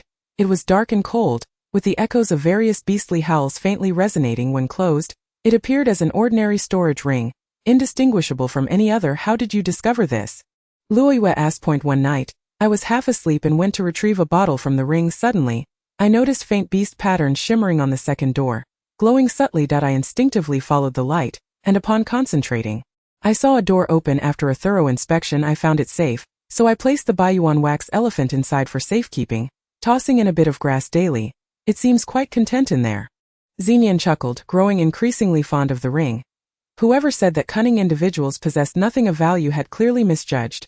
Chapter 138. "King of Beasts, I'd like to take another look," Luoyue said. Taking the ring from him, she vaguely recalled having read about such spatial rings in a book during her previous life. Could it be that this ring is called Beast Tongue? Though unadorned, it is indeed one of the ancient rings, and few have ever uncovered the hidden doors within, Luoyue concluded with certainty.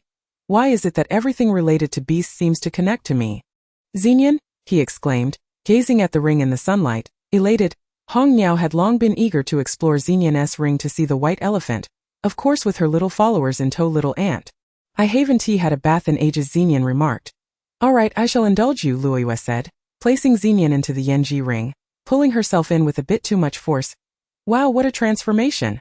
It's been quite a while since I last saw my home. Little ant, you've done wonderfully, adding so many new varieties." "What are these for?" Xenian exclaimed, clapping his hands as he strolled around. "I adore that ship. It's antique and elegant. The craftsmanship of such ancient items is exquisite. Let us set sail together in the future." Xenian pointed at the ship, extending an invitation, when he noticed a skeletal hand adorned with red flames, menacingly glaring at the intruder. "Oh dear, that's rather frightening." Xenian feigned retreat. "Fear not, it's one of our own," Luoyue quickly reassured the skeletal hand, which then extinguished its flames and retreated into a shadowy corner of the ancient ship, effectively rendering itself invisible. "This red flower is truly beautiful," Xenian remarked, moving closer. "To be cautious. Beautiful things often beguile the heart," Luoyue warned, hastily injecting an immunity serum against the carnivorous red flower into Xenian's body. Fearing she would be too late to prevent it, that hurt. Xenian winced, limping slightly and losing his enthusiasm for the flower. "Beautiful things can indeed be deceiving. You've spoken a timeless truth. Little ant. My fiancé is just like that," Xenian casually mentioned. What a curse. Why did Luoyue feel a sense of despondency at the mere mention of Xenian's fiancé? Was it possible she harbored feelings for this young man? It made no sense.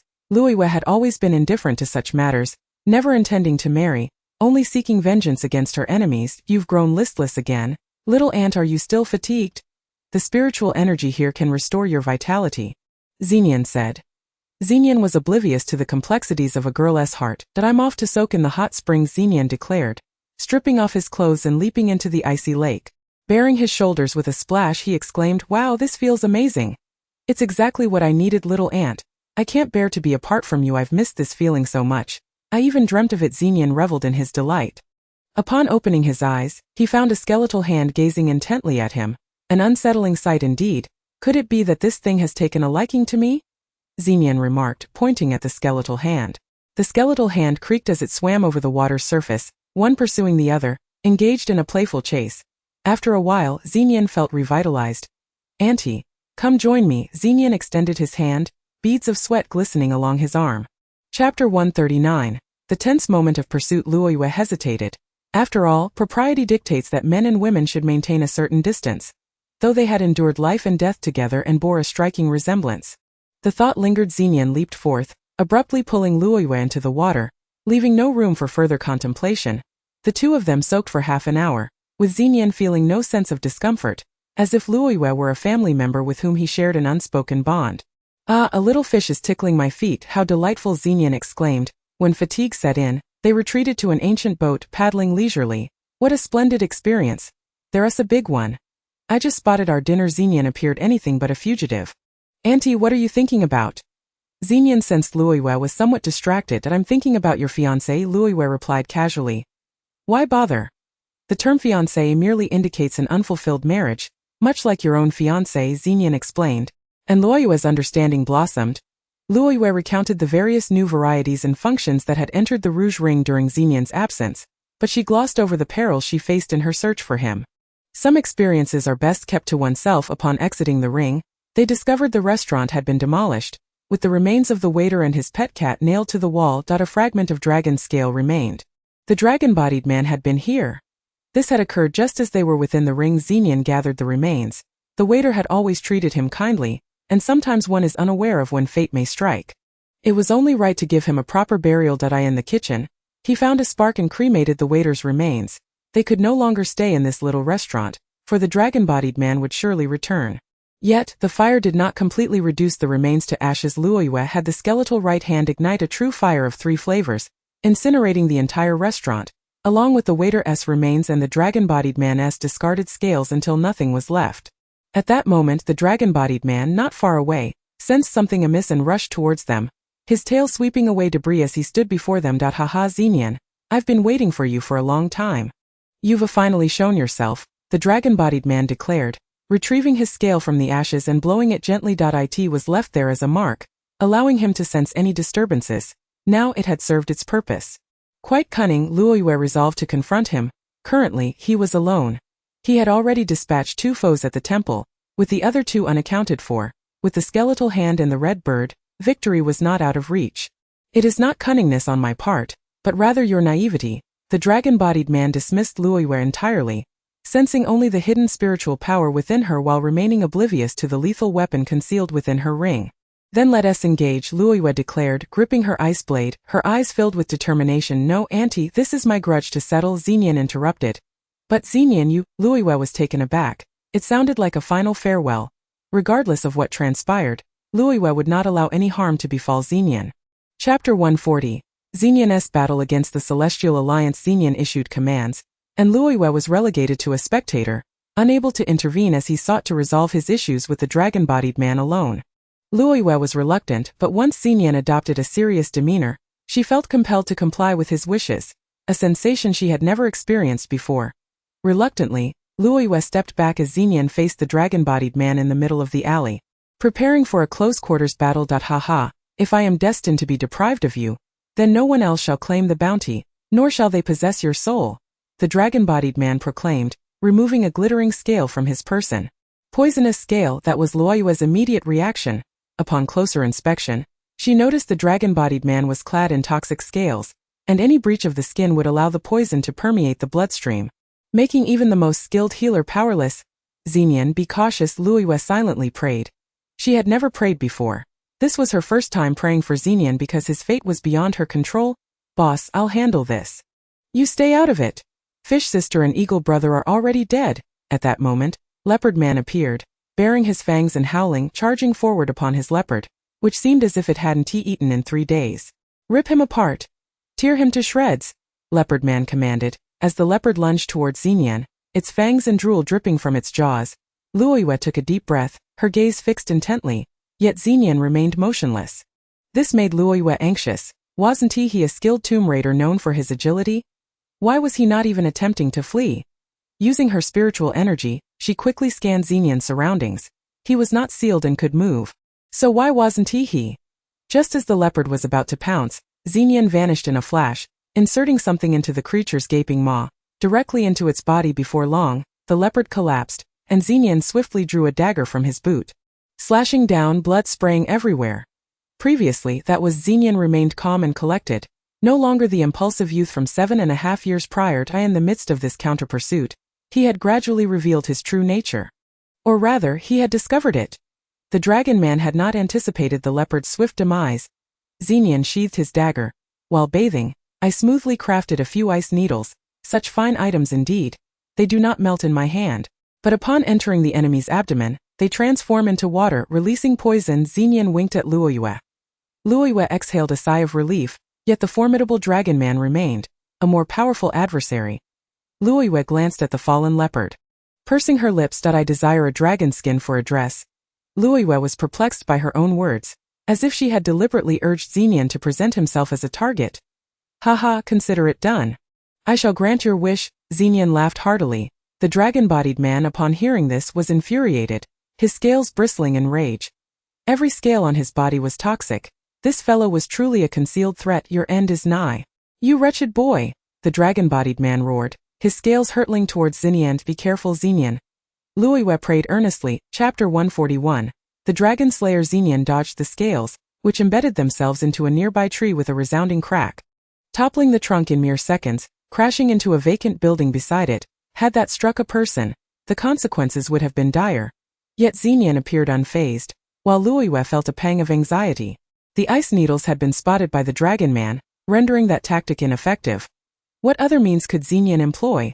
The dagger forged from the yearbook was Xenian's weapon, and it tugged at Luoyue's heartstrings. Fully aware of the disparity in strength, he chose to stand his ground and confront the enemy directly, rather than retreat as he had in the past. This young man had matured. Ha ha ha. "Is this your pathetic weapon? Are you planning to slaughter chickens with it?"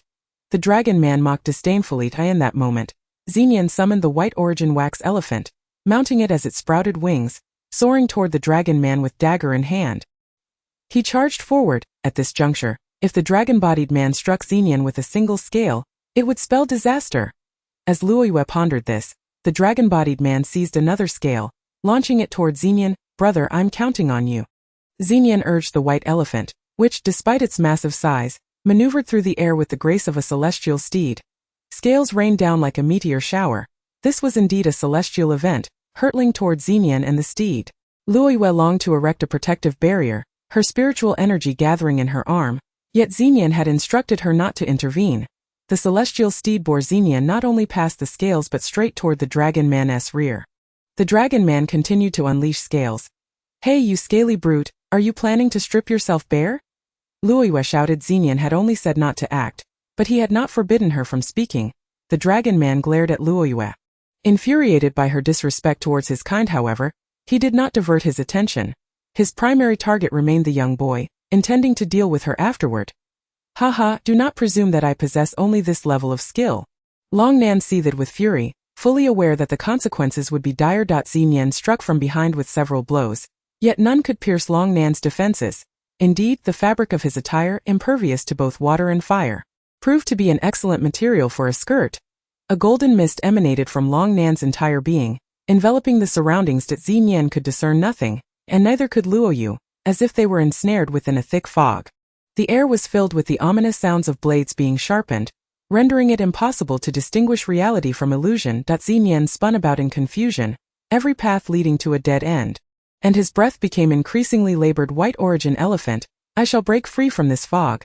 I shall shatter his formation," Xenian thought to himself, as the white elephant soared once more, eyes closed, ears attuned to the heartbeat of his surroundings.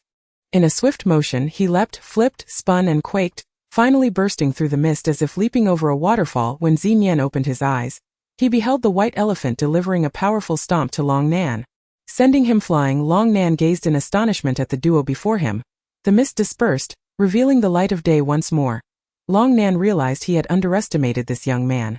Indeed, he was employing a formidable technique. "Behold my water dragon dance." Chapter 142. The king of beasts unleashes his power. Every scale upon Long Nan's body unleashed torrents of water, supple and resilient.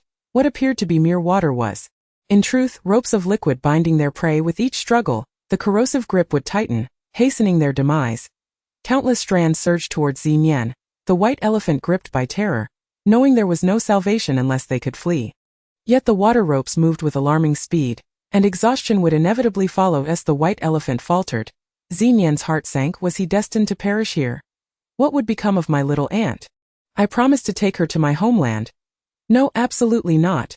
Xenian let out a thunderous roar, a flicker of violet radiating in his eyes, though he remained oblivious to it in that fleeting moment. His gaze transformed into a brilliant purple, only to revert to normalcy shortly thereafter. The long-buried power within him surged forth, spreading through the air across the entire Tianmen continent. This cry resonated with a unique frequency, audible only to a select few. Every unbound beast across the Tianmen continent heard it, even those concealed deep within the mountains. This was the call of their master, hidden away, waiting for their true master to arrive. It was all for the sake of hearing this very sound. Xinyan could not contain his voice, the power within him propelling him to howl uncontrollably. Rather than exhausting, it invigorated him desperate struggles. Long Nan quickened his pace as countless water snakes coiled around Xinyan and the white elephant at that moment. The world spun chaotically in Xinyan's eyes, without hesitation, filled with exhilaration and anticipation. He charged forth, roar, roar, roar. The sound of collapsing mountains echoed around them, as if they were surrounded by a horde of ferocious beasts, the overwhelming pressure capturing Long Nan's attention in that moment of distraction. The water ropes he had unleashed faltered. Focus dictates everything as he prepared to launch another attack. The pressure from all sides intensified. Rushing forth, howling past, right beside him, Luo Yu too felt an unprecedented sense of overwhelming force, nearly shattering her eardrums. Luckily, her protective shield spared her from injury as the cacophony grew louder. Long Nan sensed the true source of the roar. It was indeed the beasts. Look from every direction. All beasts of the Tianmeng continent began to converge towards this spot. A sight rarely witnessed in a millennium.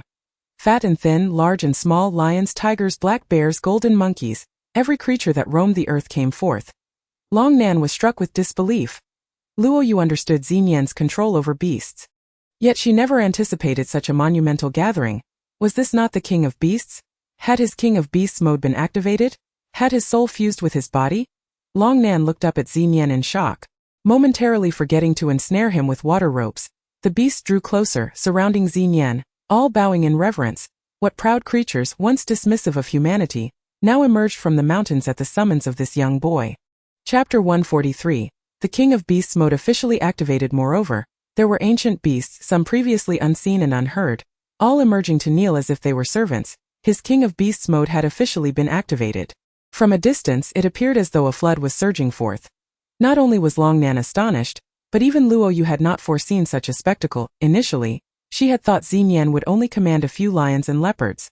Yet here were many beasts she had only read about in books, and the older they appeared, the more resolute Xinyan's gaze became, signifying their loyalty. Xinyan beamed with pride. In that moment, the figure standing among the beasts was no longer a mere boy, but the King of Beasts. Rip Long Nan apart. Shred him, but not too much. My little aunt desires a dragon skin skirt.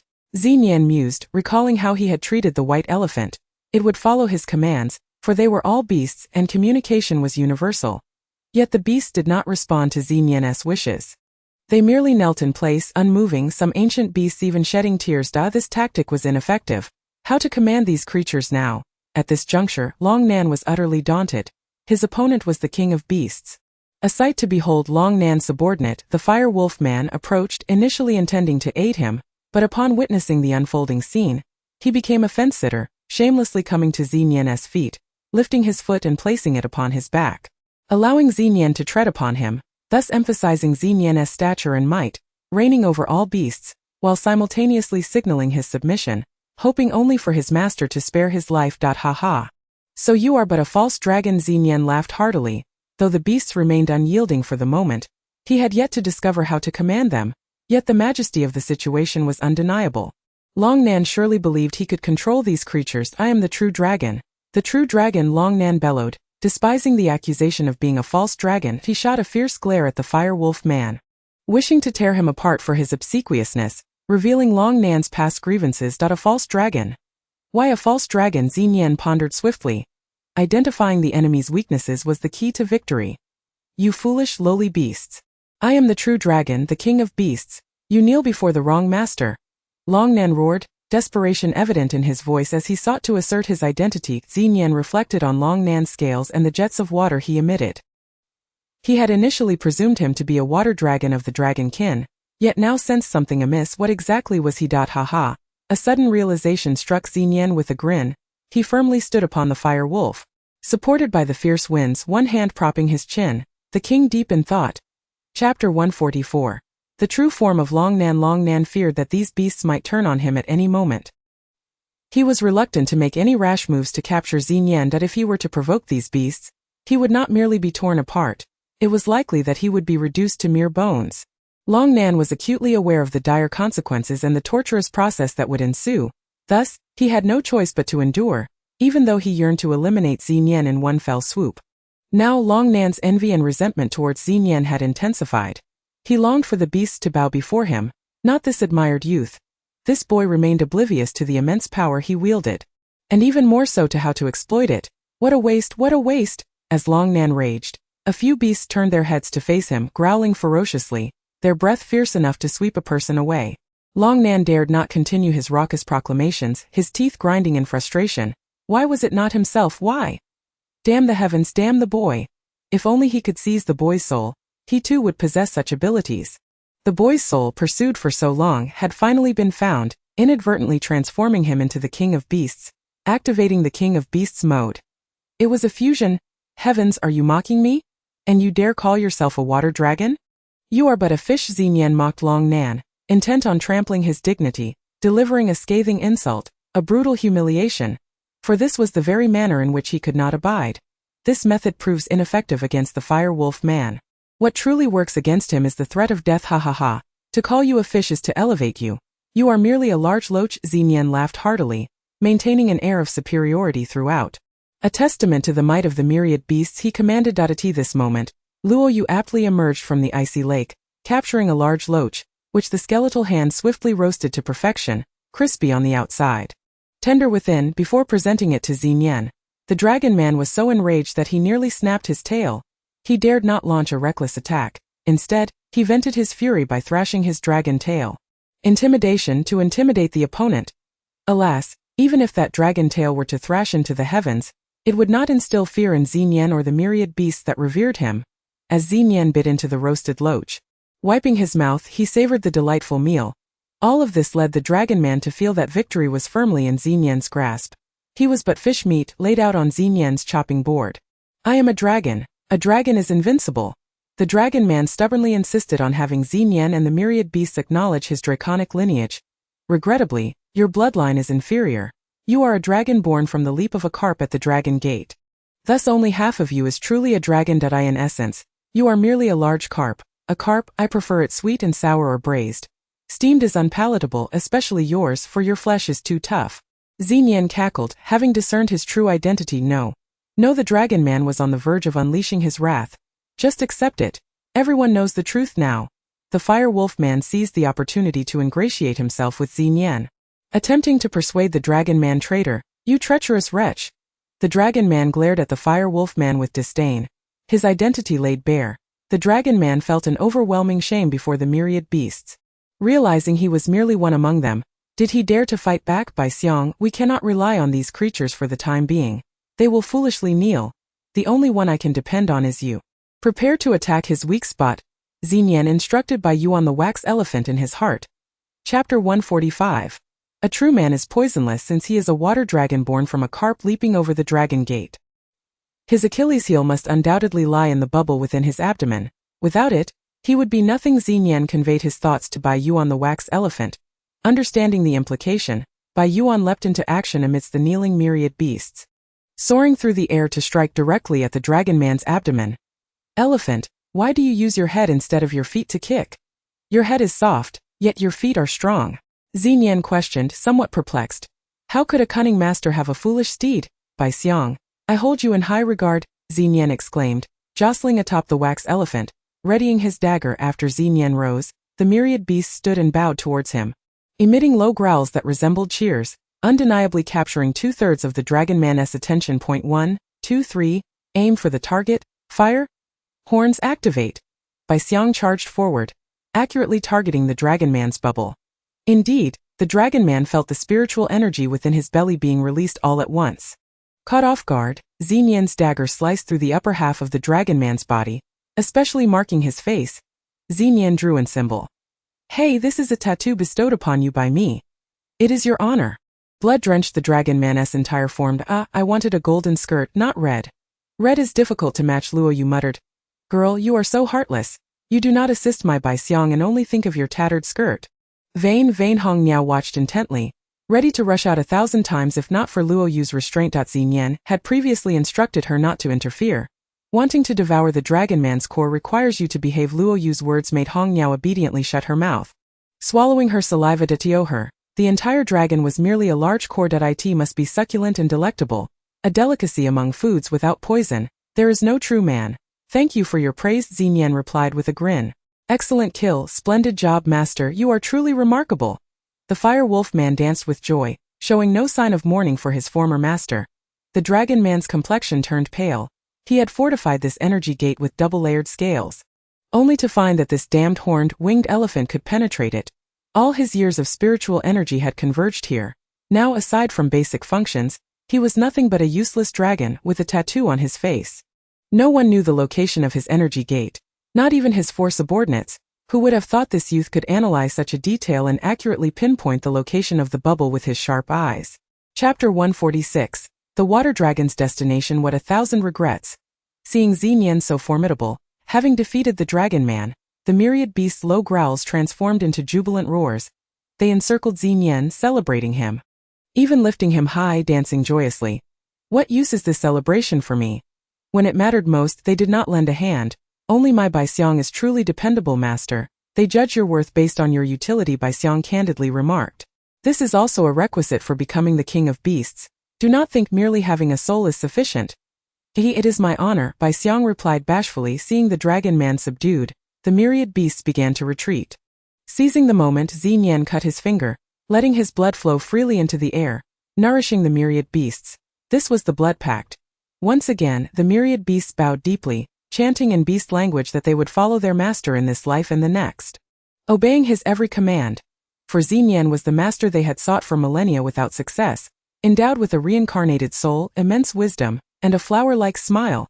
And how should we deal with the fire wolf? Xinyan inquired. The fire wolf man looked at Luoyu with a grin, feigning a pleading demeanor. We lack a wolf-skin lantern. Luoyu did not even glance at him. Haha, splendid. Let us craft a lantern for our home. Without a moment's thought, Xinyan swiftly sliced the fire wolf apart, separating skin from flesh with remarkable speed. The fire wolf barely had time to beg for mercy. Not being tortured was considered his fortune. Xinyan mused. The dragon man lay nearby recuperating, witnessing this entire process, unable to fathom becoming her skirt. Such a thought was unbearable. The myriad beasts retreated in reverence, leaving behind wolf bones, the dragon man on the brink of collapse. Luoyu preparing to craft a lantern from the fire wolf's skin, and Baixiang standing obediently, ready to heed any command. Xinyan, today I concede defeat at your hands. I accept it as I am out of luck. I only wish for a swift death. The dragon man lamented gloomily. A swift death. You are too optimistic, Xinyan smirked. Luoyu approached Xinyan, brandishing his dagger, swaying it up and down. I have yet to skin a dragon. I do not know where to begin. I have heard that skinning it yields better quality. A skirt made from it would have greater dimensionality. Luoyu swayed it before the dragon man. The dragon man's insides churned with rage. Why not practice on Ant? Xinyan suggested. Very well, I shall borrow your dagger, Luoyu declared, then thrust the dagger into the dragon man's bubble. Releasing the last remnants of spiritual energy, the dragon man's cries echoed, and he promptly fainted. Long after, the dragon man regained consciousness, glancing down to find his skin still intact. Why do you not kill me? He asked, sensing that these two harbored sinister intentions, perhaps worse than death. Baixiang and Hong Niao exchanged puzzled glances, unable to fathom their master's intentions. Because I lack a steed that looks presentable, Xinyan replied with a smile. What? I am a dignified water dragon to be your steed. The dragon man was once again incandescent with rage. Chapter 147. Born to tame beasts, merely a carp, a large loach at best, barely qualifying as a water dragon. You are fit only to serve as the steed of the king of beasts. Now that the spiritual energy within you has been completely replaced by my ant, you know the consequences of resistance. Xinyan spoke gently. Luoyu chuckled. She and Xinyan truly shared a profound connection. Sometimes they needed only a glance to understand each other. The dragon man, upon using his spiritual power, felt nothing but soreness throughout. Unable to summon any magical energy, at this moment he was a complete invalid. You two are truly ruthless.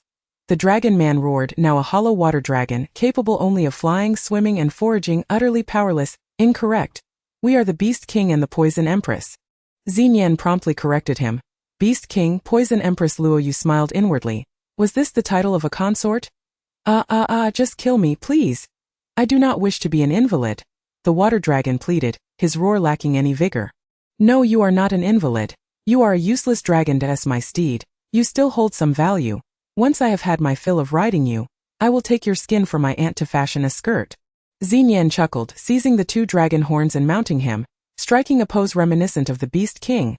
As long as I live, I shall endure, bide my time, and then seek vengeance. Vengeance indeed, water dragon mused.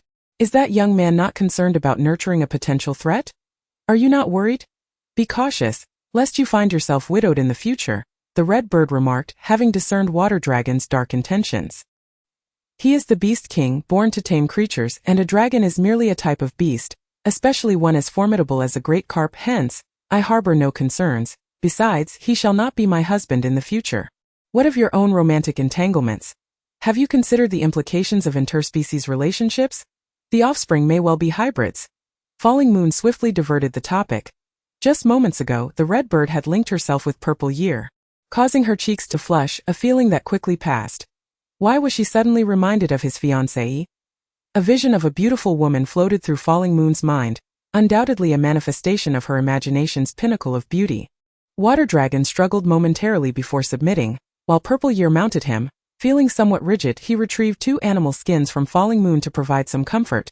During their leisure, Purple Year placed Water Dragon within the second layer of his ring space, alongside the White Elephant, allowing the latter to educate and supervise him. Thus, Water Dragon had been utterly reduced to a mere beast. Falling Moon and Purple Year ventured into the wilderness, preparing a delectable meal that evoked a flavor she had long yearned for. She had not indulged in such abundance for quite some time. Auntie, do you like it? Purple Year, in a brief moment, crafted a gift for Falling Moon. Upon opening it, she discovered a lantern made from fire wolf skin. He remembered everything she had said, even her jesting remarks. Indeed, we shall decorate our home in this style henceforth, Falling Moon replied, tucking away the lantern precisely. Every item in our abode will be a trophy. I hope our mother will appreciate it too. Purple Year chuckled as he tidied the dishes. Their journey to the Tianmeng continent had not been in vain. He had procured a splendid set of tableware, enhancing the allure of the food. What are your plans? Falling Moon pondered, recalling that her purpose in coming to the Tianmeng continent was to find Purple Year. Now that he was safe, her worries were alleviated. He was also a man of stories. It seemed unlikely he would remain at ease until he accomplished his own goals. Chapter 148. 148 And Purple Year, go to the Watermarsh continent. If I were you, I would conserve my strength, Purple Year advised, subtly signaling the White Elephant to train this self-important dragon properly. Receiving the command, the White Elephant responded, as the foremost steed of the Beast King, I can tame all creatures. Water Dragon, allow me to show you what it means to be elephantine. With that, the White Elephant dropped an enormous pile of dung, declaring, from now on, this shall be your sustenance. That I of the Dragon clan shall not suffer humiliation. I would rather starve than consume this, Water Dragon retorted, indignant. Well then, starve if you must. No one will mourn your fate, for you have no kin. Prepare to serve as materials for my lady's dragon skin garments. The White Elephant scoffed. Moreover, sample my mighty posterior. With that, the White Elephant plopped down onto Water Dragon, flattening him considerably. Ouch, my back, Water Dragon groaned, clutching his body in pain. Henceforth, do not refer to me as, you may only say I or this humble servant. Do you understand? The White Elephant sat down with a forceful thud. Understood, understood. I comprehend. Water Dragon, unable to withstand his power, found himself entirely at their mercy, having lost his spiritual strength. Now if you refuse to eat, you shall bury my dung to nourish this land. The White Elephant commanded. What? Was this not tantamount to asking a dragon to serve as a chamber pot? Though the dung was not odorous, dragons were, after all, fastidious creatures. The sight alone was repulsive. What, are you unwilling? The White Elephant gestured towards his ample backside. Of course not. I willingly comply. Water Dragon reluctantly began to bury the White Elephant's dung, reasoning that enduring this indignity was preferable to facing physical harm. A broken dragon back could not be mended. Was this truly how you train dragons, White Elephant? Purple Year found himself in disagreement with such methods. This was nothing short of coercion. The White Elephant accepted his orders. As dawn broke, the morning light gradually seeped in, illuminating the entire forest with a soft, ethereal glow. It cast a delicate golden sheen over the landscape. Having completed their respective training, Falling Moon practiced her spiritual energy cultivation through meditation within the Rouge Ring. Her unwavering method, Purple Year, realizing that while he lacked spiritual energy, he still needed to hone his control over beasts. Without enhancing his skills, those creatures would remain untamed. Thus, he too engaged in meditation to improve his control. Auntie, do you think Mother can manage alone in the 7-star continent? Purple Year asked, his concern evident. The tigress does not need a canine's assistance, Falling Moon expressed her unwavering confidence. Once her darker side awakened, one could only anticipate the ensuing spectacle. Do not compare the tiger and dog, lowly beasts, to us. Dragons are beyond reproach, Purple Year quickly corrected. Falling Moon laughed. Would you accompany me on a journey to the water-marsh continent? Purple Year inquired after a moment's contemplation. Some matters must eventually be confronted, I shall consider it. Falling Moon feigned hesitation, eager to gauge Purple Year's reaction. The same terms apply. Provisions and lodging are on me. I will handle the cooking and cleaning, and I shall care for all beasts, tending to the flora and fauna within the ring, and I will even maintain the ancient ship. In short, dear aunt, you need only embody unparalleled grace. How does that sound? Purple Year playfully proposed enticing conditions. Chapter 149. 149 A man cloaked in black. From now on, the spoils of our tomb raiding shall be divided 50-50. Falling Moon added an additional stipulation. Agreed. I would even share half with you, dear aunt. Purple Year readily consented. Chop you in half? Who would cook and clean for me? Falling Moon frowned slightly. I knew you were worth your weight in gold. The pair laughed heartily as they strolled toward the edge of the forest. Behind them lay the dawn and the morning light. Along with dew-soaked pants. As they conversed merrily, they reached the forest's edge, preparing to step onto the main road when suddenly, an overwhelming pressure enveloped them. What a formidable opponent! Both Falling Moon and Purple Year sensed it simultaneously, exchanging a glance before positioning themselves back to back. Swiftly entering a state of readiness. At that moment, a man cloaked in black stood before them, undeniably the source of the immense threat. His intentions were far from benign. Falling Moon and Purple Year remained ever vigilant. In the midst of this tense encounter, Water Dragon, engaged in a rather humiliating task, suddenly shivered. A clear sign of foreboding. Such chills only struck him at moments like these. The hostility was palpable, even if the cloaked figure was unaware of their intentions. Falling Moon and Purple Year had no choice but to respond. Surrender, Water Dragon, and you shall be spared. The cloaked man commanded. Such bravado! I am quaking in my boots. Purple Year feigned fear. Young boy, with no spiritual energy, your bravado is misplaced. The cloaked man retorted. How could he discern my lack of spiritual energy so easily? Infuriating. Purple Year fumed silently. If you knew my identity, you would understand that my tone is already quite mild. The cloaked man spoke with disdain, exuding an air of superiority that dismissed them entirely. Then enlighten us. I would relish being frightened, Falling Moon replied, maintaining her guard. Listen closely. I am the supreme ruler of the Tianmeng continent. You may refer to me as the Tianmeng Lord. Upon learning my name, do you not kneel in reverence? The cloaked man proclaimed that in this world, there is no one worthy of my kneeling. Falling Moon and Purple Year declared in unison. Auntie, we truly think alike. We are a match made in heaven, Purple Year quipped, never missing an opportunity to jest. Falling Moon adored this facet of his character, for it ensured she was never lonely. You two little wretches, I did not come here for you. Hand over, Water Dragon, and I will allow you to leave, but you must kneel. Anyone who sees my true form must kneel. Failure to do so shall lead you to the underworld.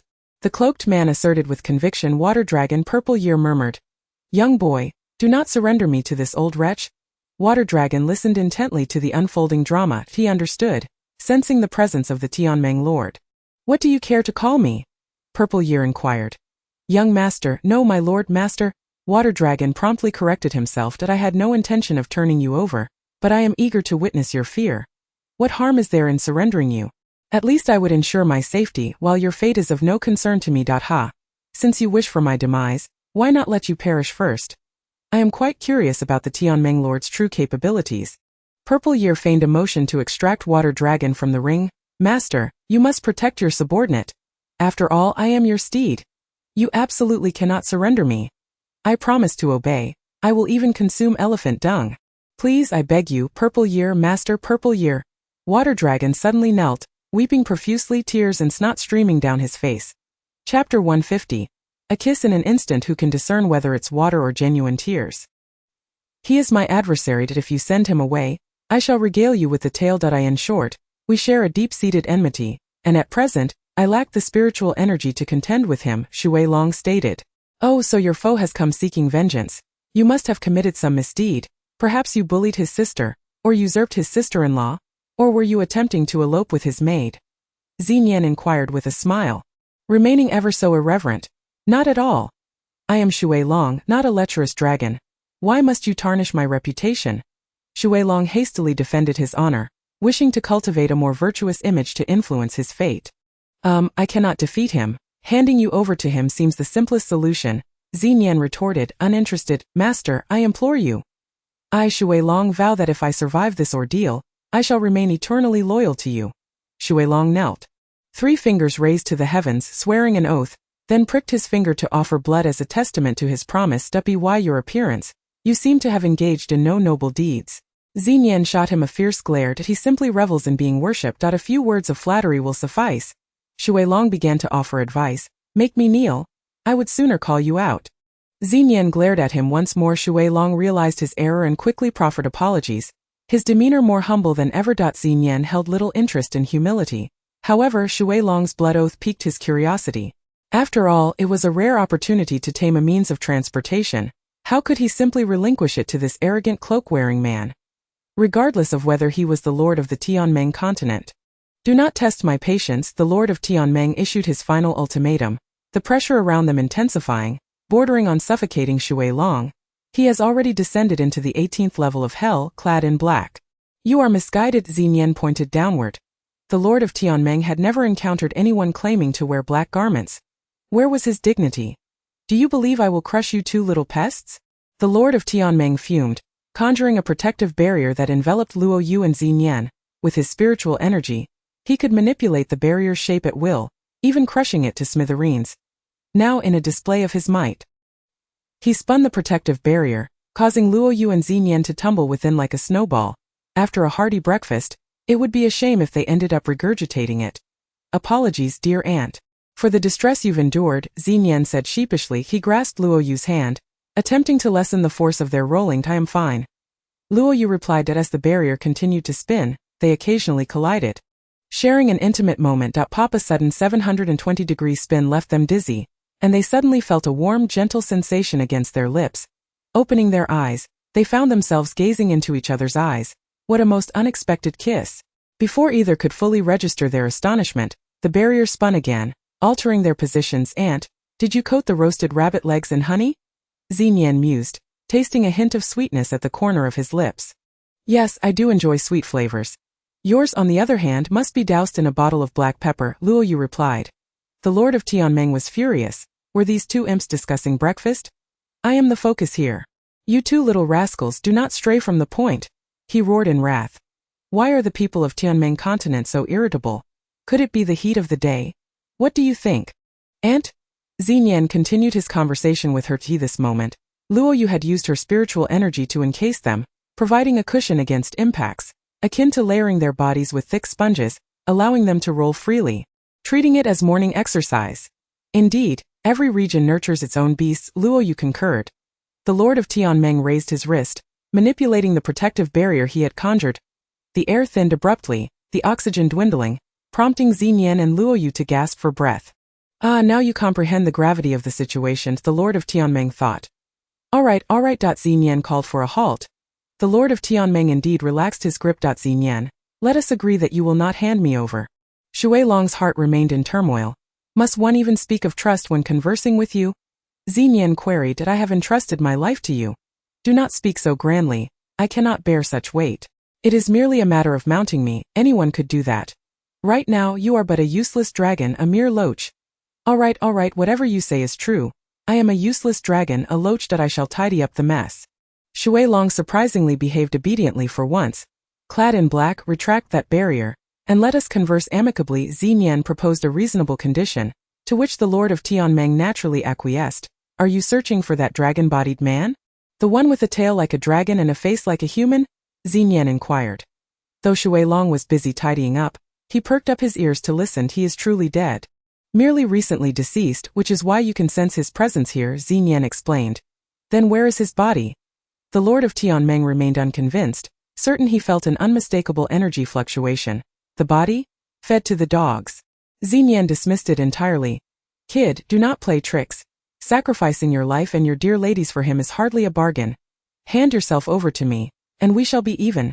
The lord of Tianmeng leaned down, casting a condescending gaze. Fine, what benefit is there in handing myself over to you?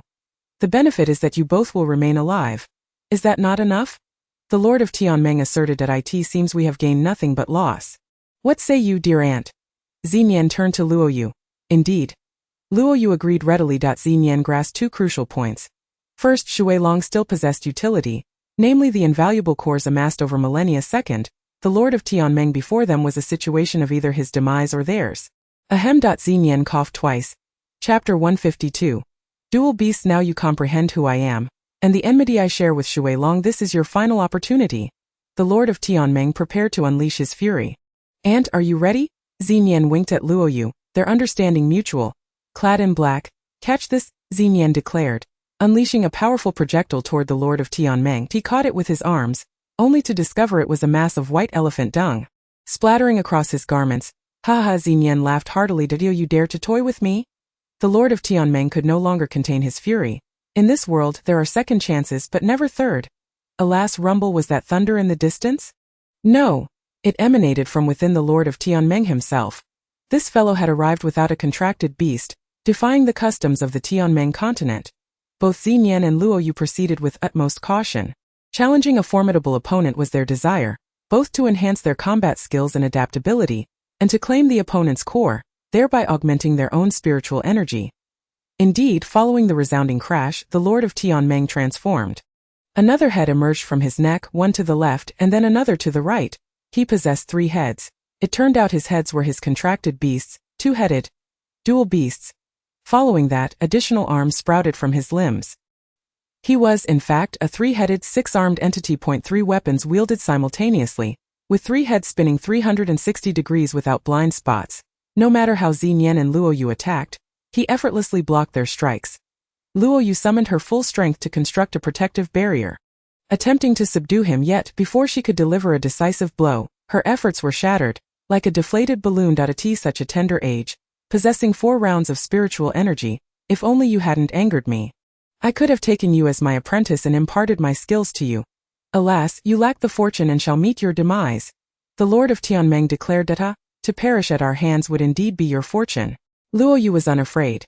Even in the face of Gusu Miao, she would not flinch, let alone before the Lord of Tianmeng, merely the ruler of the Tianmeng continent. Yet, Luoyu and Xinyan had ultimately underestimated the Lord of Tianmeng. His 3-headed, 6-armed prowess wielded distinct abilities, easily countering even an additional opponent. Luoyu's spiritual energy could not withstand him. This cunning fellow could not be lured into her ring for obliteration. The ice of the frozen lake could not bind him. As long as his finger pointed to the heavens, even on a clear day, a bolt of lightning could pierce through his form, its azure hue merging with his being, shattering the ice into fragments. Master, allow me to take action. The skeletal hand eagerly awaited its turn. Xinyan possessed little spiritual power, riding a white elephant as it galloped around, launching hidden weapons that failed to inflict any harm upon him. This fellow's vital points were not so easily discovered. Despite numerous attempts, Xinyan found himself unsuccessful at this rate. While the old coot remained unfazed, Luoyu was already sweating profusely, and her own perspiration was a matter of course. No. It was time to resort to my ultimate techniques. After all, I am the king of beasts. Xinyan retreated, distancing himself from the figure cloaked in black, and began to summon the myriad beasts to aid him in vanquishing the lord of this continent. Which creature should he summon? Perhaps the larger ones like lions, tigers, and leopards. In his mind, Xinyan had already established a connection with the myriad beasts. However, an agonizingly long silence ensued. Chapter 153. Swallowing an unknown object. Oh dear. Is it ineffective again? Could it be that I misrecited my self-created summoning incantation? As Xinyan pondered this, a thunderous rumble echoed upon gazing outward. Instead of lions, tigers, or leopards, a dark mass of creatures came rushing towards him. Resembling a battalion of soldiers, each of them wagging their tails. Upon closer inspection, were squirrels. Xinyan was utterly flabbergasted. He had clearly summoned large animals, yet here were these bushy-tailed creatures. Xinyan. Luoyu felt embarrassed on his behalf. He couldn't disgrace himself in front of his little aunt. Otherwise, he would be unworthy of her. I plan to overwhelm with numbers, Xinyan chuckled. He continued to exert mental control over the squirrels. Upon receiving their orders, the squirrels charged forth, leaping onto the Lord of the Heavens, climbing onto his face, arms, thighs, and feet, gnawing and biting even with 3 heads and 6 arms. The Lord of the Heavens could hardly keep up with this army of thousands of squirrels. They swarmed over him, a dark mass, and finally, he was overwhelmed by the multitude. Gnaw here, gnaw there, Xinyan kept murmuring. The squirrels were unabashed, as if they had been starving for years. Though the Lord of the Heavens could dispatch a few, Against the sheer numbers, death was negligible thus. He was truly gnawed to death by these small creatures when it was all said and done. All that remained were a pile of bones and a massive blue crystal core. Radiating with a lightning-like glow, the squirrels did not linger for accolades. Xinyan commanded their retreat and then summoned ants to gnaw through the bones this time. There was no mistake in the summoning. The ants formed ranks, ultimately dragging away the remnants. Luo Yu and Xinyan finally exhaled in relief. The Lord of the Heavens had been dealt with, and the power of the King of Beasts had finally been realized to some extent. "Ant, do you think I look handsome like this? Do I resemble the King of Beasts?" Xinyan stood atop a wooden stump, one hand on his hip, the other mimicking the pose of Rodin's thinker. "I think you resemble a large squirrel," Luo Yu replied with a smile. Xinyan chuckled sheepishly. His little ant always had a knack for hitting the nail on the head. He picked up the large crystal core from the ground. "Should I give this to the red bird for sustenance? Or perhaps place it in the ice lake to ward off evil for our home?" he inquired. "No. This is the crystal core of the Lord of the Heavens. He devoted countless ages to cultivating his power here in the Heavenly Alliance continent. You mentioned that the energy here could enhance your summoning abilities.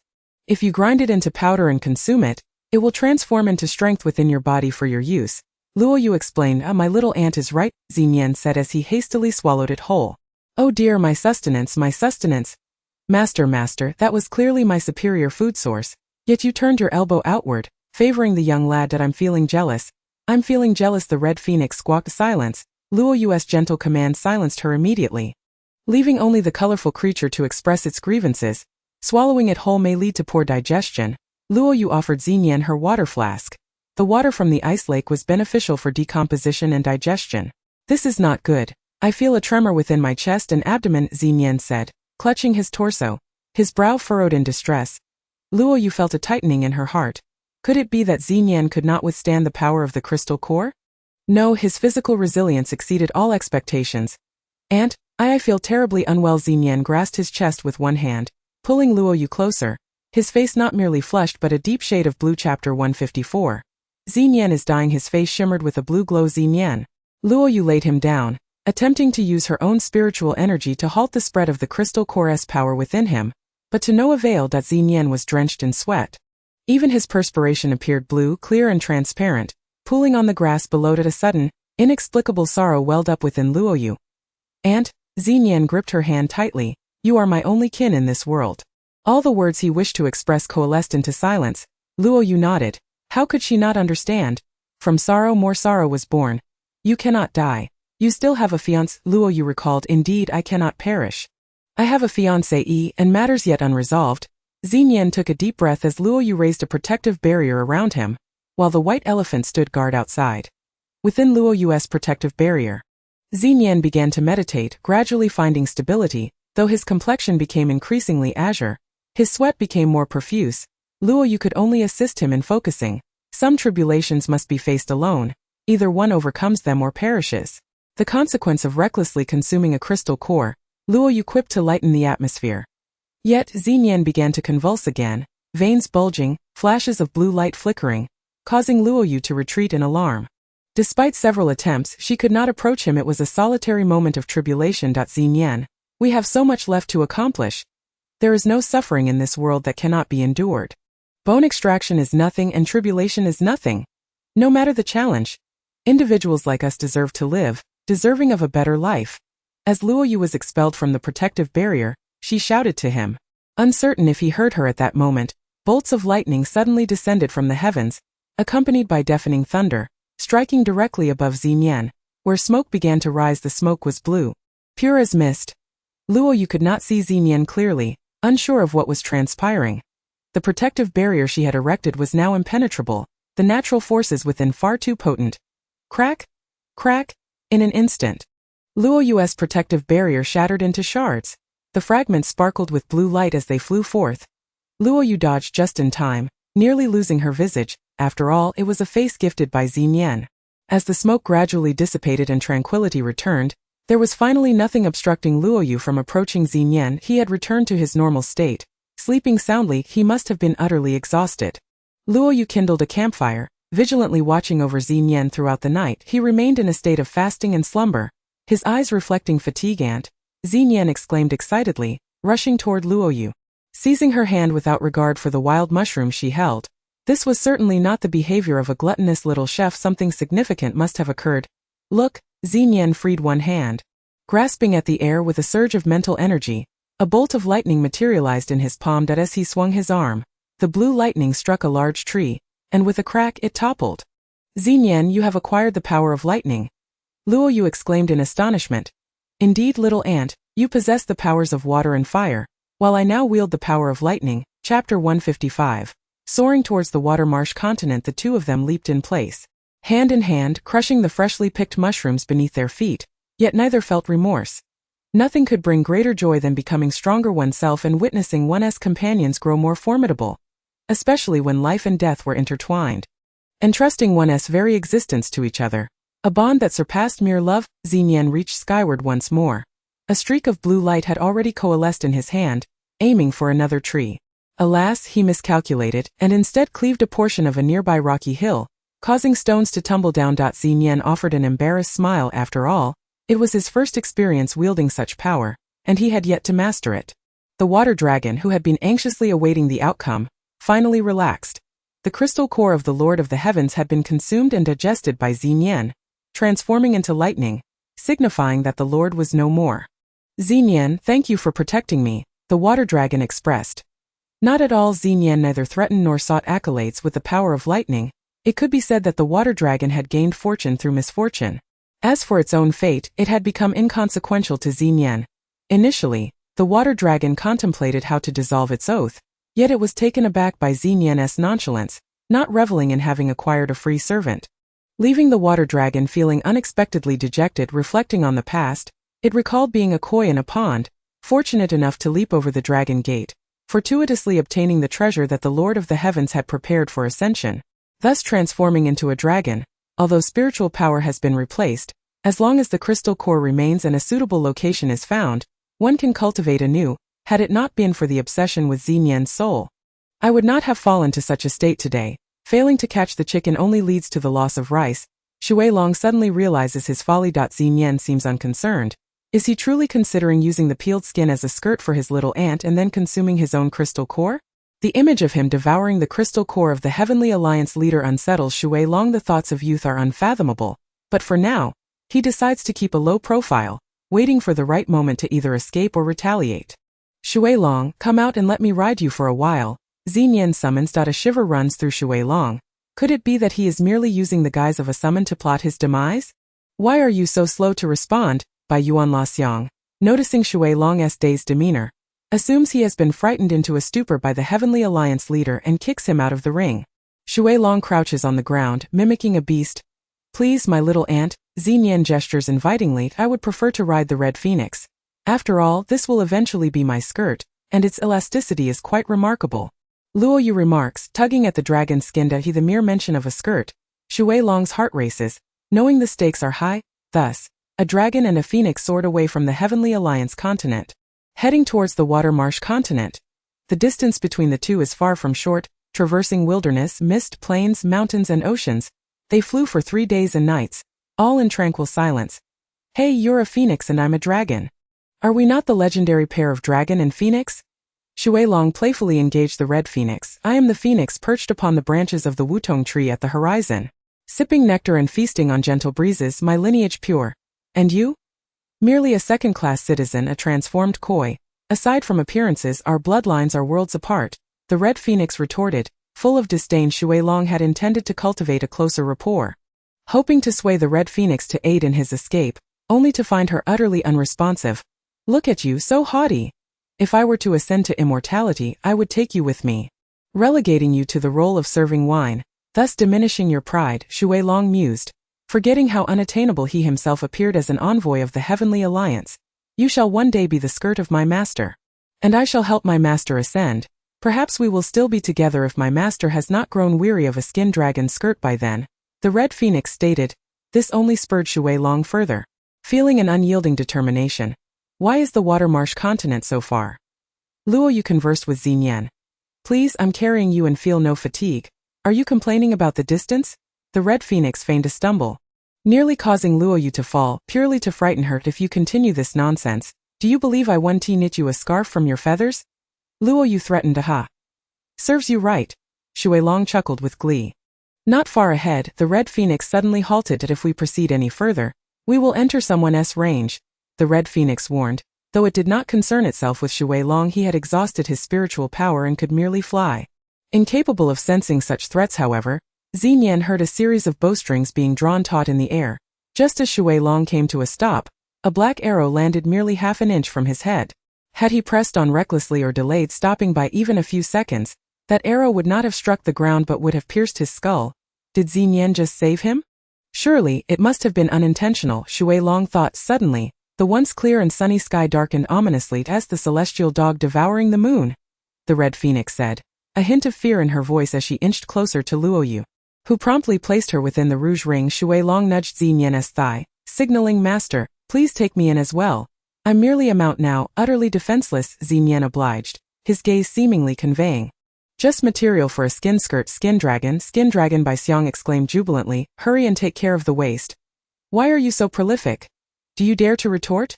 "Of course not, I merely..." Luoyu and Xinyan stood beneath the oppressive dark sky. Caw cawed at it's the crows. Luoyu discerned from the cacophony thousands of crows flew overhead, casting a shadow that blotted out the sun, resulting in the sudden darkness. Those crows have red ankles, while the rest of their bodies are black. They must be the crows raised by the Black Castle. It seems we have entered the territory of the Black Castle, Xinyan remarked. Luoyu had never heard of this. She felt inadequate in this regard. Yet, with her abilities, confronting the Black Castle was certainly within reach. After a considerable time, the sky remained shrouded in darkness, the crows relentlessly blocking out the light. "Little ant, you have 2 luminous moonlight crystal cores. Don't you?" Xinyan inquired. He was well aware of the wealth within Luoyu's ring. Luoyu produced 2 crystal cores, one for each of them.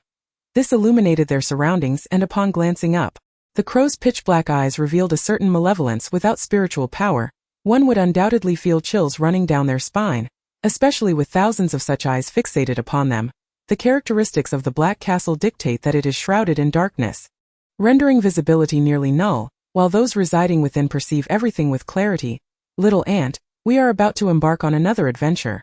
If we take a detour, we could avoid the Black Castle. What do you think?" Xinyan asked. When he arrived, he had circumvented all dangers, taking a long time to reach the safety of Qilix. But aren't we born for adventure? Since they had come, retreat was not an option. Luoyu declared resolutely.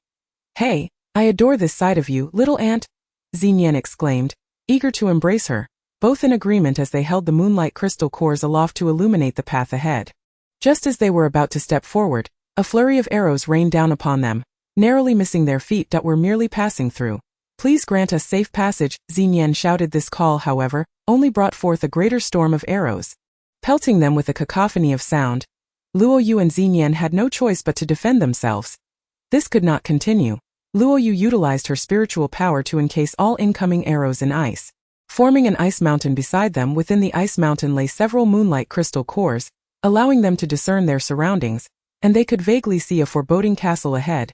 Even the vegetation surrounding them was black, a stark contrast to green. Even under the illumination of the green crystal cores, it remained black, only slightly faded in color, with the veins of the plants faintly glowing green. The blackness tinged with green was the very essence of the Black Castle's atmosphere. "Who is the master of the Black Castle?" Luoyu inquired of Xinyan. "A ghost?" Luoyu picked up an arrow from the ground, questioning whether a ghost could craft such arrows. The rain of arrows could not deter the two. It had ceased, and they continued their advance towards the Black Castle. Luoyu sensed that even greater threats awaited them ahead. The arrow rain was merely a greeting swish, swish. A sound emerged from behind. Turning back, they saw that the arrows that had fallen to the ground were now standing upright, drifting towards the Black Castle. Such immense power, capable of commanding thousands of arrows simultaneously, is a terrifying force indeed.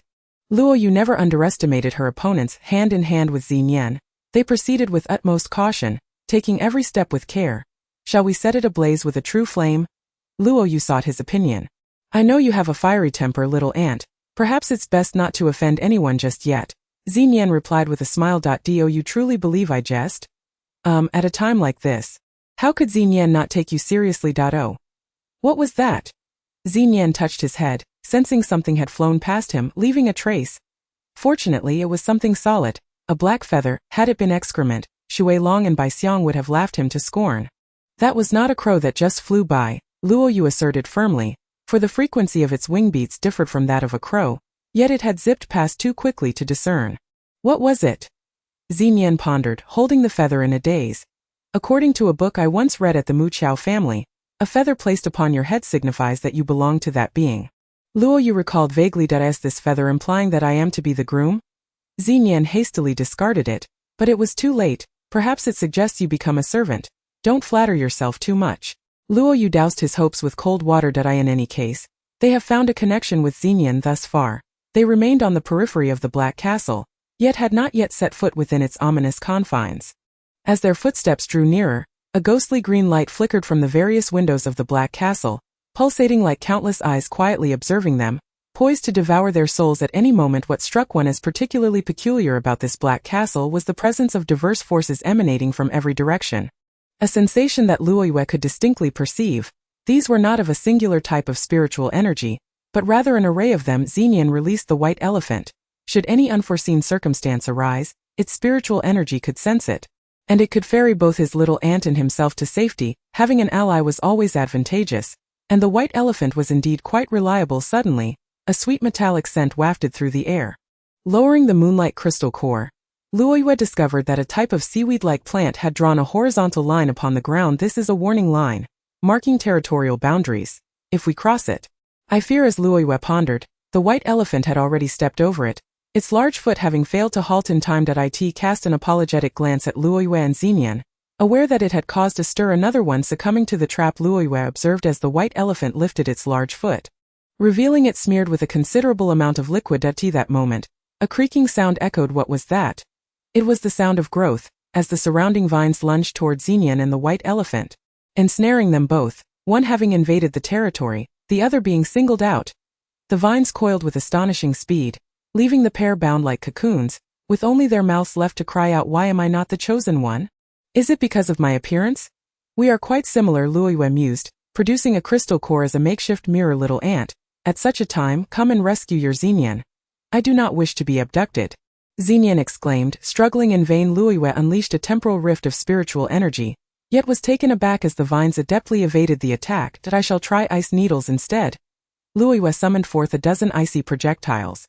Embedding them into the vines, the crystalline ice melted, releasing toxins, yet the vines remained lively and vigorous. Could they be immune to poison? Report to the master. I apologize. The toxins injected into this batch were mistakenly converted into nutrient injections, the skeletal hand hurriedly confessed. Luo Yu was at a loss for words, wondering how such dim-witted creatures could exist. "Master, I have no head. I am merely a hand." "Luo Yu, I've spotted its true form. A massive bat," Xinyan shouted. "Thunderclap." Xinyan summoned the element of lightning, cleaving the vines that bound them almost simultaneously with Luo Yu's action, thus diverting the attention of the true form. "Master, what about me?" The white elephant fretted. "Just hang upside down for a moment." "But I feel faint, as if I might vomit." Chapter 159. The black-winged bat. Xinyan had no time to attend to the elephant, as he and his little aunt focused on the massive bat. Under the relentless assault of lightning and spiritual energy, the giant bat found itself overwhelmed, with several of its vines severed. With each vine that was cut, a cacophony of squeaks erupted. Upon approaching the massive bat, they realized, to their astonishment, that what they had severed were not vines, but its tail. Yet how could it fly? "I am not a rat. I am a black-winged bat," the giant bat emphasized, loathing being categorized with rodents. It prided itself on its elegance, in stark contrast to the lowly mouse. "Regardless, you are still a close relative," Xinyan retorted, seizing the lightning for yet another assault. Another tail was cleaved. "Ah, how vexing. Why are you so foolish despite your good looks? Do you not know that this bat can grow its tail at will? Are you not a handsome youth?" The black-winged bat moved another tail, brushing against Xinyan's face with a forceful stroke, taking full advantage. "Ah, so it is a female. Xinyan, you have captured the attention of a beautiful bat maiden." Luo Yu chuckled. "Little aunt, I certainly do not desire such attention. I prefer to develop relationships within my own kind. I am not ready for interspecies matters. I am still quite young," Xinyan replied, bemused. "Come now, Nian Nian, you must exercise tolerance," the red bird chimed in. "Look, there are plenty of females vying for your affection." Luo Yu laughed, striking down a bat tail and rescuing the white elephant. "Oh, little girl, you are quite the charmer. I am most fond of you. I am indeed the beautiful bat maiden. Handsome youth, I have taken a liking to you because I do not wish for a dark offspring. I desire one that is lighter in hue and can stand on its own." Not just possess wings thus, I reluctantly choose you. The black bat calculated with her fingers. Choose me, and you say it's reluctant? Why not seek out a swan? A swan would meet your criteria. Standing feet and a fair complexion, Xenian retreated beside the white elephant. Regardless, you cannot enter the black castle. Why not set up camp here with me? I have guarded the periphery of the black castle for years, and few have managed to enter, the black-winged bat asserted confidently. Xenian, shall we stay? Luoyue turned her head, mimicking the bat's voice. Little ant. Please do not tease Xenian, he replied with exasperation. Interacting with a bat was hardly suitable. With lightning crackling in his hands, Xenian hurled it toward the bat. Regret rejecting me for millennia. The black-winged bat's temper flared. Her volatile nature igniting. Things she could not possess, she sought to obliterate with a swift flick of her wings. A cloud of black gas enveloped the arena. Luoyue and Xenian swiftly covered their mouths. Sensing that her temperament was far from benevolent, the gas she released was likely toxic. Luoyue quickly conjured an ice wall using the waters of an icy lake, blocking the encroaching black gas and trapping it within. However, it was not long before the gas struggled violently, ultimately shattering the ice. Xenian, summon your beastly friends for assistance, Luoyue urged. I have tried. They cannot approach the black castle, he replied. What about that one? He is also a beast and should not be beyond your control, Luoyue inquired. Sure, little ant, my abilities are not yet strong enough to command one with wings, Xenian admitted bashfully, but I do have another plan. With that, he nudged his little ant aside and stood tall. Chapter 160. The tale of the grandmother is the foolish youth considering becoming a meat shield. The red bird pondered. My master is not that foolish. The white elephant mused. Xenian drew forth a dagger, summoning lightning into his palm and infusing it into the blade, launching it straight toward the black-winged bat. If lightning cannot slay you, then my dagger shall not fail. To their astonishment, the combination yielded extraordinary results. Both power and speed were doubled. 1 + 1 = 3. Crack! Crack! Oh, grandmother, my womb! The black-winged bat screeched, its cries revealing that Xenian had struck true. Xenian, be gentle. You may render the bat grandmother barren. A grave sin, Luoyue teased, winking mischievously. Little ant, I am considering the well-being of handsome youths everywhere, lest they suffer the same fate. Xenian showed no mercy, unleashing another pair of lightning-infused strikes. Xenian realized that some techniques must be innovated and discovered independently. Experimentation was essential. The bat grandmother cried out once more, writhing in agony. Xenian, it seems the old bat cannot bear your advances. Luoyue sighed. At this moment, the black gas emanating from the bat grandmother grew increasingly faint, indicating that he had struck a vital point. Its speed was noticeably reduced, and Xenian pressed the attack from now on. Little ant, you need not intervene. Let Xenian protect you, shall we? Xenian continued to slash wildly with his lightning-imbued dagger, the bat grandmother's cries fading into silence. His stance was undeniably impressive, as if he had eyes in the back of his head. Perhaps I should lend a hand? Luoyue kicked away the bat grandmother's head, which had been attempting to gnaw on Xenian's ankle. In its final moments, the creature bit into one of its own tails. Luoyue cast forth a white crystal core, which absorbed the surrounding toxic gas, effectively forcing it inside. Turning the core black, Xenian took the lead, while Luoyue provided support and cleanup. The two forged a new pattern of collaboration from this battle. Master, you are amazing. Allow me to shower you with affection. The white elephant approached eagerly, its lips. How to describe them? No, thank you. Did I appreciate the sentiment? Xenian gently pushed it away. Are you rejecting me? Have you forgotten the times I carried you through the skies? The white elephant lamented, picking up one of the bat grandmother's tails to wipe its mouth, scrubbing with such vigor that it ended up with a mouthful of black fur. The one regret Xenian and Luoyue shared regarding the bat grandmother was that she bore no crystal core. Useless, Xenian muttered. The two gradually drew closer to the black castle. The external elements possess a certain prowess, not to mention those within. Rustle, rustle, elephant, you are considered an elegant creature. Could you refrain from relieving yourself indiscriminately and maintain some semblance of hygiene? Xenian admonished. Upon hearing this, Shui Long felt a wave of annoyance wash over him. What is that sound? With a flick of her wrist, Luoyue hurled the moonlight crystal core into the distance, where she beheld a serpentine black stream meandering toward them. It wasn't there just a moment ago, Luoyue asserted. This must be the way to greet distant guests, Xenian quipped, a smirk playing at the corners of her lips. Ian, Chapter 161. The stream of death. Everything within the black castle is steeped in darkness. This is the very gathering place for all that is hidden from light. The black stream shimmered with an oily sheen, winding its way from the depths of the black castle, unknowingly ensnaring Luoyue and Xenian, before slithering past them and continuing its sinister flow, Trapped within a drawn boundary? Luoyu caught a small fish from the icy lake and released it into the black stream. Only for it to vanish without a trace after a single gulp of the water. Not exactly a harmless entity. The eerie green light of the black castle flickered ominously, as if to signal, if you possess the ability, come and uncover the truth. The stream is not water, but a deadly toxin. Luoyu thrives on poison. The black stream continued to surge forth, seemingly an endless source that would never run dry. It seems intent on drowning distant visitors, Xinyan observed, noting how the black stream widened and thickened, bubbling ominously. The stream of death, a name befitting its nature.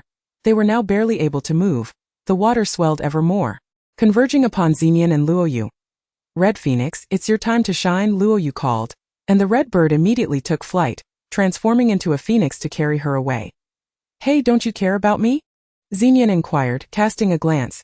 The clever red phoenix swiftly hoisted Xinyan aboard as well, aware that Xinyan did not trust Shui Long's for the white elephant. Its size rendered it cumbersome and unhelpful. Perhaps even a hindrance that you've lost weight. Look at those two meaty legs of yours.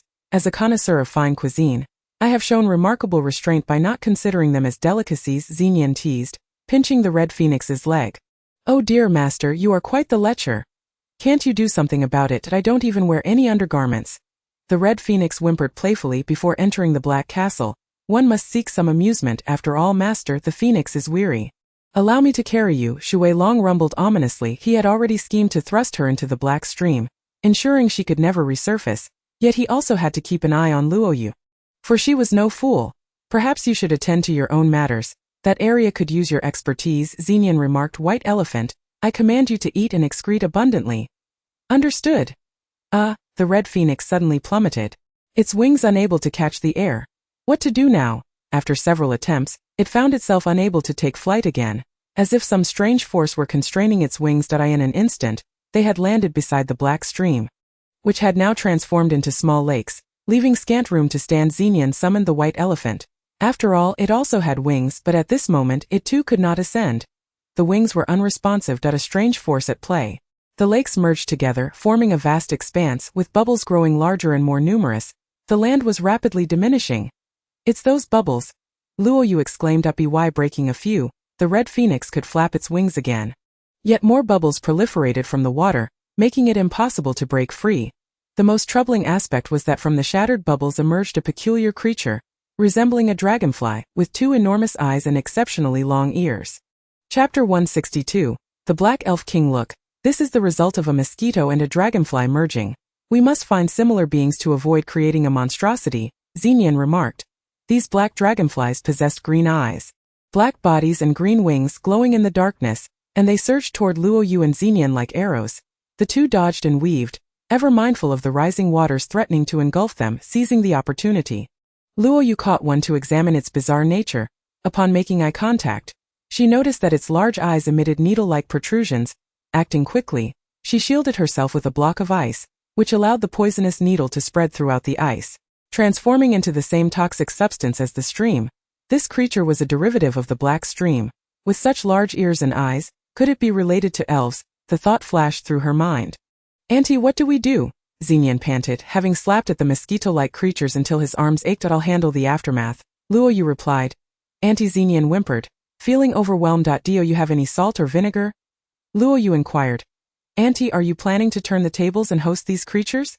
Xinyan asked. He produced jars of salt and sugar, tossing both toward the distance. Upon seeing the sugar and salt simultaneously, the creatures froze, their wing beats ceasing, and tranquility enveloped the area. Then, they all dove toward the salt and sugar, buzzing with excitement, completely disregarding Luoyu and Xinyan. Auntie, what kind of trick is this? Xinyan wondered. This is knowledge, Luoyu replied with a smile. I read in a book that salt and sugar are effective against elves. They are instinctively driven to count these two items, regardless of the circumstances. Their long ears must bear some elven genes. I simply wanted to test it, and it seems they indeed inherited the elven instinct. With you around, Auntie, there's nothing to fear, Xinyan chuckled. Not good, look beneath us, Luoyu suddenly shouted. Though the black elves were momentarily distracted, the black lake continued to expand, reducing the area where they could stand. It had become a vast black ocean, devouring the land, and it kept surging forth. This was the most troubling aspect. It was only a matter of time before they were submerged. Ha ha ha ha ha! A chilling, sinister laugh echoed in their ears. The true entity had revealed itself. I in my presence, no one can act brashly. A man declared boldly. With a whoosh, a figure appeared before them. His ears resembled those of the Black Elves. Could he be the leader of the Black Elves? Stop calling yourself a king. You are merely the gatekeeper of the Black Castle. A gatekeeper king at best. Xenian's words stripped him of dignity. Cutting straight to the truth was Xenian's forte. As long as I am here, no one may enter the Black Castle. The Black Elf King remained unfazed. The previous Black Bat Lady said the same, and she ended up sliced to pieces. Xenian retorted with a hidden smirk. With a flick of his wrist, he tossed a handful of salt at him. This was the finest crystal salt he had kept hidden, allowing him to reap unexpected rewards. However, the Black Elf King showed no inclination to count. Chapter 163. A pair of flushed beauties. Do you intend to defy your family's traditions?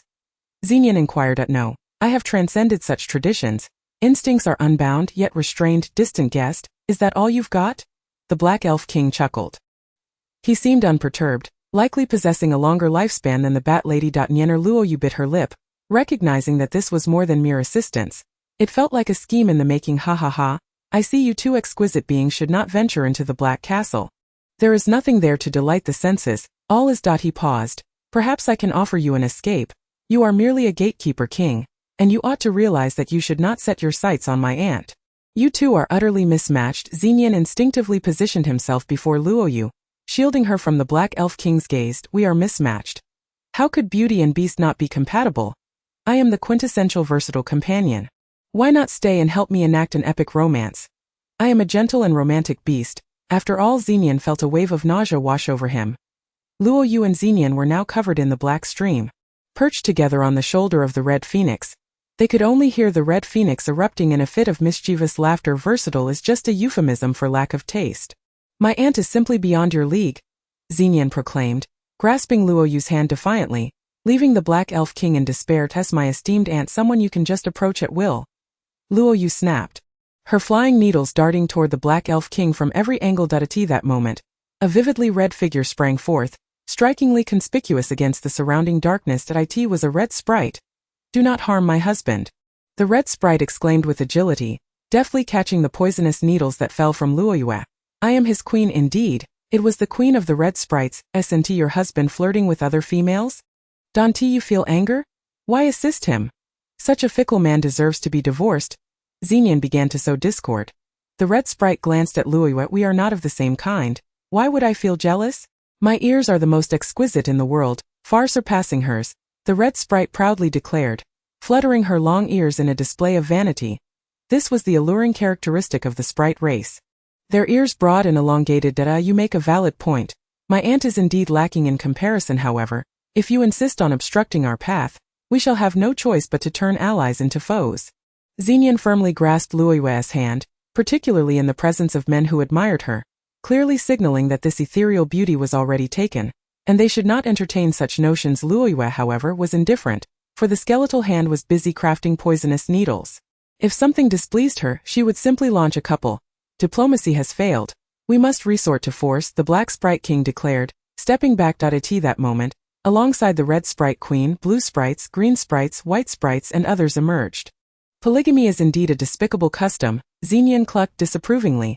Under the Black Sprite's command, the sprites unleashed their myriad talents, soaring around the Red Phoenix, launching various attacks. Luoyue and Xenian maneuvered in perfect coordination, one leading and the other following, each fulfilling their role with remarkable synergy. I'm so tired. I can hardly fly anymore. The red bird called out at this moment. You must not land, hold on until the very end. Luoyue instructed. Chapter 164. Who will collect the remains? How could a few winged sprites impede Luoyue's pursuit? Skeleton Hand, would you care to show me a trick? Luoyue inquired. Master, I've longed for this opportunity. The skeletal hand replied, eager and ready to capture the thief, one must seize the king. Taking advantage of the Black Sprite King's moment of inattention, Luoyue unleashed the skeletal hand, which swiftly descended upon the Black Sprite's head. Ouch, it's burning me alive! The red glow from the skeletal hand immediately became the center of attention. Pop, pop, such a delightful aroma wafted through the air. The skeletal hand held the Black Sprite's head firmly, even enveloping its ears, and in the blink of an eye, a searing mark appeared. The Black Sprite broke free, as the dark stream beneath transformed into a waterfall, attempting to engulf the skeletal hand. But to its surprise, the fiery skeletal hand pierced through the black waterfall, continuing its relentless advance toward its body. It was like a stubborn plaster, adhering to you no matter the circumstances, unless you met your demise. It would be best to avoid such a fate. Luoyue and Xenian continued to engage in close combat with the white, red, and blue sprites. The black sprite, its veins scorched, collapsed, unable to move, half kneeling just as the skeletal hand was about to deliver a finishing blow. Luoyue intervened. Master, are you reluctant? The skeletal hand queried. You foolish hand, what nonsense are you speaking? Luoyue glared at it. I only noticed that you've had no suitors for quite some time. It's rare to encounter one now. Although not of the same kind, there's someone trailing behind, adoring you. Isn't that delightful? The skeletal hand lamented. Foolish and dim-witted. I, your mistress, care not for such trivialities. Look, that's the result. Luoyue pointed to the other sprites who had ceased hostilities upon witnessing the black sprite's fall. They gathered around the black sprite, a widow in mourning, yet none shed a tear. Oh dear, look, the sprite king has lost his former brilliance. His color is no longer pure, the red sprite remarked, gesturing towards the charred visage of the skeletal hand. It appears our days are numbered. He crafted us from a few of his ribs in the past. Now that he's in this state, we too must be reborn. The blue sprite pondered. The green sprite nodded vigorously. A few sprites encircled the black sprite, and astonishingly, they began to gnaw. They devoured the barely living black sprite, and upon consuming him, their forms rapidly shrank, eventually transforming into fireflies that scattered in different directions. The dark stream vanishing without a trace, leaving only a few of the black sprite king's bones behind. How tragic! Several wives consumed him, and not one was left to collect the remains. Master, this serves as a lesson for men. You must find a wife, lest you meet a similar fate. The white elephant mused. Silence. Remain mute and stand aside. I have always supported monogamy. What do you think? Aunt? Xenian retorted. Chapter 165. The thieving infant. Knowing you have a fiancé, there's no need to flaunt it. We have none. The white elephant surprisingly resisted, clearly emboldened. Why fear your aunt's misunderstanding? She is not your lover, the white elephant mumbled, seemingly intent on unraveling the intricacies of mortal love. Xenian. Look, Luoyue beckoned him over, revealing that the black stream emanated entirely from the black sprite's bones. The substance flowing from the bones on the ground resembled marrow, which was, in fact, the black marsh. Although there were no crystal cores to collect, Luoyue stored this material in her ring, casually placing it on a shelf beside the poisonous gas crystal core. With obstacles removed, they cautiously approached the black castle. The grand door, seemingly aged for ages, creaked open with a groan inside. An eerie green light flickered dimly. Aunt, why do I feel as though we are entering a dungeon? Xenian remarked, already sensing the dampness surrounding them. The first floor of the black castle was lined with rooms, so quiet that one could hear a pin drop. Wait, is that breathing I hear? Luoyue became alert. The sound emanating from within one of the rooms. Gently pushing open the door, she discovered an infant enveloped in a cocoon, peacefully lying in a crib, its chubby face a rosy hue, appearing to be merely 2 months old. As she opened other doors, she found more infants lying in cribs, some staring wide-eyed at her. The first floor of the black castle was filled with nurseries, each room housing a few infants and a single eerie green crystal core. When an infant opened its eyes and played, the crystal core emitted a flickering green light. If the infant remained still, the core would cease to shine. Luoyue. This crystal core served as a detection mechanism. The atmosphere remained eerily silent, permeating a sense of unease. Luoyue and Xenian cautiously ascended to the second floor, the staircase creaking ominously beneath their feet, leaving them anxious that the castle's master might suddenly appear behind them. The second floor was open, devoid of rooms, save for a massive painting that stretched from the floor to the ceiling. The painting depicted a flower tinged with blue and green, radiating an unusual allure. Luoyue and Xenian gazed at the artwork, their minds captivated, as if it were a magical vortex, rendering their eyes unable to look away. Standing before the painting, the longer they stared, the more entranced they became. However, they beheld different visions. Luoyue saw herself being led to a bone-picking platform, on the verge of death, the ropes tightly binding her, as the executioner raised a knife to methodically strip away her bones.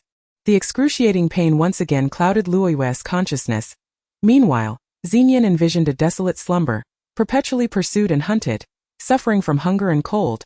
Those who sought his life were none other than his family, the very kin he once trusted. The knife fell upon Xenian's shoulder, yet his eyes brimmed with tears. The poor youth had been fleeing since childhood.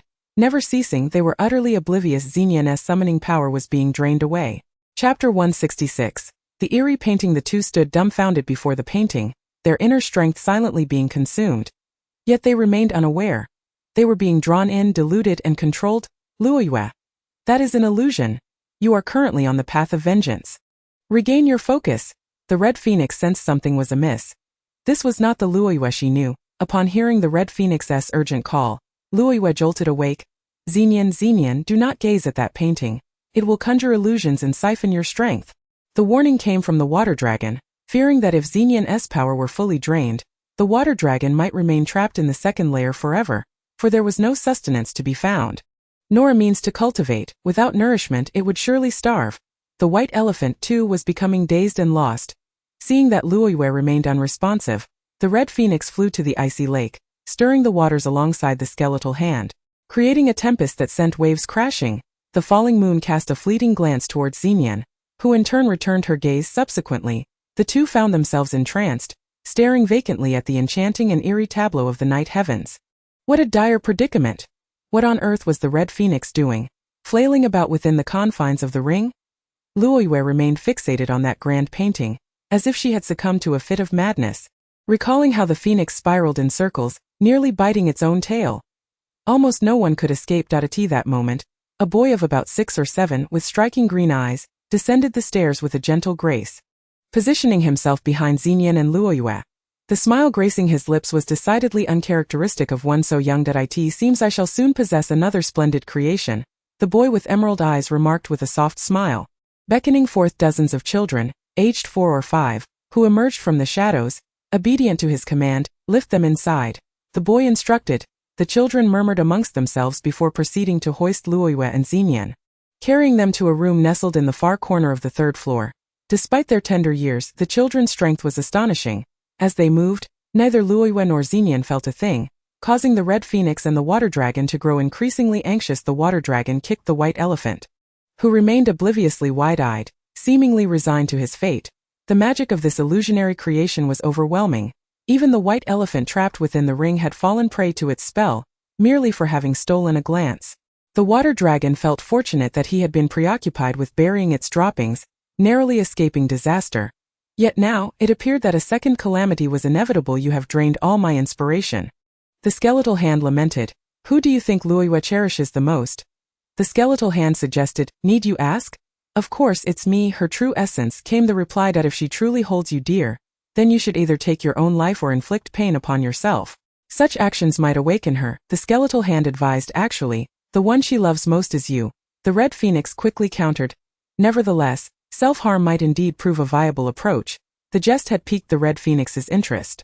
Luoyue and Xenian were laid in a room adorned with flowers, the bed as soft as liquid, the air thick with fragrant aromas, suffused with the scent of blush. This was, astonishingly, a bridal chamber. Chapter 167.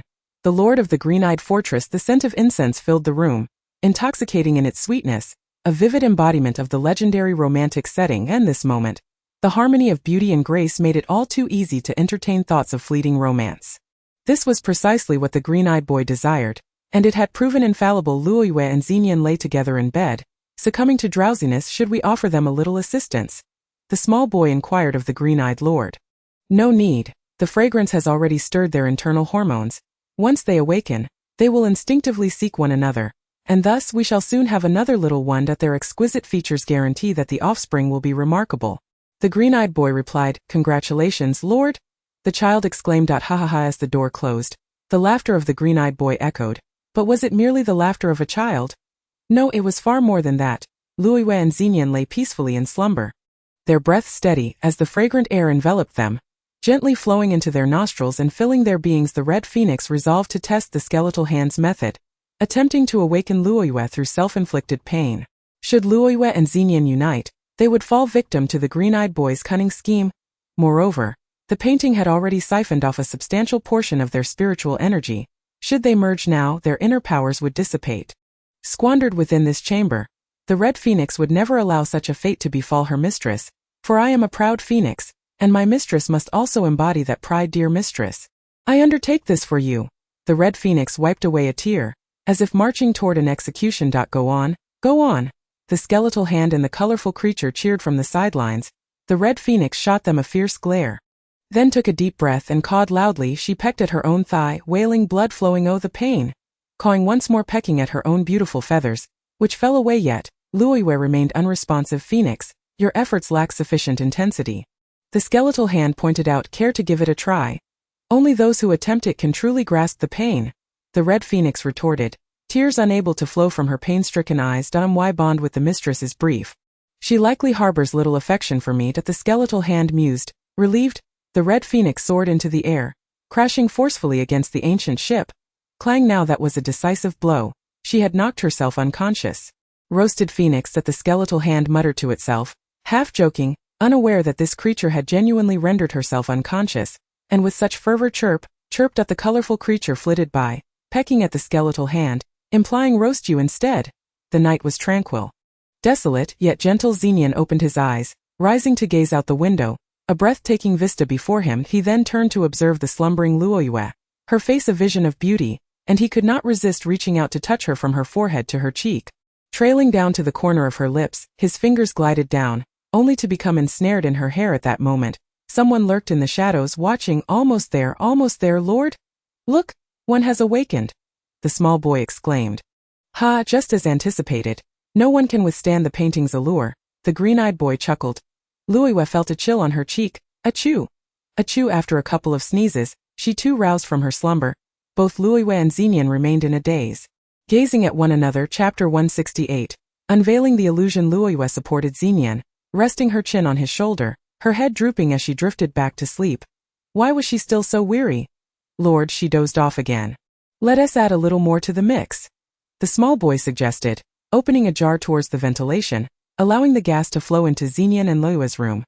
The temperature in the room rose, becoming pleasantly warm. The previously faint fragrance now intensified, evoking a deep, intoxicating sensation that made one yearn for more. The small boy inhaled deeply. Lord, my dual fragrance is quite remarkable, wouldn't you agree? Indeed, the Lord nodded. Only the Lord remained quietly observing, finding enjoyment in the spectacle of others lost in their enchantment. The pleasure of orchestrating their fates was truly delightful. Gazing out from the window, he beheld not the oppressive gloom of the Black Fortress but rather a scene of gentle breezes and delightful vistas, shrouded in a mist that carried the sweet melodies of birdsong and the fragrance of blooming flowers, as if dwelling in a realm of ethereal beauty. Such was the illusion created by the dual fragrance. Xenian and Luoyue reclined once more upon the bed, Xenian pulling the covers over them. As they nestled beneath the canopy, the movements beneath the covers revealing a subtle dance, obscuring half of the Lord's view. The Lord chuckled with satisfaction, exiting, pleased that his scheme had borne fruit, bringing untold joy to countless couples.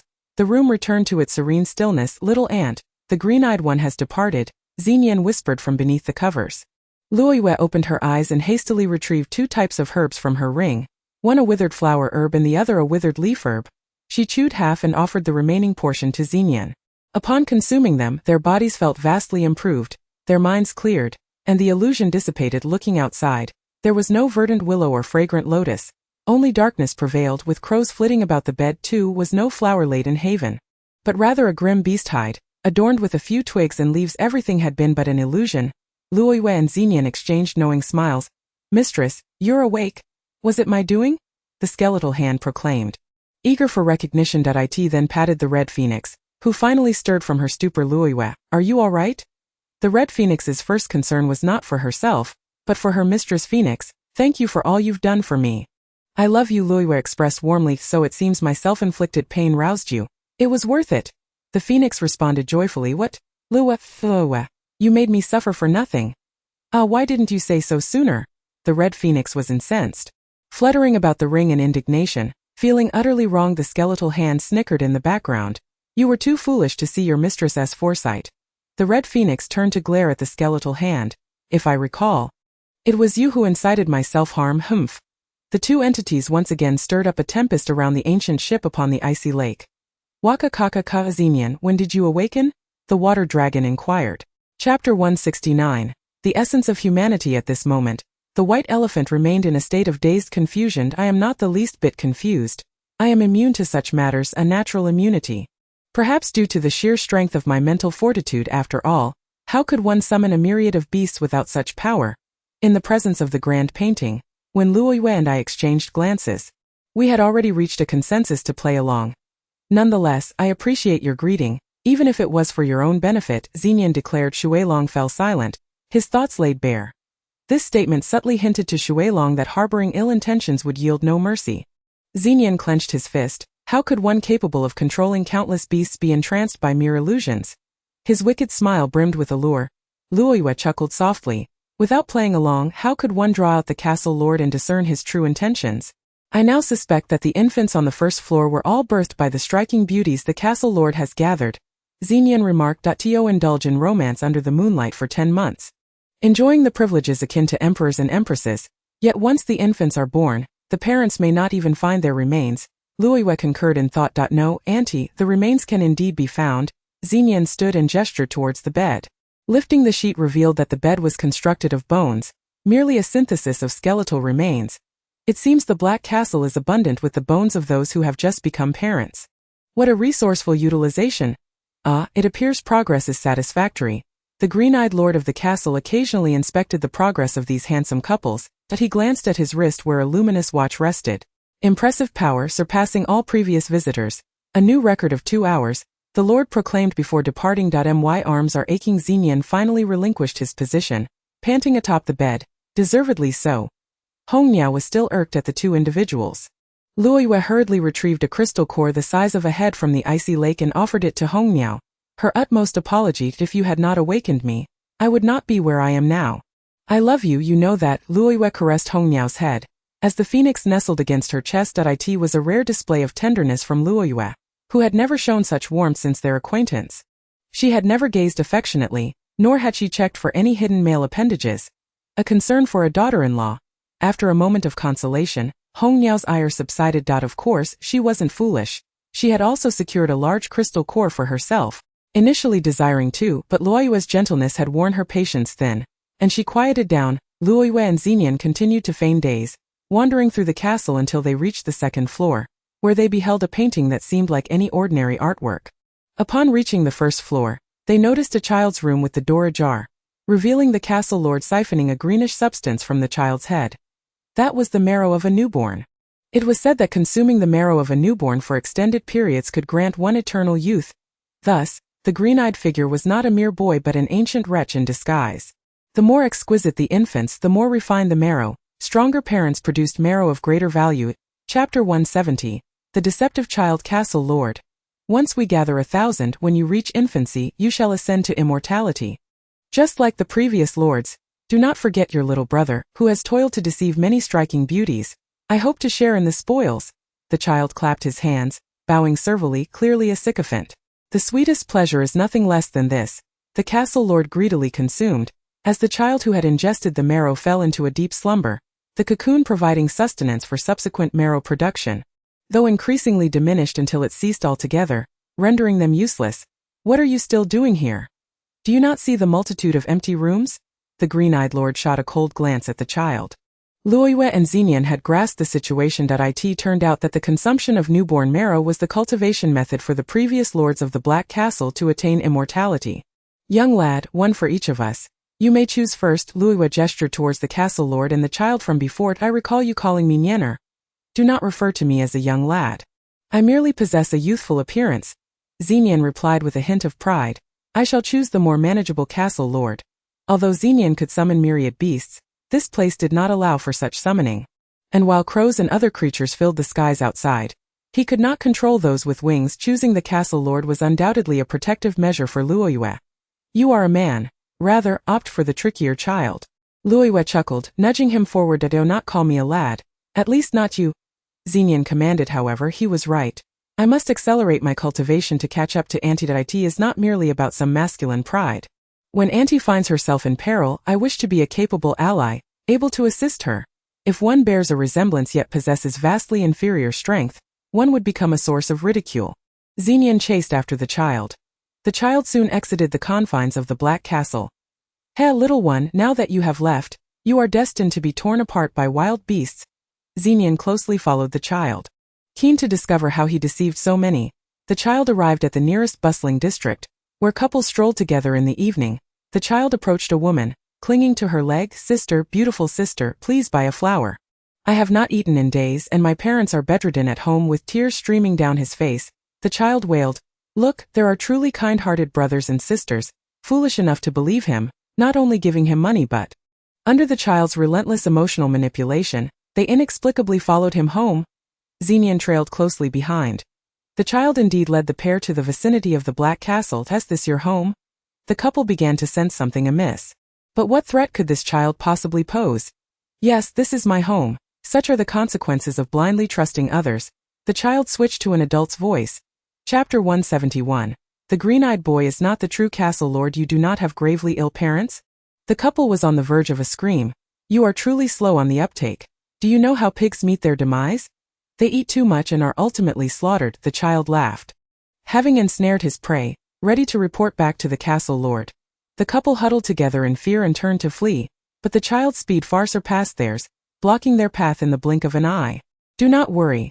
I am leading you to enjoyment, not to harm you. Instead, you will be well fed and entertained, allowing you to procreate amidst the splendor of romance. The child extended his hand, revealing a palm-sized painting. And the couple, upon glancing at it, lost their senses. An illusionary painting. They willingly followed the child towards the Black Castle. A hero emerges. Ahem. A cough alerted the child. The couple was completely entranced, and Xenian recognized all too well the sensation of being ensnared. Xenian exaggeratedly pretended to retch, picking up a stone to hurl at the child's head. The child dodged swiftly, his true nature revealed. How many have you deceived with this fade? I care not. This couple shall be your last victims today. Xenian chuckled, confident in his ability to deal with him. It seems you possess some skill, having emerged from the Black Castle. The child dropped his pretense. Revealing a vicious countenance, the face of the 4 or 5-year-old child morphed from innocence to something terrifying, surpassing that of an adult. The child raised his hand, and another illusionary painting materialized. Xenian's eyes fixated. Why was he not entranced? He could see through the illusions and discern what was real and what was not. How can you evade the power of the illusion? The child was incredulous. You little rascal, my abilities are beyond your comprehension. Xenian extended his middle finger, expressing severe disdain. The child was left with no choice. He fled back towards the Black Castle. Xenian swiftly blocked his path, the dagger in his palm tapping rhythmically. Neck, nose, eyes, tongue. Which shall I sever first? Xenian pondered. The child attempted to flee several times, yet each time Xenian apprehended him. Grandfather, spare me, and I shall reveal a tremendous secret. The child pleaded, realizing he had encountered a formidable opponent. That depends on whether your secret is worth hearing. Xenian casually resumed grooming his nails with the dagger. Actually, the green-eyed boy is not the castle lord. The child's revelation piqued Xenian's interest. Details? Xenian ceased his grooming. If the green-eyed individual had hidden abilities, Auntie might be in danger. Chapter 172. The peculiar door. Your secret is indeed valuable, yet you must still meet your demise. Do you not understand that there are those whose foolishness leads them to their end? Knowing full well that speaking or remaining silent will both lead to death, they still cling to a misguided hope. With that, Xenian hurled the dagger from his hand, striking true to the heart, delivering a swift death. The young lad did not even have the chance to utter a final word. Xenian approached the couple, bestowing a resounding slap upon each of them, landing squarely on their faces. They awoke. Hero, is it truly you who has saved us? Upon seeing the lifeless body of the young lad on the ground, they hastily knelt before him. Thank you, noble hero, for your life-saving grace. If you do not find us unworthy, we are willing to serve you as loyal as cattle or horses, they declared earnestly. No need for that. Just flee from here at once. I cannot afford to keep such livestock. Xenian waved them off, sprinting towards the Black Castle, fearing for his little aunt's safety. I am an elephant, a noble elephant, not cattle or horses. I do not partake of sustenance without contributing my efforts. Bai Xiang corrected Xenian, feeling rather embarrassed just moments prior. Speaking of those who take without giving, it seems we have a certain individual over here. Bai Xiang cast a sidelong glance at Shui Long, who had been sleeping. Upon hearing this, he immediately got up to work, digging up the buried elephant only to re-enter it once more. I in the Black Castle. After Xenian's departure, Luo Yu continued to follow the master of the Green Eyes Castle. Though he appeared as a child, one could not discern whether he was merely thousands of years old or perhaps even tens of thousands. The infants who had been drained of their essence were now devoid of intellect, reduced to mere shells of their former selves. What abilities does this individual possess? Luo Yu remained unaware. What piqued Luo Yu's curiosity were the bats surrounding the perimeter of the Black Castle. What reason could the spirits have to guard this castle unto death? Either he had the power to control them, or he had some leverage over them. Do not be fooled by his gaze. His eyes depict a scene that devours one's very sanity. far more potent than that upon the walls. Reminded Hong Feng. Shall I lend you a feather that fell from my rear to shield your eyes? Hong Feng added with a playful tone. Ha. The skeletal hand chuckled. No, you should keep that for yourself, Luo Yu replied. Master, why not release us first? In the event that you finish your business, at least we shan't die stifled in here. The skeletal hand expressed the collective sentiment of the group, such heartless beings. Then you best pray that I do not perish, Luo Yu huffed. The once innocent skeletal hand, under the insidious influence of Hong Feng, was on the verge of losing its simplicity.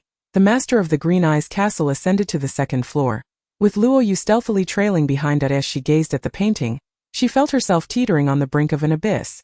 It was only by centering her spirit and entering a meditative state that she could shield her mind from its effects. Continuing upward, the master of the Green Eyes Castle reached the third floor.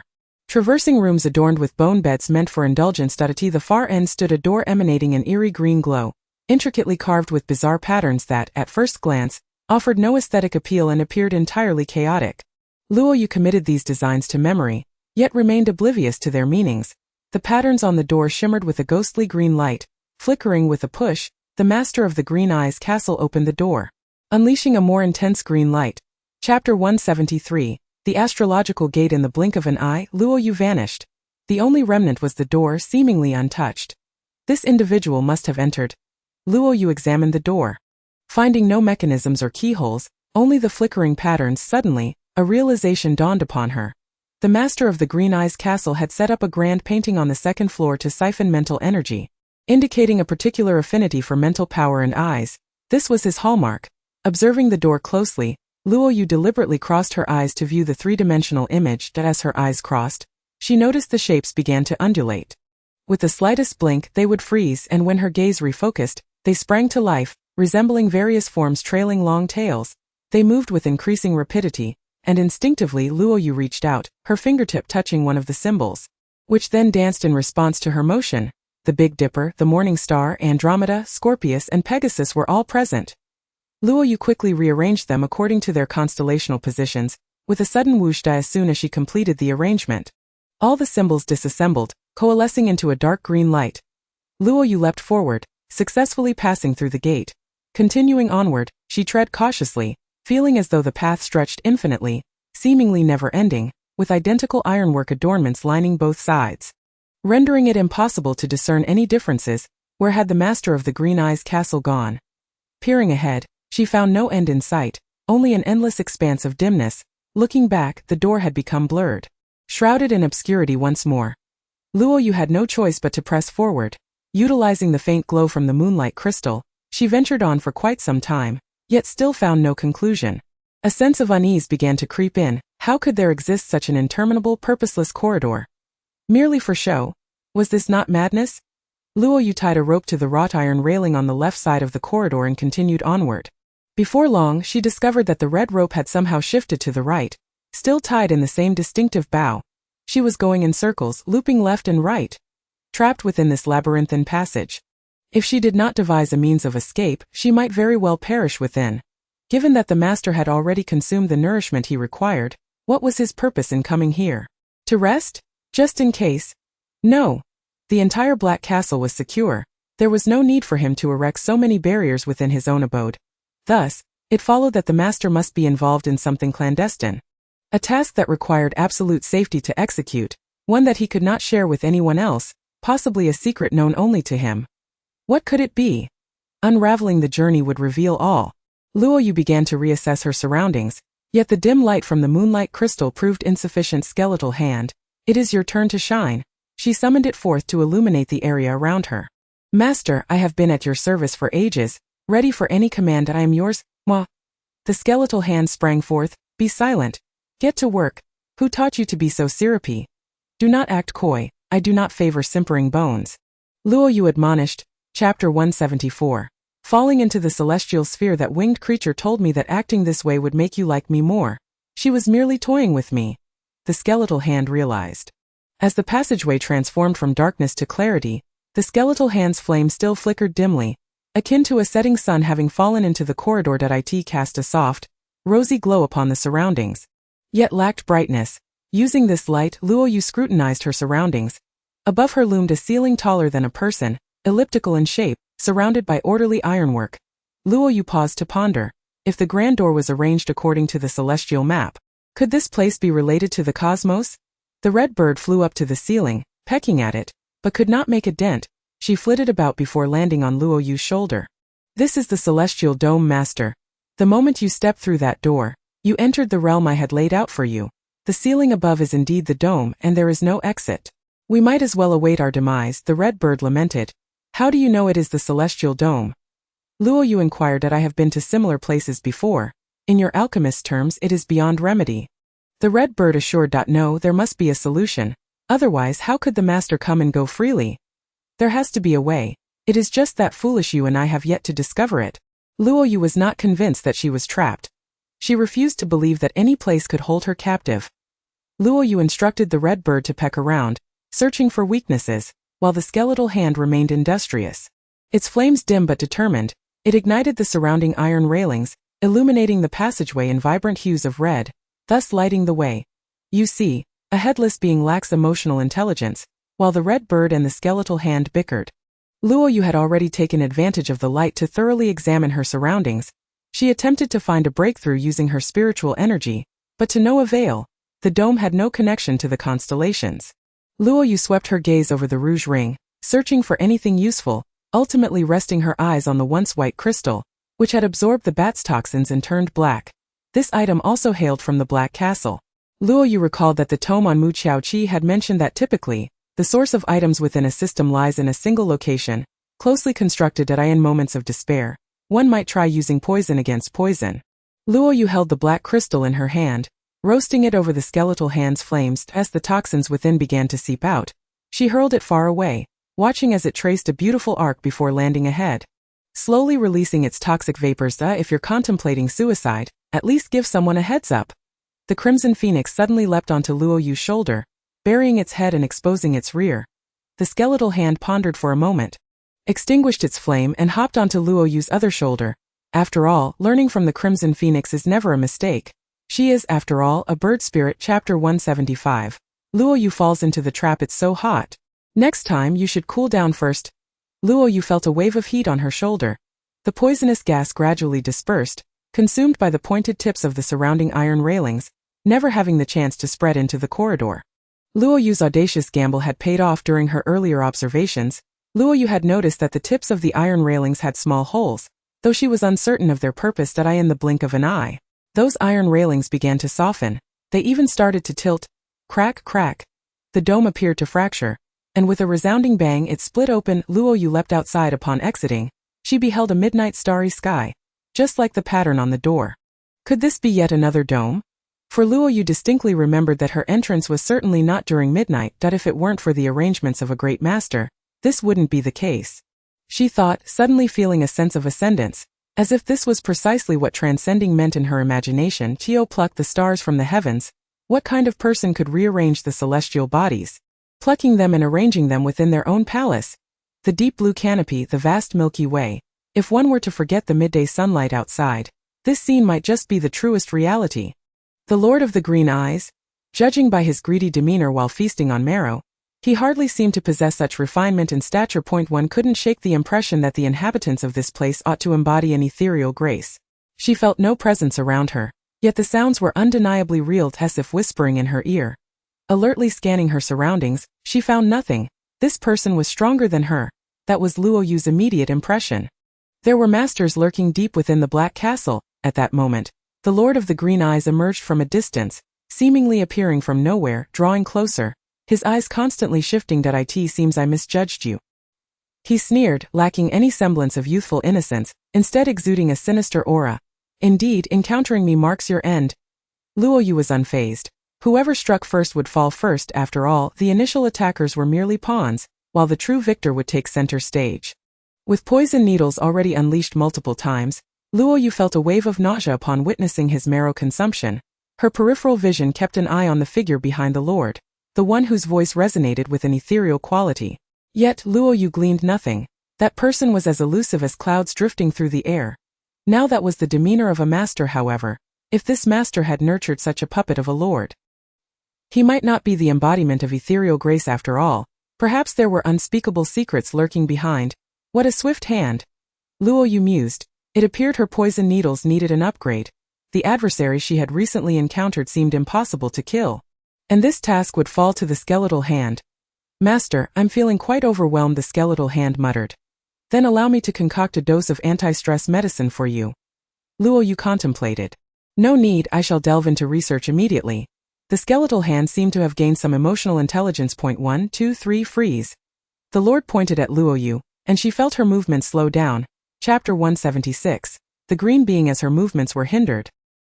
His gaze bore down on her, and it seemed as if countless eyes were upon her, myriad green pupils swirling, and haunting images of consumption reappeared. Master, should you require my assistance, just give a signal. The crimson bird yawned, having learned from her previous experience. Luo Yu realized that avoiding his gaze was nearly impossible. His green eyes surrounded her like phantoms in the night, akin to beautiful green shooting stars falling from the sky. Only by momentarily locking eyes could she evade the space he used to draw others in. She quickly shrouded her vision in a veil of thin ice from the lake, obscuring her sight just enough to avoid being entranced by his otherworldly gaze. The green eyes continued to whirl, but alas, Luo Yu had grown immune. Seeing that this tactic proved ineffective, the Lord retreated slightly, a wave of green liquid enveloping him, transforming him into a body akin to jade. From the shoulders up, his form was entirely of emerald. This was not good. As she contemplated, the crystalline ice of the lake shattered before her. What overwhelming power! The radiant green light emanating from his jade body shattered the protective ice barrier she had conjured with her spiritual energy. With the shield gone, wasn't she now in peril? The strength he commanded was extraordinarily formidable. A moment's carelessness could lead her to lose her senses. If only Xinyan were present, with a single bolt of lightning, this jade being would have been cleaved in two. Luo Yu attempted to gather more water from the lake to form a thicker layer of ice, but in her haste, she mistakenly grasped a carnivorous red flower instead. She decided to go along with her error and used the red flower to obstruct her view, hoping to resist the allure of his eyes. The petals fluttered gently in the night breeze.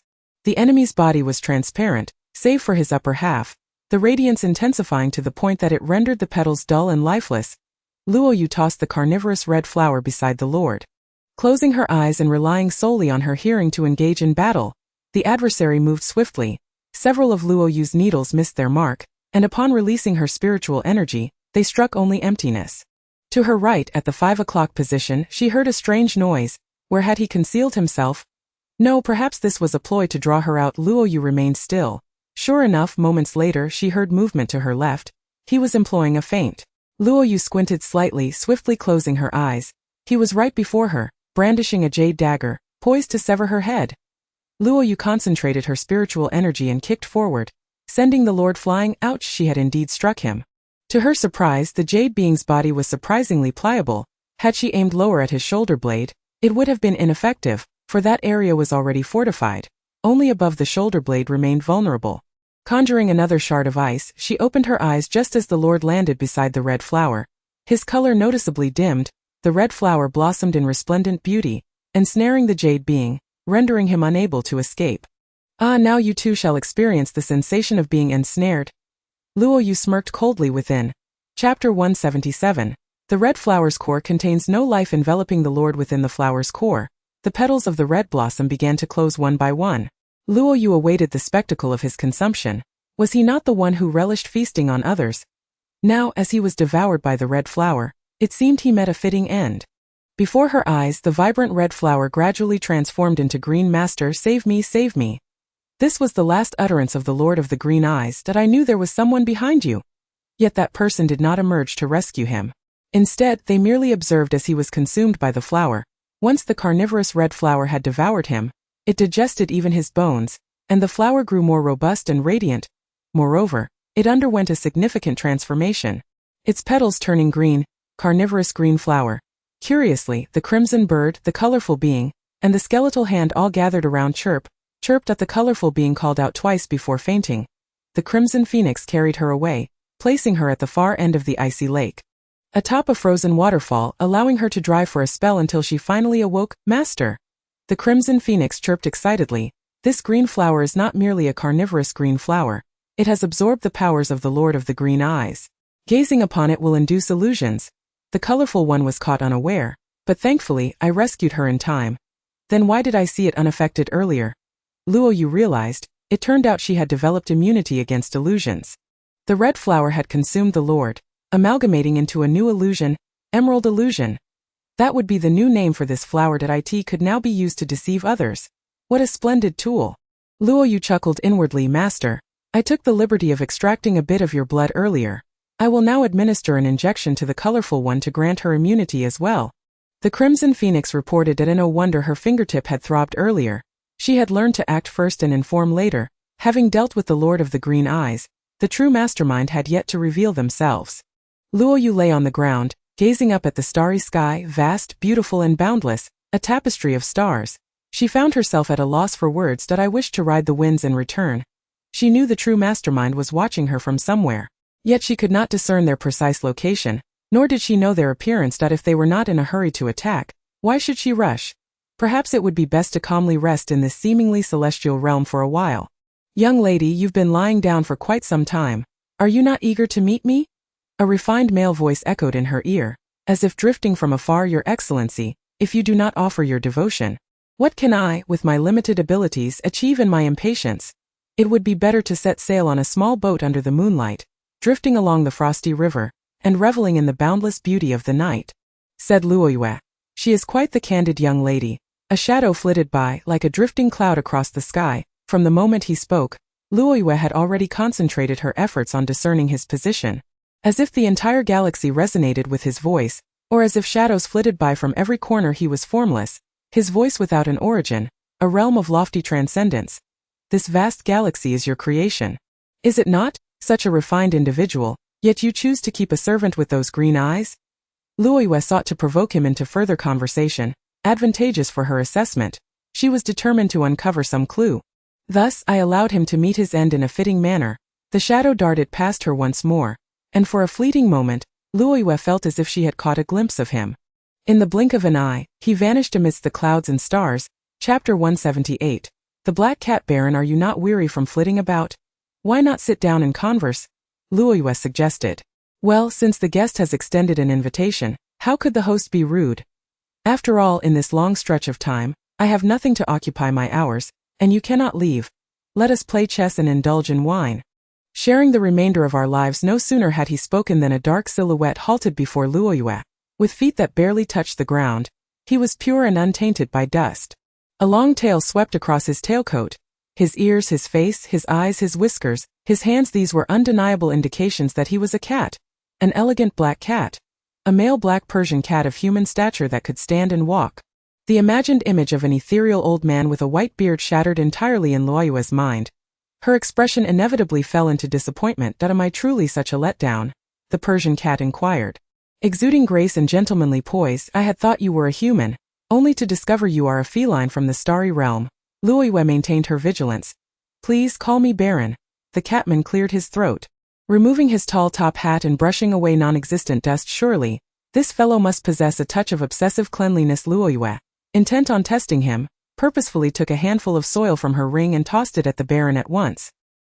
He sprang up, his tail and hands in a flurry, brushing away the dirt. In that instant, his blue irises turned crimson, only to revert to their original hue, that fleeting glance mingling elegance with a hint of ferocity. Indeed, Luo Yu was well aware that I passed by the Black Castle. Will you permit me to leave?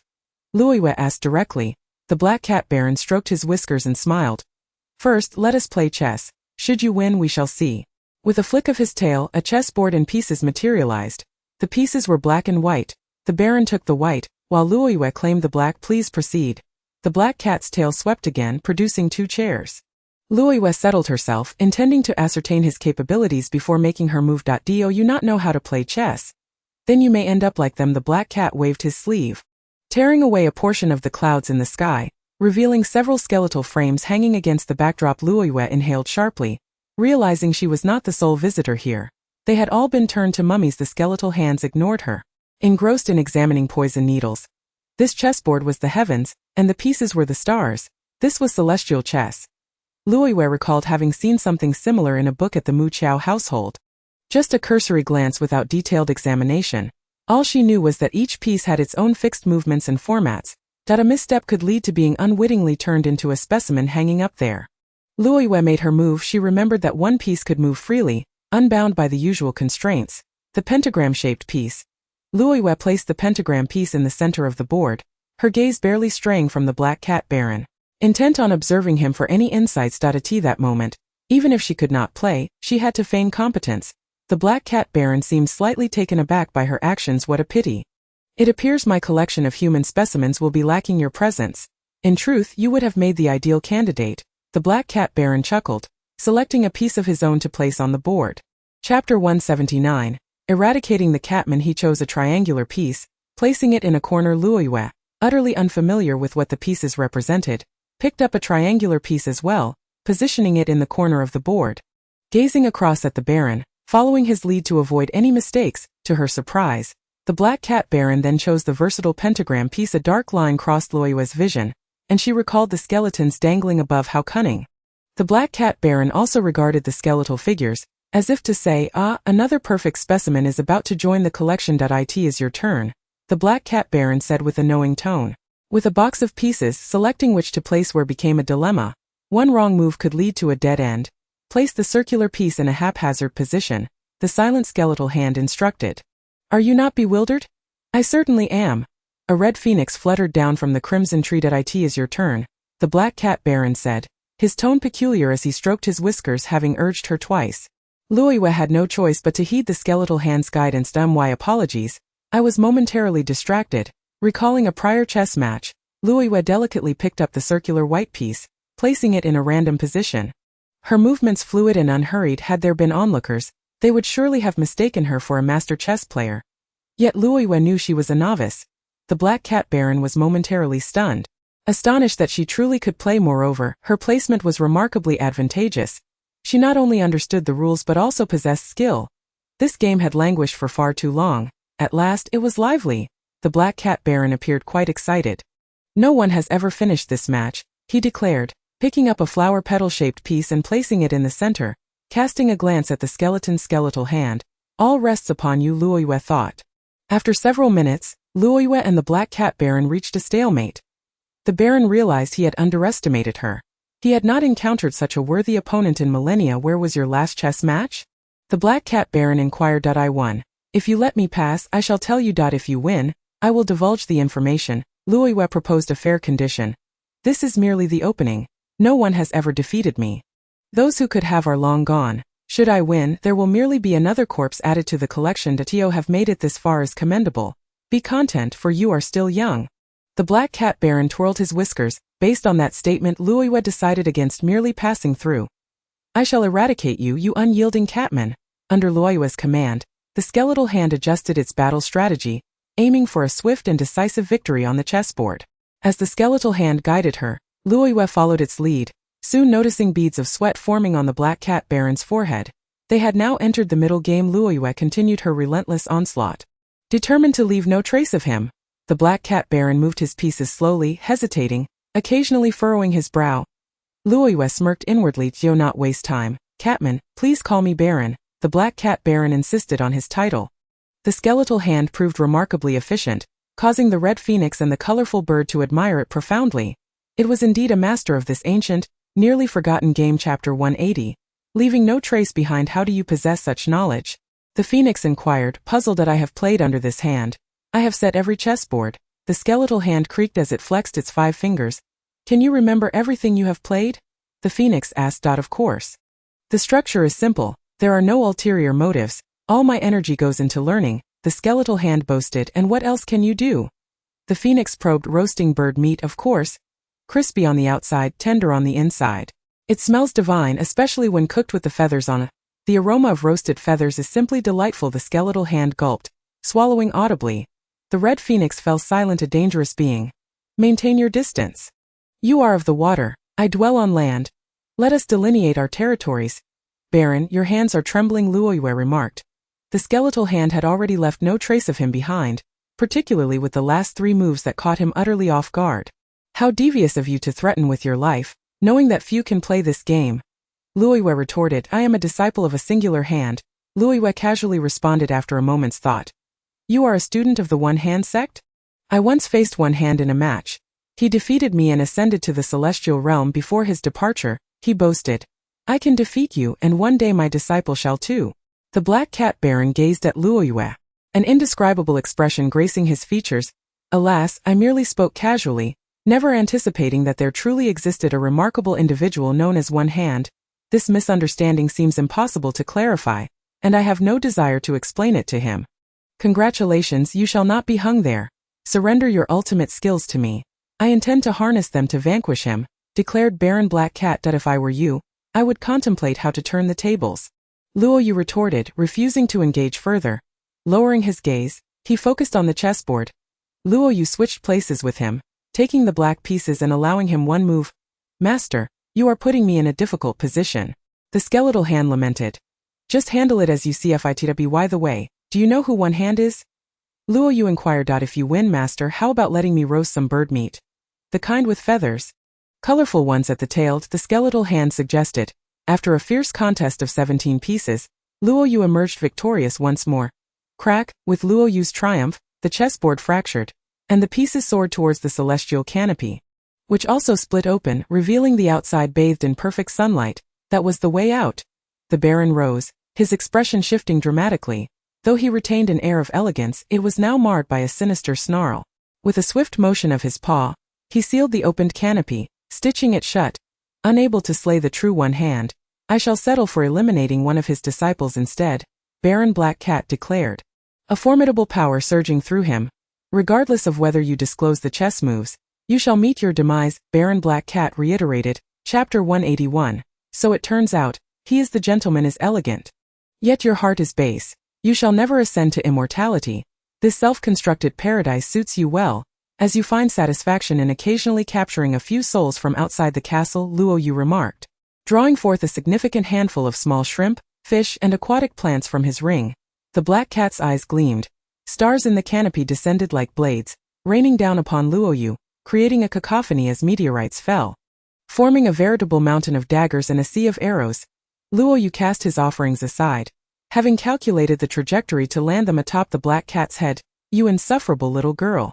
The Black Cat, upon seeing the filthy objects, was instantly overwhelmed by a surge of obsessive cleanliness, disregarding all else to rid himself of the debris on his head. The entirety of the star-grave space was immaculate. Luoyu could not find a single speck of dust and was compelled to retrieve some from his rouge ring. But that was not all. Luoyu also produced a few toxic bones from outside the Black Castle, cleaving one in two, allowing the noxious gas to waft toward the Black Cat. Whether it would poison him or not, it was meant to disrupt his composure. This tactic proved effective as Baron Black Cat lost his previous elegance. Becoming increasingly flustered, seizing the opportunity, Luoyu launched a spiritual assault. Yet even with his back turned, the Black Cat remained a formidable opponent, evading her strikes during the time it took him to clear the debris. Luoyu could not approach. Such was the strength he possessed. In no time, Baron Black Cat had finished his cleanup. His gaze fell upon the scattered chess pieces, which began to fly toward Luoyu. One by one at his command, yet another barrage of attacks ensued with greater force, swifter speed, and enhanced accuracy. The toxic gas merely caused the Black Cat to cough a few times before he swiftly regained his vigor. The bones had proven ineffective against him, and the remainder was not worth wasting. Skeletal Hand, it is your turn to take the stage. You were the one who faced him during the chess match. Luoyu called for reinforcements. In an instant, the skeletal hand made a striking entrance, igniting a flame in its palm, a fiery orb erupting from the ring. Bang, bang, bang. It charged directly at the Black Cat, the scent of roasting fur wafting through the air. It turned out the tail had been singed a bit. The Black Cat quickly realized that this fire was no ordinary flame, and this entity was no ordinary foe. He tore off the dark blue canopy and wrapped it around himself, rendering the skeletal hand's true fire ineffective against him. With a swift kick, he sent the skeleton sprawling, yet it moved too slowly. Becoming ensnared within the canopy's embrace upon closer inspection, the Black Cat's eyes widened as he noticed a scar on the thumb of the skeletal hand. Instantly, the canopy was withdrawn. You are One Hand. Baron Black Cat exclaimed, astonished. Incorrect. I am the skeletal hand. The skeletal hand retorted, hastily retreating from the ominous tent. What I mean is, you are a hand belonging to One Hand. The Black Cat continued, bewildered. The skeleton does not speak in riddles. The skeletal hand launched another attack. Luoyu finally understood. There existed an individual nicknamed One Hand, who had defeated Baron Black Cat and ascended to immortality. Though he had attained immortality, he had left behind his right hand in the mortal realm. which had become lost among ancient shipwrecks, only to be discovered by Luoyu. This right hand was indeed the very hand that vanquished Baron Black Cat. Once it defeated you in the past. It shall undoubtedly recreate history today, Luoyu declared, leading the skeletal hand in a combined assault. Haha, I beg to differ. Today presents a splendid opportunity for revenge, Baron Black Cat's cunning laughter echoed, followed by a surge of black mist. Chapter 182. The Phoenix, supreme in all the world, all that remained was a cloud of mist. Nothing else was visible. Luoyu felt disoriented. Where was the Baron? The skeletal hand moved forward to illuminate the scene. But the once bright orange glow became ensnared within the mist, casting a red hue amidst the darkness, creating an indistinct ambience. Luoyu, save me, save me! The red light began to fade, becoming faint and elusive. The skeletal hand was ensnared. Upon witnessing this, the red phoenix lost all humor. That if you become ensnared, who will carry me away? Luoyu implored earnestly. You at such a time are contemplating escape. What lofty ideals you possess. The red phoenix glanced at the colorful spectacle chirped as if to say, she was still young, inherently incapable of maturing, and unable to bear the burden. Master, I must embark on a quest. Will you not bestow upon me some material rewards? The red phoenix's gaze was already fixed on the icy lake. With no choice, Luoyu retrieved a gleaming crystal core, feeding it to the red phoenix by hand. The red phoenix, having feasted and quenched her thirst, leaped into the air, unfurling her wings like two magnificent banners fluttering in the wind. With a whoosh, she soared toward the black mist. Knowing full well the dangers, she flew directly into the jaws of the tiger. Approaching the black mist, the red phoenix seized a fragment of stone that had fallen to the ground. It turned out that the stars above were crafted from stone, and she hurled the fragment into the black mist. That fiend was still alive. Die, Black Cat. Let you witness the supremacy of the biological realm, Phoenix, the unrivaled. The red phoenix seethed, furious that her playful companion had been taken away in a space devoid of the skeletal hand. Loneliness reigned. The red phoenix spread her tail feathers, channeling all her power into her tail. Once fully committed, the red phoenix exhibited unparalleled focus, contrasting starkly with her previously languid demeanor. Behold, I shall ensnare you, thought the red phoenix. Her expansive tail feathers spread across the sky like an endless, colorful blanket, encapsulating the black mist. Impeccably sealed. A colossal sphere formed, within which various shapes and directions struggled momentarily before coming to a halt. I've suffocated it. I've suffocated it. The red phoenix, elated, dismissed her tail feathers but soon realized the black mist had slipped away, vanishing without a trace above the canopy. I've been deceived. I've been deceived. The red phoenix fumed, jumping in frustration. With a crash, a pile of black debris scattered downwards. Creak, creak, the pieces began to reassemble on their own. It was the skeletal hand now transformed into a darkened form. Whoosh, whoosh. What was that scent? My apologies, I accidentally singed your tail a bit in my haste, the skeletal hand admitted sheepishly.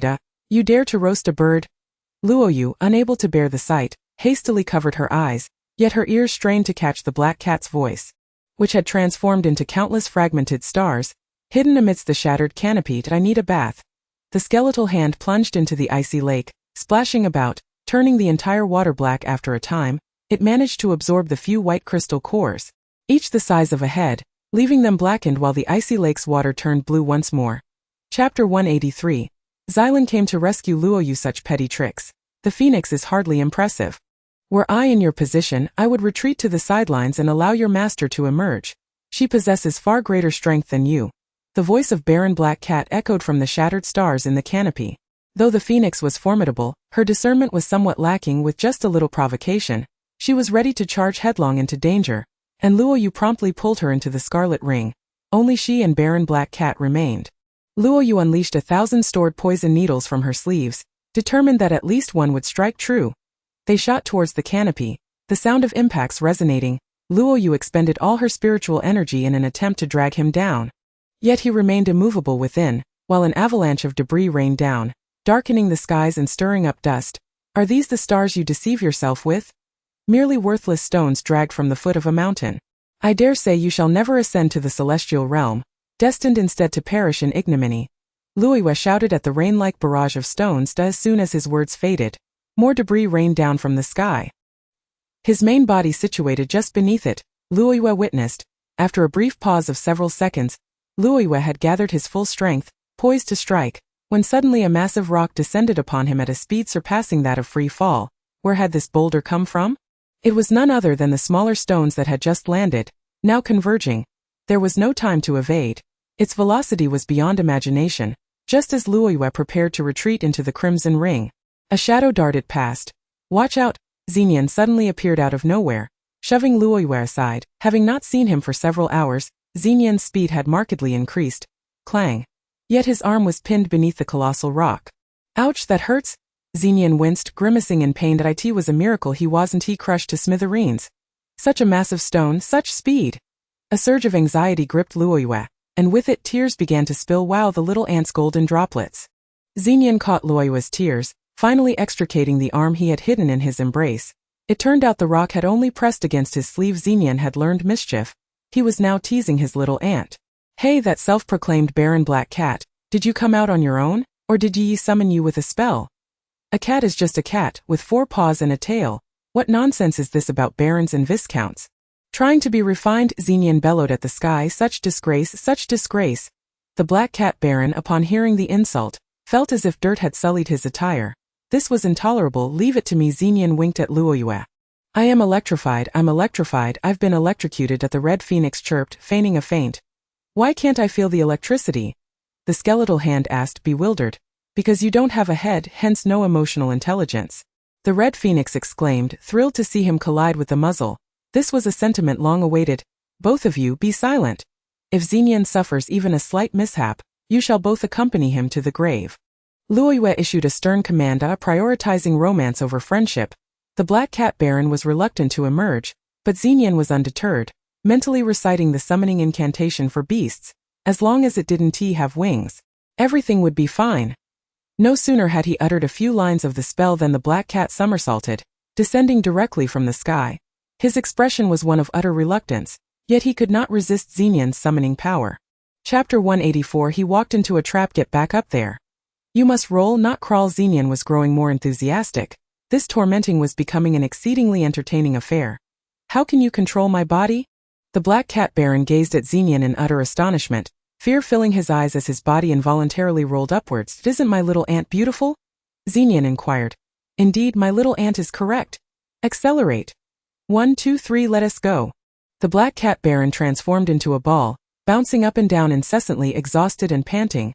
His body could not come to a halt. Luoyue observed silently, a few flying needles in hand, aimed precisely at his tail. The manner of his demise was inconsequential. As long as he perished, noble men have their gravestones, while the ignoble have their passes. Please, please stop. The Black Cat Baron gasped for breath. No, I've heard that a 3-legged cat exists. Yet you now have 4 legs. Why not remove one yourself? Xenian continued to exert his mental prowess over the Black Cat. The Black Cat Baron ceased his movements, first cleaning one of his feet, but showed no intention of removing it. With a swift flick of his eyes, he charged towards Xenian, his tail transforming into a massive black blade. Ha, young lad. Do you think your summoning power could ever be strong enough to command me? I was merely putting on a show for you. Who would have thought you'd take it seriously? I've had my fun. Prepare to meet your end. At that moment, Luoyue's flying needles were unleashed. Clang, clang, clang. They struck the Black Cat's tail, landing on the ground with a metallic clatter. Such a hard tail, entirely composed of steel. Lightning break, Xenian shouted, as the heavens tore open a long gash, azure lightning cascading into his palm like the roots of an ancient tree. Then striking towards his opponent. Clanged. No matter how sturdy the tail, even if not flesh and blood, it was still a steel body. How could it withstand the might of lightning in that very instant? Luoyue unleashed his ice magic, encasing both the lightning and the Black Cat within a prison of frost. Through the translucent ice, he could see the tail severed in two. At a perfect breach, Xenian withdrew. Having anticipated that his summoning power would not be that formidable, he decided to play along. Don't think you're the only one who can scheme, my little ant. We truly are a match made in heaven. With a deep connection, Xenian's playful grin reflected in Luoyue's eyes. Your lightning power has indeed strengthened, Luoyue observed. Yes, my little ant, I can now cultivate within the beast language ring. The energy there resonates well with me. Xenian replied with a smile. Be cautious of that dragon. Luoyue warned, if its utility diminishes in the future, I certainly won't let it go to waste. I plan to enjoy dragon meat with you, my little ant, and even craft a dragon hide skirt for you, while its tendons could be used to tie up your hair. Xenian was not jesting. At this moment, their dialogue had already shielded the ring. Luoyue nodded. The fusion of lightning and ice was their first collaborative innovation, with quite favorable results. The combination of lightning and ice has weakened its power, but we cannot confine it for too long. My current summoning ability allows me to prevent its escape, Xenian stated earnestly.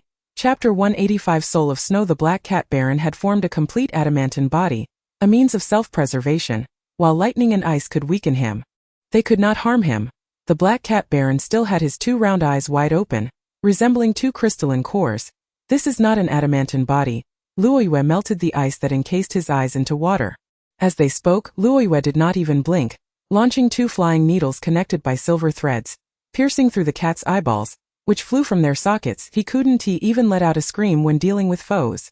Mercy equates to digging one's own grave. The two crystalline cores held in his hand sparkled beautifully, suspended on silver threads. His eyeballs also possessed the power to bewitch the heart. Placing them in your beast language ring will serve as a means of controlling the water dragon. Luoyue handed them to Xenian. My little aunt, you're always thinking of me. Who told you to be so poor that you lack even adornments? How will you face your fiancé? Luoyue chuckled. The black cat's pupils were now housed within the beast language ring, serving as a talisman. The water dragon, upon seeing it, appeared thoroughly intimidated, even daring not to approach, even without eyes, as long as the Black Cat Baron escaped the ice. The two of them combined would not be his match. Though the ice merged with lightning, it could only hold for a brief moment, for the Black Cat Baron was generating heat. This creature was impervious to fire. The skeletal hand could not burn him, as his heat was akin to the true fire of the skeletal hand. He aimed to melt the ice.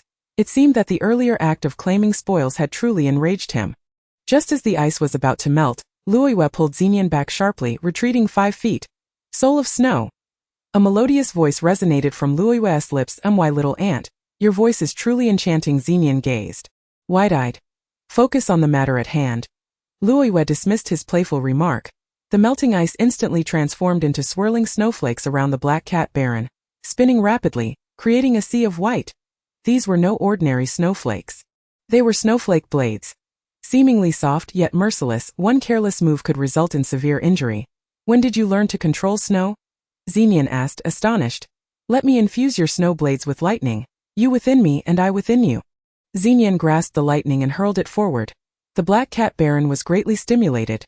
Fur bristling as black hairs intertwined with the snow and lightning, clashing and entangling, creating a world where black and white danced in the air.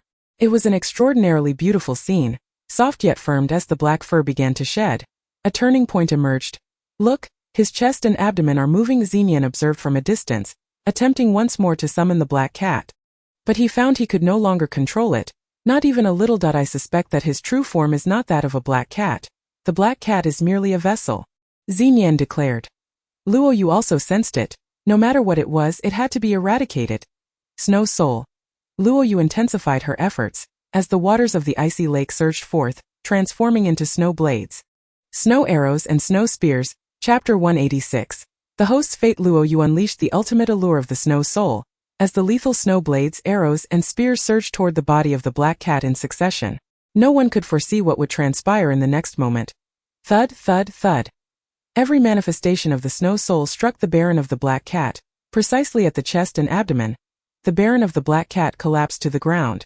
Could the indestructible cockroach finally be vanquished? Luoyue and Xenian exchanged glances. To ensure his demise, they must dismember him. The two approached cautiously, wary of an explosive demise. Just as they drew near, suddenly, thud, thud, thud. Something erupted from the black cat's chest and abdomen, unfurling wings and soaring into the air. It was a black owl with emerald eyes. The black cat is merely the host. The owl is the true master. Borrowing the body of the black cat, Luoyue immediately grasped the situation, aiming her weapon at the owl, ready to strike. No, there exists a faint thread of blood connection between them, indicating that the owl is formed from the black cat's core. Xenian observed, no wonder I felt a weaker summoning connection. It turns out it possesses wings. I detest winged creatures.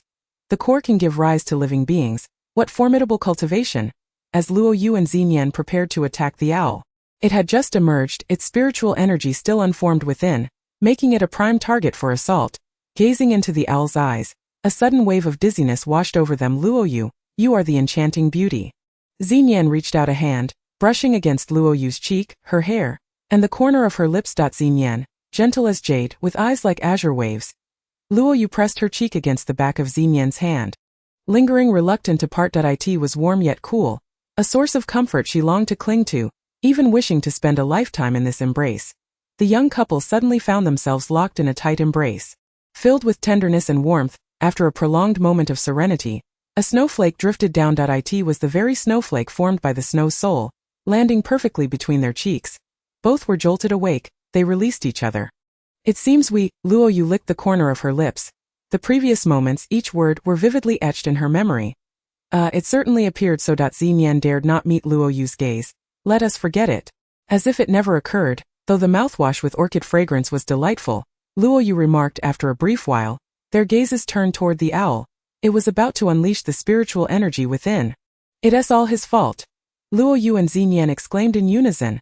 As they spoke, their weapons did not dissolve. They unleashed a combination of lightning and frost. The lightning severed the owl's tail, while the frost encapsulated it along with its spiritual energy. Little ant, I have an idea. Let's hang it on the icy waterfall within your ring. This creature's eyes are unlike those of the grand painting, possessing a power of ultimate allure that no one can resist. Perhaps we should keep it. It may prove useful in the future, the youth suggested. Chapter 187. The King of Beasts faces trials of love that aligns with my thoughts. Luo Yu stored the owl within her scarlet ring, then anchored it atop the waterfall with a column of ice, giving it a gentle sway now and then. Suspended on the majestic icy waterfall was a black owl, forever frozen in a peculiar expression, beneath the scarlet tree, creating an amusing sight. The scarlet tree had now become a small sapling. Luo Yu gazed upon it with satisfaction, waiting for the day it would grow to overshadow the skies, at which point she could finally deal with that old scoundrel, Su Miao. How could she exact vengeance if he remained alive? Xinyan's mind wandered uncontrollably. What are you gazing at? How could his thoughts escape Luo Yu's perceptive awareness? I am merely seeking a way to leave this place, little ant. Xinyan felt a pang of discomfort lying before his little ant. Yet he dared not express it, fearing it might affect her cultivation. A tranquil heart, free from emotional entanglements, fosters swifter cultivation. He too must cultivate a peaceful mind, Xinyan prayed inwardly. Yet how could this scene ever fade away? Could it be the King of Beasts facing trials of love? Xinyan chuckled to himself, eliciting a puzzled look from Luo Yu, who rubbed her face, fearing she had been dusted with the Black Castle's soot. Luo Yu pointed to the sky, where a tear had formed, allowing a beam of sunlight to pierce through, illuminating the eerie surroundings. It was evidently the exit. Master, allow me to remain in the Black Castle. The water dragon emitted a deep, sonorous plea, for this realm's powers belong to the dark. Aligning perfectly with its nature, cultivating here would indeed accelerate its growth. Very well, Xinyan replied with a smile. Thank you, Master. The water dragon immediately bowed, kneeling in gratitude. I have not yet finished speaking, do not be hasty. Your ultimate destination is not here. If you wish to stay, I must take your core, dragon skin and bones? Xinyan said sternly. The water dragon fell silent. It understood it had once again failed to achieve its desires. Xinyan summoned the white woolly mammoth, still the same hefty creature, lacking cunning, thus dependable. Wait a moment. Luo Yu retrieved all the white cores from her ring, absorbing the dark powers of the Black Castle into them. Once they transformed completely black, she strung them together and placed them in Xinyan's hands. Practice diligently. Perhaps one day you will summon winged creatures. At that point, I shall thaw the owl, Luo Yu suggested. Little ant, your thoughts are intricate. Xinyan adores you. Xinyan stored them in the first layer of his ring, guarding against the water dragon's potential theft. Luo Yu and Xinyan mounted the white mammoth, which sprouted wings and soared toward the brightest expanse of the sky. A gentle breeze caressed their ears, filling the air with fragrance. Behind them lay darkness, while before them lay brilliance. To avoid drawing attention, they retracted the mammoth and walked along a path through the woods, heading toward the next city. Look, there are signs of life ahead. It appears to be a small town. Shall we venture there for a bite to eat? Luo Yu pointed ahead. After days of travel, they finally spotted a place of considerable size. Little ant, have you grown weary of my cooking? Xinyan inquired. Not at all. I intend to savor it for a lifetime. However, we must also replenish our supplies. Luo Yu chuckled. Chapter 188. Xinyan's hometown in Sitehei. I plan to cook for you for a lifetime as well. I am quite the chef. Xinyan boasted about his recent invention of cooking with lightning. Far superior to conventional fire. For instance, with a flash of lightning, a fish could be cooked to perfection, crispy on the outside, tender on the inside. Utterly irresistible. On a stone, the words Lu Chi Town were inscribed. The town was of moderate size, Yet bustling. A refreshing aura of wetlands enveloped the entire area. Unfolding a map, they discovered it was a coastal town with the vast ocean ahead, where the inhabitants engaged in maritime trade. Welcome to Luchi Town, renowned for its famous Luchi duck, which we invite you to savor. A waiter at a tavern beckoned to the passers-by. Luchi Town? Could it be named after the Luchi duck? What could that possibly be? Xinyan was genuinely curious, prompting both to enter, ordering 2 servings while settling at a windowside table on the second floor, leisurely sipping tea while observing the bustling street below. Alive with activity, the serene scene before them was in stark contrast to the ominous black castle. Gazing at the throngs of people and the lively market, it almost felt as if everything malevolent within the black castle had been but a dream, a concoction of one's imagination so surreal. Yet, the spoils within the ring served as a stark reminder that it was no mere dream, but rather an adventure recently endured. Greetings, esteemed guests. Your Luchi duck has arrived. The attendant brought forth the dishes, pouring tea from a copper kettle with such precision that not a single drop spilled onto the table. The teacup remained perfectly still. An ordinary duck. Yet it appeared green as if covered in fur. Is this even edible? Xinyan asked. You must be travelers from afar. Rest assured, you shall be satisfied. This duck has been marinated with local wild herbs by our master chef. Hence its unusual huid truly offers a unique flavor. Moreover, this duck is sourced from the ocean floor. The attendant boasted confidently. Xinyan, with the palate of a professional chef, sampled a piece of meat. Discovering it was indeed delightful, its peculiar appearance and taste were oddly enjoyable. Another serving, Xinyan exclaimed, slapping the table in excitement. A connoisseur indeed. The attendant gleefully rushed off to fulfill the order. Tea that moment. 3 burly men sat at a nearby table, ordering 9 servings of Luchi duck and 9 gin of fine wine. The men, with furs wrapped around their waists, were bare-chested, their sun-kissed skin dark and rugged. Eating and drinking, a true display of hardy masculinity. They must be feeling quite hot in those clothes, don't you think? Luoyu mused to herself. You may not be aware, but the fur they wear around their waists is made from the pelts of river otters. While it may appear soft and warm, it is in fact quite cool. Xinyan explained to Luoyu. Upon reaching this point, a sense of proximity to home enveloped her. Xinyan couldn't help but feel a mix of emotions within. Esteemed gentlemen, you clearly hail from the Sichuan continent. Your aura is distinctly different, exuding a unique charm. You possess an innate generosity and openness, the attendant proclaimed with great flair. Sharp eyes. You deserve a reward. Here you go. One of the men tossed a silver coin into the air, where it spun gracefully before landing in the attendant's hand. Thank you, sir. Sichuan continent, are we heading to the Sichuan continent? Luoyu inquired as she savored the duck. Luoyu politely nodded. Why not board our ship at half price? I am the captain, he is Defu, and that fellow over there is a sailor. The captain introduced each of his crew members and Luoyu's eyes. They all appeared quite similar. Chapter 189. Relishing the human experience. No, we intend to stay here for a few more days. Luoyu replied. We can wait for the lady for a few days. The burly man said with a grin. Do you plan to stay for a few days as well? Luoyu shot him a cold glance. Placing her palm on her bowl of food after a few seconds, she lifted her hand, and the bowl instantly crystallized with ice, shattering into fragments with a swift motion. No, we shall depart this afternoon. The burly man quickly corrected himself, realizing the gravity of the situation. The air of disdain that had surrounded him dissipated immediately. Xinyan remained silent, his earlier excitement waning considerably since the entrance of the burly men. If we are not adequately prepared, we can postpone our visit to your homeland. The Sichuan continent they speak of must be your birthplace, correct? Luoyu suggested. I was merely pondering what wild herbs were used to marinate this duck. I have yet to figure it out, but it is indeed delicious, Xinyan confessed, revealing the true nature of his contemplation. Luoyu felt a wave of exasperation wash over her. Plump and round, that is a slaughtered pig. Xinyan chuckled. What sort of place is the Sichuan continent? Luoyu inquired with genuine interest. That was Xinyan's homeland, after all. Vast, with purple oceans and mountains, that describes the external landscape. Internally, human nature remains largely the same. I am quite valuable, there are bounties on my head. Would you like to seize this windfall, dear aunt? Xinyan teased. Sure, I'll send you there, and we'll split the profits 50-50, Luoyu replied playfully. Surely, not everyone from the Sichuan continent resembles those sailors we just encountered? Luoyu questioned. Do you think every person resembles me, the charming Xinyan adored by all? You truly have benefited immensely from my looks. Dear aunt, I would not offer that privilege to anyone else. Xinyan laughed. After finishing their meal, Xinyan ventured to the kitchen to purchase 7 or 8 live green chess ducks. Dear aunt, your pond has ample water. The contracted pond is also spacious. We can keep the ducks there. When hunger strikes, we can simply catch one to eat.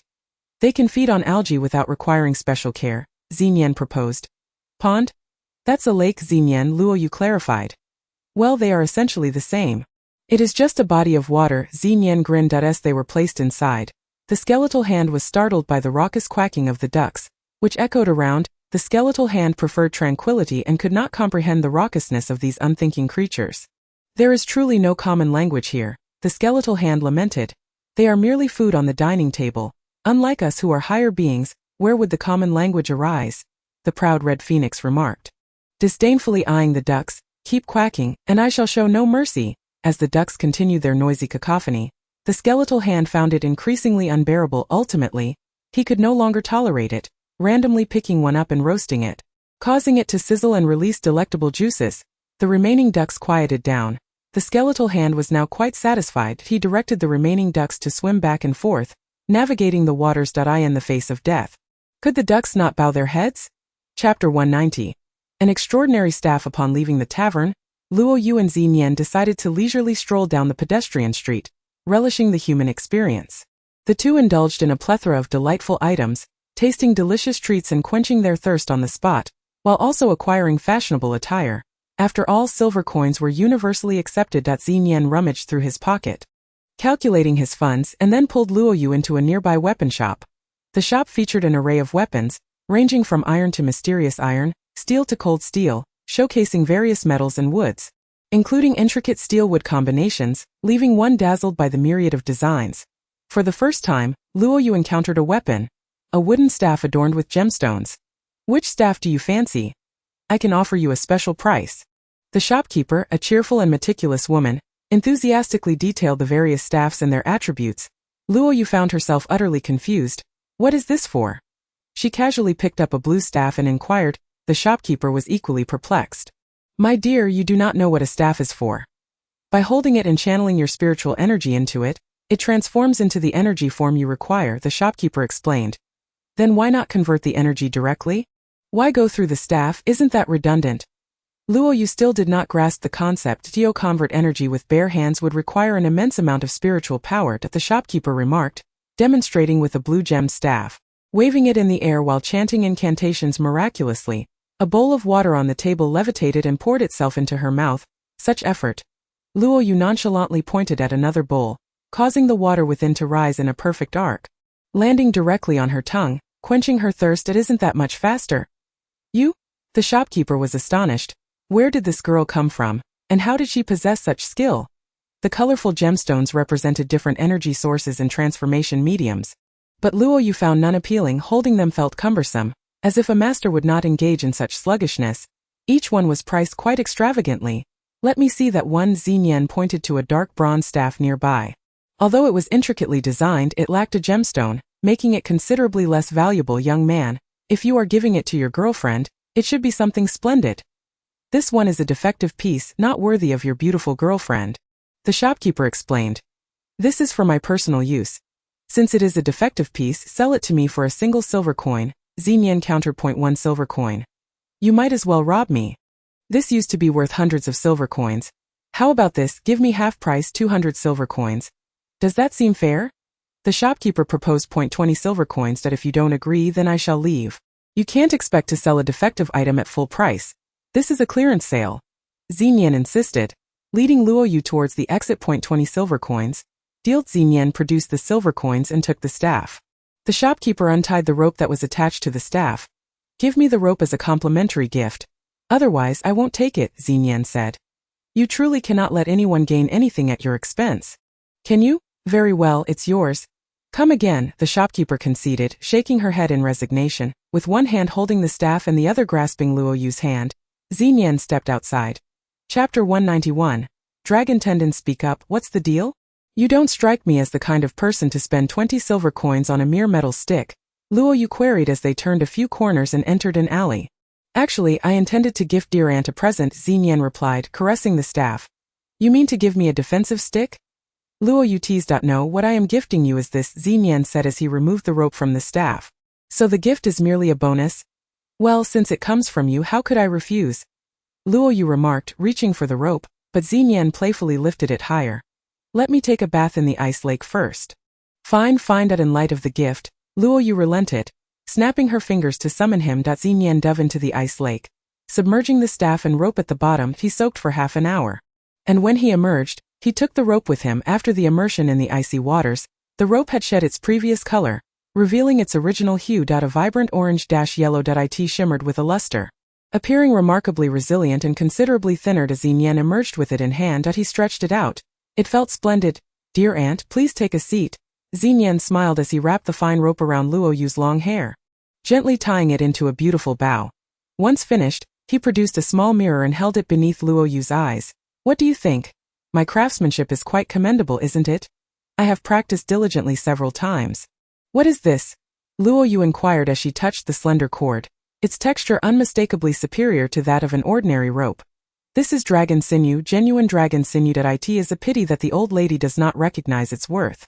Do you think I have taken advantage of the situation? Xinyan chuckled. A gift of lesser quality hardly befits someone like Luo Yu. Indeed, it is dragon sinew, so you were not merely intoxicated by the wine. Your intent in purchasing the staff was to acquire the dragon sinew, Luo Yu remarked, tugging at the sinew. It was truly a magnificent gift. Dragons themselves are rarely encountered, let alone their sinews harvested. Only you are worthy of having your hair bound with dragon sinew. Xinyan gazed at Luo Yu with an infatuated expression. The little tomb raider is becoming increasingly charming in his speech. Luo Yu replied with a light smile. Xinyan felt elated, relishing the affectionate title of Little Tomb Raider bestowed upon him by Luo Yu. Filled with warmth and familiarity, no one else had the privilege to address him in such a manner. To call him so indiscriminately would incur a corresponding consequence. As the two contemplated finding an inn for a restful slumber, they overheard a conversation between two individuals passing by. The two were local fishermen, laden with bamboo baskets, spears, and nets. One said, "We must be cautious when fishing from now on. I've heard a fish monster leapt from the sea and ventured into the mountains. That creature can thrive even out of water. No wonder during the past few nights when I rose to relieve myself, I saw the mountains shimmering in the distance. I thought I was still dreaming. It turns out it was the fish monster. That shimmering light blinded me, and I could only see clearly the next day. It was truly formidable." The other responded, "Indeed, no one dares approach. My sister-in-law's uncle, who serves as an aide to the town mayor, mentioned that the mayor will issue a proclamation tomorrow in collaboration with the Green Chest Duck Tavern. Whoever captures the fish monster will be privy to the secret recipe, though they cannot open a shop in our town." One of them said, "Why is the Green Chest Duck Tavern getting involved in this affair? I've heard their ducks keep going missing, and they suspect it's related to the fish monster. Who wouldn't he want to know the secret recipe? Shall we give it a try? Let us focus on fishing. After all, greed can lead to perils. We are all family men." Chapter 192. Setting a bait by the sea. The words of the two fishermen reached Luo Yu and Xinyan. On this long, lonely night, while others rest, why not engage in something more intriguing with my little aunt? Xinyan's gaze had already wandered towards the mountains. Luo Yu and Xinyan strolled to the foot of the mountain. This mountain, known as the Back Mountain, is adjacent to the Purple Sea, which derives its name from its connection to the Sichuan continent. Now, standing at the foot of the mountain, the Purple Sea lay before them. Tumultuous and unyielding at night, with waves crashing forth, washing ashore small crabs and numerous shellfish. In the shallow waters, bioluminescent blue jellyfish drifted gracefully. Behind them stood the Back Mountain, where the fish monster had supposedly taken refuge. Towering trees and an abundance of thorns enveloped the rugged terrain, with climbing vines nearly suffocating the desolate mountain. This was indeed a wild and untamed place. The townsfolk relied on fishing for sustenance. Adept in the ways of water and familiar with fish behavior, given the richness of aquatic resources, few dared to venture into the depths of the forest to hunt, peering into the mountain's darkness. Only the sound of the night wind rustling through the pines and the refreshing scent of earth mingled with foliage could be detected. Not even a shadow of the elusive fish monster was visible. Could it be that the fish monster is out hunting at this hour? I never imagined it would also relish green chest ducks, just like me, Xinyan mused. Come, little aunt, let us indulge in some delicacies to replenish our energy. Xinyan made his way toward the Purple Sea, treading on the sandy beach, searching for traces for a while, when suddenly, he bent down and began to sift through the sand. A cluster of turtle eggs lay round and glistening before them. The two lit a bonfire by the sea to roast the turtle eggs. Typically, a bonfire would extinguish at the slightest breeze, but this time, the skeletal hand took the initiative, steadfastly maintaining the flame. The vibrant fire blazed, impervious to the sea winds or the encroaching waters. Zenyen took a branch, skewered the eggs and roasted several skewers, sprinkling them with seasoning freshly prepared. He peeled one and handed it to Luoyu, who praised his culinary skills as she savored Itian, her pursuit of effortless culinary delights. Even a dish of mediocre flavor would earn her nods of approval. Zenyen delighted in the commendations from his little aunt regarding his cooking. Although such praise was seldom warranted, once satiated, Zenyen ventured into the shallows to catch a few red-necked waterfish, known for storing moisture in their necks, filled with the essence of the sea. He handed Luoyu a straw, inserting it into the neck of the fish, creating a delightful beverage perfectly paired with the turtle eggs, refreshing and invigorating. As Luoyu observed Zenyen's familiarity with the coastal lifestyle, she reflected on how arduous it must have been for him to become a tomb raider in the 7-6, essentially starting from scratch. Having feasted and quenched their thirst, still, no signs of activity emerged from the mountain. Neither Luoyu nor Zenyen had ever heard of the fish monster, though countless legends surrounded the ocean before them. The vast expanse of the back mountain loomed large. Entering recklessly could result in days of wandering without assurance of finding the fish monster. With the night wind blowing, gazing at the luminous moon over the sea, they lay on the soft sand, surrounded by twinkling stars, feeling cool and unencumbered. Perhaps we should release our ducks as bait? After a considerable wait, silence and darkness persisted. Chapter 193. Midnight beach traps. Those few green chest ducks might not even suffice for an appetizer, Luoyu mused, feeling a bit embarrassed that I hear something.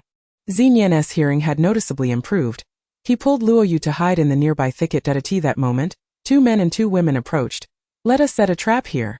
The fish monster will undoubtedly come for water. And once it enters the Purple Sea, the mayor will post his announcement tomorrow. When that happens, we can present the fish monster to claim our reward, along with the green chest duck recipe. We'll have a bag of silver coins to share, one of the men proposed. The others nodded in agreement, and along the thicket toward the Purple Sea, they laid traps specifically designed for the fish monster. The traps were ingeniously crafted, for in total, everything is foolproof now. Nothing can bypass our traps, they concluded, taking cover in the foliage, albeit from a different angle. The night was dark and the wind howled. Bang, bang, bang. The tolling of the town's clock resonated, marking the midnight hour. The moon hung high in the sky. A gust of wind stirred the fallen leaves, gradually approaching. What was that sound? It resembled the noise of someone belching. A flash of blue shimmer darted past, rendering the appearance of the fish monster indistinguishable. It seemed oblivious to its surroundings, as it soon fell into the first trap. Oh no. My recipe. Zenyen feared that the traps of the 4 individuals might actually work, sincerely hoping the fish monster would evade this fate. The first trap lay beneath a layer of sharp bamboo spikes. Falling into it would be akin to being skewered for a barbecue. Moreover, 2 layers of sharp bamboo covers came crashing down, pressing down relentlessly, leaving Zenyen trembling with anxiety. Fish monster, you must hold on. After a moment of silence, a sudden splash arose, and a shimmer surged forth from the trap as if nothing had transpired. If one were to approach at that moment, the trap would appear utterly wrecked. Well done. You resilient fish, Zenyen exclaimed, shaking his fist in triumph. The fish monster continued forward, soon falling into the second trap, which emitted noxious gas. Zenyen and Luoyu had observed its setup from their hiding spot. The white poisonous mist billowed like clouds swirling over distant mountains, undulating and towering. Any who drew near would find it difficult to breathe. What fate awaited the fish monster remained uncertain. With a splashing sound, it plunged in without hesitation. Zenyen felt a wave of anxiety wash over him. The fish monster thrashed about within, causing such a commotion that it nearly uprooted the entire beach. Then silence fell. Look, my poisonous mist is formidable, isn't it? One of the women eagerly emerged, stepping into the second trap she had set. Another attempted to pull her back but failed. She directly lifted the trap's cover, and within the noxious gas a shimmer darted past, heading towards the third trap. Before it could reach, the blue shimmer swept the woman away, and after a cry, she vanished without a trace. Now you needn't worry about him anymore. Luoyu chuckled at the unfolding scene. Indeed, I was overly concerned. Zenyen's heart found calmness. The third trap contained murky water, which was akin to fish, for fish thrive in water and would surely indulge thirstily. Chapter 194. Tonight, let us finish him off within the murky water. Green chest duck meat had been added, making the water's aroma irresistibly enticing. In the dead of night, no one paid attention to the water's appearance. Much like stinky tofu, it smelled foul but tasted delightful. Glug, glug, glug. The sound of drinking was truly grand. Those who consume foul water find their internal organs eroded, ultimately succumbing to failure and death. No one is exempt from this fate. Persisting in such consumption is akin to cleansing one's intestines. Perhaps the very bowels are dissolved by the tainted liquid, alas, not long after drinking the murky water. This individual violently expels it, and the eruption occurs not elsewhere but right behind the thicket where the remaining three have taken refuge. Accompanying the outpouring of the polluted water is the disjointed skeleton of a woman. These three, their senses overwhelmed, feel the liquid infiltrate their hearts, spreading downward, coursing through their intestines, ultimately leaving behind nothing but futile, dying struggles and expressions of bewilderment and regret. Gradually, these expressions along with their flesh fade away, leaving behind only a few scattered bones. What a formidable foul water it is that I suddenly wish it had perished in the fourth trap, Xenian observes, his gaze unwavering. How very kind of you, remarks another, relishing the prospect of benefiting from the situation. The fish creature leaps directly into the fourth trap, seemingly entranced by it, lunging at the sight of it. Within this trap lies fire. The trap setter will not be tasting roasted fish, and Xenian has no interest either. Certainly, one should not indulge in the flesh of aged beings. With a splat, the fish creature plunges in, for the foul water cannot harm it. Sizzle, sizzle, sizzle, sizzle. Do you think it's producing oil? Xenian, well acquainted with the sound, queries, seeking a discussion with Luoyue. The fire in this trap is not ordinary. It is an otherworldly flame, born from the combustion of meteors, collected for its formidable power. Nothing can withstand its blaze. It is capable of consuming an entire planet, let alone lesser beings. What fate awaits the fish creature? Xenian and Luoyue await with bated breath, only to hear an exceptionally loud sound. That I must go take a look. Xenian cannot contain himself, calculating that enough time has passed to have it roasted thoroughly. Have you forgotten how that woman met her demise? Luoyue cautions against rash actions. It certainly wouldn't expect someone to employ the same trick again. Xenian ventures forth, lifting the lid of the fourth trap, only to find it empty. The sizzling sound emanates from burning sand. Not a hint of fishy oil remains, indicating the absence of roasted fish. Beneath the sand lies a hole, from which it has escaped. Our plan to wait for the rabbit has failed. It possesses some intelligence, Xenian remarks, pinching the sand. Boom, boom. At that moment, a blue shimmer emerges from deep within the mountains, unusually tinged with orange-yellow hues. Meteoric fire. The fish creature has consumed the meteor fire. This amplifies its luminosity. The good news is that it has revealed itself. The bad news is that it has ingested the meteor fire, making it even more powerful. Luoyue's consciousness detects a significant increase in strength compared to before. Only formidable adversaries can forge one's own strength. Let us proceed into the mountains. Luoyue adjusts her hair against the wind and tightens her dragon tendons. Now aware of the direction, Luoyue and Xenian march through the night toward the shimmering light. The longer they delay, the more the fish creature integrates with the meteor fire, rapidly augmenting its power, a disadvantage for Luoyue and Xenian. It must be vanquished tonight. Chapter 195. In the name of the King of Beasts, I swear. Following the flickering phosphorescence, Luoyue and Xenian venture into the mountains. That if there is danger ahead, we ought to have a few to bear the brunt. That creature, impervious to water and fire, is no trifling foe. Xenian contemplates, summoning several beasts to clear the path. Do not insult us avian creatures. This is a species attack. All the misdeeds are attributed to us birds. The red phoenix retorts immediately, Dear ant, let us remember to shield our rings when we whisper. Xenian swiftly silences the bird. Xenian summons a boar to root through the ground, a golden leopard, and a Dian monkey. The monkey can leap and observe the terrain. The leopard is agile and suitable for leading the charge, while the boar can detect any underlying traps. I entrust you with the task of forging a path. Xenian displays rare humility. The boar nods enthusiastically and takes the lead. Thorns and branches are cleared aside, allowing Xenian and Luoyue a path to traverse. The remaining two leap about, surveying their surroundings. Being summoned by their master is a mark of honor. And these flamboyant creatures show off their prowess, lacking the practicality of the boar. As the golden leopard and Dian monkey prance about, other hidden animals in the forest emerge, some stealthily lurking behind trees, while others brazenly leap toward Xenian, awaiting summons. Such a commotion would surely attract the fish creature's attention. Xenian wishes to dismiss them, yet once aboard this ship, there is no jumping overboard. These creatures, large and small, stubbornly follow Xenian. The boar takes pride in being the foremost figure of the group, enjoying the most favor. After witnessing the majesty of the King of Beasts, the animals are reluctant to part ways. Xenian finds himself at a loss. The animals step forward to display their worth, hoping to be chosen for the harem of the King of Beasts. Now you shall line up. The 12th row shall have 12 step forward. The 17th row shall have 17 step forward. The 24th row shall have 24 step forward, and the rest shall scatter. Xenian commands. Bad guy, bad guy. Speaking ill of birds again, the red phoenix squawks that oh dear. I forgot to shield it. Luoyue chuckles sheepishly, having dispersed the multitude of beasts. Only 3 remain. One is a spiny hedgehog, curled up with its front paws, displaying 2 prominent front teeth in a welcoming grin. Xenian harbors serious doubts that this hedgehog is closely related to some raccoon. The second chosen is a patterned python, coiled in a circle, seemingly saying, "Master, please take a seat." The third is rather peculiar. She is a bird resembling a jingwei, yet adorned with a peacock's splendid tail, proudly awaiting selection. Could it be that my abilities have heightened? I can now summon flying creatures, with these 6 small animals in tow. They march boldly toward the fish creature's new lair.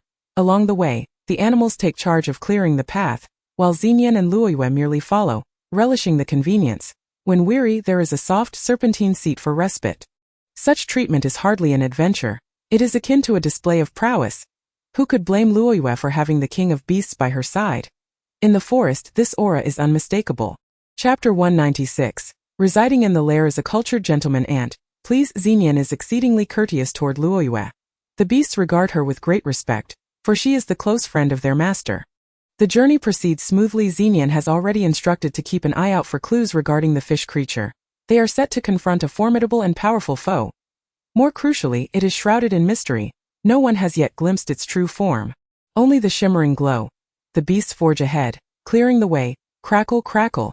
The spiny hedgehog approaches, wobbling toward Xenian, presenting its back for inspection. Humph, what is there to show off? Just a few quills. Yellow no less. Who doesn't have some? The boar jealously glares at the hedgehog. It shakes its bristles vigorously. Attention is drawn to the hedgehog's back, where glimmers of blue light shimmer, the remnants left by the fish creature. Such luminescence can only be attributed to the fish creature. Xenian pinches a bit of the luminescence from the hedgehog's back, holding it in his fingers. It sparkles for a moment before dissolving into powder, carried away by the wind.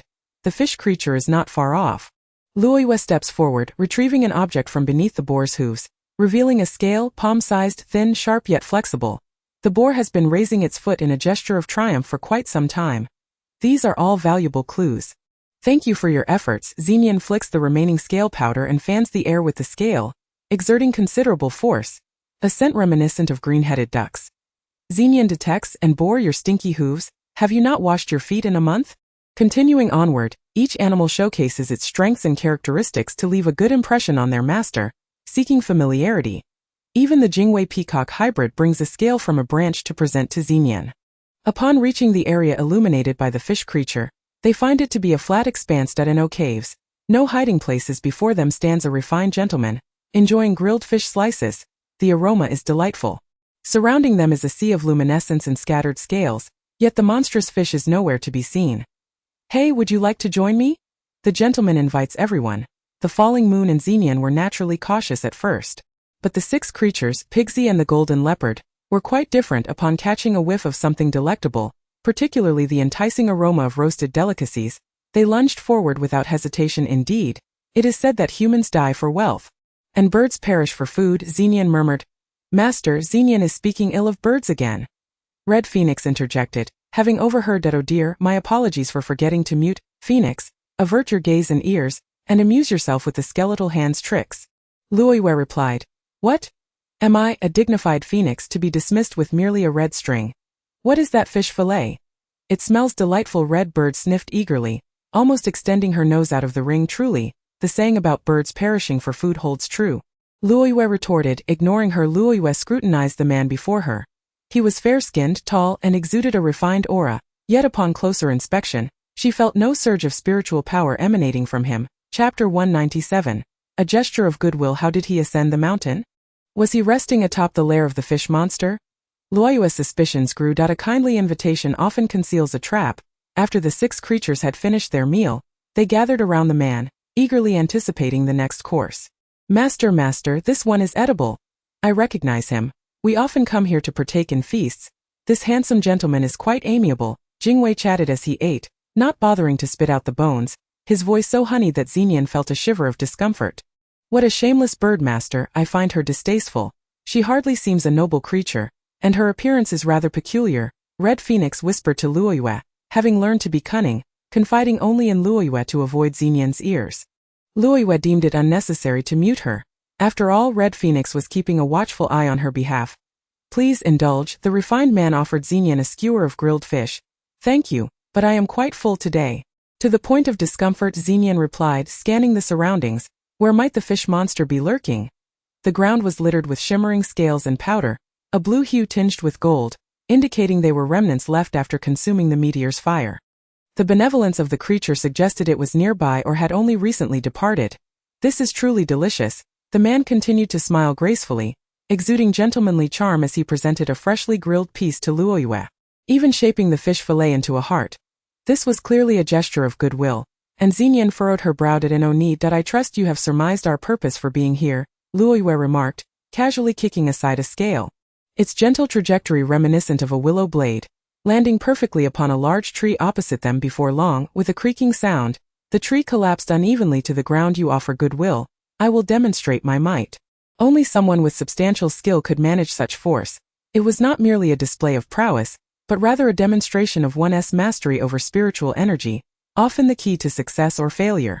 "If I am not mistaken, it appears the lady has come for the fish monster," the man continued, still slicing the fish fillet, while the 6 beasts with 12 eyes fixated hungrily on the grilled fish.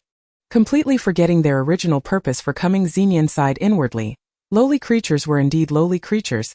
Their capacity to resist temptation was pitifully low. A mere few pieces of fish could easily sway them. If only they could summon divine beasts or magical creatures, intelligent, wise, loyal and steadfast in their promises, never forgetting their initial intentions. "Since you are aware, if you would be so kind, please direct us to its whereabouts." Luoyue maintained an expression of icy indifference towards outsiders, especially strangers, harboring deep-seated distrust. "These are the spoils of war." The refined man gestured towards the scattered scales, "and the nearly dull powder. It has already been consumed by me and these adorable little creatures."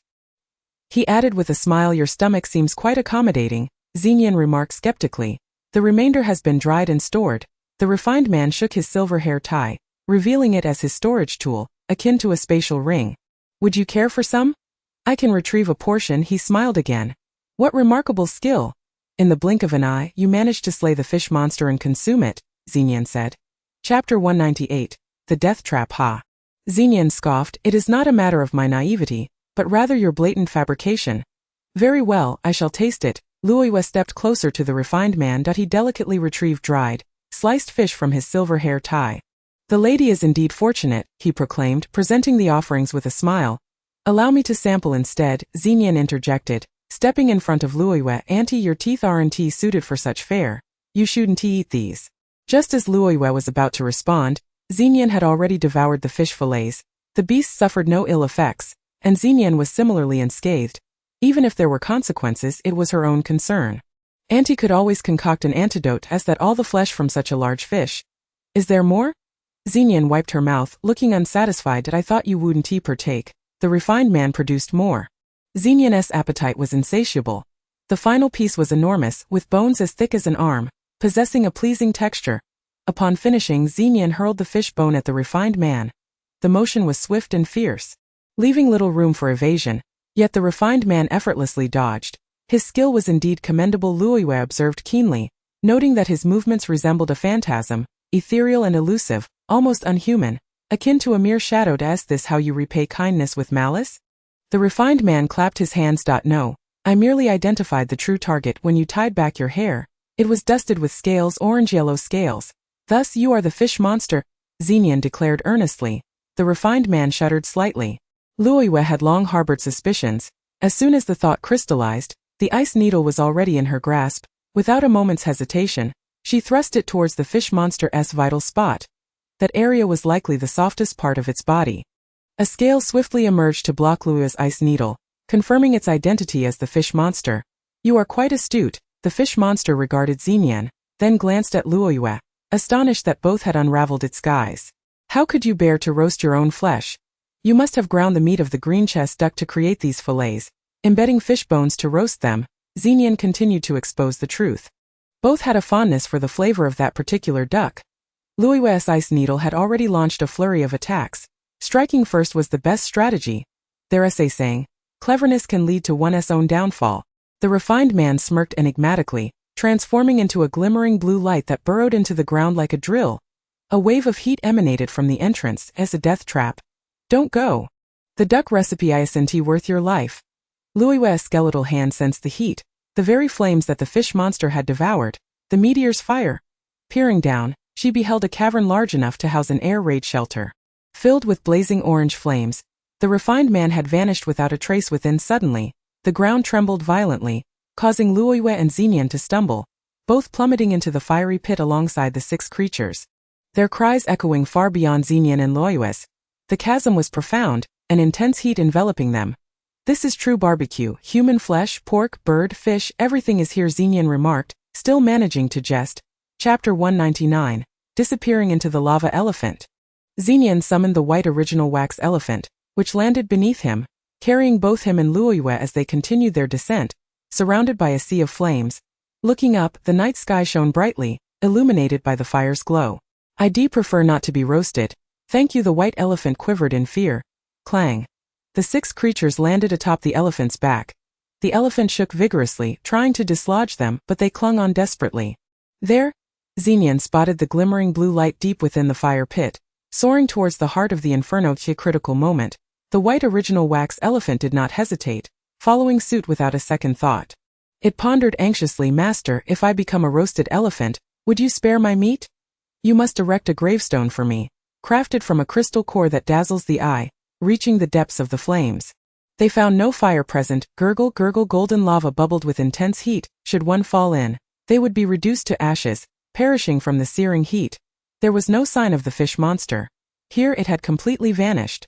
With no paths left to traverse except into the molten lava. After lingering for a brief moment, their skin felt scorched and reddened. Auntie, do you think the fish monster can swim through water? Can it swim through fire? Xinyan inquired, gazing at the lava. I have heard tales of the phoenix igniting the phoenix tree to achieve rebirth, and of the carp leaping over the dragon gate, yet I have yet to hear of fish bathing in flames. Luoyu meticulously surveyed the surroundings, only to find no trace of that person. He must have lured us here with some plan for escape. No sooner had Luoyu spoken than layers of bubbling magma began to rise beneath them, steadily encroaching outward as a crystal core was cast into the magma. It was swiftly devoured by the bubbling masses. Xinyan then tossed in a large rock, which met the same fate, failing to even stir a splash of molten rock. The voraciousness of the magma was terrifying. If this continued, the entire underground strata would be engulfed by the searing lava, leaving no survivors. Ugh, it's so hot, the white elephant exclaimed, its face flushed to the point of resembling a red elephant. Listen, what is that sound? A torrent-like noise cascaded towards them. In mere seconds, a surge of magma erupted nearby. Xinyan hurriedly pulled Luoyu to the highest point of the rock formation, which, despite its gradual descent, remained the last place to be consumed, granting them a fleeting chance to devise an escape. The scorching magma surged toward them. From where had the fish monster escaped? Both Luoyu and Xinyan were left pondering. At this moment, it was too late to contemplate an exit. I understand now, Master. The fish monster seeks to perish alongside us, the white elephant lamented, tilting its head in anticipation of praise for its cleverness. Ha! He is not one to seek mutual destruction, Xinyan retorted skeptically. Skeleton hand, do you have any means to combat this magma? Report, Master. I am powerless. The skeleton hand is true fire, and the magma is formed from the gathering of meteoric flames. We are of equal standing, the skeleton hand replied calmly, showing no sign of distress, as it knew it would not perish here, merely be sealed away. Since you cannot be consumed by it, make the effort to see if there is any mystery beneath the magma. Luoyu commanded. After encasing the skeleton hand in a layer of icy lake water, it leaped into the magma, bubbling and sinking down. After a considerable time, it finally resurfaced, now a crimson skeleton hand. It clambered onto the rocks, which were unbearably hot. Only when it had cooled somewhat could it speak. Did he? His body lies below. The skeleton hand pointed towards the seething magma. As the magma continued to rise, the rocks beneath them would soon be engulfed. Then why did you not retrieve it? Luoyu's words sent the skeleton hand back down. This fellow has gone mad, leading us here to serve as his burial companions. Woe is me, I have yet to marry. I do not wish to die. The white elephant cried, its voice hoarse with despair. Save your last words for another time, Xinyan admonished. The fish monster was certainly not one to seek companions in death. After some time the skeleton hand emerged, cradling the body of a refined gentleman. Astonishingly, his form remained unscathed, untouched by the fiery magma. How could someone of such prowess meet their end in molten rock?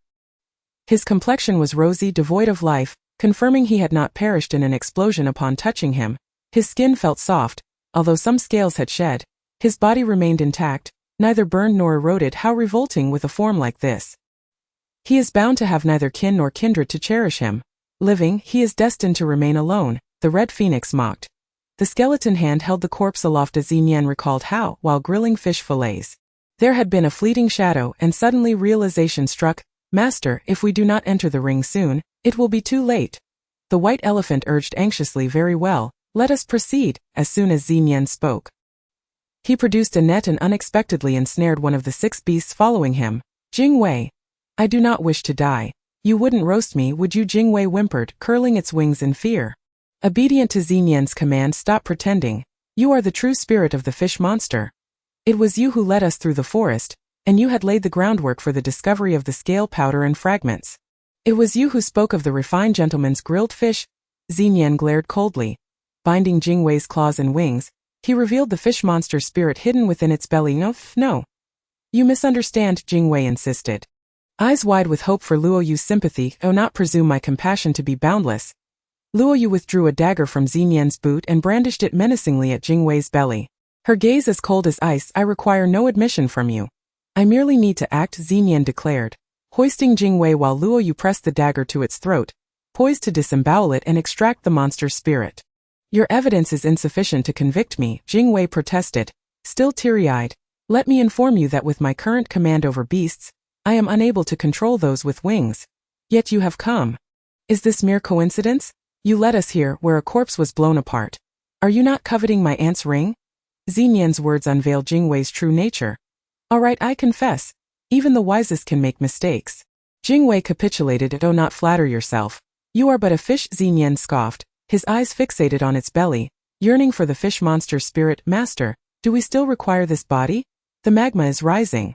The skeleton hand called out. In the brief interlude of conversation, the magma surged once more, and the rocks beneath them were on the verge of collapse, unable to withstand much longer. Extinguish the flames. The tip of Luoyu's dagger had already pierced Jingwei's neck, swiftly transforming the beautiful bird into a bald one, its feathers shorn in an instant. A thin stream of blood flowed from the wound. I only know that I consumed the meteoric fire to divert the rising magma, yet I have no knowledge of how to extinguish it. Do you not possess spatial rings? If not now, then when? Jingwei evaded, but Xinyan's grip remained firm. You truly covet my aunt's ring? Xinyan tightened his grasp, the spirit within tantalizingly close. The raging fire cannot extinguish you, but the dagger forged from my yearbook can extract your spirit. Care for a demonstration? Luoyu pressed deeper with her dagger. A mere fraction more, and Jingwei would breathe its last. I truly do not know how to extinguish the flames. Perhaps it requires millennia of cold water to quell the magma. Luoyu sensed Jingwei's words were genuine. It truly did not know how to extinguish the fire. Oh no. The white elephant took to the air, finding no solid ground beneath its feet. Millennia of cold water. Suddenly Luoyu was struck by a thought. The ancient sunken ship, at the far end of the ship's hold, was there not a chamber dedicated to storing ice? Although she was unaware of its nature, even the skeleton hand could not melt it. Its potency was surely formidable. Skeleton hand, Luoyu summoned. Master, I truly cannot assist you. The skeleton hand, still holding the fish monster's body below, was uncertain if it was still required. I only need you to bring the fish monster's body to the ring for safety. Luoyu instructed before outsiders. Having a subordinate act this way was rather embarrassing, but it mattered little as she had no intention of allowing Jingwei to survive. In a flash, the skeleton hand darted inside. Its speed was akin to snatching food.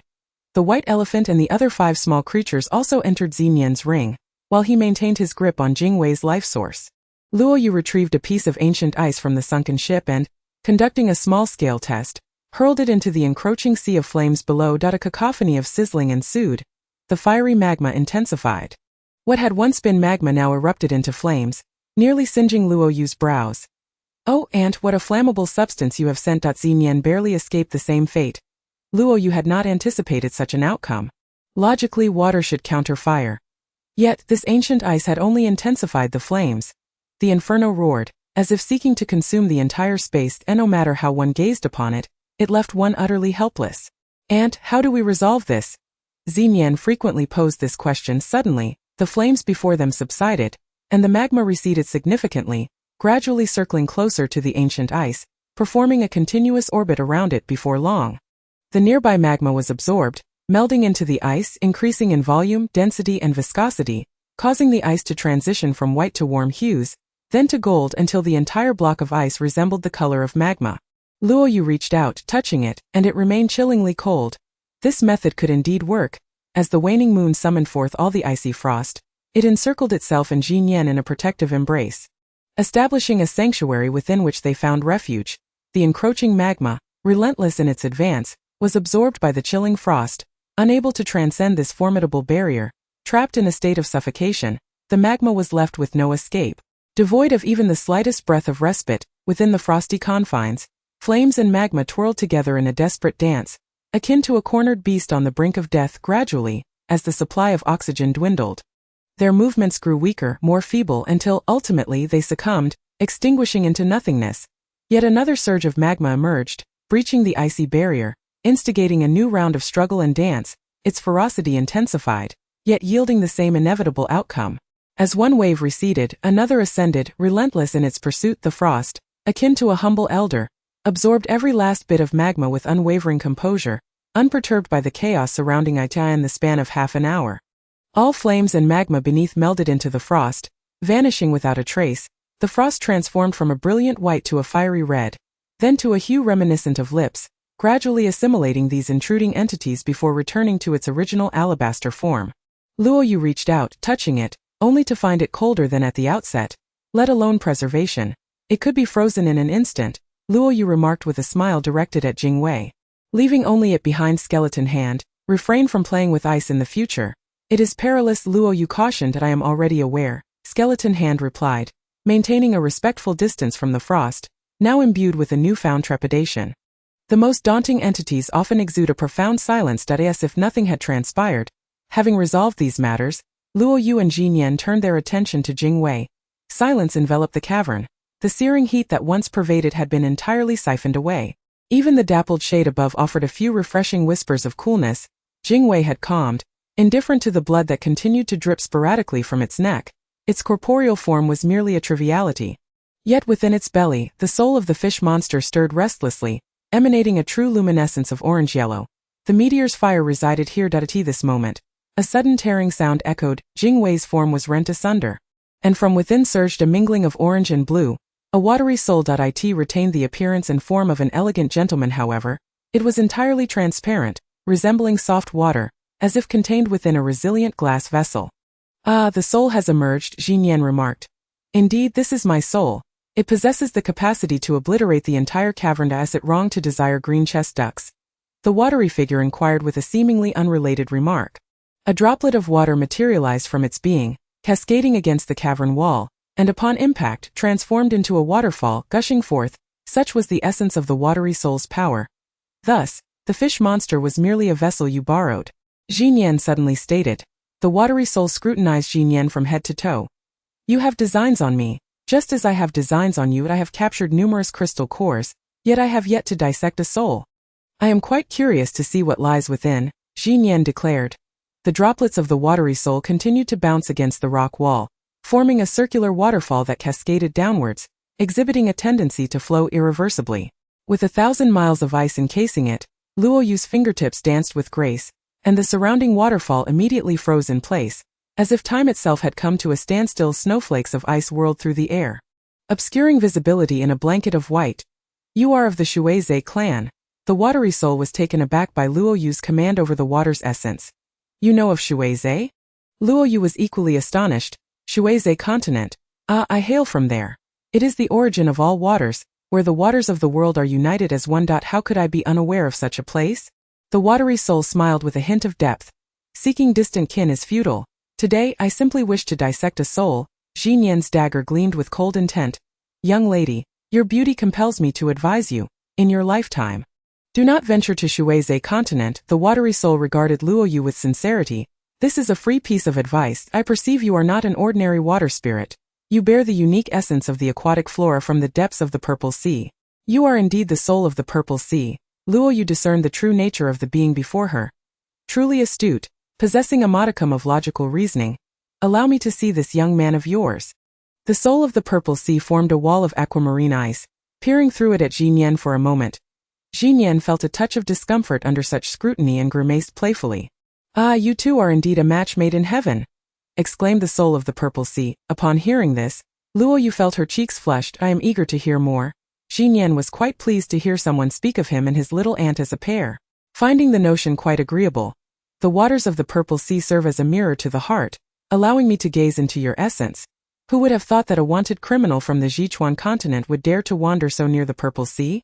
Once you cross the waters, escape will be impossible. Some seek riches while others covet your soul, young man. You hold considerable value." The soul of the purple sea appraised him once more. "Appearances can be deceiving. Why do you assert that my little aunt and I are a pair?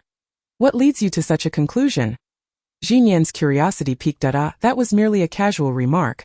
The soul of the purple sea's words provoked Jinyan's ire, wishing to extract its eyes in frustration. Yet, sensing the being's awareness, Luo Yu signaled to Jinyan to refrain from violence. Jinyan pondered. The soul of the purple sea was merely indulging its curiosity, narrowly escaping a dangerous fate. "The waters of the world are united.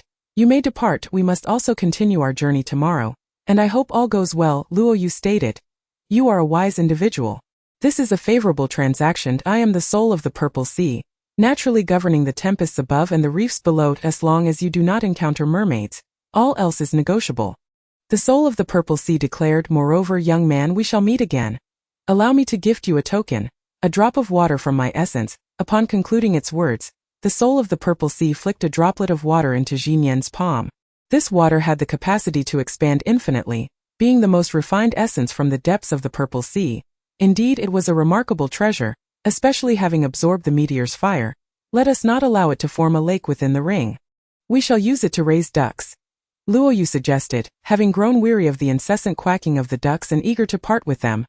Jinyan placed the droplet of soul water into the ring, which slowly transformed into a lake of blue tinged with 3 parts orange, resembling the hues of a setting sun. Luo Yu, Hong Phoenix, and Skeleton Hand eagerly ushered forth 7 or 8 green chest ducks, handing them over to Jinyan. Jinyan turned them over in his hands. "Are you conducting a health examination?" Bai Xiang inquired. "Have you fallen for the ducks? Are you planning to marry several green chest ducks? Your future offspring would be hybrids," Bai Xiang exclaimed, bouncing with excitement. "Be silent." Jinyan's terse response made it clear that such an idea was utterly implausible. Having concluded his statement, Jinyan deposited the remaining ducks into the beast language ring. "Water dragon, you shall henceforth be in charge of raising the ducks. No stealing, and ensure they are fed 3 meals a day, along with their nighttime activities," Jinyan instructed. "I am a dragon, and you want me to tend to ducks." Water dragon grumbled, feeling both underutilized and insulted. Bai Xiang stifled laughter nearby, resembling a giddy girl. The trio exited the cavern and proceeded to transplant trees, sealing the cave completely. "Until we meet again, my friends." The soul of the purple sea drifted away gracefully. Who can say whether our transaction was a loss or a gain? After the soul of the purple sea departed, Jinyan and Luo Yu engaged in casual conversation. "Let us pray that we do not encounter the mermaids it spoke of when we set sail tomorrow." Luo Yu chuckled lightly, reflecting on her first act of releasing someone. Selling a favor to a significant figure is bound to yield future benefits. "Mermaids, is my little aunt concerned about my resistance?" Jinyan jested. The laughter abruptly ceased. "What happened?" Luo Yu inquired anxiously. "The ducks in the ring are passing gas." The sound was truly unpleasant, a series of loud, obnoxious noises. Together, they descended the mountain. Having long passed midnight to the shore, they took a brief respite. Luo Yu naturally engaged in meditation within the ring, while Jinyan tended to the ducks, who had begun to toy with Water Dragon. Having discovered its weakness, the following morning, the townsfolk were abuzz with discussions regarding the fish monster. Prior to dawn, the mayor had plastered notices throughout the entire town. Given the town's modest size, news spread rapidly, and many individuals were already preparing for the adventure. Filled with eager anticipation, after enjoying their breakfast, Luoyue and Xenian leisurely awaited the sun's ascent before making their way to the mayor's office. "What brings you two here?" The mayor, noticing their youthful yet distinguished demeanor, pondered that heroes often emerge in their youth, and thus they should not be underestimated. "I have heard that there are rewards for capturing the fish monster," Xenian declared, producing a notice. The notice was indeed the very one the mayor had ordered to be posted. "That is correct. You may proceed to give it a try, but exercise caution," the mayor replied. Though he was somewhat skeptical of their youthfulness in light of their remarkable presence, Luoyue had instinctively suppressed her spiritual energy, while Xenian had subdued his formidable summoning power, rendering them as ordinary-looking young men and women. Perhaps they were the children of a prominent family, which was the true reason for their unpretentious demeanor. Upon hearing the mayor's words, Luoyue and Xenian exchanged a glance, seemingly indicating that they were indeed ahead of the game. I have already captured the fish monster. Is the mayor prepared to dispense the reward? Xenian inquired. Really? The mayor, taken aback, questioned whether this was a professional con artist group, as it was unusual for someone to come seeking a reward so promptly after the notice had been posted. Seizing the moment while the mayor was distracted, Luoyue retrieved the fish monster's body from her crimson ring. Covered in scales, it had one large eye and one small, with blue scale powder scattered across its body. Its mouth bore several sharp fangs, and it had whiskers on either side. The creature stood as tall as the two of them, and its large tail drooped like a broom stripped of bamboo leaves. What an eyesore it was! The designation of fish monster was indeed well deserved. The mayor pinched his nose. There was no foul odor emanating from the creature, merely an instinctual gesture. Indeed, this is the fish monster. Consistent with the illustrations. Please leave your names for the reward, the mayor instructed. Rather than signing their real names in the ledger, Luoyue and Xenian exchanged their names. Ziyue and Luanyan at a bag of silver coins felt heavy in their hands. And Xenian eagerly opened the recipe for the green chest duck, only to find it contained merely common ingredients, suma and dandelion. The two then ventured to the foot of the mountain from the previous night, where Xenian uprooted numerous suma and dandelions, storing them in his beast language ring by the duck lake. The ducks quacked at the sight of these ingredients, thinking they were about to be fed again. The water dragon cast a glance but felt indifferent. He was quite vexed by the ducks, unable to strike them, and scolding them proved futile. The white elephant even found them bothersome, truly a dragon in shallow waters being bullied by an elephant. Xenian added more green chest ducks to the lake and purchased various seasonings in town, his ring resembling that of a master chef. If you give me another side eye, I will have dragon meat for dinner with my little aunt. Xenian glared at the water dragon, who bowed his head to chase the ducks away. After completing their purchases, it was nearly noon. The two arrived at the Zihai harbor, bustling with ships coming and going. Across the water lay the Sichuan continent, Xenian's homeland. They boarded a ship about to set sail, the Zihai No. 1, the finest vessel at the dock, featuring first-class cabins, private rooms, dining tables and a kitchen, its opulence comparable to that of a luxury cruise. I'll be sharing a bed with my little aunt again, Xenian joked. It's not our first time, Luoyue replied, pouring herself a cup of tea and drinking at her leisure. The two had long since shed any formality, freely pouring tea for themselves without hesitation. Aboard the Zihai No. 1, the day was splendid, with gentle winds and radiant sunshine gracing the sea's surface. Passengers on the deck remarked that it was indeed a rare and delightful day. As the afternoon progressed, the Sichuan continent remained out of sight, and they would spend the night aboard the Zihai No. 1. After dinner, Xenian found his way to Luo's icy lake, retrieving the scepter that had sunk to the lake's bottom. The scepter, having endured the erosion and purification of the icy waters, had shed its superficial glamour, revealing its true form. Originally dull and gray, it now radiated a stunning purplish hue, its subtle elegance interlaced with a hint of brilliance, indicating that it was indeed a scepter of remarkable inner beauty. Curiously, this scepter bore no embedded crystal cores or gemstones. It was a seamless entity, adorned with intricate patterns, yet devoid of any recesses. Typically, scepters feature grooves for embedding gems and crystal cores, with higher quality scepters possessing more grooves, thus allowing for enhanced power during practice. And Xenian's hand, it felt akin to wielding a dagger crafted from his own yearbook. Encapsulated by two words, tactile sensation. Once grasped, one would not wish to let go. A fusion of man and scepter. As he held it, Xenian momentarily glimpsed the faint flow of his own bloodline. Why haven't you applied your keen sight to tomb raiding? Luoyue teased. Little aunt, hearing you say that makes me want to jump into the sea, Xenian lamented, recognizing his serendipity in this discovery.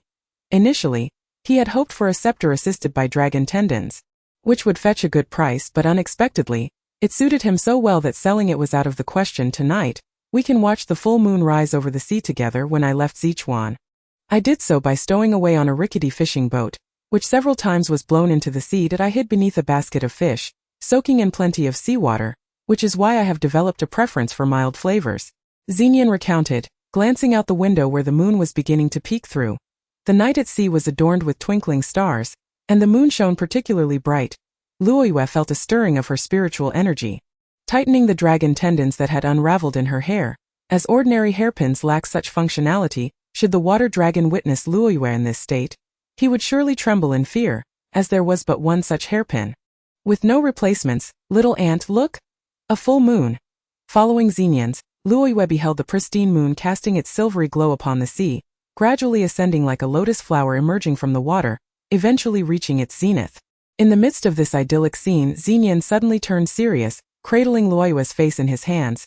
Little ant, you must promise me one thing. His tone was earnest. Our cheeks are similar, and our heights are comparable. Once we reach the Sichuan continent, you will disguise yourself as me while I pose as your servant to facilitate our endeavors, all right? Xenian implored, gazing intently at Luoyue. Are we truly that alike? Luoyue mused. Glancing at her collarbone, which indeed appeared flat. If she donned loose-fitting men's attire, she would be nearly indistinguishable from Xenian and my face is about to appreciate in value. Luoyue chuckled, unable to refuse Xenian's request. After all, they were partners in life and death. Having you by my side is truly wonderful, Xenian exclaimed, joyfully grasping Luoyue's hands and resting his face on her knees, nuzzling affectionately. All right, my knees are going numb. Were you a cat in your past life?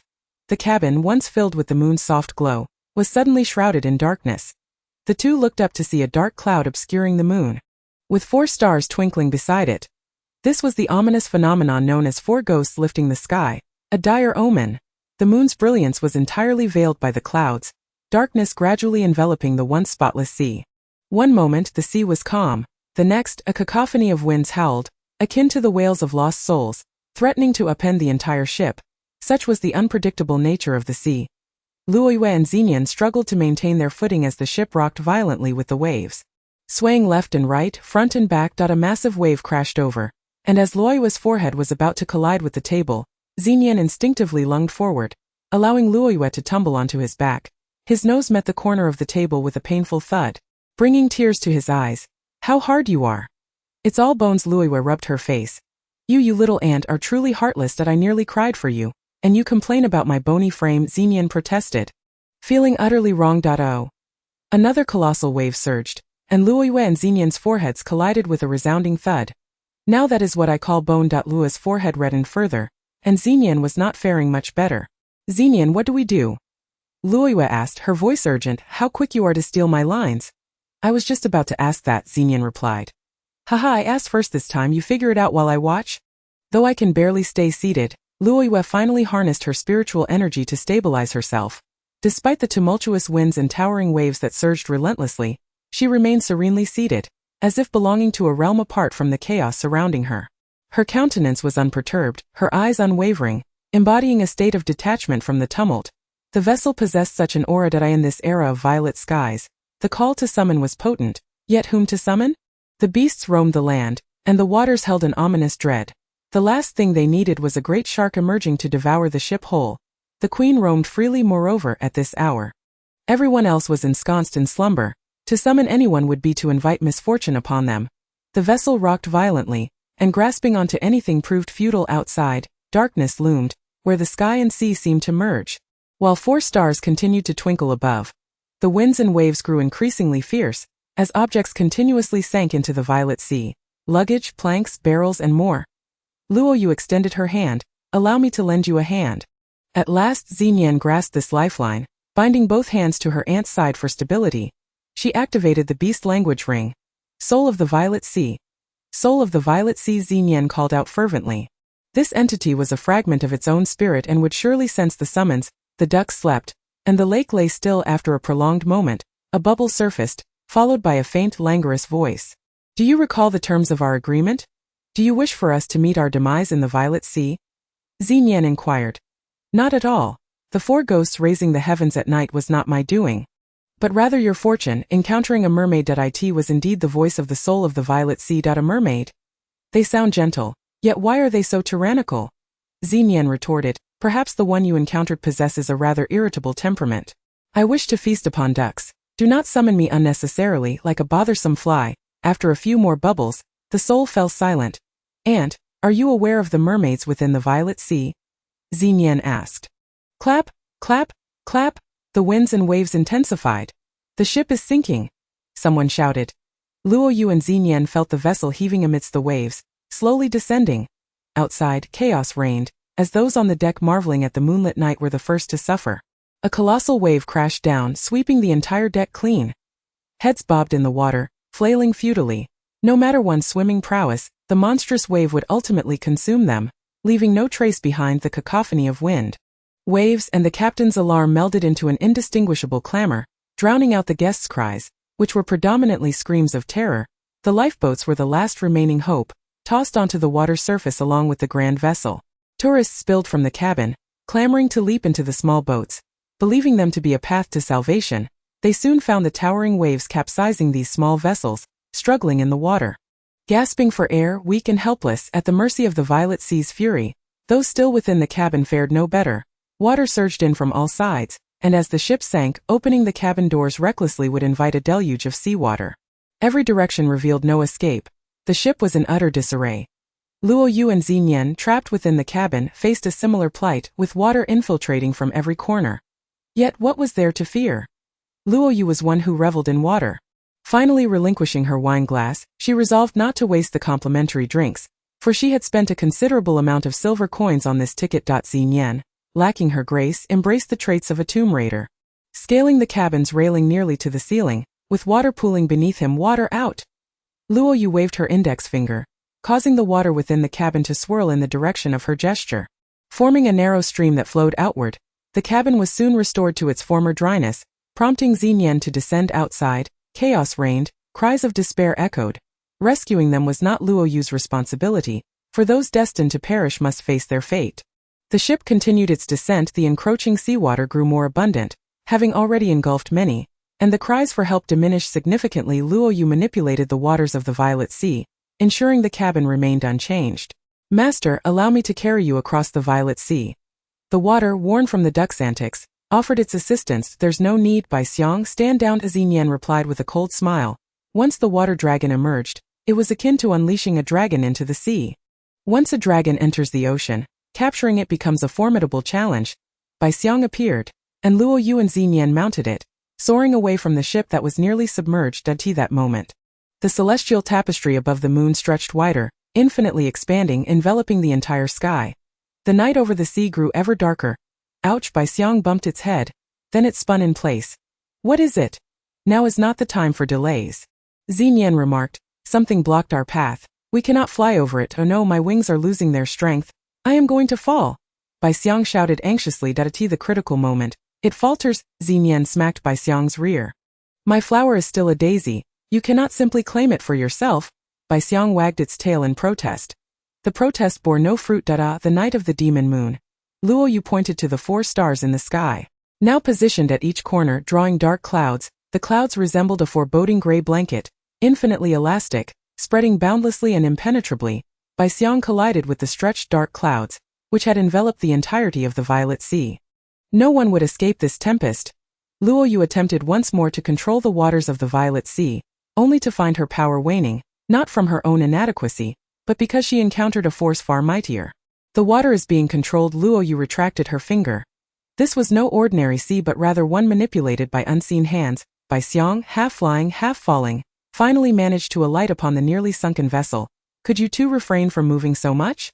I cannot maintain my balance. Bai Xiang admonished Xinyan and Luo Yu, who were on its back. The vessel tilted precariously, swaying as Bai Xiang steadied itself, then performed a magnificent stance, balancing on one leg at the edge of the vessel that had yet to completely submerge. Gazing around, the scene was one of devastation. Scattered upon the sea were not merely suitcases but various debris, broken ship parts, and occasionally remnants of clothing among the living. There were but 3: Bai Xiang, Luo Yu, and Xinyan. The vast ocean stretched into the distance, devoid of end. The stars above were obscured, hidden by the overbearing clouds, with only the occasional glimmers of the Violet Sea reflecting faintly. Even the fish preferred to remain submerged. Waiting for the storm to pass. Vortex of water. Luo Yu summoned her spiritual energy, striving to form a whirlpool to elevate the sinking ship, providing a refuge for all. Yet the darkened Violet Sea remained utterly unmoved. It had completely eluded her control. The soul of the Violet Sea once stated that unless we encountered a mermaid, it would not behave thus. This is no gentle, enchanting mermaid. It is clearly a fearsome deity of thunder and lightning. Xinyan exclaimed. Crash! A flash of lightning streaked across the sky, and Xinyan reached out, only to find that even here, he could not seize the lightning. What manner of mermaid was this? It was unfathomable. Surely one that devoured all. Even the soul of the Violet Sea would keep its distance. Waves, waves are coming. The water had already submerged Bai Xiang's ankles. Flapping its wings in desperation, it watched as wave after wave bore down upon them. I refuse to become the mermaid's meal. Bai Xiang closed its eyes, unwilling to confront the reality. Luo Yu and Xinyan watched helplessly as the monstrous wave surged forth, akin to an unstoppable army. Xinyan, take care. Luo Yu invoked her spirit power just before the waves crashed down, encasing herself and Xinyan in a thin layer of ice, ensuring they could breathe even if they sank. As the ice from the frozen lake contained oxygen to sustain them, while the waters of the Violet Sea would not entirely engulf them, having just completed this, the great wave crashed down, and Xinyan swiftly retracted Bai Xiang, leaving Luo Yu no time to craft an icy garment for Bai Xiang as well. Unexpectedly, the wave separated Luo Yu and Xinyan. Two torrents swept them away. Each in opposing directions. In her last moments of clarity, Luo Yu glimpsed Xinyan, his eyes unwaveringly fixed upon her, reaching out to grasp her hand, yet the force of the waves was beyond their resistance. Thus, they watched each other being consumed, extending their hands, yearning to touch one another. Even for an instant, despite their desire to remain together, they ultimately failed to connect even at their fingertips. They became two distant specks. Vanishing from each other's sight, cherished aunt, we are almost home. In that moment, a tear from Xinyan fell into the ice. Chapter 210. Encountering the mermaid at this juncture, Xinyan realized that he harbored no desire to part ways with Luo Yu, nor was he willing to do so. It was not habit, nor an inability, but rather an unwillingness, a reluctance. The vast expanse of the purple sea lay in silence, as the 4 stars at the horizon gradually converged. And the wisps of dark clouds that veiled the moon subtly shifted, revealing the moon's original resplendent visage. The silvery light became clearer, and the full moon appeared even rounder. The remnants of the ship swayed gently with the breeze atop the tranquil waves. As if nothing had transpired, yet the ocean was in disarray. The surging waves receded, and the beautiful night continued. Only, there was no one left to relish it. Giggle, giggle. A few light-hearted laughs shattered the stillness between the sea and the night.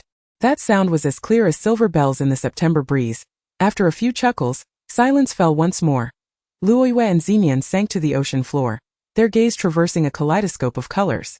With a sudden thud, Xinyan closed his eyes, believing he had landed on a soft sandy beach. As his body felt no pain upon opening his eyes, however, he found himself resting on a colossal shell bed, adorned with various aquatic plants and feathers, creating a soft quilt that was incredibly cozy, accompanied by a plush pillow supporting his waist. Surrounding him were an array of shells, pearls, and coral as decorative embellishments. Tentatively extending his hand, he felt an exhilarating coolness coursing through his palm to his heart as he beheld the floating pearls, shells, and red corals. He could move freely, much like on land, as if his body were a natural buoyancy device. Before the shell bed stood a cabinet carved from red coral, evidently exquisite, skillfully preserving the coral's texture and shape while also providing high practicality and aesthetic appeal, a feat not easily accomplished. Instantly enamored, Xinyan noted the hue was a perfect crimson. His aunt was in dire need of a nightstand. Without hesitation, he tucked the coral cabinet into his ring. He glanced around, desiring many items, yet decided to leave this place first. Uncertain of where his aunt might be, Aunt Xinyan tentatively called out, "I am here."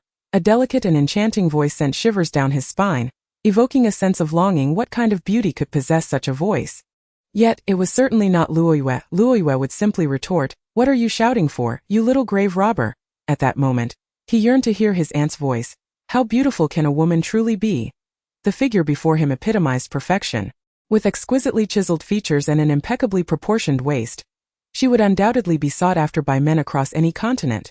A masterpiece among enchantresses. "Miss, do refrain from making mistaken familial claims." Xinyan was not swayed by her flirtations. Regardless of whether it was a jest, the woman approached him, exuding a scent reminiscent of the purple sea, intoxicatingly alluring. "What if I were to acknowledge you?" she asked, standing merely a foot away, her presence nearly suffocating him. "You should be wary of being sold off," Xinyan replied, deliberately avoiding her gaze as he continued to seek his aunt, hoping she had also arrived here. Chapter 211. Wishing to retain Xinyan. "If I were sold, I would do so willingly," the woman provocatively challenged. "Suit yourself, but kindly inform me where the exit is." Xinyan turned in circles, unable to locate the door.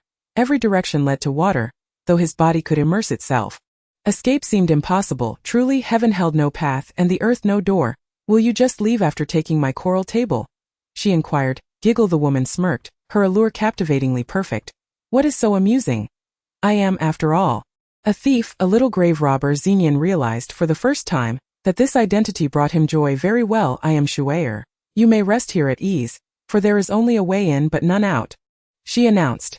This is the ocean floor, Xenian mused, feeling the sand beneath his feet, long soaked in seawater, now adorned with faint purple hues, remarkably moist and soft. He could roll at will. Indeed, this is Miss Shuair's domain beneath the waves. Shuair twirled gracefully before him. Her skirt danced, adorned with flowers that resembled countless butterflies poised to fall, yet Xenian still refrained from gazing her way, leaving Shuair disappointed. After a while, the absence of others compelled Xenian to engage with this seemingly celestial maiden. Were the others from the Zihai No. 1 ship also brought here? Where are they? Xenian inquired. Finally, you deign to look at me. Shuair leaned closer to him. My eyes are not askew, Xenian retorted. Ha! You are simply a magnet for women. Shuair chuckled, her laughter enchanting. They are all dead. Few possess the fortune to reach this underwater realm, and even fewer to enter my world. You, however, belong to this rare minority. Shuair smiled, the aquatic creatures around her entranced. Forgetting their direction. That if a woman were to fall into your world, where would she end up? Xenian pressed. What use have I for women?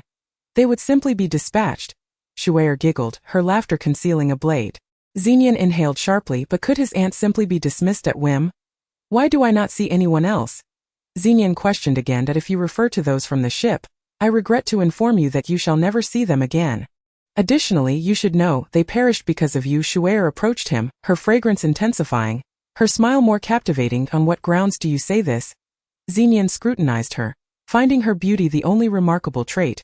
Because I have taken a liking to you. Thus, they became your burial companions. Shuair flicked her hand, summoning a jellyfish that swam over, offering its stored essence to Shuair, then drifting away.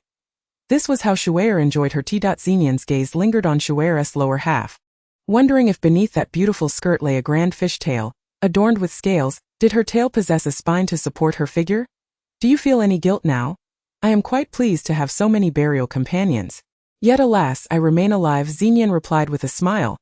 Indeed, you shall not perish. You will become my husband, living with me day and night in this boundless romantic underwater world, thus ensuring your longevity and the celestial realm above and the aquatic realm below.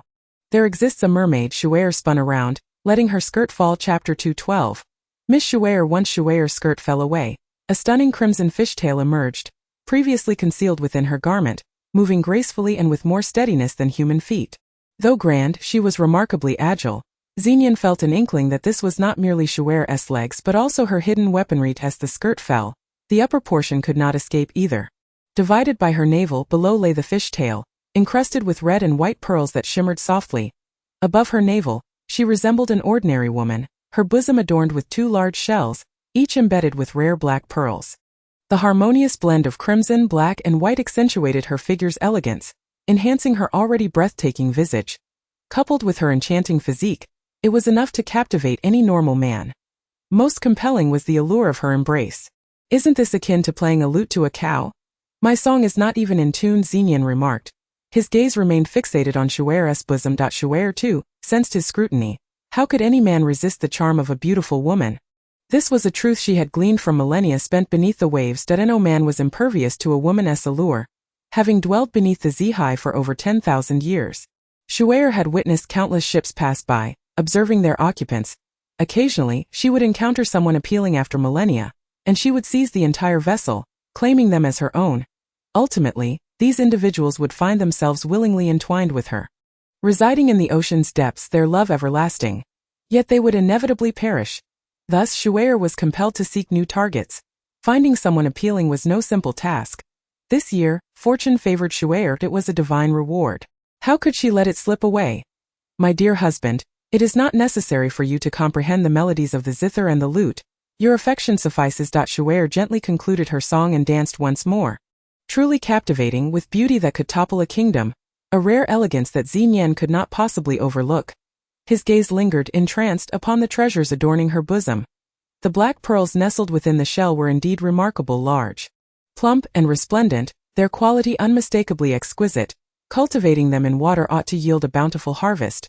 Moreover, the water contained within his ring, derived from the soul of the purple sea, should prove ideal for nurturing them. May I have this? Xenian gestured towards the pearls on Shuair's chest. The CEO's private indulgence was simply irresistible. Are you suggesting I disrobe? Shuair replied with a playful frown. Indeed, Xinyan nodded fervently. Stepping forward to grasp a handful from her chest, the firm shell yielded 7 or 8 black pearls, which he hastily deposited into the lake within his ring, ensuring that the white elephant watched over them closely to prevent the water dragon and the duck from pilfering them. Shuair bore no resentment. As long as one has passions, it is to be cherished, with gifts for himself and for his dear aunt secured. Xinyan contemplated his departure. Yet the exit remained elusive. His gaze once more fixating on Shuair. At last, you have chosen to admire my beauty, rather than the black pearls, Shuair remarked as she turned, revealing yet another ring of black pearls adorning the shell upon her chest.